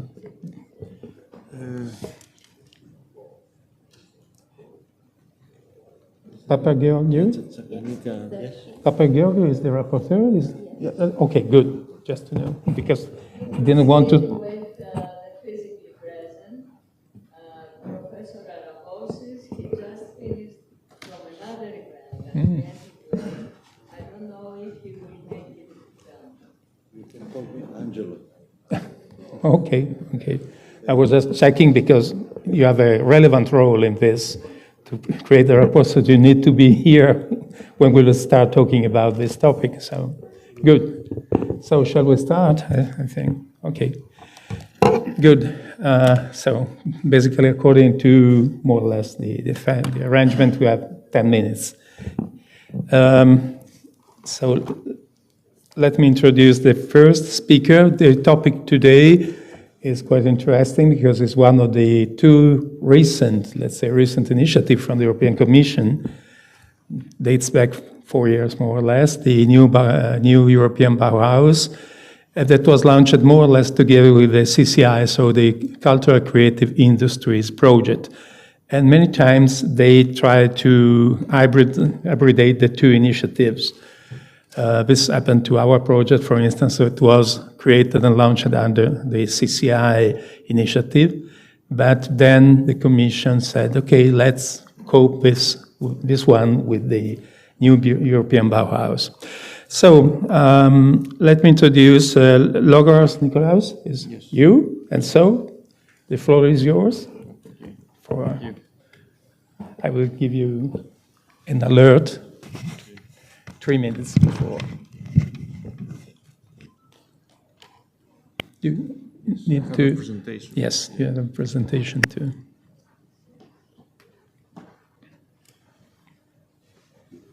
I have a presentation.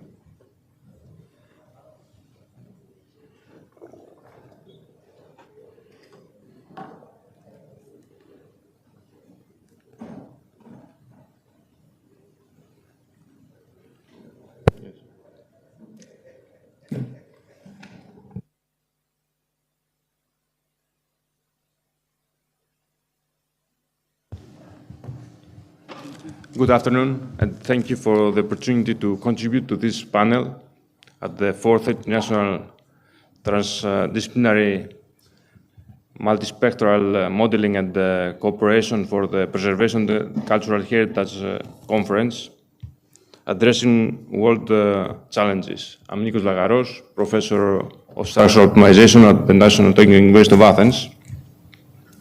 And today, I want to explore how we can reimagine structural design through the lens of New European Bauhaus, an ambitious vision uniting sustainability, inclusivity, and aesthetics. Our current moments calls for a deeper transformation of the built environment. The building sector accounts for nearly 40% of local energy use, 30% of greenhouse gas emissions, and 40% of resource consumptions.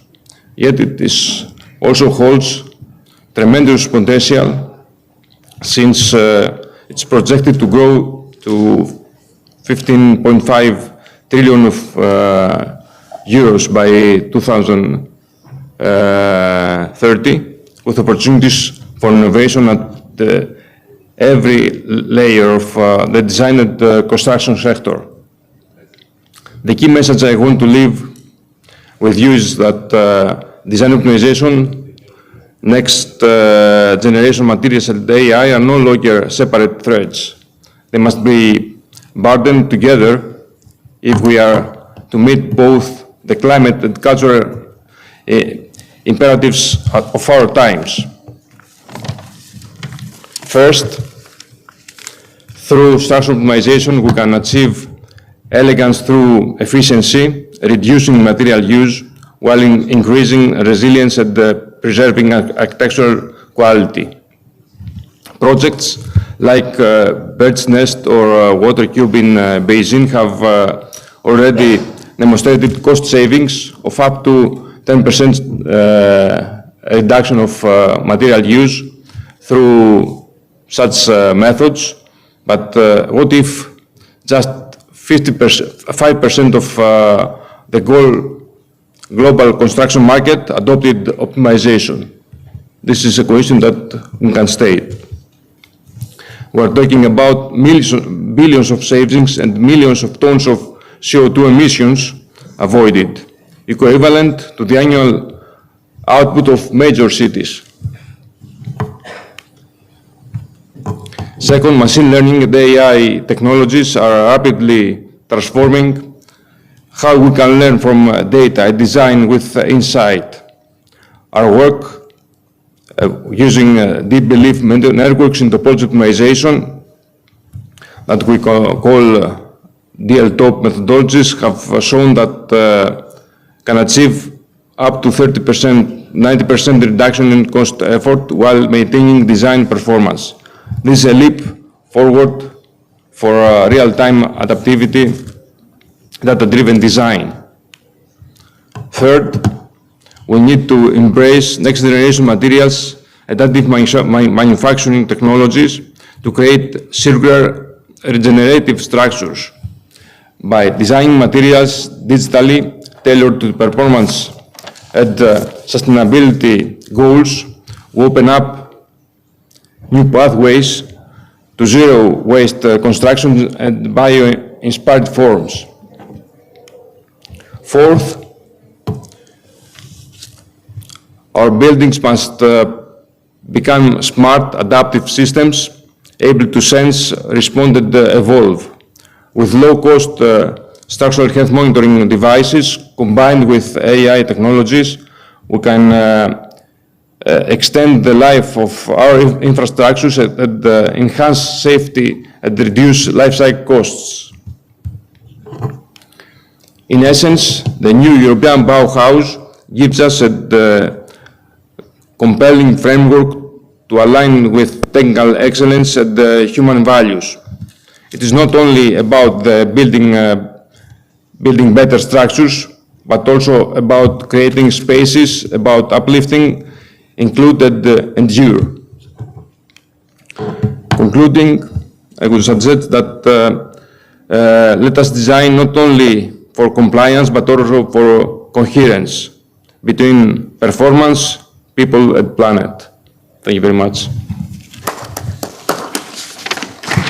Thank you very much for your intervention. You fit largely within the time slot, so very welcome. So let's move. Please think about your question and keep them till the end of the session for this speaker. So Costanti is not here, so I think, and there's no. So I would like to give the floor to Zeta Francesca. Are you ready? Perfect. Maximum 10 minutes. Less is better. Is due Less to is better, okay. How hungry are you? You have a presentation? Yeah, I do. Okay. Okay, hi. So my name is Francesca Ruzzetta. I'm a PhD candidate at UCL in London. I'm also teaching assistant. I teach a course in heritage ethics in the Mediterranean and in the Middle East. And my main areas of interest are contemporary archaeology and migration, public archaeology. And on the topic of contemporary migrations and archaeology, I am also collaborating with the project Respire in Lampedusa, which is funded by the National Geographic. Today, I want to talk to you about an aspect of archaeology that interests me particularly, which is public archaeology, which I think that can achieve all these objectives that the new European Bauhaus is trying to achieve, which is engage people at grassroots level, find tailor-made solutions for different communities, and prioritizing people and social inclusion. So what is public archaeology? There are different definitions of public archaeology. I found a very helpful graph that my PhD supervisor made, Gabe Mushinska, and I also found a working definition of public archaeology by the late Tim Schlada-Hall, which is one of the founders of public archaeology, who used to work at the Institute of Archaeology at UCL, where I'm conducting my PhD. Today I want to talk about a little bit this particular aspect of public archaeology, which is community participation, heritage management. What are the benefits of community participation and heritage management, which respond quite closely to the Bauhaus objectives? So they allow for negotiation of interest by allowing the community to negotiate with the local administration as well as the Ministry of Culture. They also empower the community to identify what constitutes heritage for them, deploying a bottom-up approach to the definition of a heritage. And it also allows to adopt inclusive processes where sites that would otherwise be neglected can be included in this management plan, which increases the relevance of the project for the locals who may be more responsive to conservation efforts. What other benefits of community participation in heritage management are also the enhancement of the ties within the community itself, where members work together to protect their local heritage. And it also allows for multidisciplinary collaboration. For instance, in the study that I am quoting here by Anastasia Sakellariadi in 2013, she worked on the Philippi management plan for UNESCO inscription to the World Heritage List.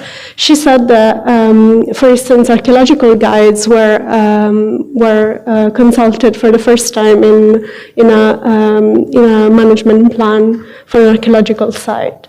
What is the result of adopting this kind of approach? It is a shared vision for sustainable management and protection of heritage, finding realistic strategies, and having equally empowered stakeholders. What is the situation in Greece? I've conducted my PhD in Greece. I've lived here for almost 2 years, all in all. And I've done a lot of research in Thessaloniki. So these are some of the things that I found. So management of archaeology and heritage is a state responsibility in Greece. This state of things comes from the 2000 archaeological law, and it has an entirely reasonable objective, which is to ensure appropriate protection and high standards at all times when dealing with heritage. However, a few Greek scholars, in this case Alexopoulos and Fousaki, Professor Fousaki also works at UCL, they found that sometimes innovation in public archaeological activities can be hindered by this over-centralization of heritage. For this reason, another Greek scholar, Anastasia Sakellariadi, that I mentioned before, she says in her Philippi management plan paper that she does not see participatory management becoming a common practice in Greece so far. So the effect of that would be that civil society often, sometimes in the form of citizen movements or NGOs, are left largely unheard when they voice their concerns in the local heritage. And one of the cases that I found, I worked in Thessaloniki, as I said, for over 6 months, and I interviewed many members of the citizens movement for the protection of cultural heritage, or Kinesipoliton Thessalonikis. And what I found is that there were a very engaged local community who was very proud and very keen to save its local heritage. So what I wrote there, a missed opportunity for collaboration with the local community, I think sums up this event, which spanned over 2 years and resulted in the detachment of the antiquities from the Venezuela station. So, thank you. Very much. So, again, keep your question for the end. And now it's Sakanika Eleftheria. It's your name. Please activate the microphone. Okay. Eleftheria, please, the floor is yours. Thank you very much. Thank you for giving. No, just speaking, yes. Thank you very much for giving me this opportunity to be the member of this panel and for this very interesting topic. As a member of the Faculty of Architecture, I'm a civil engineer, but I teach architects, and director of the Laboratory of Building Materials. My expertise is on timber, which is the most sustainable material that has, it is the material, it seems, for the 21st century. And because of sustainability, because of these characteristics, has a future, the material that had a an enormous past, but not present. So, because of sustainability exactly, these materials like timber, natural materials, we think that for the 21st century will be the materials. 19th century was for steel, 20th century was for concrete. We think 21st century is for them. Also, because sustainability is the main topic and a main goal. In 2030, new regulations are coming for zero-emission buildings, for circular economy, not just energy matters, but we have to test and to see our buildings, our materials, from the very first moment, from the forest for a timber, till a structural member, what is the energy needed, but even more, what happens when they die, how we use them when their life ends. And it's rather strange to speak about Bauhaus, which is connected and expressed mainly by concrete, and use this with timber, let's say, or with other natural materials, which are them, stone, clay, mortars, straw. It may be oxymoron, but it seems that finally we have a future for this. And I would like to transfer our experience, because in our laboratory and the architecture school, we try to use these natural materials, looking to the future, focus on them, these traditional materials and old techniques also, because they go together. Not only to use them as in order to restore better the existing buildings, but also as materials that can be used in new buildings, modern ones. So we try through education, because education is the very first step for all this, in our courses to bring our students and learn about these materials. We have, of course, research with PhDs and thesis and postgraduate, undergraduate, and also we try to work with NGOs, non-governmental organizations that work closely with the local communities and the local technicians, realizing workshops on site. We work together because we believe that all this has to be supported scientifically. It's not just that we gather together with some friends and some people and work a little bit with stone or work a little bit with clay. In order to have all this a future, we think that has to be supported scientifically. So in our laboratory, we open it and we work with them. We have memorandums and collaborations with these kind of organizations. And so we try to bring engineers in the villages, in the cities, working with their mind, but also with their hands. And also local people and technicians in our laboratories, because we think that this interaction is very important. So this way, I think we support, academia has to support these old systems and materials, which can be really modern, and mainly try to have them included in standards, supporting a more sustainable future based on new buildings, of course, but mainly on protection and retrofitting of existing buildings. Now, this moment in Eurocodes, in our standardization for civil engineers, a new Eurocode is coming. It is finally a Eurocode for existing buildings. I am member for the group who is writing this Eurocode for timber. And it's very, very important that finally, in the future, we will have standards in order to study all these existing buildings, important as the historical ones and not important one, because we think that one of the most sustainable actions is to keep and retrofit what we already have. Thank you. Thank you very much. Adavosis Konstantinos? No, not here. Didn't come? She said this in the other room. Will not join us. Konstantinos. Adavosis, no. Adavosis. Adavosis is coming from the NRA. He's coming to make us to Mr. Papageorgiou. Am I allowed to? Yeah. Yes. So, please. I do have a presentation, but it is in paper.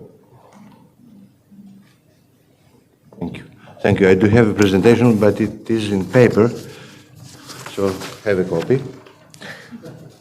You already have your copy. I do.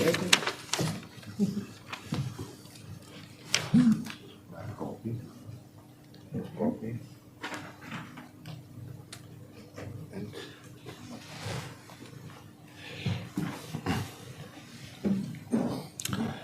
This is about this new deal, this new European Bauhaus that has nothing to do with the old Bauhaus, as we can find out. The point for me is to step down from the pedestal of the social hierarchy and approach all communities. We listen to their demands and reformulate them in two directions. The first direction, as far as possible, will be to overthrow the stereotypes of progress. I'm talking like an architect, because we have a lot to do with stereotypes. What is this, the anthropologists say, the social representation of the build and the social representation of the neighborhood? It is a creation of technology, of advertisement, of legislation, and all the intermediate procedures. These solutions were posed as a refinement of this scientific approach and was imposed from above within the framework of state institutions. In every practice, institutions should come from below, and this show us, I think this shows the way, the bottom-up procedure. We scientists should individualize solutions, and opposite to the universal application that produces all this building environment, the impersonal suburbs and the unlivable residential buildings, the bed houses. So let's listen what comes from above, from below. Let's make things more personalized for simple citizens. The second is to overthrow the stereotypes of the management of tradition.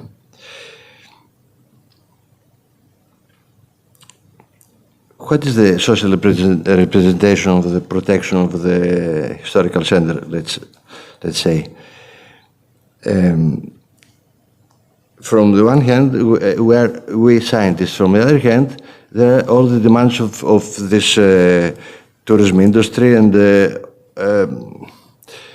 we have two poles, the tourism industry and the over-specialized approaches of expert scientists like us.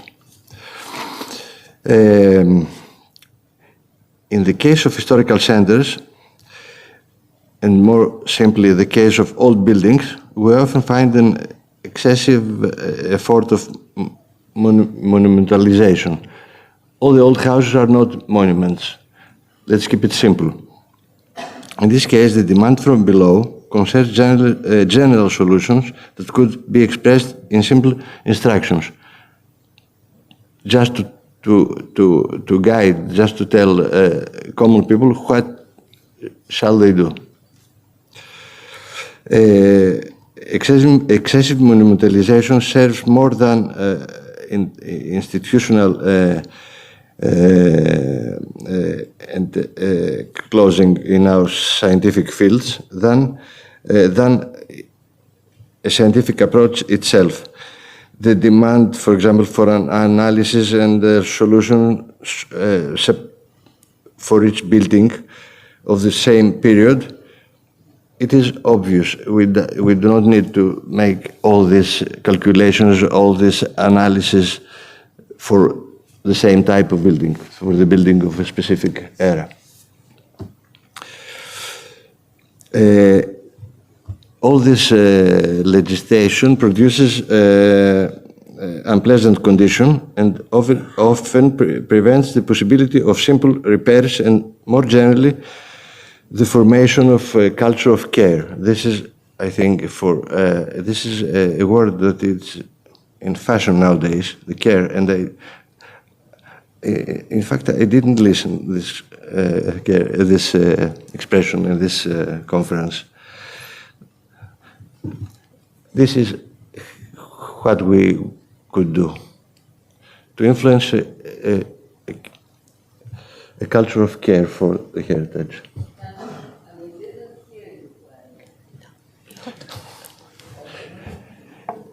I would suggest to formate a culture of care. It is a new. It's more simple, more general than the restoration, than the preservation. Just care. This is the architect's view. Thank you. Excuse me? Safeguarding or taking care? Care.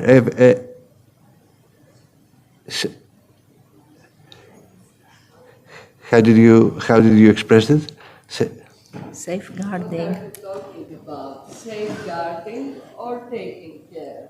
Taking care. Taking care. Thank you, Tay. Thank you very much. Thank you very much. Yes.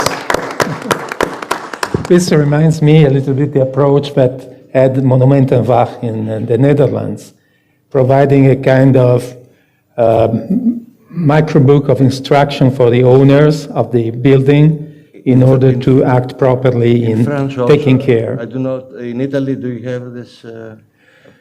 I have to ask to my colleague Della Torre, because let's say in some way I imported this, but then took care about the dissemination of this, of the approach that was created by them, more or less copying what happens in the field of mechanics. So you have your end user manual for the driver of the car, you have handbooks for the repair and the shop, and then you have a list of checks and changes you have to perform every Checklist. 6 months, 1 year. Of course, this was not the approach for heritage, basically the last one. So this is not preemptive conservation. It is just in case the check reveals that you need to intervene in a proper way. Anyway, very interesting. So we'd like to summarize the different... Is here. Okay. Please, the floor is yours. Mr. Ravo.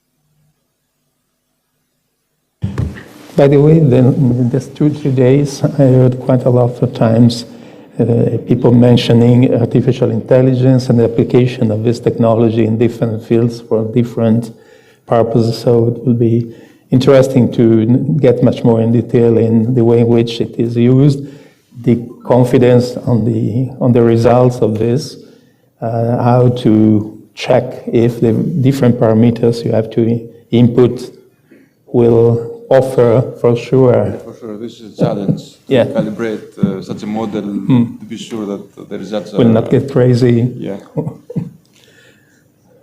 But these technologies are part of the European Bauhaus and will be part of the basis for implementing this. Let's say it was well promoted, and so nowadays you can't even cook without AI, so it's a must. Indeed. Please.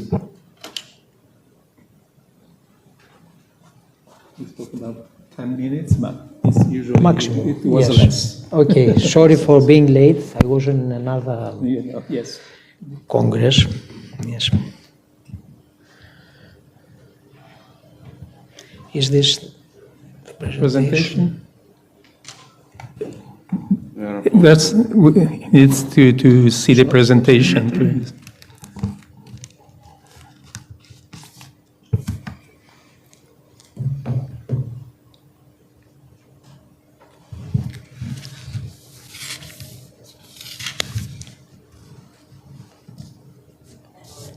Okay.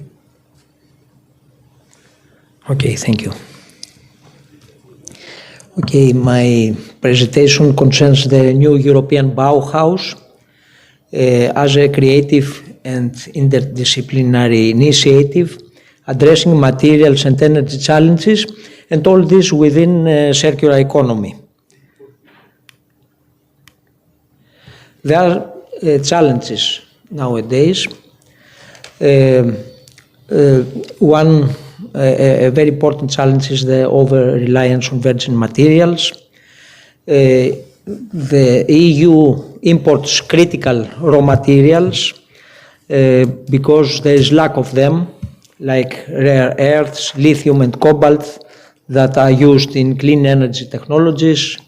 So the EU is dependent on supply, and there is a supply chain vulnerability. The challenge, another challenge is the integration of secondary raw materials. There is an issue concerning quality control, and there is a difficulty of the market in accepting some raw materials. There's not enough market for them. And concerning renewable energy systems, there's a slow integration. There are targets that have to do also with the Green Deal, that we have to change to renewable energy sources. And there are constraints and problems like grid constraints, storage limitations, and of course the regulatory framework. And another issue is bio-waste management, which is central priority in the EU. This is linked to the production of value-added secondary products, and this also concerns the market for secondary raw materials. There is also inefficient material use in construction. Construction and demolition waste is a large waste stream in the EU. We are talking now about higher recycling rates. There's a target of over 60% recycling rate in the EU at least. Greece, unfortunately, has a recycling rate of less than 20% for the time. So this is an example of how what is the challenge for recycling, and especially construction and demolition waste is a great challenge. And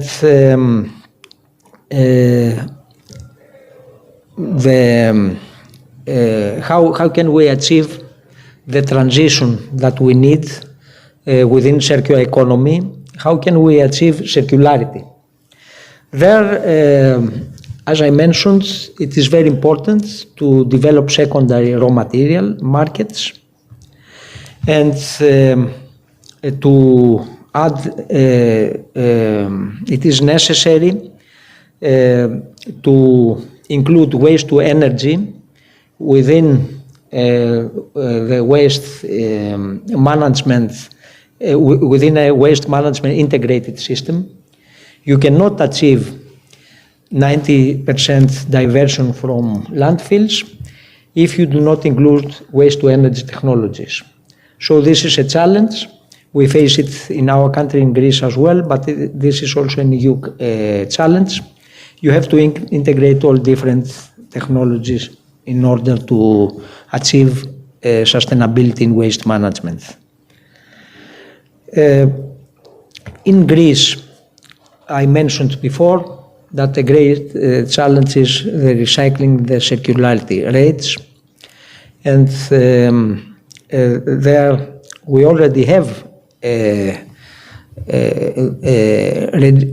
legislation framework, but we need also a regulatory framework. And now since I also represent the independent regulator for waste here, I think a lot has to be done in this direction concerning what we should implement in order to have success, the polluter pays principle in all aspects of waste management.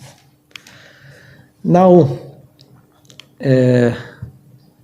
all actors have to be included, all stakeholders, in order to achieve this transition. And here I'm going to talk about the new European Bauhaus, which is an innovative approach. It is also a transformative approach to sustainability and to circularity. But here the innovation is that it's not only the environmental factor that plays a role, but also the aesthetics and the inclusivity in our built environments. We have to promote sustainability, circularity, zero pollution, biodiversity, and climate resilience, but this has to be combined with aesthetics, integrating beauty into energy efficient infrastructure, and green construction projects, and also inclusion, empowerment of diverse communities. So synergies have to be made between academia, industry, government, the environment, and the civil society in order to achieve collaboration where also innovation is a very important aspect.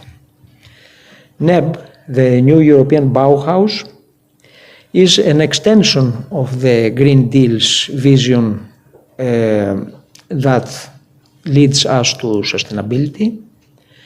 And while the EU Green Deal focuses on policy frameworks across sectors like energy, transport, and agriculture, the New European Bauhaus approach mobilizes also designers, architects, engineers, scientists, and all of them lead to interdisciplinary collaboration. So it's not only the environment, but it's the other factors that play a crucial role. Here, again, the challenges I mentioned in the beginning, you can find a solution by the circular use of construction materials, the integration of bio-based materials in the construction sector, such as sustainable timber, which also lowers CO2 emissions by up to 40%, and the use of biocomposite materials made from woody fibers used for insulation and structural components.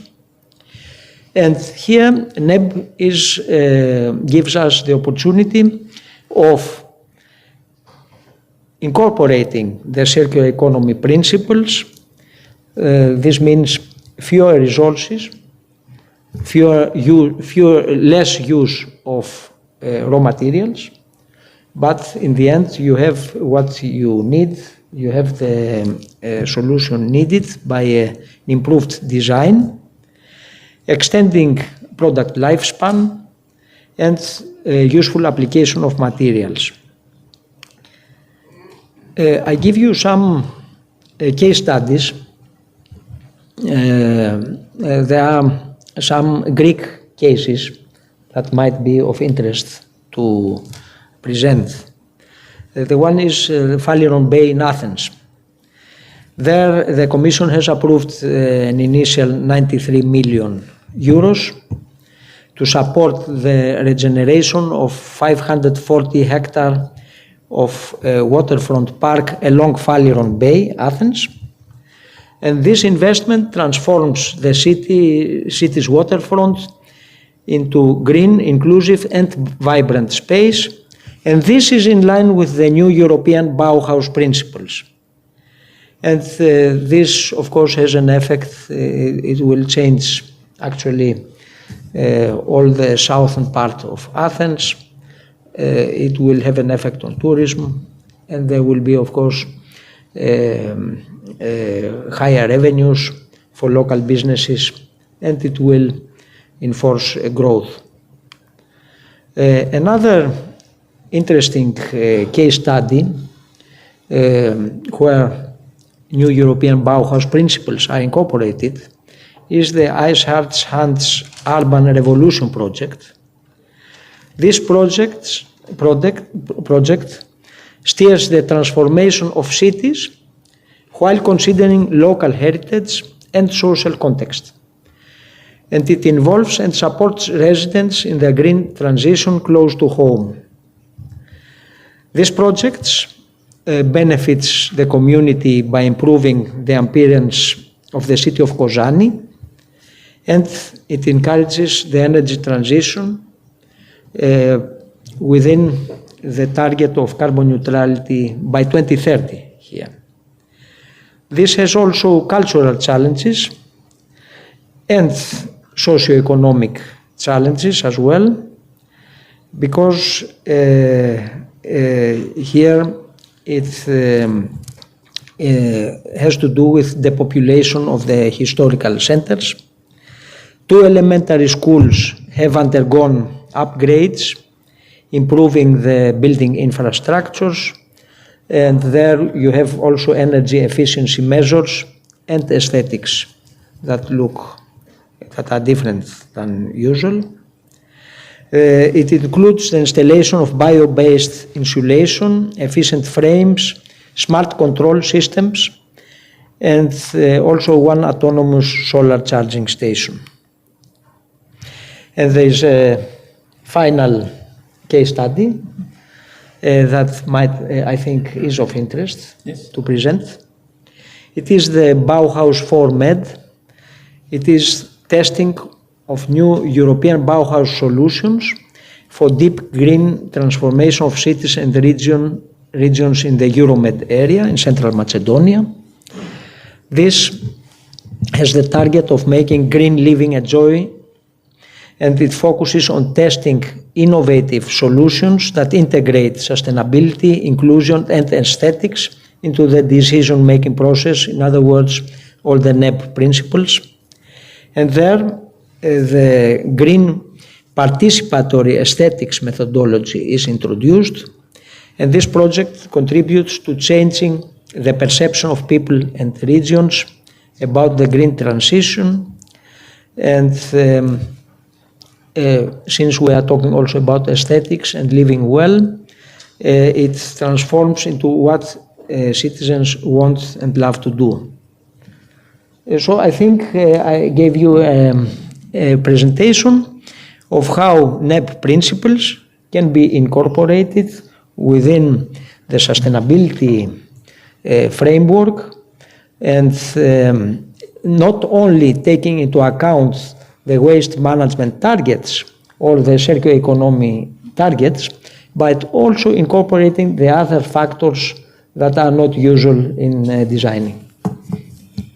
Thank you very much, Professor Konstantinos. I think they are particularly interesting, the case studies, so the examples you provided with the implementation of the principles. So thanks a lot. Now we can summarize, I suppose, but if is there any question for the speakers, any comment, clarification about some of the concepts that were expressed by the different presenters? No one? I have a comment. Okay, good. I want to thank you all for your valuable contribution to understand that Bauhaus is a new European movement which is actually reconstructing not only strategies and heritage, but is reconstructing our conception about approaching them. And it's clear from all your presentations that there are vital and critical dimensions in this reconstruction. It concerns the way we conceive Green Deal, circular economy, how to handle, protect, and recycle environment wastes, etc. It is critical how to develop our new concept for building, for constructing, how to consider heritage preservation, to take care. How do we consider social approach and dialogue with not only heritage, but policies for heritage? And all these are dynamic dimensions. For instance, in the case of the Metro of Salonika, where we started with the conflict and the social demonstration revealed an issue. Perhaps Kostas Tokmakidis from Salonika might say more, but it finished with a solution that brought, after the transfer of the findings of the remnants to the station, a new repository of memory in contact with the people. So it is a dynamic procedure, this, that it is opened. And Bauhaus, for me, it is just a signal of this dynamic. So according to my understanding, this is what I received. I received the message. I hope that this will be a message for the people participating to the conference and not only. Thank you. Thank you. Please.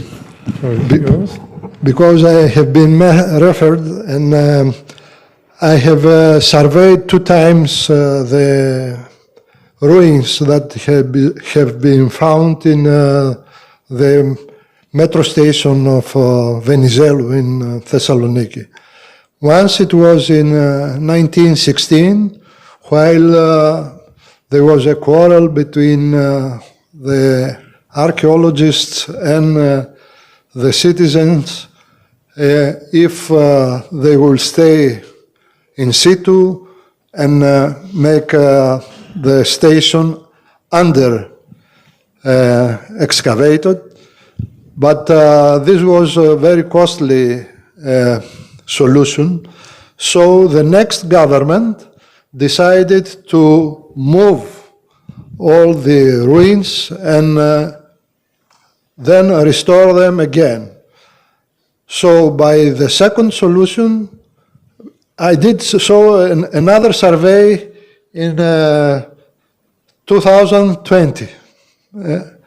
And it was before move the ruins, because Professor Manuel Cores, professor in the National Technical University of Athens, who was the head of the movement, asked me again to make a new measurement in order to have detailed maps and drawings of each part, and each time that they want to move a map, he asked me to make new sections and details in order to keep the shape in the same condition as it was when they found it.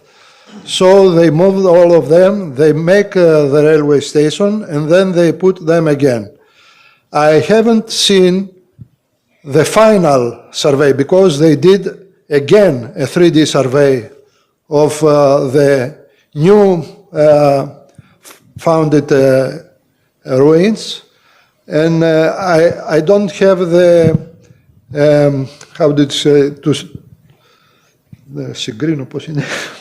comparison. To compare the two surveys and see if it is exactly in the same position. But doing this, they find and they have opened another area that it was not shown in the first 2 surveys I did, because it was behind the wall that they have made as a rectangular seam for the station. And so the city gained about 25% more ruins in the same station. And if you go today, you cannot observe any crack or any sign that they have been moved and put it back again. So they made, I think, a perfect work, and it was an office here from Athens that did the final study for the replacement of the ruins. It was our friend Themistoklis Bilis and Maria Magnisali. And we have a collaboration for many years with those people, because I work on surveying monuments and archaeological sites for 45 years now. And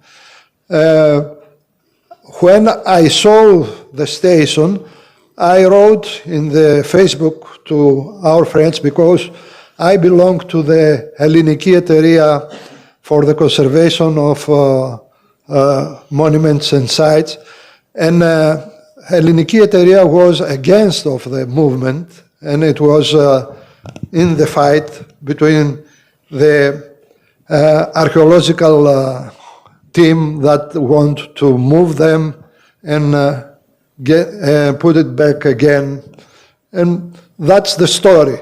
But when someone nowadays goes to the station and see everything is in a perfect situation, well, it might be not be in the same position, but it's a restored one site, because you know, when they found the Decumanus Maximum, the road, it was it has many curves, and because of the ruins that have been over them, and now it's a normal Roman road, and like that it's visible, and you can walk on it, because every Tuesday morning there is an archaeologist, and you can walk in the site, not just around, as they have put the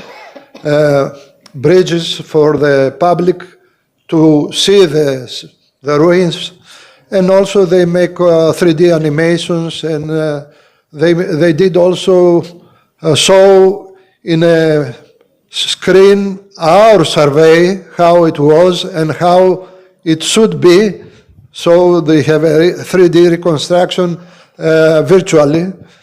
And it's a very interesting point now for attraction of tourists, and I think that we have to maybe say that this solution is also very good to the people that they don't know the fight that was before.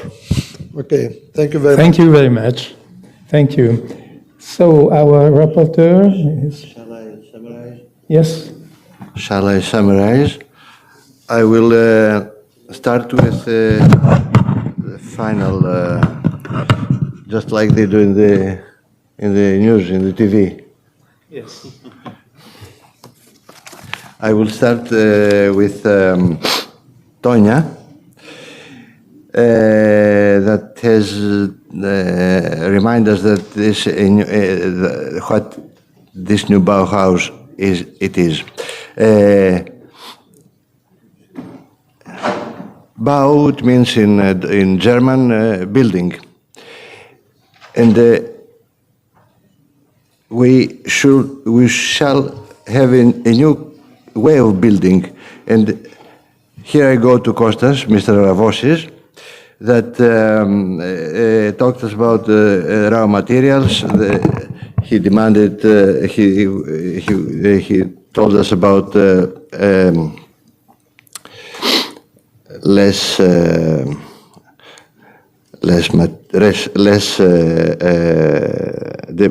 demolition, less gas emission. Let me remind you that the demolition we could say, as Lenin said, violence is the mother of revolution. For us architects, we could say that demolition is the mother of architecture. So how could we have less waste?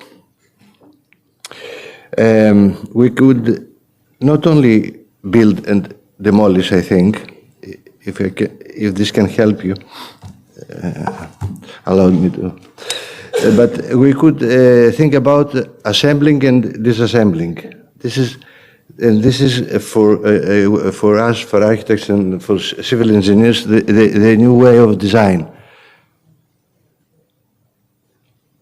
So we do not build, we assemble and then we disassemble. This is the example of the London School of the London Olympic Games stadiums and all these facilities. They were assembled and they were disassembled. Eleutheria. Okay, we go to Eleutheria that said that it was wooden. It was wooden, Eleutheria. Was it? Yes, but she should be in the Norwegian Technical University, not in the National Technical University in Athens. And for the good, I think Eleutheria, it is a problem because in Greece, beton armage is much cheaper. We take consider we do not have forests, we have to import wood. What do you think? Yes,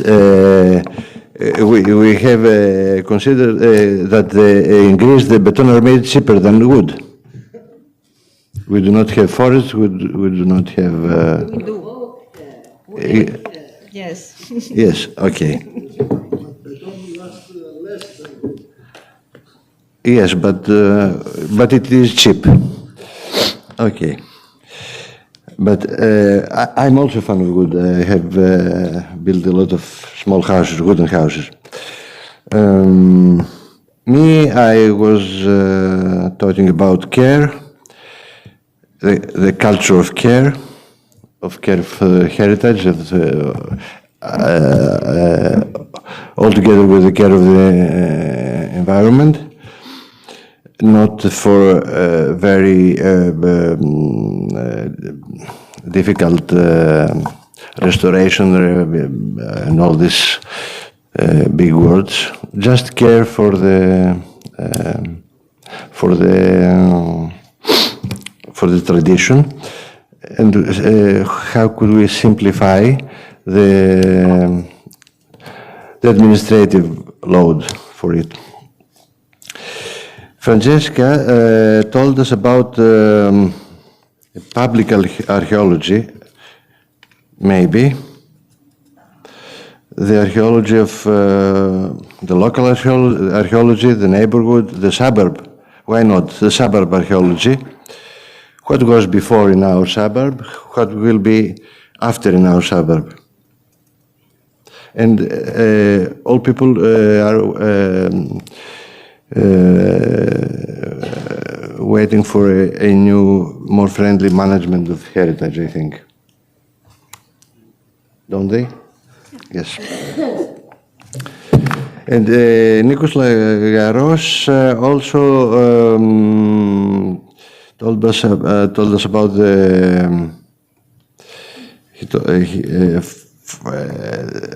his perspective for structural design. Less energy, less material, less everything, but stronger constructions, I think. Maybe the emerging technologies that will be also supporting the 3 dimensions of the new European Bauhaus. Will it be a solution, the assembling and disassembling? Yes. Much more than building, I think. Yes. These are some of the features of the new European Bauhaus, that the indicators that need to be considered. Okay. Yes. Thank you very much. And thanks, Tonya, for giving me this opportunity. And Thank you very much to all the speakers, to the rapporteur, and thanks to Antonia for organizing this incredible, huge conference, a lot of speakers and topics. Thanks a lot. Have a nice evening.